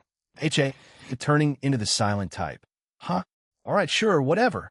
It'll get going, then not too long till the peace conference. See you all there. Ciao, Azazel, turn around to leave and teleported away. What a carefree guy. I have less energy, and I can't keep up with his rhythm. What a drag. Nighttime. Gasper and Valerie were catching up in the living room after having dinner. Everyone else was doing their thing. I was on the couch to their right, relaxing with everyone else. Rennie was attached to me, as per usual. I turn to my right, open my palm, and close it. It's useless, no useful information. Why do they keep doing this? Cow's Brigade kept sending magicians here to create magic circles to do the mass teleportation for the invasion, but I kept killing them. I doubt this is all of them, since Azrael know he's useless now, if what she said was true. Then whoever was telling them to come here is stupid. Nyarlathotep definitely is hiding some to create the circle. I can't detect any of them. Jean? I turn back to see Rennie worriedly looking at me. I shake my head and lightly bump our foreheads. It's fine, I got rid of it. I feel a tug on my shoulder and turn to see Aquino pouting. I wearily smile at her and did the same thing. Now, that's more like it. Why are they so competitive? I again feel a tug, but to my lap, Asia and Chiron were looking at me. Pleadingly, I repeat the action to them as well, and both were satisfied. Slowly, everyone the girls wanted me to do the same thing in the world. Hey, partner, where's my forehead bump? Haha. AHHH, you didn't need to burn me. You deserved it, Virgin Dragon. Virgin Dragon. Cuntoir. Answer. Virgin Dragon. Yulo, why am I being bullied? Now you know how I feel when you do it to me. Never again. Imsali. Pakna. Yulo. Jean's soul swing. Slash. Swoosh. Step in deeper, yell like that. Taking Rudra's advice, I did just that. I stepped in deeper while twisting my body and thrusting my bakkin. Doom. Not bad, but can be improved. Your saving grace is your power. Even with subpar technique, you can easily overpower anyone, right? Hey, partner. I turn to look at Drake as he was lying on the grass in his human form. Cuntoir and Albion were sitting on the bench having drinks. When are we going to use your true queen for our boosted gear? I'm not sure yet. I mean, we haven't really needed to. I also haven't finished making the chant for him. What was the chant Haida Ise use again? Feel free to say it, Jean. I can prevent it from activating. Cuntoir tells me that I appreciate it. But which one do you mean, Drake? The initial chant or the one when he fought Shalba? Shalba. I nod and recite it for him. Everyone was looking at me. Who is about to awaken am the Red Dragon Emperor, who holds the truth of the king up high, holding the infinite hopes and unbreakable dreams, and walking the path of righteousness. I will become an emperor of Crimson Dragon, and I will lead you to the path of heaven, glowing in deep crimson light. I see. So that's the chant, so you're having trouble rewriting it for your own? Yeah, well, let's find a different word for crimson, then since, let's be honest, Rias Gremory isn't your one. Right now, it's between Rennie and Aquino. Sorry, Karoka, but I don't think adding Naya would be too fitting. Might I suggest adding Scorch? Blue? Gold? I haven't even met her yet. Rudra, I think we keep the first two lines. It still fits you, Jean.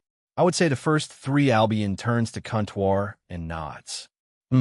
Yes, the first three make sense. Perhaps change the Red Dragon Emperor to True Emperor or such. True Dragon Emperor. It doesn't have the ring to it. Red and white mix pinkino. We are not the Pink Dragon Emperor. The two dragons immediately shut it down. I was just talking to myself. I wasn't going to seriously suggest it. Okay, how about this? We all turn to Drake, who stands up and starts to chant. I, who am about to awaken, am the True Dragon Emperor, who holds the truth of the king up high, holding the infinite hopes and unbreakable dreams, and walking the path of righteousness. I will become a god king of dragons, and I will lead you beyond the path of paradise, shining in true outer light. How about it? Drake looks at us rather excitedly. That sucks. Gah. Drake fell down to his knees after I told him on how I felt about the chant. I mean, it's not that bad, but I don't know, did you even hear what I said, you mongoose? I said it had to involve or have a nod to either Rennie or Aquino. Maybe even both. You know the crimson is for Rias Gremory. You lo. He started to cry after being scolded by Albion. What a useless dragon. I go over to him and pat his back. Chin up, Drake. We still have time before we use it, whenever that is. Oh. Partner. He hugged me while cackling to himself. We spent the rest of the time in there trying to come up with a new chant. We got nowhere. Next day, Aquino had left early in the morning. She said she had somewhere to go. The rest didn't know except Rias. She didn't tell me, but told me to meet her at the shrine she used to live in. I knew it was time for me to receive Ascalon from Michael. So, I knew where to go and followed that path I haven't gone to in a while. I know Aquino sometimes goes there to clean her home welcome. Jinkan. Unatinkan.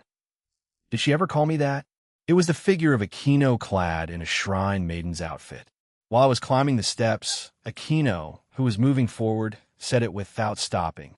Sorry for suddenly calling you out like this, Jean Cohen. It's no problem. I was also free with no work.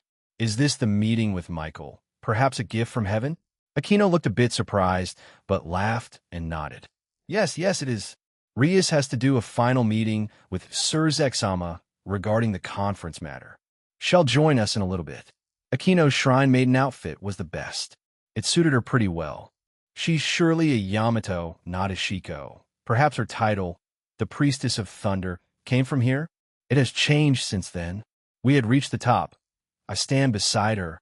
I lean in to whisper into her ear. You look great in it. I touch her shoulder, and she shivered. She looks back at me with an expectant look, but I shake my head. We can't get hot and heavy here. Otherwise, Michael may have a heart attack. She pouted a little. We could do it later tonight. Let's go fwash. It's been some time, Michael. In front of us, Michael had appeared from a column of light. He smiles at the both of us and nods. Michael had golden-colored wings to the point of dazzling and fluttering in front of me.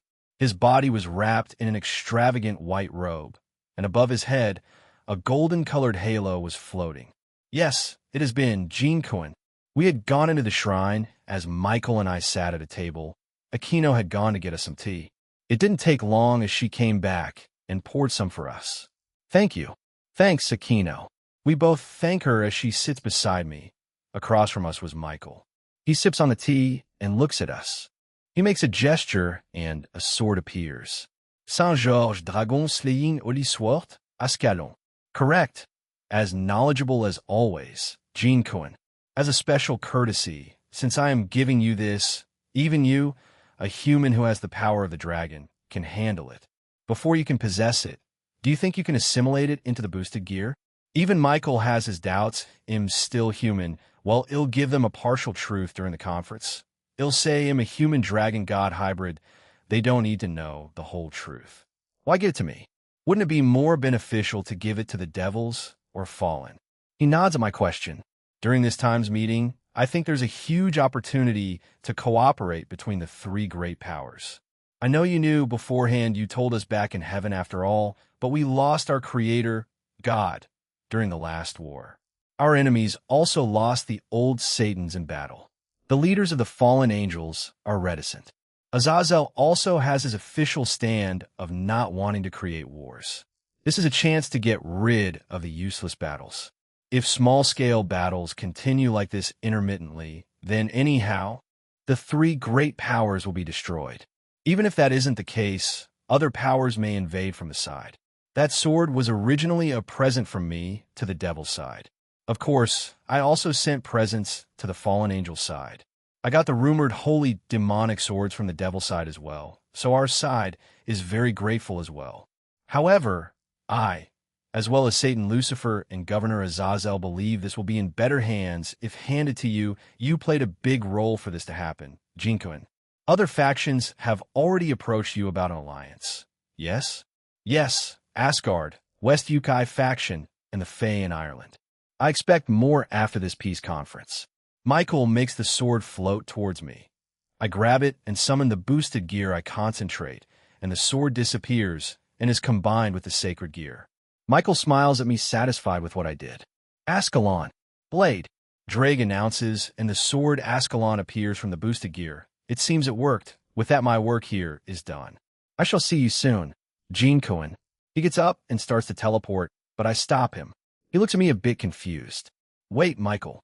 Who's coming with you to the conference? Gabriel and someone else. Let's keep that as a surprise, shall we, Jean-Coin? I nod, and he finally teleports away in a pillar of light. Someone else, huh? I wonder who.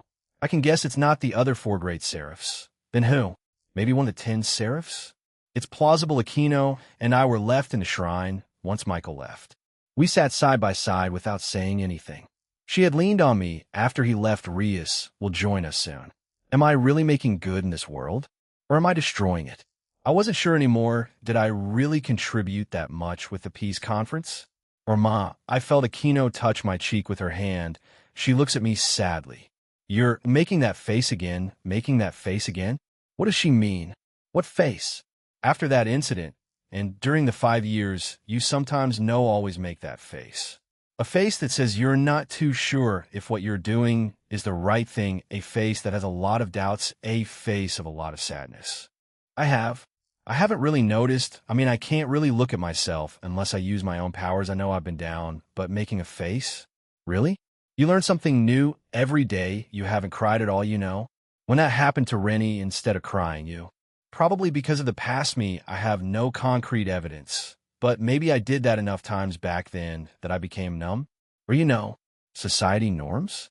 A guy crying is usually looked down upon or isn't socially accepted.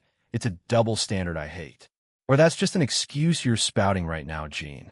Aquino looks at me a bit mad. No, she's just concerned for my mental health. I don't know. I just find it hard to cry. I'm sorry, Aquino.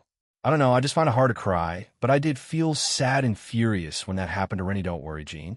We'll make you cry in the future. What? Huh? Why? Comptoir. Drake and Albion said it to us, so we'll get it done. Comptoir said it was essential, as well as have you admit certain words and phrases. Huh? Wait, what? Hey, Comptoir, Drake, Albion. What's Aquino talking about? Comptoir. Answer. It's for your own good, Jean. This is one answer that you must find yourself. We cannot help you. It's not an answer, more like admitting a truth to yourself. Allow me to give you a hint. It's 2 parts. Pull yourself out of this rut and admit one truth. Once that is done, you'll meet some requirements. The next, hopefully, will happen when you graduate. That's all I'm saying. Admit 2 truths? What? HAAA. Look, partner, when you say these things and admit some things to yourself, you will evolve. Comptoir. Answer. It won't be instantaneous, but it will happen. So, those are what I need to evolve. They didn't answer me, God. What the hell? That's not that helpful. No. They said I had to do these 2 requirements by myself. Whatever. I'm ready for anything. I feel Aquino push me down and crawl on top of me. She connects our lips and pushes her tongue in my mouth. I intertwine our tongues, and they de-slam. Really? Here of all places? Rias had arrived. We look at her, and she seemed unamused. She sighs and shakes her head. Let's go home. Afufu Rias-sama and the first wife, you have to get used to that.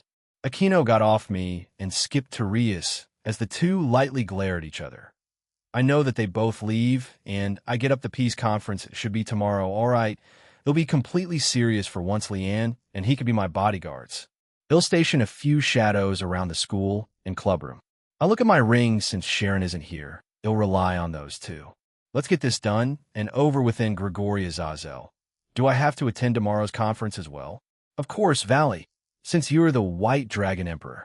Hey, Azazel, our war's not going to occur anymore. You just seek battle. You sure got attached to an ideal dragon. You're the type that won't live long. That's fine. I don't have any interest in living long. It's just, I regret being born in this age. A world without God. I wanted to try defeating God. That's really like the White Dragon Emperor. And after defeating all the strong guys, what will you do? I don't have any interest in such a boring world. Even if that means leaving behind Jinbu Duminchan to be all alone. I'm leaving. Azazel watched Valley leave the room. TCH, what a coward. Face her, you wimp. Chapter 4. Peace Conference and Cows Brigade, Ireland. Dunleg Air Jean skyward. It was early in the morning, and I had teleported to Ireland. Tonight was the night for the peace conference. The girls were still asleep when I left. I wanted some time for myself and to relax. I wasn't worried or nervous about it. I just need a breath of fresh air. This was the same spot I sat at near the pier I felt nostalgic here, so I came here. Russell, I glanced to my side as I leaned forward and took a sip from my coffee. Beside me was Leanne. She had decided to come out. It was cold here, but she was not affected by that, so she was wearing her casual wear. Quite a splendid view, Jean. Yeah, even though I created her, I found it a bit difficult to talk to her. She had this elegance. There was an aura or feeling around her. I spoke with her normally during training and the like, but we never sat down before, just the two of us, and spoke. I and him will be escorting you and acting as bodyguards tonight. Yes? Yeah. They'll have a few shadows stationed around the academy when they attack. You're certain they will attack? Yeah. I searched the town and found magic circles all over the place. I rigged around 99% of them to kill and mutilate the magicians once they teleport in. I had done this as the day of the peace conference drew nearer. I can't dispel them since Nyarlathotep did something, so they would just reappear. I looked through it together with Comptoir, and we discovered that they will permanently disappear once the conference is over. As annoying as ever, that bitch. Therefore, we messed with it. As long as it's not destroyed, it won't revert back to its previous state, so we changed some of its properties. When those magicians teleport in, they'll be killed. Obviously, not all of them do this. Some have a delay, then they die. Salvi, Vali, you won't have your spotlight this time around. Did I become some kind of sicko? I don't know, I hope not. What were my plans for Kateria Leviathan? You'll get rid of her. So, Azazel won't lose an arm this time around. He offered no, insisted, begged me almost. I didn't mind. This means Azazel won't be able to show off his artificially created sacred gear down Fall Dragon Spear, but he will be able to perfect it even more. Hi, Leanne, and I turn around to see if Faye had appeared more specifically, an Ariel. What can I do for you? Invite. Once the peace conference is over, the Queen and King has invited you back to our kingdom. The Fae laughed happily and informed me. It giggled and then flew away. I was expecting this, so it's fine. Once the peace conference was over, summer would soon have arrived. This is when Rias and her peerage will go to the underworld to train and prepare for the upcoming youth raiding games. It'll take that time when they train to go to Ireland and Kyoto. If I'm approached by other pantheons or factions about an alliance, then it'll go there. She was quite adorable, no? I guess so. I'm not quite sure how to respond to that. That Ariel was just, well, an Ariel. I didn't know if it was cute or whatever. I sigh and get up. Let's get moving. Everyone should wake up in a few hours. Leanne nodded. I expected her to go back into the ring, but instead, when I got up, she hugged my left arm and waited. A small smile crossed her lips as she closed her eyes. Whatever, it's her choice to do this. Japan, Kuo, my liege, some activity from those magicians within their territory in the dimensional gap. Bellion had just contacted me. Activity? What kind of activity? They have been testing various forms of magic. Quite destructive ones. Keep an eye on them. If you deem them dangerous, kill them. Understood. Glinda is there, Rennie, and I haven't spoken much about her past when she was still under Glinda's tutelage. I also don't know if she holds any kind of feelings for her former mentor. They'll let her decide her fate when the time comes. I feel there's still unfinished business between the two. I notice a few auras around the house. It seems like a few girls have woken up, as well as Kiba in the training facility. Seeing as Leanne wasn't letting go, I keep walking as she accompanies me. We first go to the training facility. We arrive there via the elevator. I decided to use it since it would be useless otherwise. Kiba had his sword of betrayer out and was attacking the dummies with various techniques. He looked relaxed, but I felt some tension within him. We walked toward him until I purposefully stepped forward with a bit more force to catch his attention. He stops attacking and turns around. Jean Senpai, Leanne Sensei. He greets us and bows to Leanne. Leanne Sensei. I should let her become a teacher in the school. She has both brains and muscles. After all, she could teach any subject, but I think physical education would suit her. Hey, Kiba, why are you up so early in the morning? Are you nervous about the peace conference that you couldn't sleep? Yes, I tried to sleep, but only slept for an hour.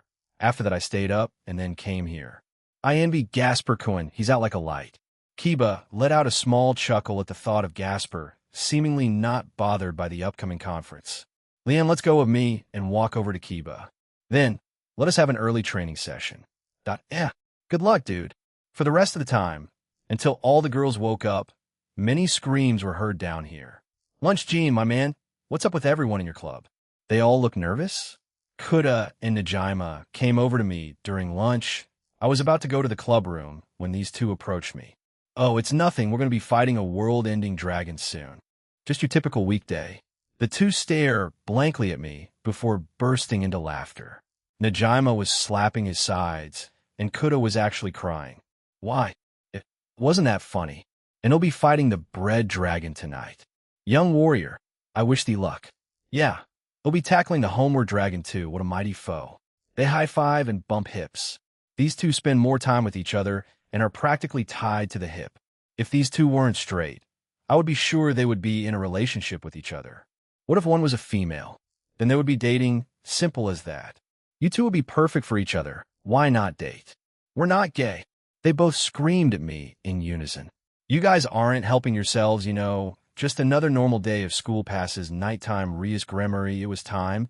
And Rias Gremory, headed to my clubroom at Kuo Academy. My peerage was also with me. However, Jean and Ingvald were not. He said he would come to the meeting on his own. He looked quite serious. The rest of his lovers opted to stay at home since there was no reason for them to be there, but a few insisted on accompanying him. Jean also put his foot down, so they couldn't go. He left Koresha at home. Baru was also there since he's in Ingvild's shadow. If by any chance something happens in today's conference and it breaks down, this place might become a battlefield. My peerage answered me in high spirits. Thanks to Jean, everyone could potentially make it to the meeting. However, since there isn't much space, we had to leave Kaneko and Gasper here. Gasper received a game console from Jean earlier in the week. This was so he and Kaneko could play with them while they wait for this to be over. He also prepared snacks for the two. I feel like he's spoiling them a bit too much. Jean also put a barrier around the clubroom, just in case. I thought he was being paranoid, but he looked quite serious when he told us that it could help. So we didn't question him. Now, then, we're leaving. Behave, all right? Yes, President, both of them had already started playing. I sighed inwardly and shook my head. If I confiscate them later, would that be too strict? Aquino, Yudo, Asia, and I left the clubroom and made our way to the new school buildings as the peace conference was held there. Did Jean mention when he would show up? I turned and asked Aquino, but she shook her head. I would guess he will show up last. That's the impression I got. Last, is there a reason for that? I hear Yudo chuckle beside me. Perhaps Jean-senpai wants to look cool? Or he may be doing last-minute checkups. I don't think Jean wants to show up just to look cool. He doesn't seem to be that kind of person lately. But doing last-minute checkups on what? Asia didn't say anything as she had a serious look on her face. I smile. Jean is definitely affecting her. We don't talk much as we drew closer to the room. I could feel the auras of Oniai-sama, Gabriel-sama, Azazel, Leviathan-sama, and the White Dragon Emperor. There were a few auras that I didn't recognize or wasn't too familiar with. Sona and her peerage were also there. Knock, knock, I knock on the door. Excuse us. I opened the door, and there was a gorgeous and high-class table. It was surrounded by people I recognized. The air was eerily quiet, and everyone had a serious face. Even though I was quite strong now, I couldn't help but feel nervous. Today, if it goes well, could change everything. I could feel that my peerage felt the same way. I briefly glanced at them, and they had dawned on serious faces. Asia's hadn't changed her since earlier. From the devil's side, there were Surzek-sama and Leviathan-sama, as well as Astri-sama. She was on standby beside the tea preparing cart. She may be playing the role waitress tonight. From the angel's side, there were the golden-feathered Michael-san, Gabriel-san, Griselda-san, and Irina. From the fallen angel's side, there were Azazel with his 12 wings unfurled and the vanishing dragon, Valley. Glancing at us, his brow raised, probably confused since Jean wasn't with us. The ends of Azazel's lips rose as if happy. Surzek-sama and Leviathan-sama were wearing clothes with ornaments decorating them, as well my younger sister and her family. Surzek-sama introduced me and my family to the VIP of the other factions. I bowed to them. The only one left is Middleman Kuin then. I wonder where he's at. Azazel had looked at the door and shook his head, He sounded eager to see Jean. Valley, the White Dragon Emperor, also had an expectant glint in his eyes, too. My peerage and I walked toward Oni-sama and Leviathan-sama. We stand behind them and wait for Jean to arrive. Jiggle open. Suddenly the doorknob jiggled and the door opened and everyone else in the room stiffened as we felt an authoritative aura walk through the door. It was Jean, with Leanne and someone else with him, a man. I haven't seen him before, another creation of his. Jean Skyward Rias and her peerage had left earlier, so I had put on a more appropriate attire for the peace conference tonight. A black suit, much like Karitsugu Amiya, but without the black trench coat. I had changed the tie to a gold one, much to Rudra's insistence. The rest of the girls were going to be staying at home, so I had Jima, Baru, and Koratia stay behind and protect them if anything went wrong. In addition, there were battle android fairies on standby. I had also recalled Igris earlier, since I plan on using him. I turn around and see Rennie there with the other girls. I had been in front of the mirror fixing my tie and failing miserably. Grafia walked up to me and fixed it for me. Thank you, Grafia. You need to look the part for tonight, Jean. She smiled at me and kissed me on the cheek. The girls did the same one by one, slowly leaving the room, and I was left with Rennie in the end. Good luck. You've been working hard on this for the last few months. Yeah, it's finally paying off. Well, if it goes well. She pinches me on both of my cheeks and puffs her own. Positive thinking, mister. Yeah, ITLL go well. Anyway, I should get going. She hugs me one last time, and we leave the room together. I found Leanne and the other being I created waiting for me in the entrance hallway. Antares, the king of dragons and the monarch of destruction.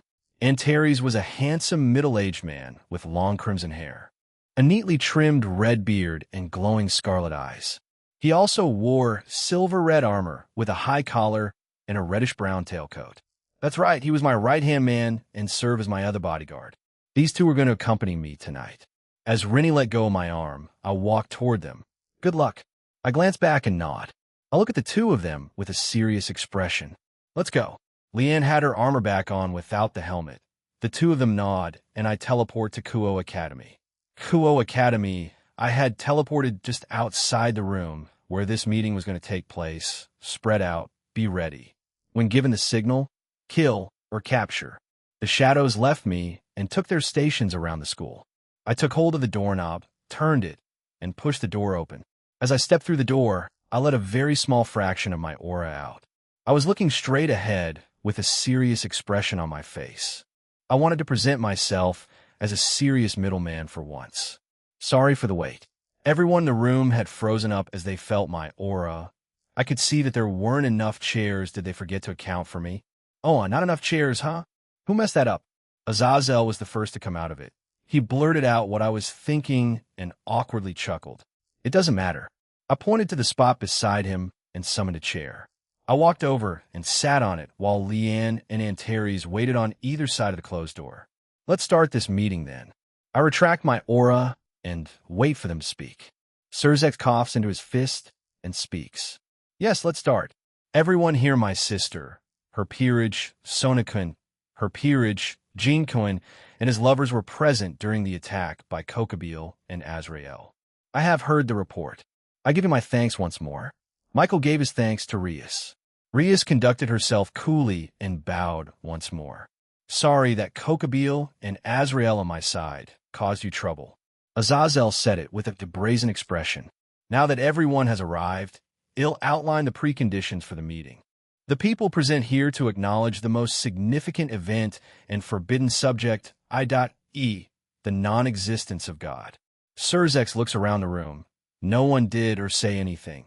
He took that as a sign of acknowledgement. Then, acknowledging that, let's continue the conversation.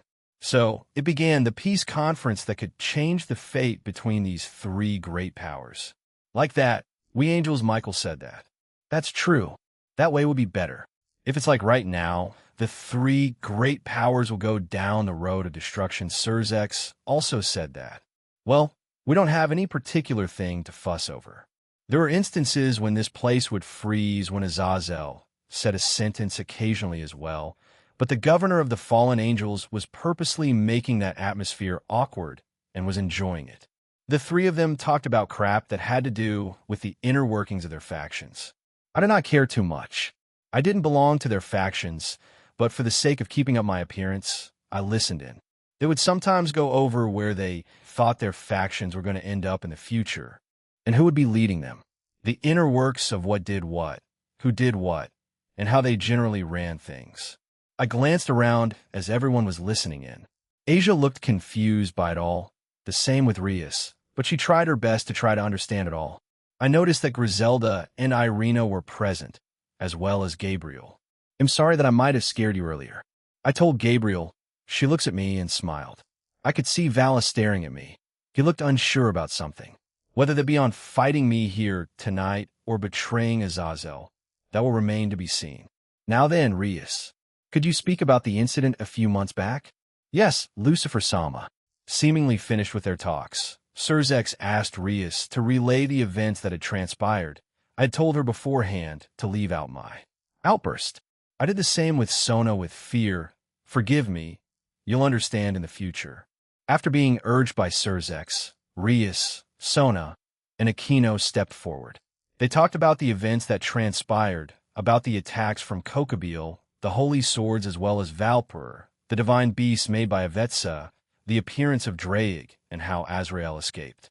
Everyone belonging to the three great powers continued to hear about it. Rias talked about the summary of the incident she experienced herself plainly in a calm manner. Each of the faction's VIPs who heard the report were either letting out a sigh, scowling, or smiling. Each person had a different reaction. That is all regarding the report of the events which I, Rias Gremory, and the household devils over there experienced. Rias, who had said everything, had stepped back upon hearing Surzek's good work. She did well. She kept her calm and explained everything in a way that everyone could understand. I'll reward her late. Thanks, Rias-chan. Serafal also winked at Rias, showing she's still herself even in times like these. Now, Azazel, after hearing this report, I want to hear the opinion of the governor of the fallen angels. Upon Surzek's questioning, everyone's gaze was focused on the black-haired governor. Azazel started talking after letting out an intrepid smile. Regarding the incident a few months back, Kokabil, a leader of our central organization, had already turned rogue months ago. No, probably even years ago, he may have met up with Azrael during those times. He kept quiet to the other leaders, as well as to me, the governor, and acted independently. He was disposed of by Jean. I had originally sent Vala to do it, but he had come back saying Jean took care of it. The explanation for that, everything was written in the material that was forwarded to you, right? That is all. But I want to add that if Jean kept him alive, he would be in Cositis right now, never allowed to leave. Michael said while sighing, I understand where you're coming from. It's the worst-case scenario, but it's my understanding that you personally do not wish to start conflict with us. Is that true? Yeah, I don't have any interest in wars. When Kokabil also disparaged me, don't you have the report for that as well? Azazel is right. That crow was long gone, already messed up in the head, probably the reason why he fell. The same can be said for Azrael. Azazel, who was passive about wars, and only had an interest in sacred gears, didn't care for war. This time, Surzex asked Azazel, Azazel, I want to ask one thing. Why have you been gathering owners of sacred gears for the past decades? At first, I thought you were gathering humans and attempting to increase your battle potential. I even anticipated you waging war against heaven or us, but yes, no matter how much time has passed, you have never declared war against us. When I heard you got hold of the vanishing dragon, I was enveloped by a strong wariness. Michael's opinion was the same as Surzek's. Upon hearing the two's opinions, Azazel smiled bitterly. It's for the sake of sacred gear research. If that's the case, should I send a part of the research materials to you as well? Even if I did research, I wouldn't wage a war against you or anything. I don't have any interest in war at this late of an hour. I am perfectly satisfied with the world right now. I have strongly ordered my subordinates. Don't interfere with the human world's political affairs, you know? I have no intention of intervening in religion either or influencing the business of the devils. Damn, is my trust in the three factions the least? That's true. That's right. That's exactly it. I decided to join in too. Yeah, it's pretty shit. Fuck you, Gene. Language, Azazel. Gene cursed too. What the hell? Are you favoring him or something? Azazel shook his head, tired of everything. Michael had to reprimand his former brother, or are they still considered brothers at this point? Che, I thought you were better than God or of the last generation's Lucifer, but you guys are troublesome guys yourselves. Me researching doesn't mesh well with you lot. Huh? Well, whatever. Let's just make peace. Originally, wasn't that the intention of you angels and devils as well? Azazel tried to move the conversation along. He just wanted peace to be achieved, so he could go back to researching. Well, we do want that, but the one who had and is making this a possibility is the man in front of us. No? That's right, Gene Chan's done a lot of requests for all our sides after all Surzex and Michael nod. Azazel rolled his eyes, and a wide smile appeared on his face. I know what he's going to say, but I don't care at this point. It's painfully obvious that even a brain-damaged ant would have figured it out already. Actually, did you know that the reason why Gene became the middleman was just to gather women, a harem, for himself? He smirked at me. He waited for the rest to react. The expressions on everyone's faces did not change when I looked around. Azazel also noticed this and was the one looking surprised. Why isn't anyone surprised by this revelation? Azazel, it's quite obvious that's the reason why Gene became the middleman. He did say that he wanted a harem. This was the logical way to approach it, wasn't it? Azazel stared at Michael slack-jawed.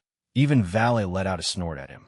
Moving along, Surzex says as the leaders calmed themselves down. I was also planning to propose peace to the Devils and Grigori.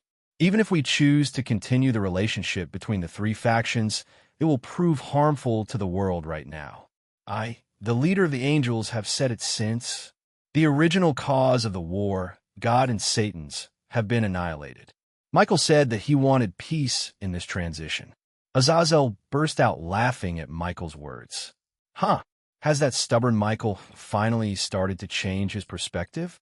Even though he was all about God before like a sick puppy, I have lost a lot of things. However, there's no point in seeking things that aren't there. It is our duty to guide humans. We members of the Seraph have the same opinion that the most important thing is to watch over the children of God from now on as well, and to guide them. Hey, with your speech just now. You'll fall, you know? That's what I thought, but you actually took over the system. It's become a good world. It's completely different from the time when we fell. Michael shook his head and touched the necklace I gave him. With this, there is no chance of me falling. We can thank Gene Cohen for that.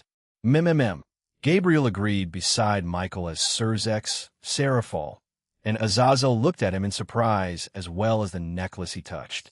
Gene Cohen created this necklace a few months back. It prevents pure angels from falling, for the time, being only the 10 seraphs, and us the 4 great seraphs have these necklaces.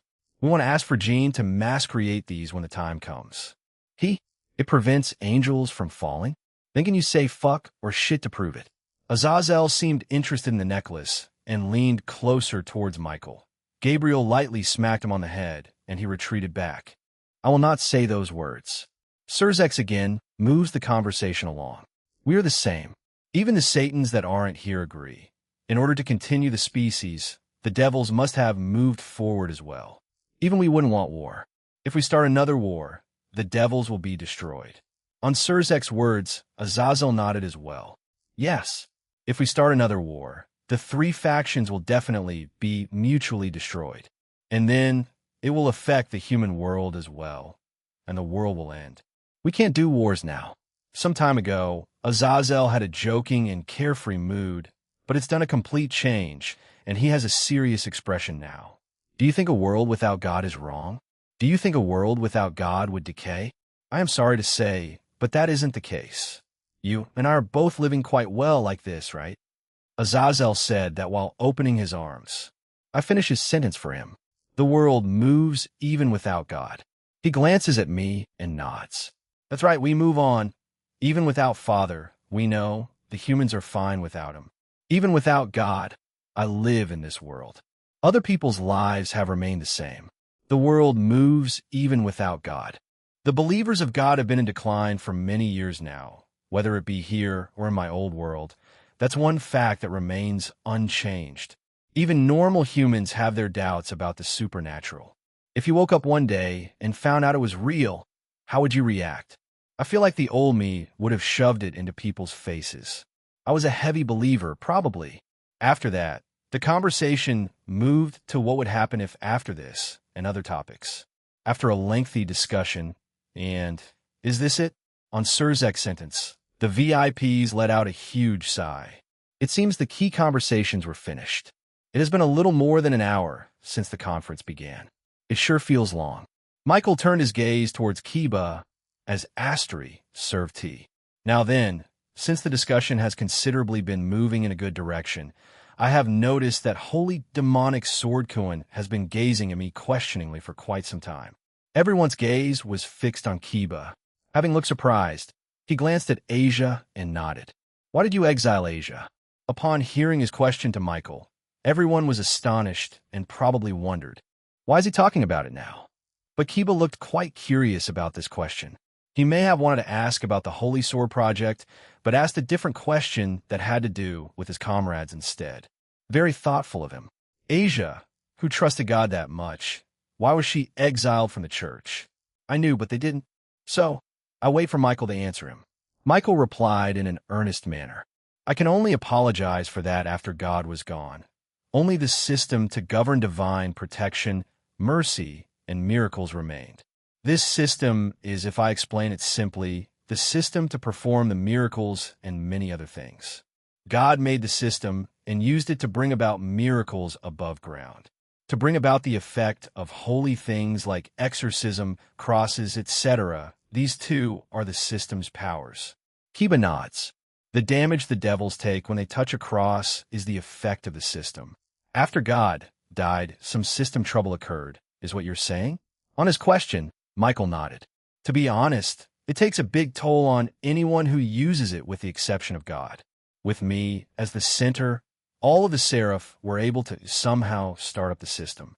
But compared to the time before God ceased to exist, the divine protection and mercy that God extends to those who believe in him is not complete.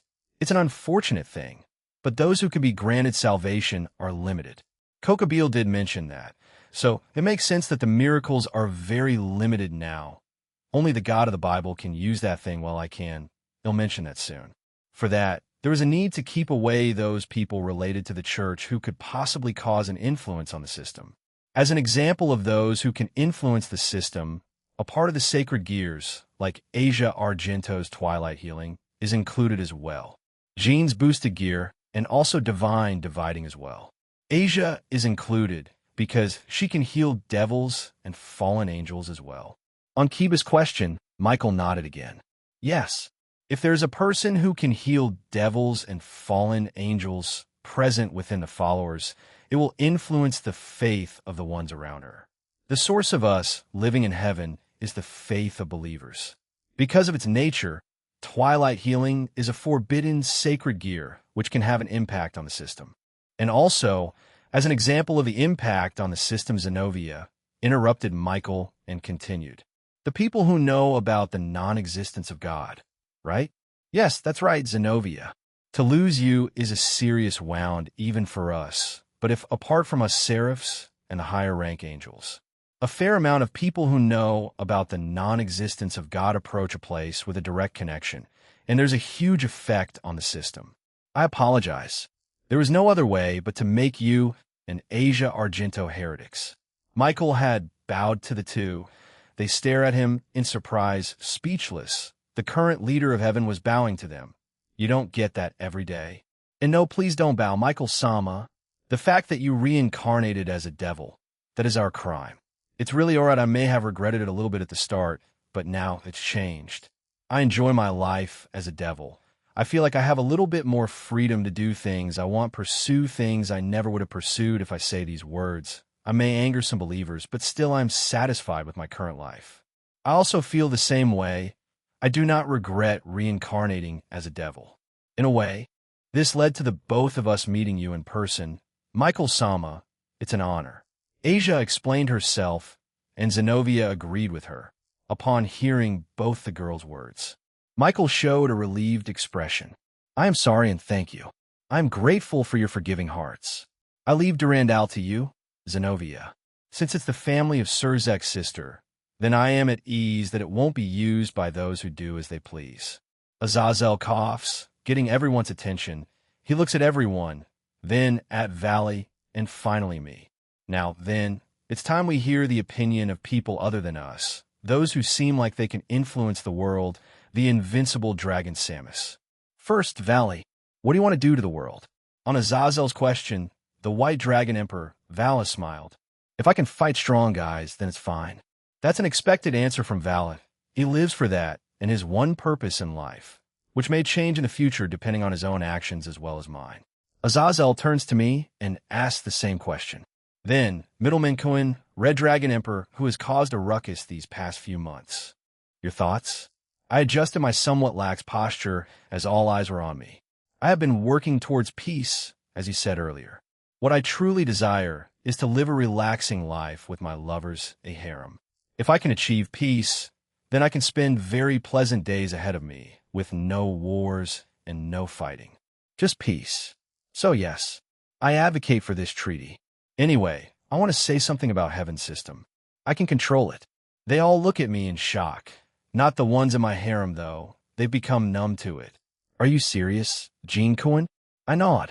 Of course, controlling Heaven's system is quite easy. If God can create angels, I glance at the two behind me. And Terry smirked and Leanne smiled. Creating life is quite easy for me. Anyway, they'll go to heaven sometime in the future and change a few rules and fix a few bugs for you guys. I wasn't sure if I should fix the dilemma of pure angels from reproducing. The Brave Saint system wouldn't be created then. It'll wait until they create it then and then go. Then, I shall send in a request for this, Gene Cohen. Michael still seemed a bit surprised, but agreed with a bright smile. Gabriel was happily nodding along. A man of miracles, huh? Surzex repeats the words he said a few months ago as a question as he looked at me. Azazel's eyes widen. That's right. I've been meaning to ask you. What the hell are you? Don't bullshit me with I am a human crap, Gene. It's obvious that you're not one. Silence from the leaders was noticeable, as they seemed to be interested too. I glanced at Valley, who seemed interested. The girls had smiles on their faces as they knew what was coming. Kiba and Gasper learned during the 5 years in the pocket dimension. I stood up and nodded. Very well, since we're on this topic, I don't mind revealing what I am. I will tell them a partial truth. Maybe you can look at this as a lie. It doesn't matter. The dragon god part is true. I'm just keeping the outer part from them. I focus on my back and unfurl my outer dragon god wings. I glance at them. They were black and blue in color, with streaks of gold and red. I'm a human dragon god hybrid, as you can see from my wings. The faction leaders, Citri Peerage, and Vala blankly stared at me until bwahaha. A dragon god. Who would have thought? Holy fuck. Aha. Azazel burst into laughter as he clutched his stomach. Vala's eyes widened, and Surzex shook his head. Sarah, I'm lying. They'll tell you the full truth in the future. I was a human dragon god hybrid, though. Seraphal looked even more surprised when I told her. She nods her as she looks back at Rias and Aquino. They just give her an understanding smile. Oh, brother. Hey, Valley. Do you think you can win? Your rival is a human dragon god hybrid. In a way, he's the Red Dragon God Emperor. Huh? I will best him one day. He flatly answered. Hey, you better. Drake answered as he left the sacred gear. Sup? Y'all, it's me, it's yo boy Asmongold. Everyone looked at him confused. I just put my hand on my forehead, feeling a headache brewing. Who Azazel starts, but I cut him off. That is Drake. I fully revived him. He still lives in the boosted gear, though. Anyway, meet his human form, I guess. Hey, White One. Jealous. I can turn into my dragon form, too. Fwahaha, that I hate you. Albion from Valis spoke with disdain. Valley had a defeated look on his face and sighed. I forced Drake back into the boosted gear. And he didn't complain too much. I guess he just wanted to come out and taunt Albion. Zing. Ada. Time stopped. Huh. Wait. Rias Peerage can move. Wait, what? Azazel was confused and looked around him, and as well as at Rias Peerage. Meanwhile, Sona's Peerage was frozen. Even Saji. Didn't you come to visit us not too long ago? and commented on how you couldn't even tell their power levels. I sometimes question your intelligence. Azazel Gasper activated his sacred gear. He kept it within the school's limit too. I will praise him later. We're under attack, Splat. Boom. Boom. No, we're not. Michael started, but when everyone looked out the window, the magicians that had teleported and started to explode, blood, guts and bones started to explode everywhere. I could see Vala look outside with a shocked expression. He looks at me and seemed even warier. I noticed some magic circles around here for a few days, the same around Kuo, so I took the liberty of tampering with them. They had the same feeling as the circles the magicians used back then. If they teleport in, they'll immediately explode. They better find a different way of coming through. Shine. Done on your end? I explained to them. Suddenly I felt Gasper and Chiron teleport into the room. Yes, Jean Senpai. We got rid of the magicians that tried to get into the club room. They teleported outside the club. Instead, we killed them. Jean, you sound like you were aware of this attack. I looked back outside without uttering a word. It seems like they're teleporting in a different way now. They're not that stupid then. Seems like they stopped using them. They're using a different method now. We better repel this attack from Cow's Brigade.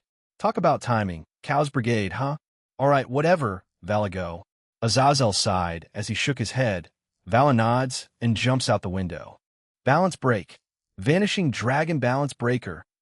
After Albion shouted, a snow-white aura covered Vala's form. When the light stopped, his body was wrapped in a suit of whole-body armor that emitted a white radiance. Dawn, dawn, dawn, dawn. He flew around, quickly disposing of the magicians that had successfully infiltrated the school. It doesn't seem like she's involved in this. So it's just cutthroat? Fine with me. Less hassle, too. Cow's Brigade, huh? You mentioned that before to us, Azazel. So this is their doing? Surzex turned to Azazel and questioned him. The governor nodded. Cow's Brigade, that's the organization's name. Jean had told me about it a few months back. I was already aware of it, so I put more manpower into looking into it. It said that they're gathering dangerous members from all three big powers. Some sacred, gear-possessing humans who have attained Balance Breaker also seem to be included. I've also confirmed a number of Longinus possessors among them. Their goal is? Michael asked that. Destruction and mayhem. It's that simple. You know, they don't like this world's peace. They're terrorists. Moreover, they're ill-natured to the extreme. The organization's leader was the powerful, fiendish dragon beside the Welsh dragon and vanishing dragon, the Ouroboros dragon, Ophis. But now, I have no idea. Maybe Azrael? Kokabeel is dead. Some of the old Satan faction, too. What? Then what happened to her? Surzex was confused. Azazel shrugged and looked at me. She's with me. I made her abandon that organization months ago. So, yeah, Azrael and some original Satan descendants are the leaders. Maybe others too, original descendants? Sarah Fall repeated. That's right, we have new leaders now. A magic circle appeared on the floor of the meeting room. When they saw it, all the leaders of the three great powers were shocked. No, Azazel laughed, and Surzex made a sour expression. The magic circle of Leviathan, I muttered as the Grimory peerage look on with frowns on them. It's something seen in the books of the Vatican. That's the magic circle of the original Satan Leviathan. I added, a tall, bespectacled woman with a voluptuous figure had teleported in. She had tan skin with long brown hair, tied into a bun, with a headset, and she had purple eyes. She wore an extremely low-cut dress, and it had a high slit, which exposed a large portion of her breasts. How do you do? Current Satan, Surzex Dano. The woman greeted Surzex with a fearless tone. The one descended from the blood of the previous Leviathan, Kateria Leviathan. What is the meaning of this? Before she could continue, Antares grabbed her neck and smashed her to the ground. Boom! Isn't it obvious, Surzex? She's part of Cow's Brigade. Who would have thought someone this bitter and sour could be in the same lineage as Ingvild? I look at her in disgust. Her face started to turn blue. I open my palm and pointed at her. I remove her power and put into my inventory. Let her go. Antares nodded and did so. Kateria immediately opened her palm and tried to use a spell, but nothing happened. She looked dumbfounded. and she tried it again. But nothing happened. The panic in her eyes started to set in as she looks at me in disbelief. Can't use your powers. Huh. I tie her up with my chains and let her hang like Jesus Christ on the cross. I summon a single rabbit. Take your time with her. The rabbit nods and slowly hops toward her. I had this rabbit crawl inside Azrael and eat him from the inside, Kateria's eyes widen as she started to sweat. I could feel my shadows starting to kill off the other magicians and other pests that were showing up. I turned back to the beings with me. Feel free to get questions out of her. They'll go outside. Liane, Antares, come, Rias Yulat, Sit tights. I'll deal with this myself. Oh yes, I summon some slime pills and throw it to Aquino. Slime pills, heal her if she nearly dies. Gotta keep those answers coming, right? Ufufu, of course. Jean Aquino had a cruel grin on the corner of her mouth as she licked her lips. Her comrades shivered beside her. Wait, Jean, who are these two you brought with you? Azazel shouted at me as he looks at me with a bit of fear in his eyes. The fearless governor. This is weird to see. The man is Antares, the king of dragons and the monarch of destruction. He's also my right-hand man. He hates everything besides my lovers and people I see as comrades. The woman is Liane, the steel maiden or lance maiden. That's all you need to know. With that, I left through the window with the two in tow. Aquino Himajimajin just gave me these pills, and the cute rabbit I had seen before was nibbling on Kateria-san's leg. She tried to struggle, but couldn't muster up the strength. What did Jean do to her? Michael asked, somewhat shocked at the sudden turn of events. Jean removed her powers from her. I could feel him store it somewhere else. Right now, she's as strong as a newborn human baby. He did the same thing to some fallen that turned rogue, but they're working for me again. Hot damn. Jean Azazel finished my sentence for me as I nodded. Her screams started as the rabbit had chewed through her right leg. Her bone could be seen. The rabbit continued to eat the severed leg first. How thoughtful. Lucifer Sama, it's imperative we interrogate her now before she passes out or possibly dies from shock. I feel something go into my skirt's pocket.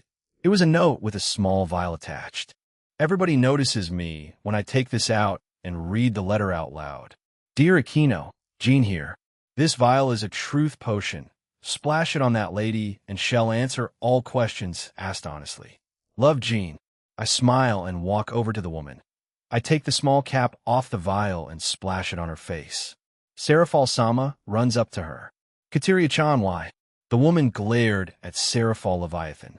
Seraphal, how dare you act so shamelessly as the one who stole the position of Leviathan from me? As a descendant of the original Leviathan, I was meant to be Satan. She managed to say a full sentence before screaming from the pain. Her hate and grudge towards Seraphal must have been deep to be able to push down the pain to say that. We tried to ask more questions, but it was met by silence or screaming. I even shoved the pill in her mouth. Even without swallowing, the original descendant was healed. She won't answer anything. How vexing. Astri shook her head as the other leaders agreed with her. As Kibakoin raises his hand, the leaders look at him and give him a nod. We can wait for Jean Senpai to come back. He can extract or look through memories. No need, Kiba-san. We all turn to a distinct voice. No, it's a voice that we, the Grimmery group, were used to. It was Kantor. You are? Azazel is suspicious of a new person here. An affiliate of Jean. I can read her memories right now. Another surprise for the leaders. She smiles at them and then at us. Kantor walks over to Kateria and touches her head. She stands there for a few moments before removing her hand. She turns and shakes her head at us. It seems a higher power had erased the essential parts of her memories. However, Cruzeri Asmodeus and Shalba Beelzebub are part of Kao's brigade. Nilrim, a group of magicians, is within their ranks the ones attacking us currently. A faction called Clippeth is also part of Kao's brigade. However, she does not have much information about it. The hero faction contains humans with sacred gears, wielders of holy or demonic swords, or possessors of Longina sacred gears. And finally, Kuntor looks at Azazel as he raises a brow. He and the other leaders listen intently. Team Valley, the White Dragon Emperor has defected to Kao's brigade for quite some time. Azazel's eyes widen as the other leaders look at him. You didn't know? Of course not. Doesn't my reaction sound genuine? Sorry, I lost my cool. So, no, I didn't. I had my suspicions, though, but nothing concrete. My work here is done. Goodbye. Kuntor bows to us and disappears. The rabbit also disappears. Is Jean finished? I put another pill in her mouth as she is healed. We need to check outside. Boom. We quickly leave and join Jean outside. Jean skyward. So, do you like playing pretend, Valley? I slowly float up, as do Leanne and Antares. I stare at Valley as he retracts his helmet and grins at me. Heh, you already knew because of Kuroka, so I don't care. But I'm serious about this, Jean. I will kill him and surpass you. Being a terrorist would just give me more freedom. Knowing Valley, he won't accept the handouts of Azrael's blood.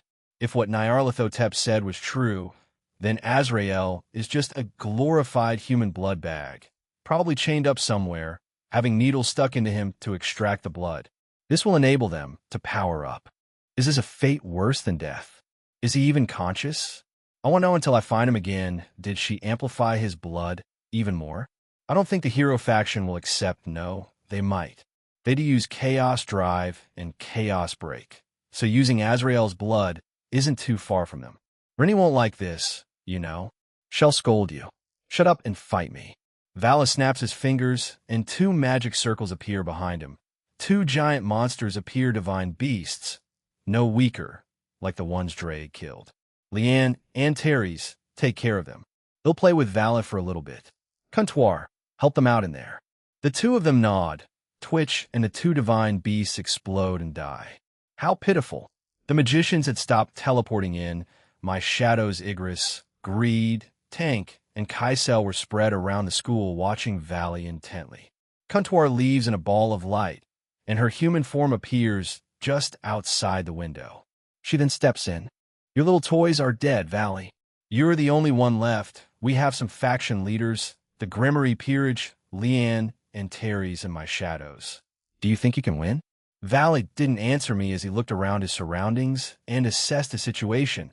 I know you're a smart one, Valley. Think carefully, but I won't wait forever. I look at him apathetically and clap my hands horizontally. Boom! The gravity around Vala changes as he's thrown into the ground below. I had changed it to be times 10,000 on him. I trust he can survive that. I look at him as he's bleeding furiously. Partner, you said to Rennie you wouldn't kill him. I know. I want. Jean? I turn around and see that everyone had come out. I nod at them. Any useful information from her? Yes, we can work with what we got. We didn't get a chance to thank Kuntor-san. Surzex answers my question as they look down at the fallen Valley. Azazel cracks up, but shakes his head. Giovanni, you doing okay down there? How about you come quietly so we can ask some questions? Doing. Ag. I had reduced the gravity power, and Valley used all his power to break free. He was still bleeding, but managed to get back up. I'm not done yet. Jean, I still have that. You really think that will work, Vala Lucifer? The area fell silent after I revealed his real name, and Valley started to laugh. Hey, I am a descendant of the previous generation's Satan, Lucifer, who died. However, I'm a child of mixed blood, born from a father who was the old Satan's grandson and a human mother. I obtained the Vanishing Dragon's sacred gear because I'm half human. It was just by chance.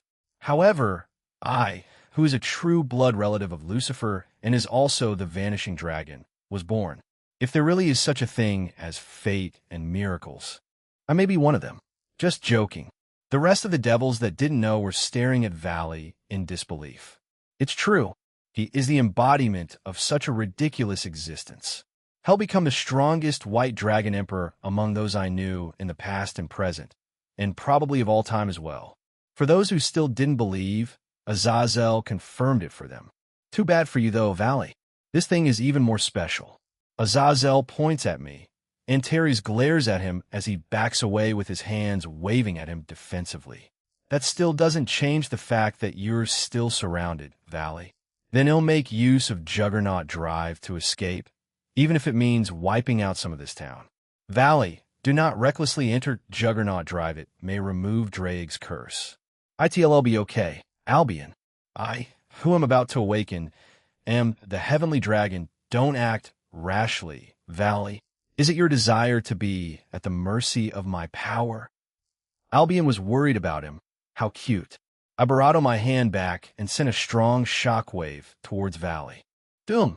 SBHHSHHHK. That hurts. What the heck? A man wearing armor that would be worn by a military commander of the Romance of the Three Kingdoms suddenly appeared and blocked my attack. He was injured, though. One of his arms was bleeding badly. So Biko came, huh? He did well blocking that, even though I held back quite considerably.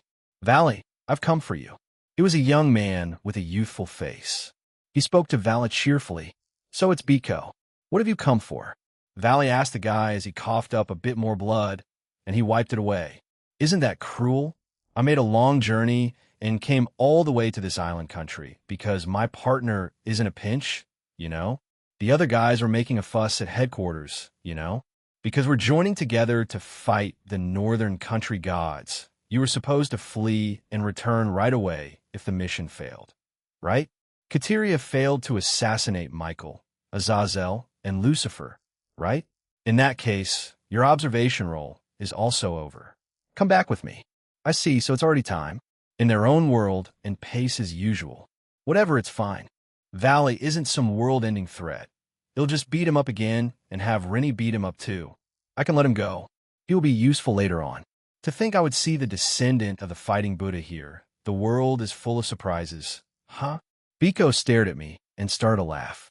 I like you already, Red Dragon Emperor. Biko was looking at me with a giant grin. To say it correctly, he is a monkey yokai that has inherited Sun Wukong's power.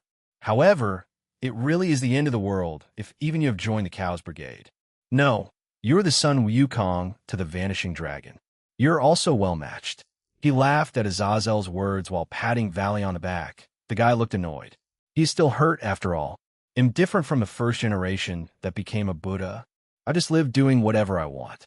My name is Biko. Nice to meet you, Red Dragon Emperor. He casually greeted me. The yokai called Biko spun around a cane that was in his hand, and then pierced it into the area behind him. Instantly, a black darkness spread behind them. It enveloped Valley and Biko and made them completely sink into it. Gene, he'll come back stronger the next time we meet. He'll come back with an angry Rennie the next time we meet. Hurry up, Biko. The wrath of Rennie. Huh? I probably won't experience that. The two completely vanish. I turn to everyone as they look at me questioningly. I put my hand up and restore the destroyed environment. Is it all right to let him go, Master? And Terry's asked me. Valley isn't a threat. The same could be said for his team. They'll drag them back to our side, kicking and screaming in the future. Leave them to me. No, I know for a fact they'll switch sides. You have the middleman guarantee. I can also read his mind in the future to see what those fucks have planned when he joins our side. At the very least, he'll know the deal with Chow Chow. Yasaka won't be kidnapped by them since Sharon is with them. She also much stronger. The same with Kunu. How will that part of the events work? Let's give it a try. I close my eyes and try to look into the future. I stood in front of Giant Eye again. Stop, fuck you too. I leave. What a waste. I come back and see Azazel looking around him, looking strangely satisfied with himself. I cleaned this up, you know. And the reason you still have your arm, you know. Partner, they don't know. Leave it. It feels like you become aggressive, Gene. Perhaps he's regressing back to being the asshole in his past. And not probably. He'll try to correct it. Whatever. Let's get this treaty signed already. I want to go home and sleep. In response to what I said, Azazel turned around and told the other faction leaders the same thing. They chuckled at him. Gene already took care of the repairs. After all, wait, the window is back to normal. Damn it, Gene. Quit bitching and just go use the normal way, you lazy crow. I glare at him, and he grumbled something as he flew back down to the entrance. Everyone else did the same thing. Right, once I fix Heaven's system, Asia, Zenobia, you two can pray again. It's nice seeing you two again, Griselda, Irina. They'll also have a word with Michael about projects being done by the church around the world. Can't have more tragedies like that now, can we? Kiba? I said this as the leaders had already gone inside. Asia and Zenobia smiled at me and thanked me. The same with Kiba. Thank you, Gene. Likewise, Gene. It's been an interesting 2 months, you two, boss. Jean Senpai, will you need my sword of betrayer? When the time comes, he'll ask for it. I can make holy demonic swords myself, but it'll be better to have the one who made it from his sacred gears. I see him nod at me as we continue forward. Griselda and Irina also greet me. I leave the Grimmery group, along with Irina and Griselda. I'm still the middleman in all of this. Azazel spoke to Michael as we walked, our escorts or bodyguards behind us. Michael, he'll leave the explaining to the Valhalla guys to you. After all, it will be problematic for me to move imprudently. Afterwards, you'll have to explain what happened today to MT Sumeru as well. I could you don't have connections to MT Sumeru yet, Jean. Leave this to us for now. We can't keep asking you to do everything. Since we're going to sign the treaty, let us do it. Azazel interrupts me. I nod very well. While I have not received any notifications from Hindu mythology, I am looking forward to seeing them, especially Shiva, the god of destruction. Yes, leave this to me, Jean Kuan. Neither the governor of the fallen angels nor the Satans can explain things persuasively, so he'll have to tell them. I'm accustomed to reporting to God after all. Azazel declared behind to the fallen angel that had appeared and were following us. I have chosen peace. The fallen angels want fight with the angels and devils at all from now on. Those who are dissatisfied with this may leave. However, he'll kill you without reservation the next time we meet. Only those who want to follow may come with me. We will live for the sake of Governor Azazel till the day we die. The subordinate's loyalty became a roar. Azazel saw this and expressed his gratitude with a smile and thank you. Thank you. This was the first time I have seen the man with such a genuine expression. He looks at me with a smirk.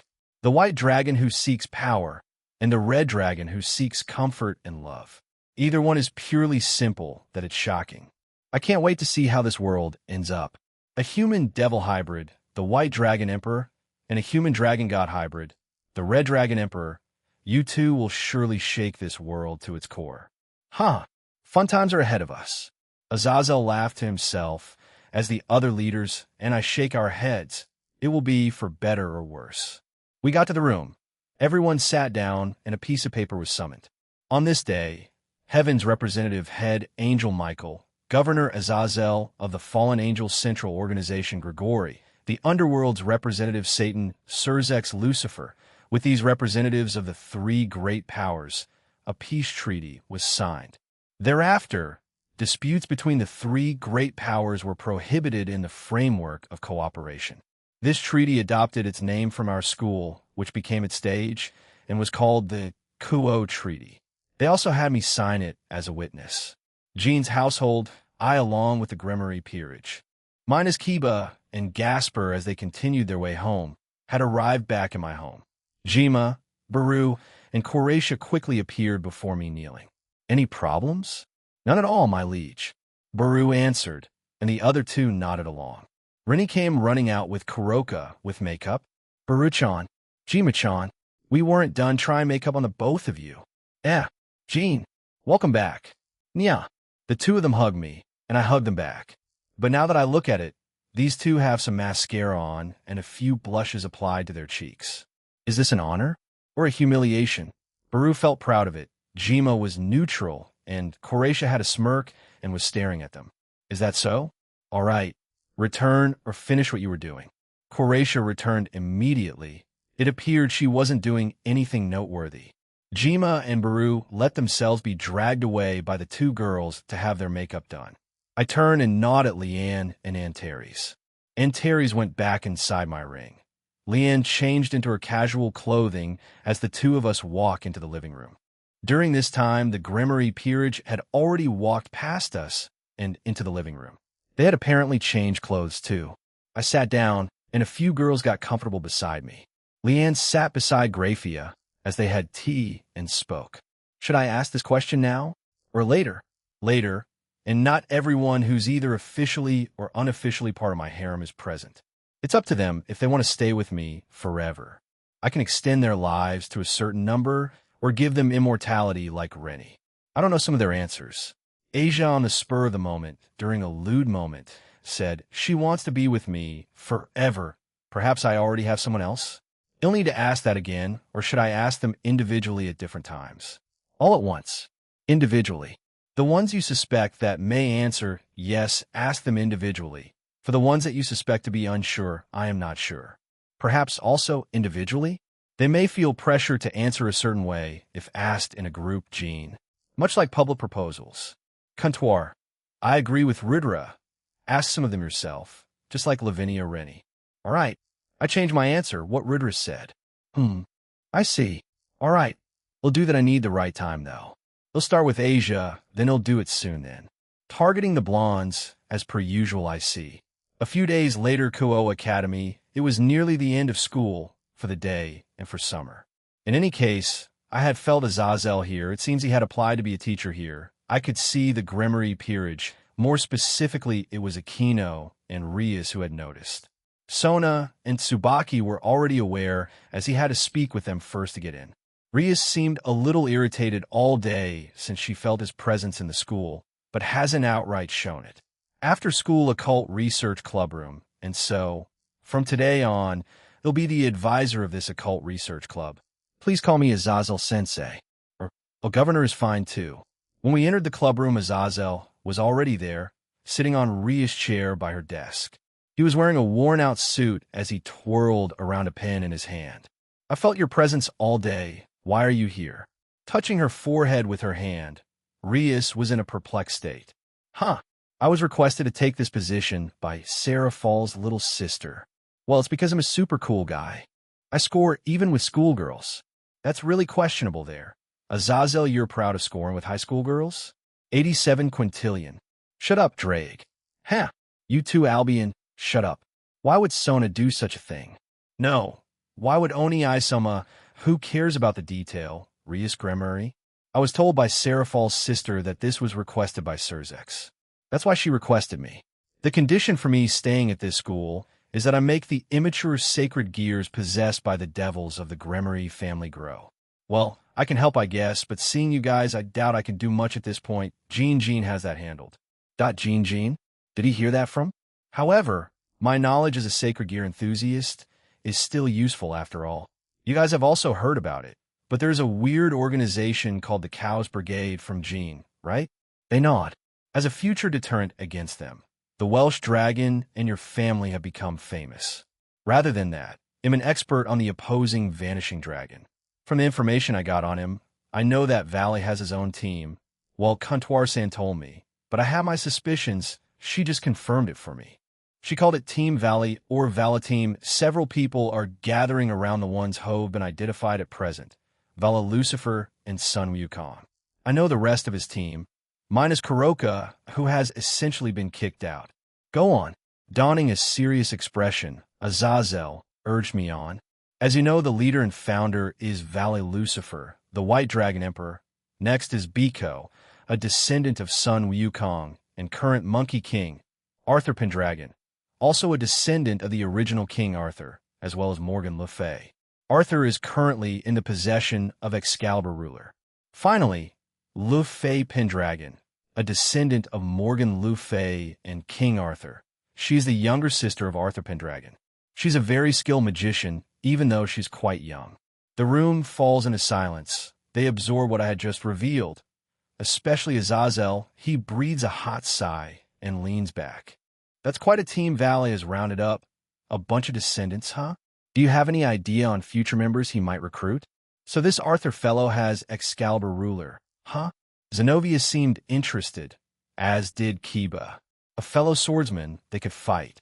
As of now, no, I do, but since this world is different, they are not a guarantee anymore. Fenrir, the god-devouring wolf, Gogmagog. The Gogmagogs were originally a group of golems that were created by the ancient gods to be used as mass-produced weapons of destruction.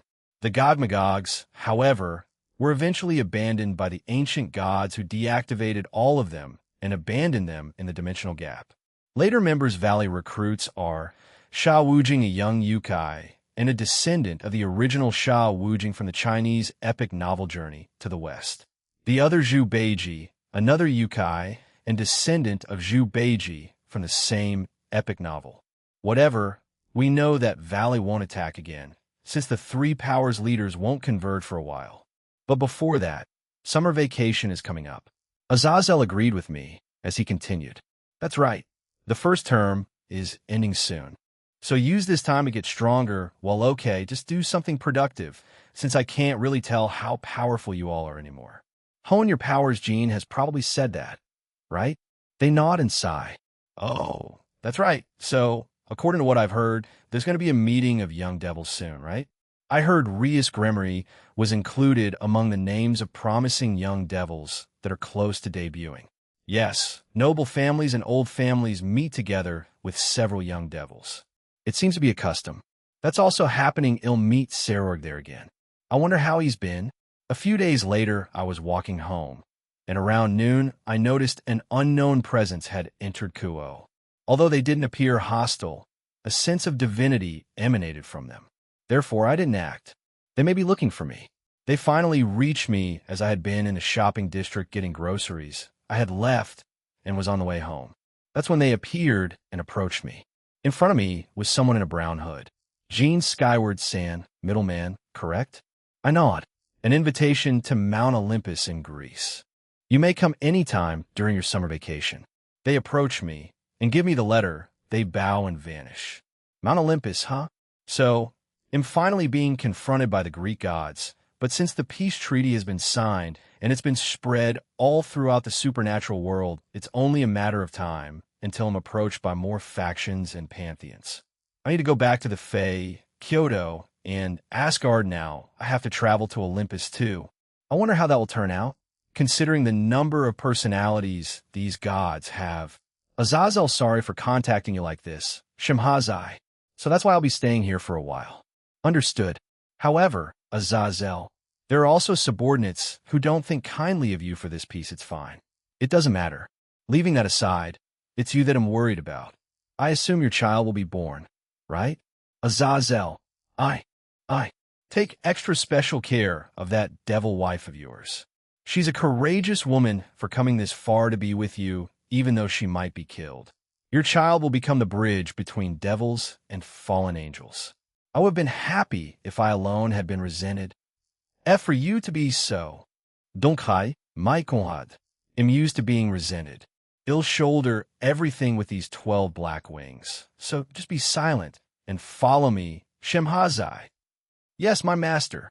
Actually, someone else has been helping me and her for quite some time. Who would that be? Gene San. He has provided me with various things. He gave my wife and soon-be-born child a pair of necklaces that can apparently nullify magical and physical attacks within a certain radius, as well as projectiles that come into contact with the barrier it produces. Even some of the clothings he gave us, they have some sort of safety runes on them. He told me they can't be replicated. So, if you tried to... I know, I want that brat. So he knew, huh? It seems so. I'm grateful to him, too. You're trying to be cool. I'm going to go hit him. I'll see you soon, my comrade. Yes. Asgard 9 realms, and that is the report from Michael Dono, Odin-sama. These youngsters have sprung back up. It's a bold thing pretending to be God, that damn Michael. Looks like Gene Boy really pulled it off. What shall we do? It was unexpected that the God recorded in the Holy Bible has died. Really, with that youngster Michael, that fake Lucifer, and that naughty kid Azazel. It's a plague gathering of little brats. Then, shall we teach those youngsters what we, the Asgard, the true gods, are like? Freyr, I won't be able to respond to a war engulfing the world after so long with my old body. However, the earnestness of these youngsters is interesting. They'll go watch the raiding games of the devils. Also, Gene won't stand by and let war happen. He may end us all. We're in a good relationship with him. You haven't met him yet, right? I have not. I look forward to meeting him on his next visit. And yes, they do seem interesting, don't they? The raiding games. It has seemed fun. The struggling of these youngsters who have lost their god. Now then, what will they do from now on? I'm also curious on what Gene Boy will do. The world's become even more interesting, that power he exuded. It was nothing else like we have felt. Odin-sama. They'll leave him to Rosweiss. They seem to get along. That little Valkyrie is growing up too. Gene, take care of her. Last day of school, Gene, skyward the day before summer vacation. We were at the closing ceremony, It was hot and humid. Kuda had passed out earlier and was rushed to the nurse's office. Poor dude. Najima doesn't seem that good either, but he's holding on.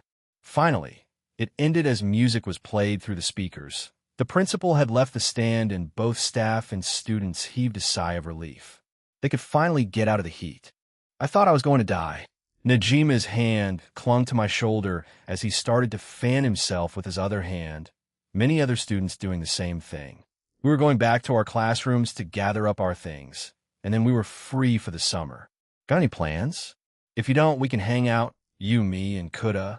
I'm sorry, man, but I'll be going back to Ireland this summer. I'll try to get back and try to make it work, but no promises. I don't worry about it then. You're visiting relatives there, right? Yes, if the meeting up with multiple powers of factions and pantheons is what you call visiting relatives, then sure, why not? Tap, all right, see you, dude. We'll try to have some fun. Who says that to their friend as parting words? I sighed to myself and put my things into my bag. In reality, I dumped them into my inventory gene. I feel Aquino hug me from behind. The rest of the students were too busy leaving to care or were too excited about the break. I turn around and hug her back. Ready for your underworld vacation? You foo. Of course, a summer full of training, flirting, and sex. That's not what I meant, Aquino. But yeah, I do plan on moving forward with a lot of relationships on top of going to those places. I just hope there isn't too much crap that happens. Ingvild and the Grimmery Peerage left the school. It was summer. Along 1 Academy Senior High School end of first semester. Occult Research Club. Advising teacher. Azazel, Fallen Angel Governor, President. Rias Grimmery, King, third-year student, remaining pieces. 1 Rook, 8 Pawns Vice President. Aquino Himajima, Queen, third-year student club members. Jean Skyward, third-year student, middleman, Red Dragon Emperor. Ingvild Leviathan, Kyrie. Third-year student Chiron, Kaneko, Tudoruk, first-year student Kiba Yudo, Knight, second-year student. Zenobia Corda, Knight, second-year student Asia Argento, Bishop. Second-year student Gasper Vladi, Bishop. First-year student Chapter 5, Part 1, Underworld and the Gathering Japan, Kuo Jean Skyward. It was summer, both to the world and students alike. The Grimmery Peerage, as well as everyone in my home, had a small celebration. While we did have summer homework, I had gotten that done during the night before. I didn't want to think about it during my break. The girls, as well as Gasper and Kiba, followed suit. They did their homework with my help and tutoring, so we were all free from that crap for the whole summer. We could focus on other things. A few days have passed since then. Rias informed her peerage that they were heading to the underworld for the rest of the summer vacation. I was invited along. I had the entire summer break to travel to those factions and pantheons, so I agreed. The other girls were welcome to join us, but many have their own things they want to do. Ingvild had the summer to spend with her friends as well as me. She had planned this week, so I left her be. The girl looked guilty, but I told her she didn't have to live her life always asking for permission. I'm not going to be keeping a chain around their neck and watching everything they do. Kuroka was going with Chiron. They said they could visit their mother again. Kuroka asked me if I could repair their old home. I didn't have any problems with it, so that's a plan down the line. Since the peace conference, a lot of things have happened. Therefore, Rennie had taken a lot of missions and assignments with her team/dog. This also meant we had less time as of late. I hate it. She hates it. Right now I'm lying on someone's thighs. Whose are they? Grafia. She didn't have her maid clothes on, but casual home wear short blue shorts, a white tank top, so I could experience her thighs to the fullest. She was just watching TV while stroking my head from time to time. Are you coming back to the Grimmery territory with us tomorrow, Grafia? I faced up as I asked her this question. Her breasts were blocking the view of her face. She answered, and they jiggled. Yes, I'm still the head maid for the Grimmery family after all. I will also be supervising Milika's Samish training, as per usual. Since you're heading to the underworld, Milika's Sama is quite excited to see you again. But I hadn't found time to come help him. He'll apologize to him. He's a big fan after all. Rias and her peerage were packing their suitcases right now. They wanted to get that done so they can relax for the rest of the day. Rennie was out on a mission for Grigori. I even had Natsum text me earlier complaining about it. Another thing I have done since summer break started. I had renovated my home. I had obviously done it at night. Even though it's nothing like the devil's homes in the underworld and nothing like the giant mansions of rich people, it's still an upgrade. My house has now become a 4-story house. I also expanded the underground portion of my home. Previously, my home was just 2 stories, not including the attic. The ground floor or first floor, depending on what you call it, was mostly the same. I had made them much, much larger though. The living room, kitchen, dining room, multiple closets to store things in, and 2 brand new bathrooms. While they're not the same size as the one upstairs, they're still quite large. They also had a toilet in each of them. Interestingly, the first and second floors remain the same, an infinite hallway with doors on either side, many of which are unoccupied, but the girls' previous rooms remain the same. I just made them larger on the inside. Also, the previous bathroom was also made larger. It is kind of an inside open bath with a faux sky, but it still feels real. It's been designed like the open bath in Yasaka's home in Kyoto. The 3rd or 4th floor is a large entertainment room. It houses all types of entertainment, from arcade games to high-end computers, to board games, a pool table, a small bar, a mini cinema, and a music system that was all around the room, as well as a small jacuzzi. Lastly, the top floor was another endless hallway. But this time, the doors led to normal storage. The inside was quite large because it was expanded, so anything that didn't need to be kept in there could be. The roof was also redone. Now it wasn't just a normal rooftop. It had its own space up there. Up there was a large jacuzzi, or the main one, as well as multiple chairs, benches, and tables. I also expanded the temperature panel to encompass the whole home, so we could control the temperature all over the home. This included the rooftop, so we can stay up there in swimsuits, even in the winter, if we want. I also upgraded the combat fairies. I changed them from multiversal to omniversal.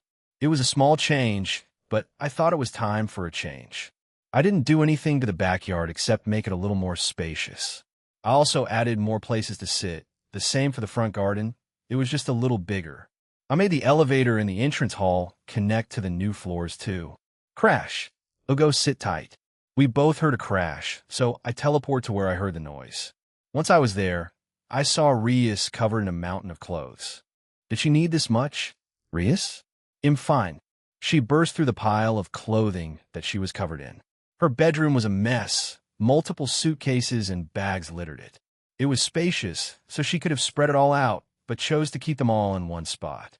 I snapped my fingers and cleaned the place up. I read her mind and knew where she wanted them all to go. In response to seeing her own clothes flying into suitcases and bags, she got up and stood by my side.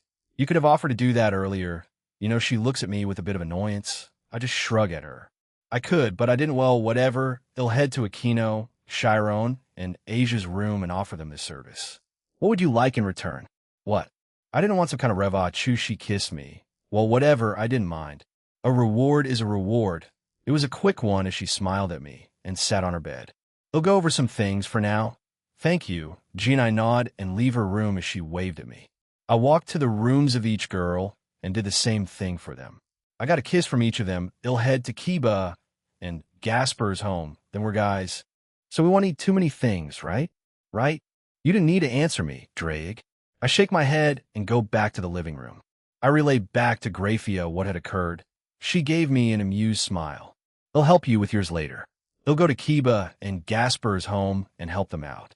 Jean, Valerie was standing behind me when I turned around. She had her usual dress on and waved me over. I walk to her and we stand in the entrance hallway. What's up? 1. I want to go with you to the underworld, no? Can I just go with you? I think I get what she means. She wants to stay by my side for the summer, right? That's what she means. I don't mind, so she wants to come with me to Kiba and Gasper's home right now. I think I get what you're trying to say, all right. I don't mind. I'm about to go to Gasper's home. Want to tag along? She happily nods and stand beside me. We go to their home. Crash, Thud, Jaya, Gus Terkon. Valerie and I stood there speechless at the sight in front of us. Kiba and Gasper were covered in clothes and suitcases. I stand corrected. They were going to bring a lot of clothes with them. I shake my head and snap my fingers. The clothes flew into their respective suitcases. The two looked shocked and surprised as they see me and Valerie standing there. The damper girl waves to her childhood friend. Valerie, Senpai. Gasper gets up and comes over to us, as well as Kiba. Thank you for the help, Senpai. It's fine. Kiba, but please don't say that while blushing at me. I still have very mixed feelings on that weird confession you gave me not too long ago. Right, anyway. Tomorrow we leave, so you're both all set, right? I gesture to the suitcases and they nod, fine.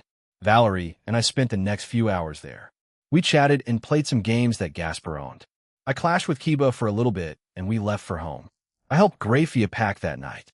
As well as telling the girls what I had planned, they were fine with it, since they can just contact me with the rings.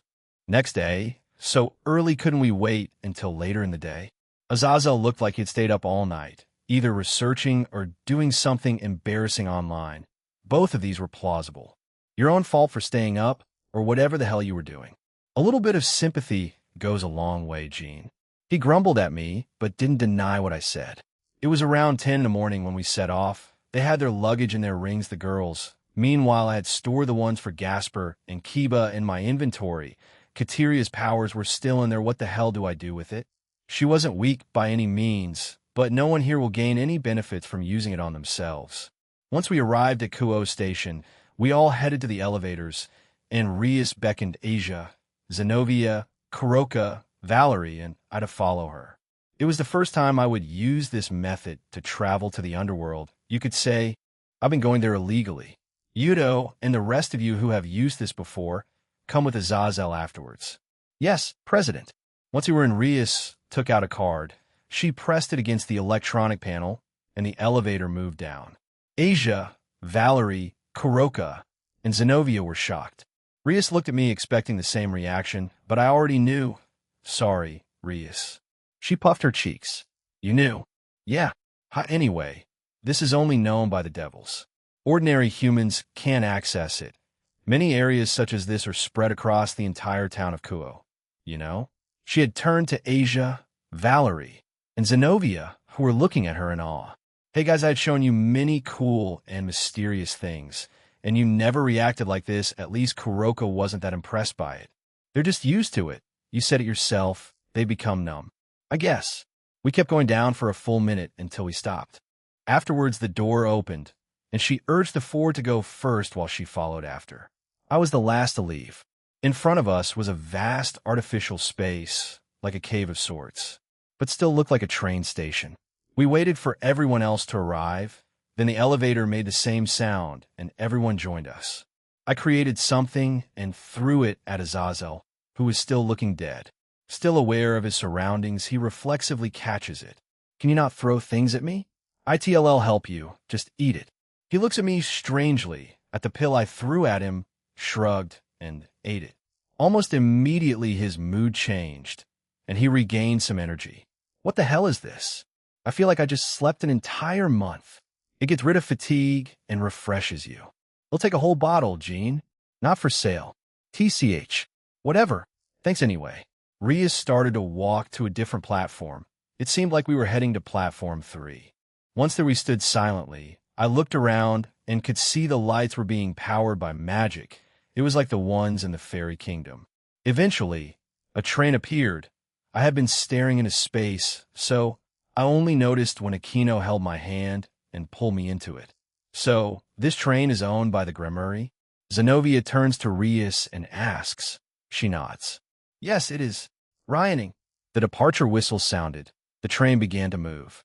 We had chosen to sit down in the center of the train. Rias was in the first train car ahead of us, and it appeared that the rest of our group had to sit in the central train car behind it.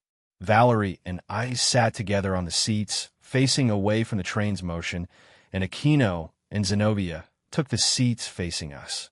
Chiron, Asia, Kuroka, Gasper, and Kiba took the seats next to us.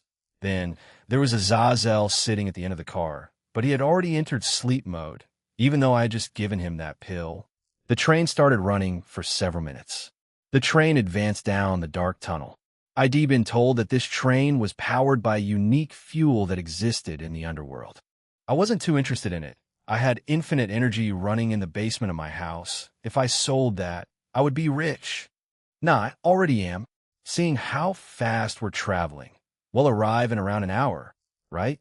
I look at Aquino and she nods. Valerie had leaned on my shoulder and had fallen asleep. Gasper was looking at me with intense and focused eyes. Yes, that's right. Since it seems that this train passes through the dimensional barrier using official means before it eventually arrives at the underworld. I've been teleporting in and out of the underworld willy-nilly, like an illegal person. Usually that's fine, but if other new household devils don't enter at least once by the official route, you'll be punished for illegally entering. That's why the others have to go through the official entry procedure. But I doubt anyone could realistically do anything to you, so that's probably why Lucifer Sama and the other Satans have said nothing. Zenobia nodded beside Aquino as she gave me a strained smile. That's true. Everyone hears Ria's voice and turns towards her. Alongside her was an elderly man. He had the appearance of a train conductor. He had a white beard on him. He took off his hat and bowed to us. Nice to meet you, all of the princess new servant devils. I am Reynaldo, the conductor of the Gremerie private train. Pleased to make your acquaintance. He looks at me and smiles. It's also a pleasure, Middleman San. Likewise, Reynaldo San. Am Asia Argento. Her bishop, please treat me well, Reynaldo San. Im Xenovia Kvata, Knight. Please treat me well from now on. With the greetings finished, the conductor Reynaldo took out a unique device and captured the two of them in what seemed to be a monitor. Asia and Zenobia were troubled by this action. Rias and Aquino seemed to know what it was. I also knew but kept quiet. Might as well let them do the talking. This is a device from the devil's world that checks and compares you. The fact that this train is formally entering the underworld is very significant, and therefore all modes of transport require inspection. It would be a serious matter in the case that there is some fabrication. Currently, it would be quite serious if some uninvited guests occupied the train. In layman's terms, it checks if you're the real person or not. It would be unnecessary trouble if an imposter came on board. Your records give your peace designations, and when transmitted it is registered as data in the underworld. That's why they check it with this machine. There's no problem, since everyone here is who they say they are. It made a few strange noises but then died down, and the two nodded, confirming that they were who they were. They weren't checking me? I didn't care, less hassle on my side. Is Azazel next? He's fast asleep. Rias asked Reynaldo, but I interrupt and point towards the sleeping governor. He also started to drool. What a carefree guy. Reynaldo let out a laugh as he was checked. The device confirmed that he was real. I shall make my leave then, princess again. It's a pleasure to see you, everyone. Reynaldo bows once more and then leaves. Rias joins us as she sits next to Aquino. During all this, Valerie hadn't woken up, and Gasper hadn't stopped watching us. He was really watching me intently. Was he waiting for me to do something to Valerie? Maybe he's jealous? Juste donc. About 40 minutes after our departure, we heard an announcement. Kiba, Asia, Gasper, and Chiron were playing cards. Kuroka, who was previously beside Chiron, had transformed into her cat form and was sleeping on my lap. Valerie was still fast asleep. Zenobia was slowly nodding off herself until the announcement started. We will momentarily be breaking through the dimensional wall. We will momentarily be breaking through the dimensional wall. Try looking outside. At first, Rias had been seated in the front train car as a high-class devil, but she appeared to have been lonely and had spent the time in our car instead. Following Rias' words, Zenobia pushed her face against the window along with Asia. And then the scenery changed from the darkness of before, and a landscape appeared, a purple sky. And there were mountains. And trees too. Ha ha! Amazing. Amazing. Zenobia unintentionally babbled excitedly in a loud voice. But next to her, Asia was giddy with her cries of amazing, amazing, because they were seeing a landscape they hadn't seen before. They were having fun. Asia was only here for a brief time during the after-party of the raiding game between Rias and Riser, so she didn't get to see the scenery and views. It's fine if you open the window now. Rias had given them permission, so Zenobia opened the window. The wind came in. They breathed in the air of the underworld. Not too long after that, we passed through the dimensional wall and were finally in the underworld. I could see the landscape of the underworld from my seat. There were mountains and rivers as well. Trees also grew in abundance, and there were even forests. A town, there were many houses too. This area is already within Gremory territory. Rhea spoke proudly. Then, is everything, including these train tracks we've been running on until now, on the land of the Gremory family? Rhys nodded at Asia's question. She seemed quite amazed. The same could be said for Zenobia. As a result, the mountains and rivers in the town we passed before were part of her family's territory. The people of that town were vassals of this fiefdom. Devils and their old ways of living, it's like the feudal times of humanity. No, not like is. By the way, the Gremory territory is the size of Honshu in Japan. Honshu, Zenobia shouted. She had been learning Japanese history and geography along with Asia in classes, and the two were even more surprised. I nod and continue. The underworld has the same amount of surface area as the human world, but the population here isn't the same as the human world. Even with devils, fallen angels, and other races, it isn't that high. And since there are no oceans, the land is also spacious. Even if I said it's the size of Honshu, it's mostly in used space. It's mostly just forest and mountains. Clap. Rhea claps her hand and looks at Asia and Zenobia with a bright smile. That's right. Asia, Zenobia. Since part of my territory will be given to you all later, please tell me what places you want. We can have our own territory? Asia asks in shock. All of you are servant devils to the next family head. Living in my territory as part of the Gremory group is permitted. Aquino, Yuto, Kaneko, and even Gasper possess land within my territory. Pawn. Rias made a map appear in the air with magic, and then expanded it and showed it to them. It's the geography of the underworld, but more specifically, it seems to be a map of Gremory territory. Rias spoke with a pleasant smile. The red areas are places that have already been taken, so they're no good, but anywhere else is okay. Now, please point at the land you like. I'll give it to you. For some 10-odd minutes after that, the train continued through this world that was unknown to me. I had closed my eyes and leaned my head on Valerie's. I listened in to the conversation between the Gremory peerage. Asia and Zenobia picked the territories they wanted. Asia picked one near a village, and Zenobia decided to pick one near Asia so they could visit each other frequently in the future. We will soon arrive at the main residence of the Gremory family. We will soon be arriving at the Gremory main residence. Everyone, thank you for riding this train. Zenobia closed the window that was open when the announcement told us we were near the home. The train gradually slowed down its speed and eventually stopped.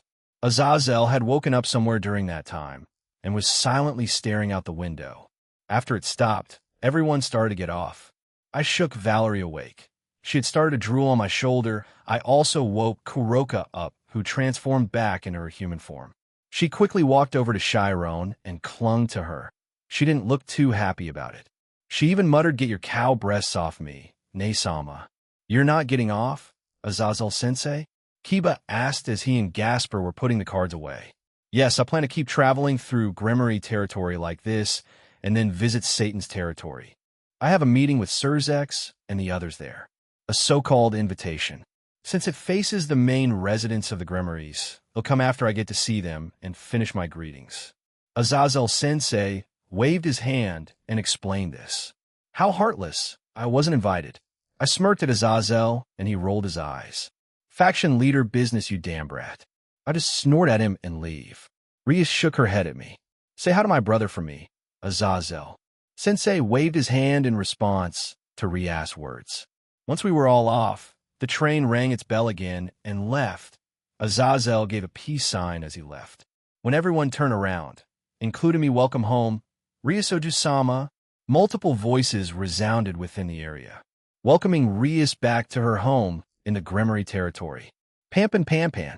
Fireworks were set off. Soldiers aimed their guns at the sky and fired, and people that looked as if they were from an orchestra band began to play simultaneously. A soldier on top of a mysterious creature waved a flag in the sky above. Talk about over the top. Rias. No, this is normal for you, how troublesome. I muttered to myself. Rias heard me and gave me a strained smile. Looking carefully, there were a lot of butlers and maids among them too. When Rias approached them, they simultaneously bowed their heads, and then, Welcome back, Ryase-sama. They welcome her again. Thank you, everyone. I'm home. I've returned. Rias also responded with a smile, covering her whole face. Seeing that, the butlers and maids also smiled back. And then a lady with a face I recognized appeared. It was the silver-haired maid, Grafia. She had decided to teleport back instead of coming with us. Welcome back, Oju-sama. You arrived early. Above all, it's a relief that you were safe while traveling. Now, all family members, please board the carriage. We'll be returning to the main residence with this. We were led by Grafia to a gorgeous-looking carriage. The horse being used was supernaturally bred. It had a strange glint in its eyes. Additionally, Grafia was acting in her usual maid-like manner, being very professional, unlike how she's been at our house. I will travel with the servants. Since Asia seems a little anxious, as this is her first time. Understood. I prepared a few vehicles, so please board whichever pleases you. Grafia consented to Rias' request. Me, Rias, Asia, Valerie, Zenobia, and Grafia boarded the first carriage in front of us. The other members who stayed back took the next carriage. Akino was a bit disappointed since she was separated from me. I gave her a quick kiss. She was fine with that and finally left for her carriage. Once we had boarded it, the carriage began to move forward. Pakra, after a few minutes of travel, we were finally nearing her home. Asia, Zenobia, and Valerie stared at the mansion in awe. The two had never seen anything like this before. Valerie lived in a castle, but I doubt she saw it much from the outside. It's big as ever, you'll never get used to it. You recently renovated our home, you know? I smirk at her as she looks at me confused. Our home, huh? But yeah, you have a point, but it's not as big as this, Rias. Rias looks to her side while twirling her head, sporting a small blush. I look at Grafia, more specifically her thighs, huh? Can I even use those tonight? Jean. I look back up as the girls were looking at me. Grafia had opened her eyes. She had previously kept them closed. I could see a small smirk from her. Did she plan that? Sly little, I look at her straight in the eyes and give her a brief vision of what's to come tonight. Her eyes briefly widened but returned to normal. This time, she was the one blushing. Pinch. No flirting with the maid. Rias pinched my cheek. She's my maid, though. Yes, but right now, she's the Gremory's head maid. Whatever, I just sigh and look back out the window outside. Beautiful flowers bloomed. Water flowed out of a magnificently modeled fountain, and birds of various colors flew about. The carriage was advancing through what seemed to be the garden of Rias' home. Now that I think about it, I hadn't really bothered looking around much when I visited. Not bad at all. We seem to have arrived. After Rias murmured that, the carriage door opened. A butler-like man made a slight bow. Rias disembarked first, and then the rest of us followed from behind as well. The second carriage had also arrived, and Kiba and the others were getting off too. The maids and butlers stood in line on both sides of us and made a path. A red carpet stretched out towards the huge castle, and the huge castle gate made a jijijai noise as it opened. Oju-sama and all the members of her group, please move forward. Grafia made a slight bow and urged us forward. Come on, let's go. It was when Rias started walking on the carpet. A small silhouette broke out from the line of maids and ran towards Rias. Ryashne-sama. Inni-sama. Welcome back. Rias embraced Millikas after he had emerged from the maids and butlers. He turns to me and bows. Ni-sama. What? I quickly looked back at Grafia. She looked back at me with her usual expressionless face. No, she had a very small and unnoticeable smirk on her lips. Millikas. I'm back. You've gotten big, haven't you? Rias also lovingly hugged the boy back. Rias One-sama. Who is this child? When Asia asked, Rias introduced the boy. This child is Millikas Gremory, the son of my brother Surzex Lucifer-sama. He's my nephew. It's been a while, Millikas. Sorry for not coming back. A few things happened that prevented me from helping with your training. Millikas nodded understandingly at me. Come on, Millikas. Greet them. These two girls are the newly added members of my group. Yes, I'm Millikas Gremory. Nice to meet you. Come on, let's go into the residence. Rias held hands with Millikas and headed towards the gate. The rest of us followed behind them. Both Gasper and Valerie stuck to my back and didn't let me go. We then arrived at the main hall. There were stairs which led to the second floor in front of us. There was a huge chandelier on the ceiling. My house was now spacious. I was wondering if I should have one myself, Oju-sama. I'd like to show everyone to their rooms at once. Grafia raised her hand, and some maids gathered with us. Very well, I have to meet and greet mother and father after coming home as well. Rias gave a hum, as she seemed to think of things to do after this. The master is out currently. He's expected to return by this evening. He said that he would have dinner with you and everyone for supper. I see, I understand, Grafia. Then, I suppose we'll let everyone rest in their respective rooms for now. Yes, there should be no problem with using your room right now. I'll most likely not be using that room much. Once things settle down, they'll be doing my own thing. I wish to visit certain devils before heading back to those factions, like Sarorg, Latia, and maybe Roygun. She hasn't contacted you at all, partner. Perhaps I won't bother those invited to the devil meeting, since he'll see him then. Latia, yes. Roygun, I have no idea. Maybe she just forgot? Or but didn't have time. Ada, yes. So you've returned. At that moment, a woman's voice was heard from above. It seems Venelana has come down to greet us herself. As soon as Ria saw that person, she smiled. Mother, I returned home. Era, Jean-Kuan, you've come here as well? It's been some time since we last saw each other. Venelana walked up to Rias, and the two of them hugged. She turned to me and put a hand on my cheek. What's she doing? I could feel that she was feeling mischievous. Oh, a little prank, huh? And mother? Rias, no. Everyone was staring at this interaction with surprise. I pretend to be surprised. She then begins to giggle to herself. Ada, did my teasing not go well? She removes her hand and walks back to Millicass. The two of them stand facing us. Welcome to the Grimmery home in the underworld. Please enjoy your summer vacation here. After the meeting in the entrance hall a few hours ago, everyone was shown to their rooms. However, Asia and Valerie did not like to stay in their rooms, so I had told Grafia they would stay in mine. She had no problems with that and made the arrangements. Kuroka had left earlier, saying she wanted to check out her old home, and that she'd get Chiron and I at a different time.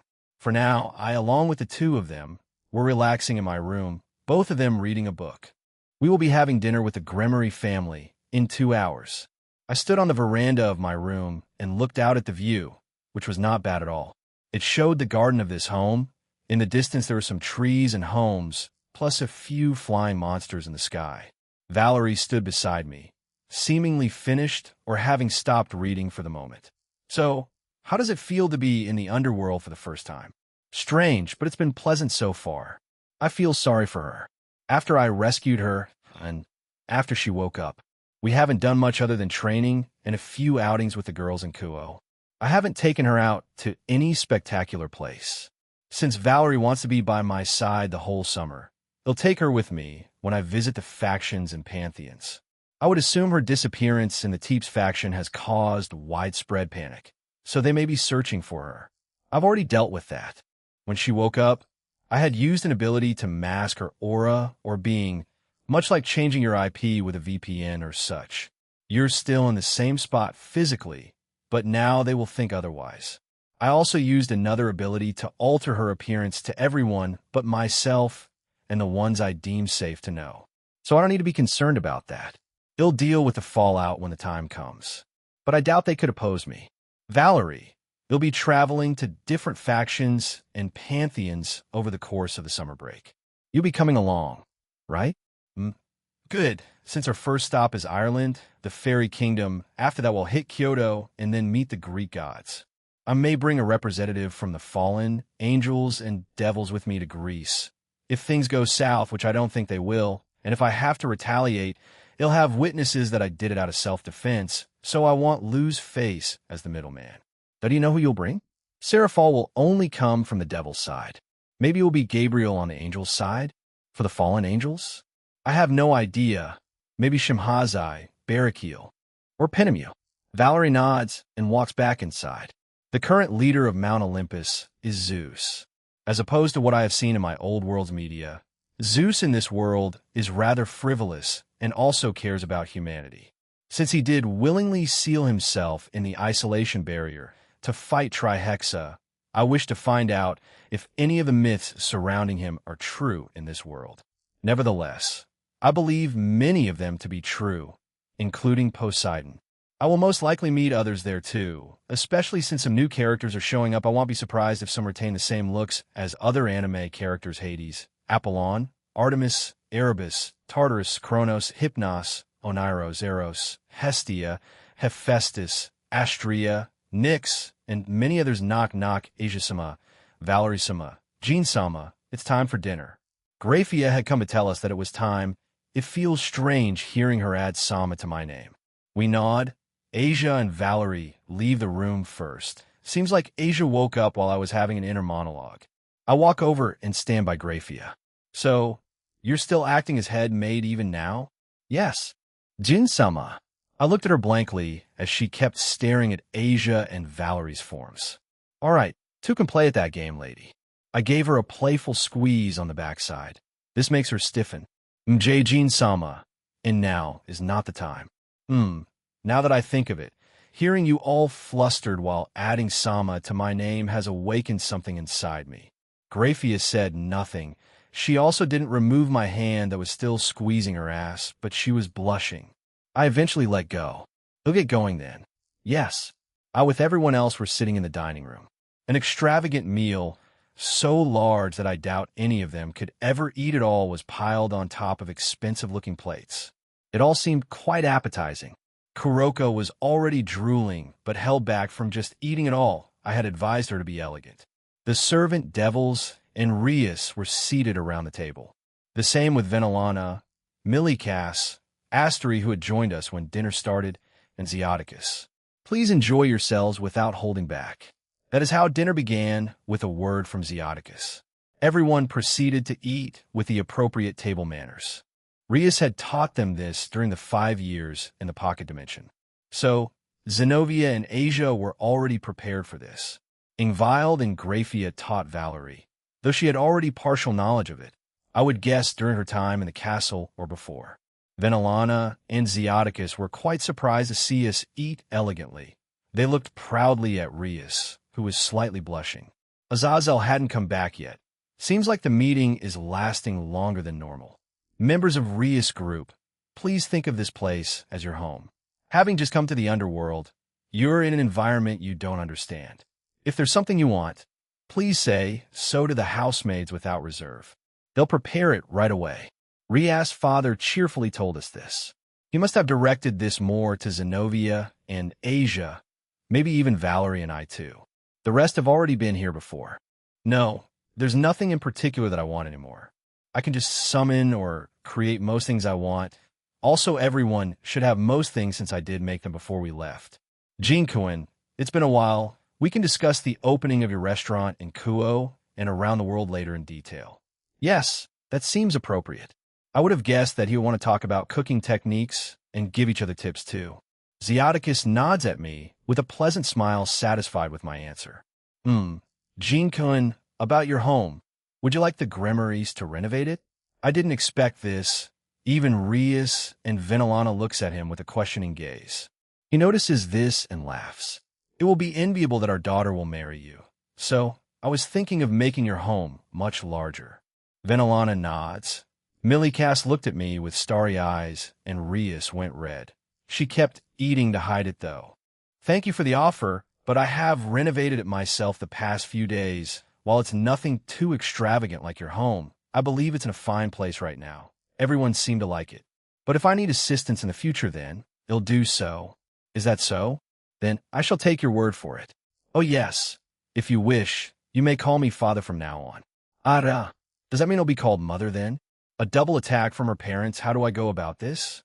Since I have a more casual friendship with Surzex, I could tell him to drop dead when he told me to call him Oni-san, but these two ill think about it. But I'll refer to you two like I have so far. Father, mother, I've been listening quietly until now. While I appreciate you helping me with my relationship with Jean, I would rather go at it at my own pace. Rias, who had stayed silent and embarrassed during our brief conversation, had suddenly joined in. She's a lot calmer than what she would have said in canon. I glance back at the two parents, and they nod. However, Venelana had more to say. I understand, Rias. However, You already canceled your engagement with Riser, remember? The fact that we permitted it should be seen of as special treatment. While I wasn't for it, how much effort do you think your father and Surzex had to put in order to take care of things with the other high-class devils? Do you know that he told one noble that my selfish daughter canceled her engagement using the legendary dragon and middleman? You may be the younger sister of Satan, but there is still a limit. Rias frowned, but didn't say anything, so Vinalana continued. Do you think Surzex is unrelated to what you do? Officially, that is true. However, everyone sees you as a Satan's younger sister. Right now, when the three great powers have formed an alliance, your position is known even by the lower classes of the other powers. You can't behave selfishly as you have in the past. And, above all else, everyone will pay attention to you from now on. Rias, you have been placed into that kind of position. You know, your father and I have noticed how much you've improved since Jean came into your life. We acknowledge that, but we are still your parents and are only looking out for your best interests in mind. I could feel Rias' emotions were changing from anger to sadness to acceptance. Yes, mother. After letting out a single breath, Vinalana turned to us with a smile. I've shown something ugly to Rias group members, haven't I? Forgive me. Now let's have a more pleasant rest of dinner. It was nighttime, everyone was asleep, but I wasn't feeling tired. I had stayed with Valerie and Asia until they fell asleep. I had felt around the entire residence, and a few maids, butlers, and Rias' parents were still awake. Even Grafia had gone to sleep. I had met up with her earlier, and we spent some time together with a master and made role play. She was really into it. So, that's why she's asleep. I feel like she wants me to play the role of master more. I'll try for her sake. I was walking around with any destination in mind. I had felt Vinalana's aura slowly approaching me. And when we finally meet, where the hallways meet, they formed a cross shape. When saw me, she smiled. Era, are you not feeling tired, Jean Cohen? No. I stayed with Asia and Valerie until they fell asleep. It's not the first time I've been here, but I haven't explored the place much. I was also planning on speaking with your husband. She smiled at me again and grabbed my hand. Jean Cohen, please come with me, it won't take long. I had no problems with that, so I let her pull me along. We slowly walked through some hallways, up some stairs, and arrived in front of a door. No one was in there. Partner, remember NTR. Drake, shut up. I obviously won't be doing anything like that, just making sure she pushes the door open and guides me in. The door closes behind us. It was a spacious room, almost like a ballroom. Is she here to teach me or show me how to ballroom dance? This late at night? Now, then, shall we? Sure. We take up the usual positions, and we start to silently dance around the room. Step by step, motion by motion, we slowly covered the whole room with our dancing. The air tranquil, our footsteps and breathing were the only noticeable noise throughout it. Era, you seem knowledgeable about this. Jean Cohen. I had. Some tutors, Grafia, and 2 other devil ladies beat it into me. We kept dancing as Vinalana giggled at me, but had a satisfied face. We eventually stop, and I try to let go of her hand, but she kept a firm grip on it. She pulls me in and touches my cheeks with both her hands. She stares straight into my eyes. Jean Cohen, please look after my daughter. She may be still childish at times, but the effect you are having on her, as well as your harem, is definitely a positive thing. While I said some harsh things to her during dinner, I know, we're proud of her, that I have lived a long life, and so has my husband. I manage his harem after all. I know when someone is going through something. I may not have said anything back during the classroom observations, but I believe you can pull yourself through this. You have people around you that care for you. Please rely on them. I chew my eyes widen when I felt her kiss my forehead. She quickly pulled away and smiled at me while sporting a small blush. Now then, my husband is waiting for you. I shall go to bed now. I will see you tomorrow, Jean-kun. Vinalana quickly but elegantly left the room. I was left there by myself. Partner, I know. That meant nothing. They already see me as their son-in-law, a mother figure giving me some reassurance. I appreciate it. No, she leave it, Drake. That's a future that can't be attained. All right. I also leave through the door and focus on Ziaticus' aura. I find him in a room, which I will assume is his office. Knock, knock, enter. When I push the door open, Ziaticus pushes his glasses up and smiles. He also puts down the documents he was holding. Ah, Dvinkun. Welcome. Kulme. Kulme. He gestures for me to sit at one of the chairs in front of his desk, and I do so. Yeah, I'm fine, thank you. He nods as he pours himself more and takes a sip on it. He'll start then. Zeoticus. There are a few unoccupied buildings in Kuo. There are two there side by side. I was thinking of demolishing those and building it there. Are those the ones near the boutique and across the flower shop? Yes, those two. Since I'm just one person, I can either hire normal humans or create some beings to work for me. In reality, if I star in Kuo, all I need is your family's permission to start a business there. I am part of the supernatural, and you own that place after all. Zeoticus nods along as he listened carefully. We can lend some of our servants to work there until you hire some normal workers, or when you create your own staff. My son has forwarded that to me, not as a Satan, but as a former Gremory. I see no problems with it, Gene Cohen. However, how will you manage college while managing a restaurant? I smile at him and snap my fingers. An avatar pops into existence beside me. We look identical. Zeoticus' eyes widen, but then he starts laughing. Of course. I just acknowledge you could create life. Creating a clone or body double is child's play to you. I nod and dismiss the clone. Very well. So, after your graduation, perhaps before the start of college? Is that acceptable? Yes, that should be fine. I will gradually think of a name for my restaurant. I shall send you my own names I come up with. I nod and give him my number. He puts it away. Well then, I'll take my leave then. Good night, Zeoticus. Yes, good night. Gene Cohen, right, my wife's lipstick is on your forehead. You may want to get rid of that, cuckoo. Right. He laughed at me as I left his office. I quickly get rid of the lipstick on me and go back to my room. Wahaha, Jaya. When will you learn he never does Rudra?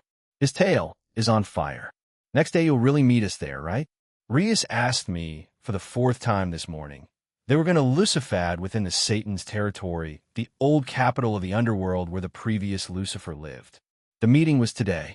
I had told her during breakfast that I was meeting up with Kuroka along with Chiron. It won't take long, and we would be there before them, probably. Ojo-sama. Graphia called out to Rias as Graphia was standing by the train. Rias quickly gives me a hug, while Akina was already hugging me from behind. Okay. All the girls were hugging me. Get going, or you'll miss this. They finally let me go, and they boarded the train. Valerie and Chiron were the ones left with me. The train rang as they started to move away. This will be exhausting. I don't look forward to meeting pompous, stuck-up noble devils. I might literally kill them. Pinch, pinch, pinch. Do not kill anyone. Graphia, Astri, and Venilana had joined us to see off Rias and her peerage. They also pinched me great. Triple pinching is in my future. I know some of the more older and close-minded noble devils will get on your nerves. But please do keep your calm. Gene Cohen. Astri was the one who let go of me first, followed up by Venilana. Graphia kept pinching me. All right, I want. So please let go of me, FIA. She sighs and finally does so. They'll get going too. They'll see you all this evening. They nod as we teleport away. Unknown location Kuroka. When will they arrive, Naya? Doesn't Chiron and Rias have a meeting to go to today?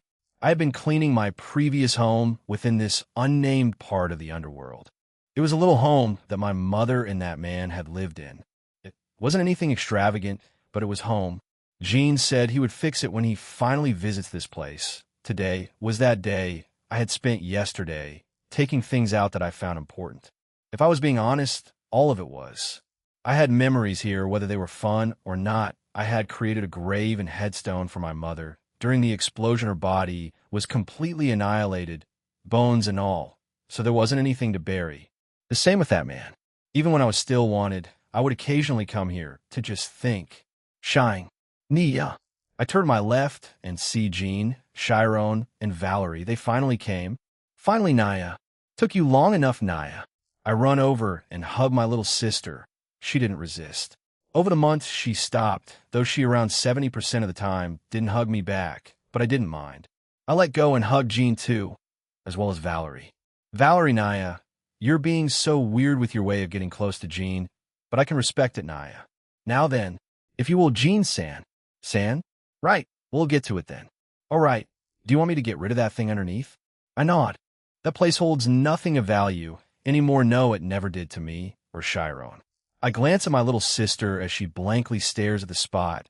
It never gets easy, even more so for Chiron. I take a hold of her hand, and she grips it back tight. I see Gene nod, and he snaps his fingers. Rumble. Rumble. Shirring. Shirring. Clank. Thud. Bash. The debris around the previous home was crushed and vanished. The place started to shake and rumble. Then finally a bright pillar of light engulfed the home. Once it vanished, our previous home was restored. I made a normal basement. It's pretty spacious. I also added a barrier around the place. Only the ones in our home can come and go. It also has the core I made for my home. So, infinite energy. I haven't messed with anything else. Once we go in, you can request whatever you want if you want to change anything, that is. Chiron and I both nod. We walk past Gene and open the door to our previous home. I turn back around as Gene starts to fix the surroundings too. The garden, little pond, trees, the path, the old swing set, and other small tidbits start to go back to their previous state. We go inside as Valerie joins us. Chiron lets go of my hand as she walks around the place. She starts to touch the furniture and anything else from our past. I could feel my own emotions starting to stir. Chiron picks up a picture book that was on the table beside the armchair.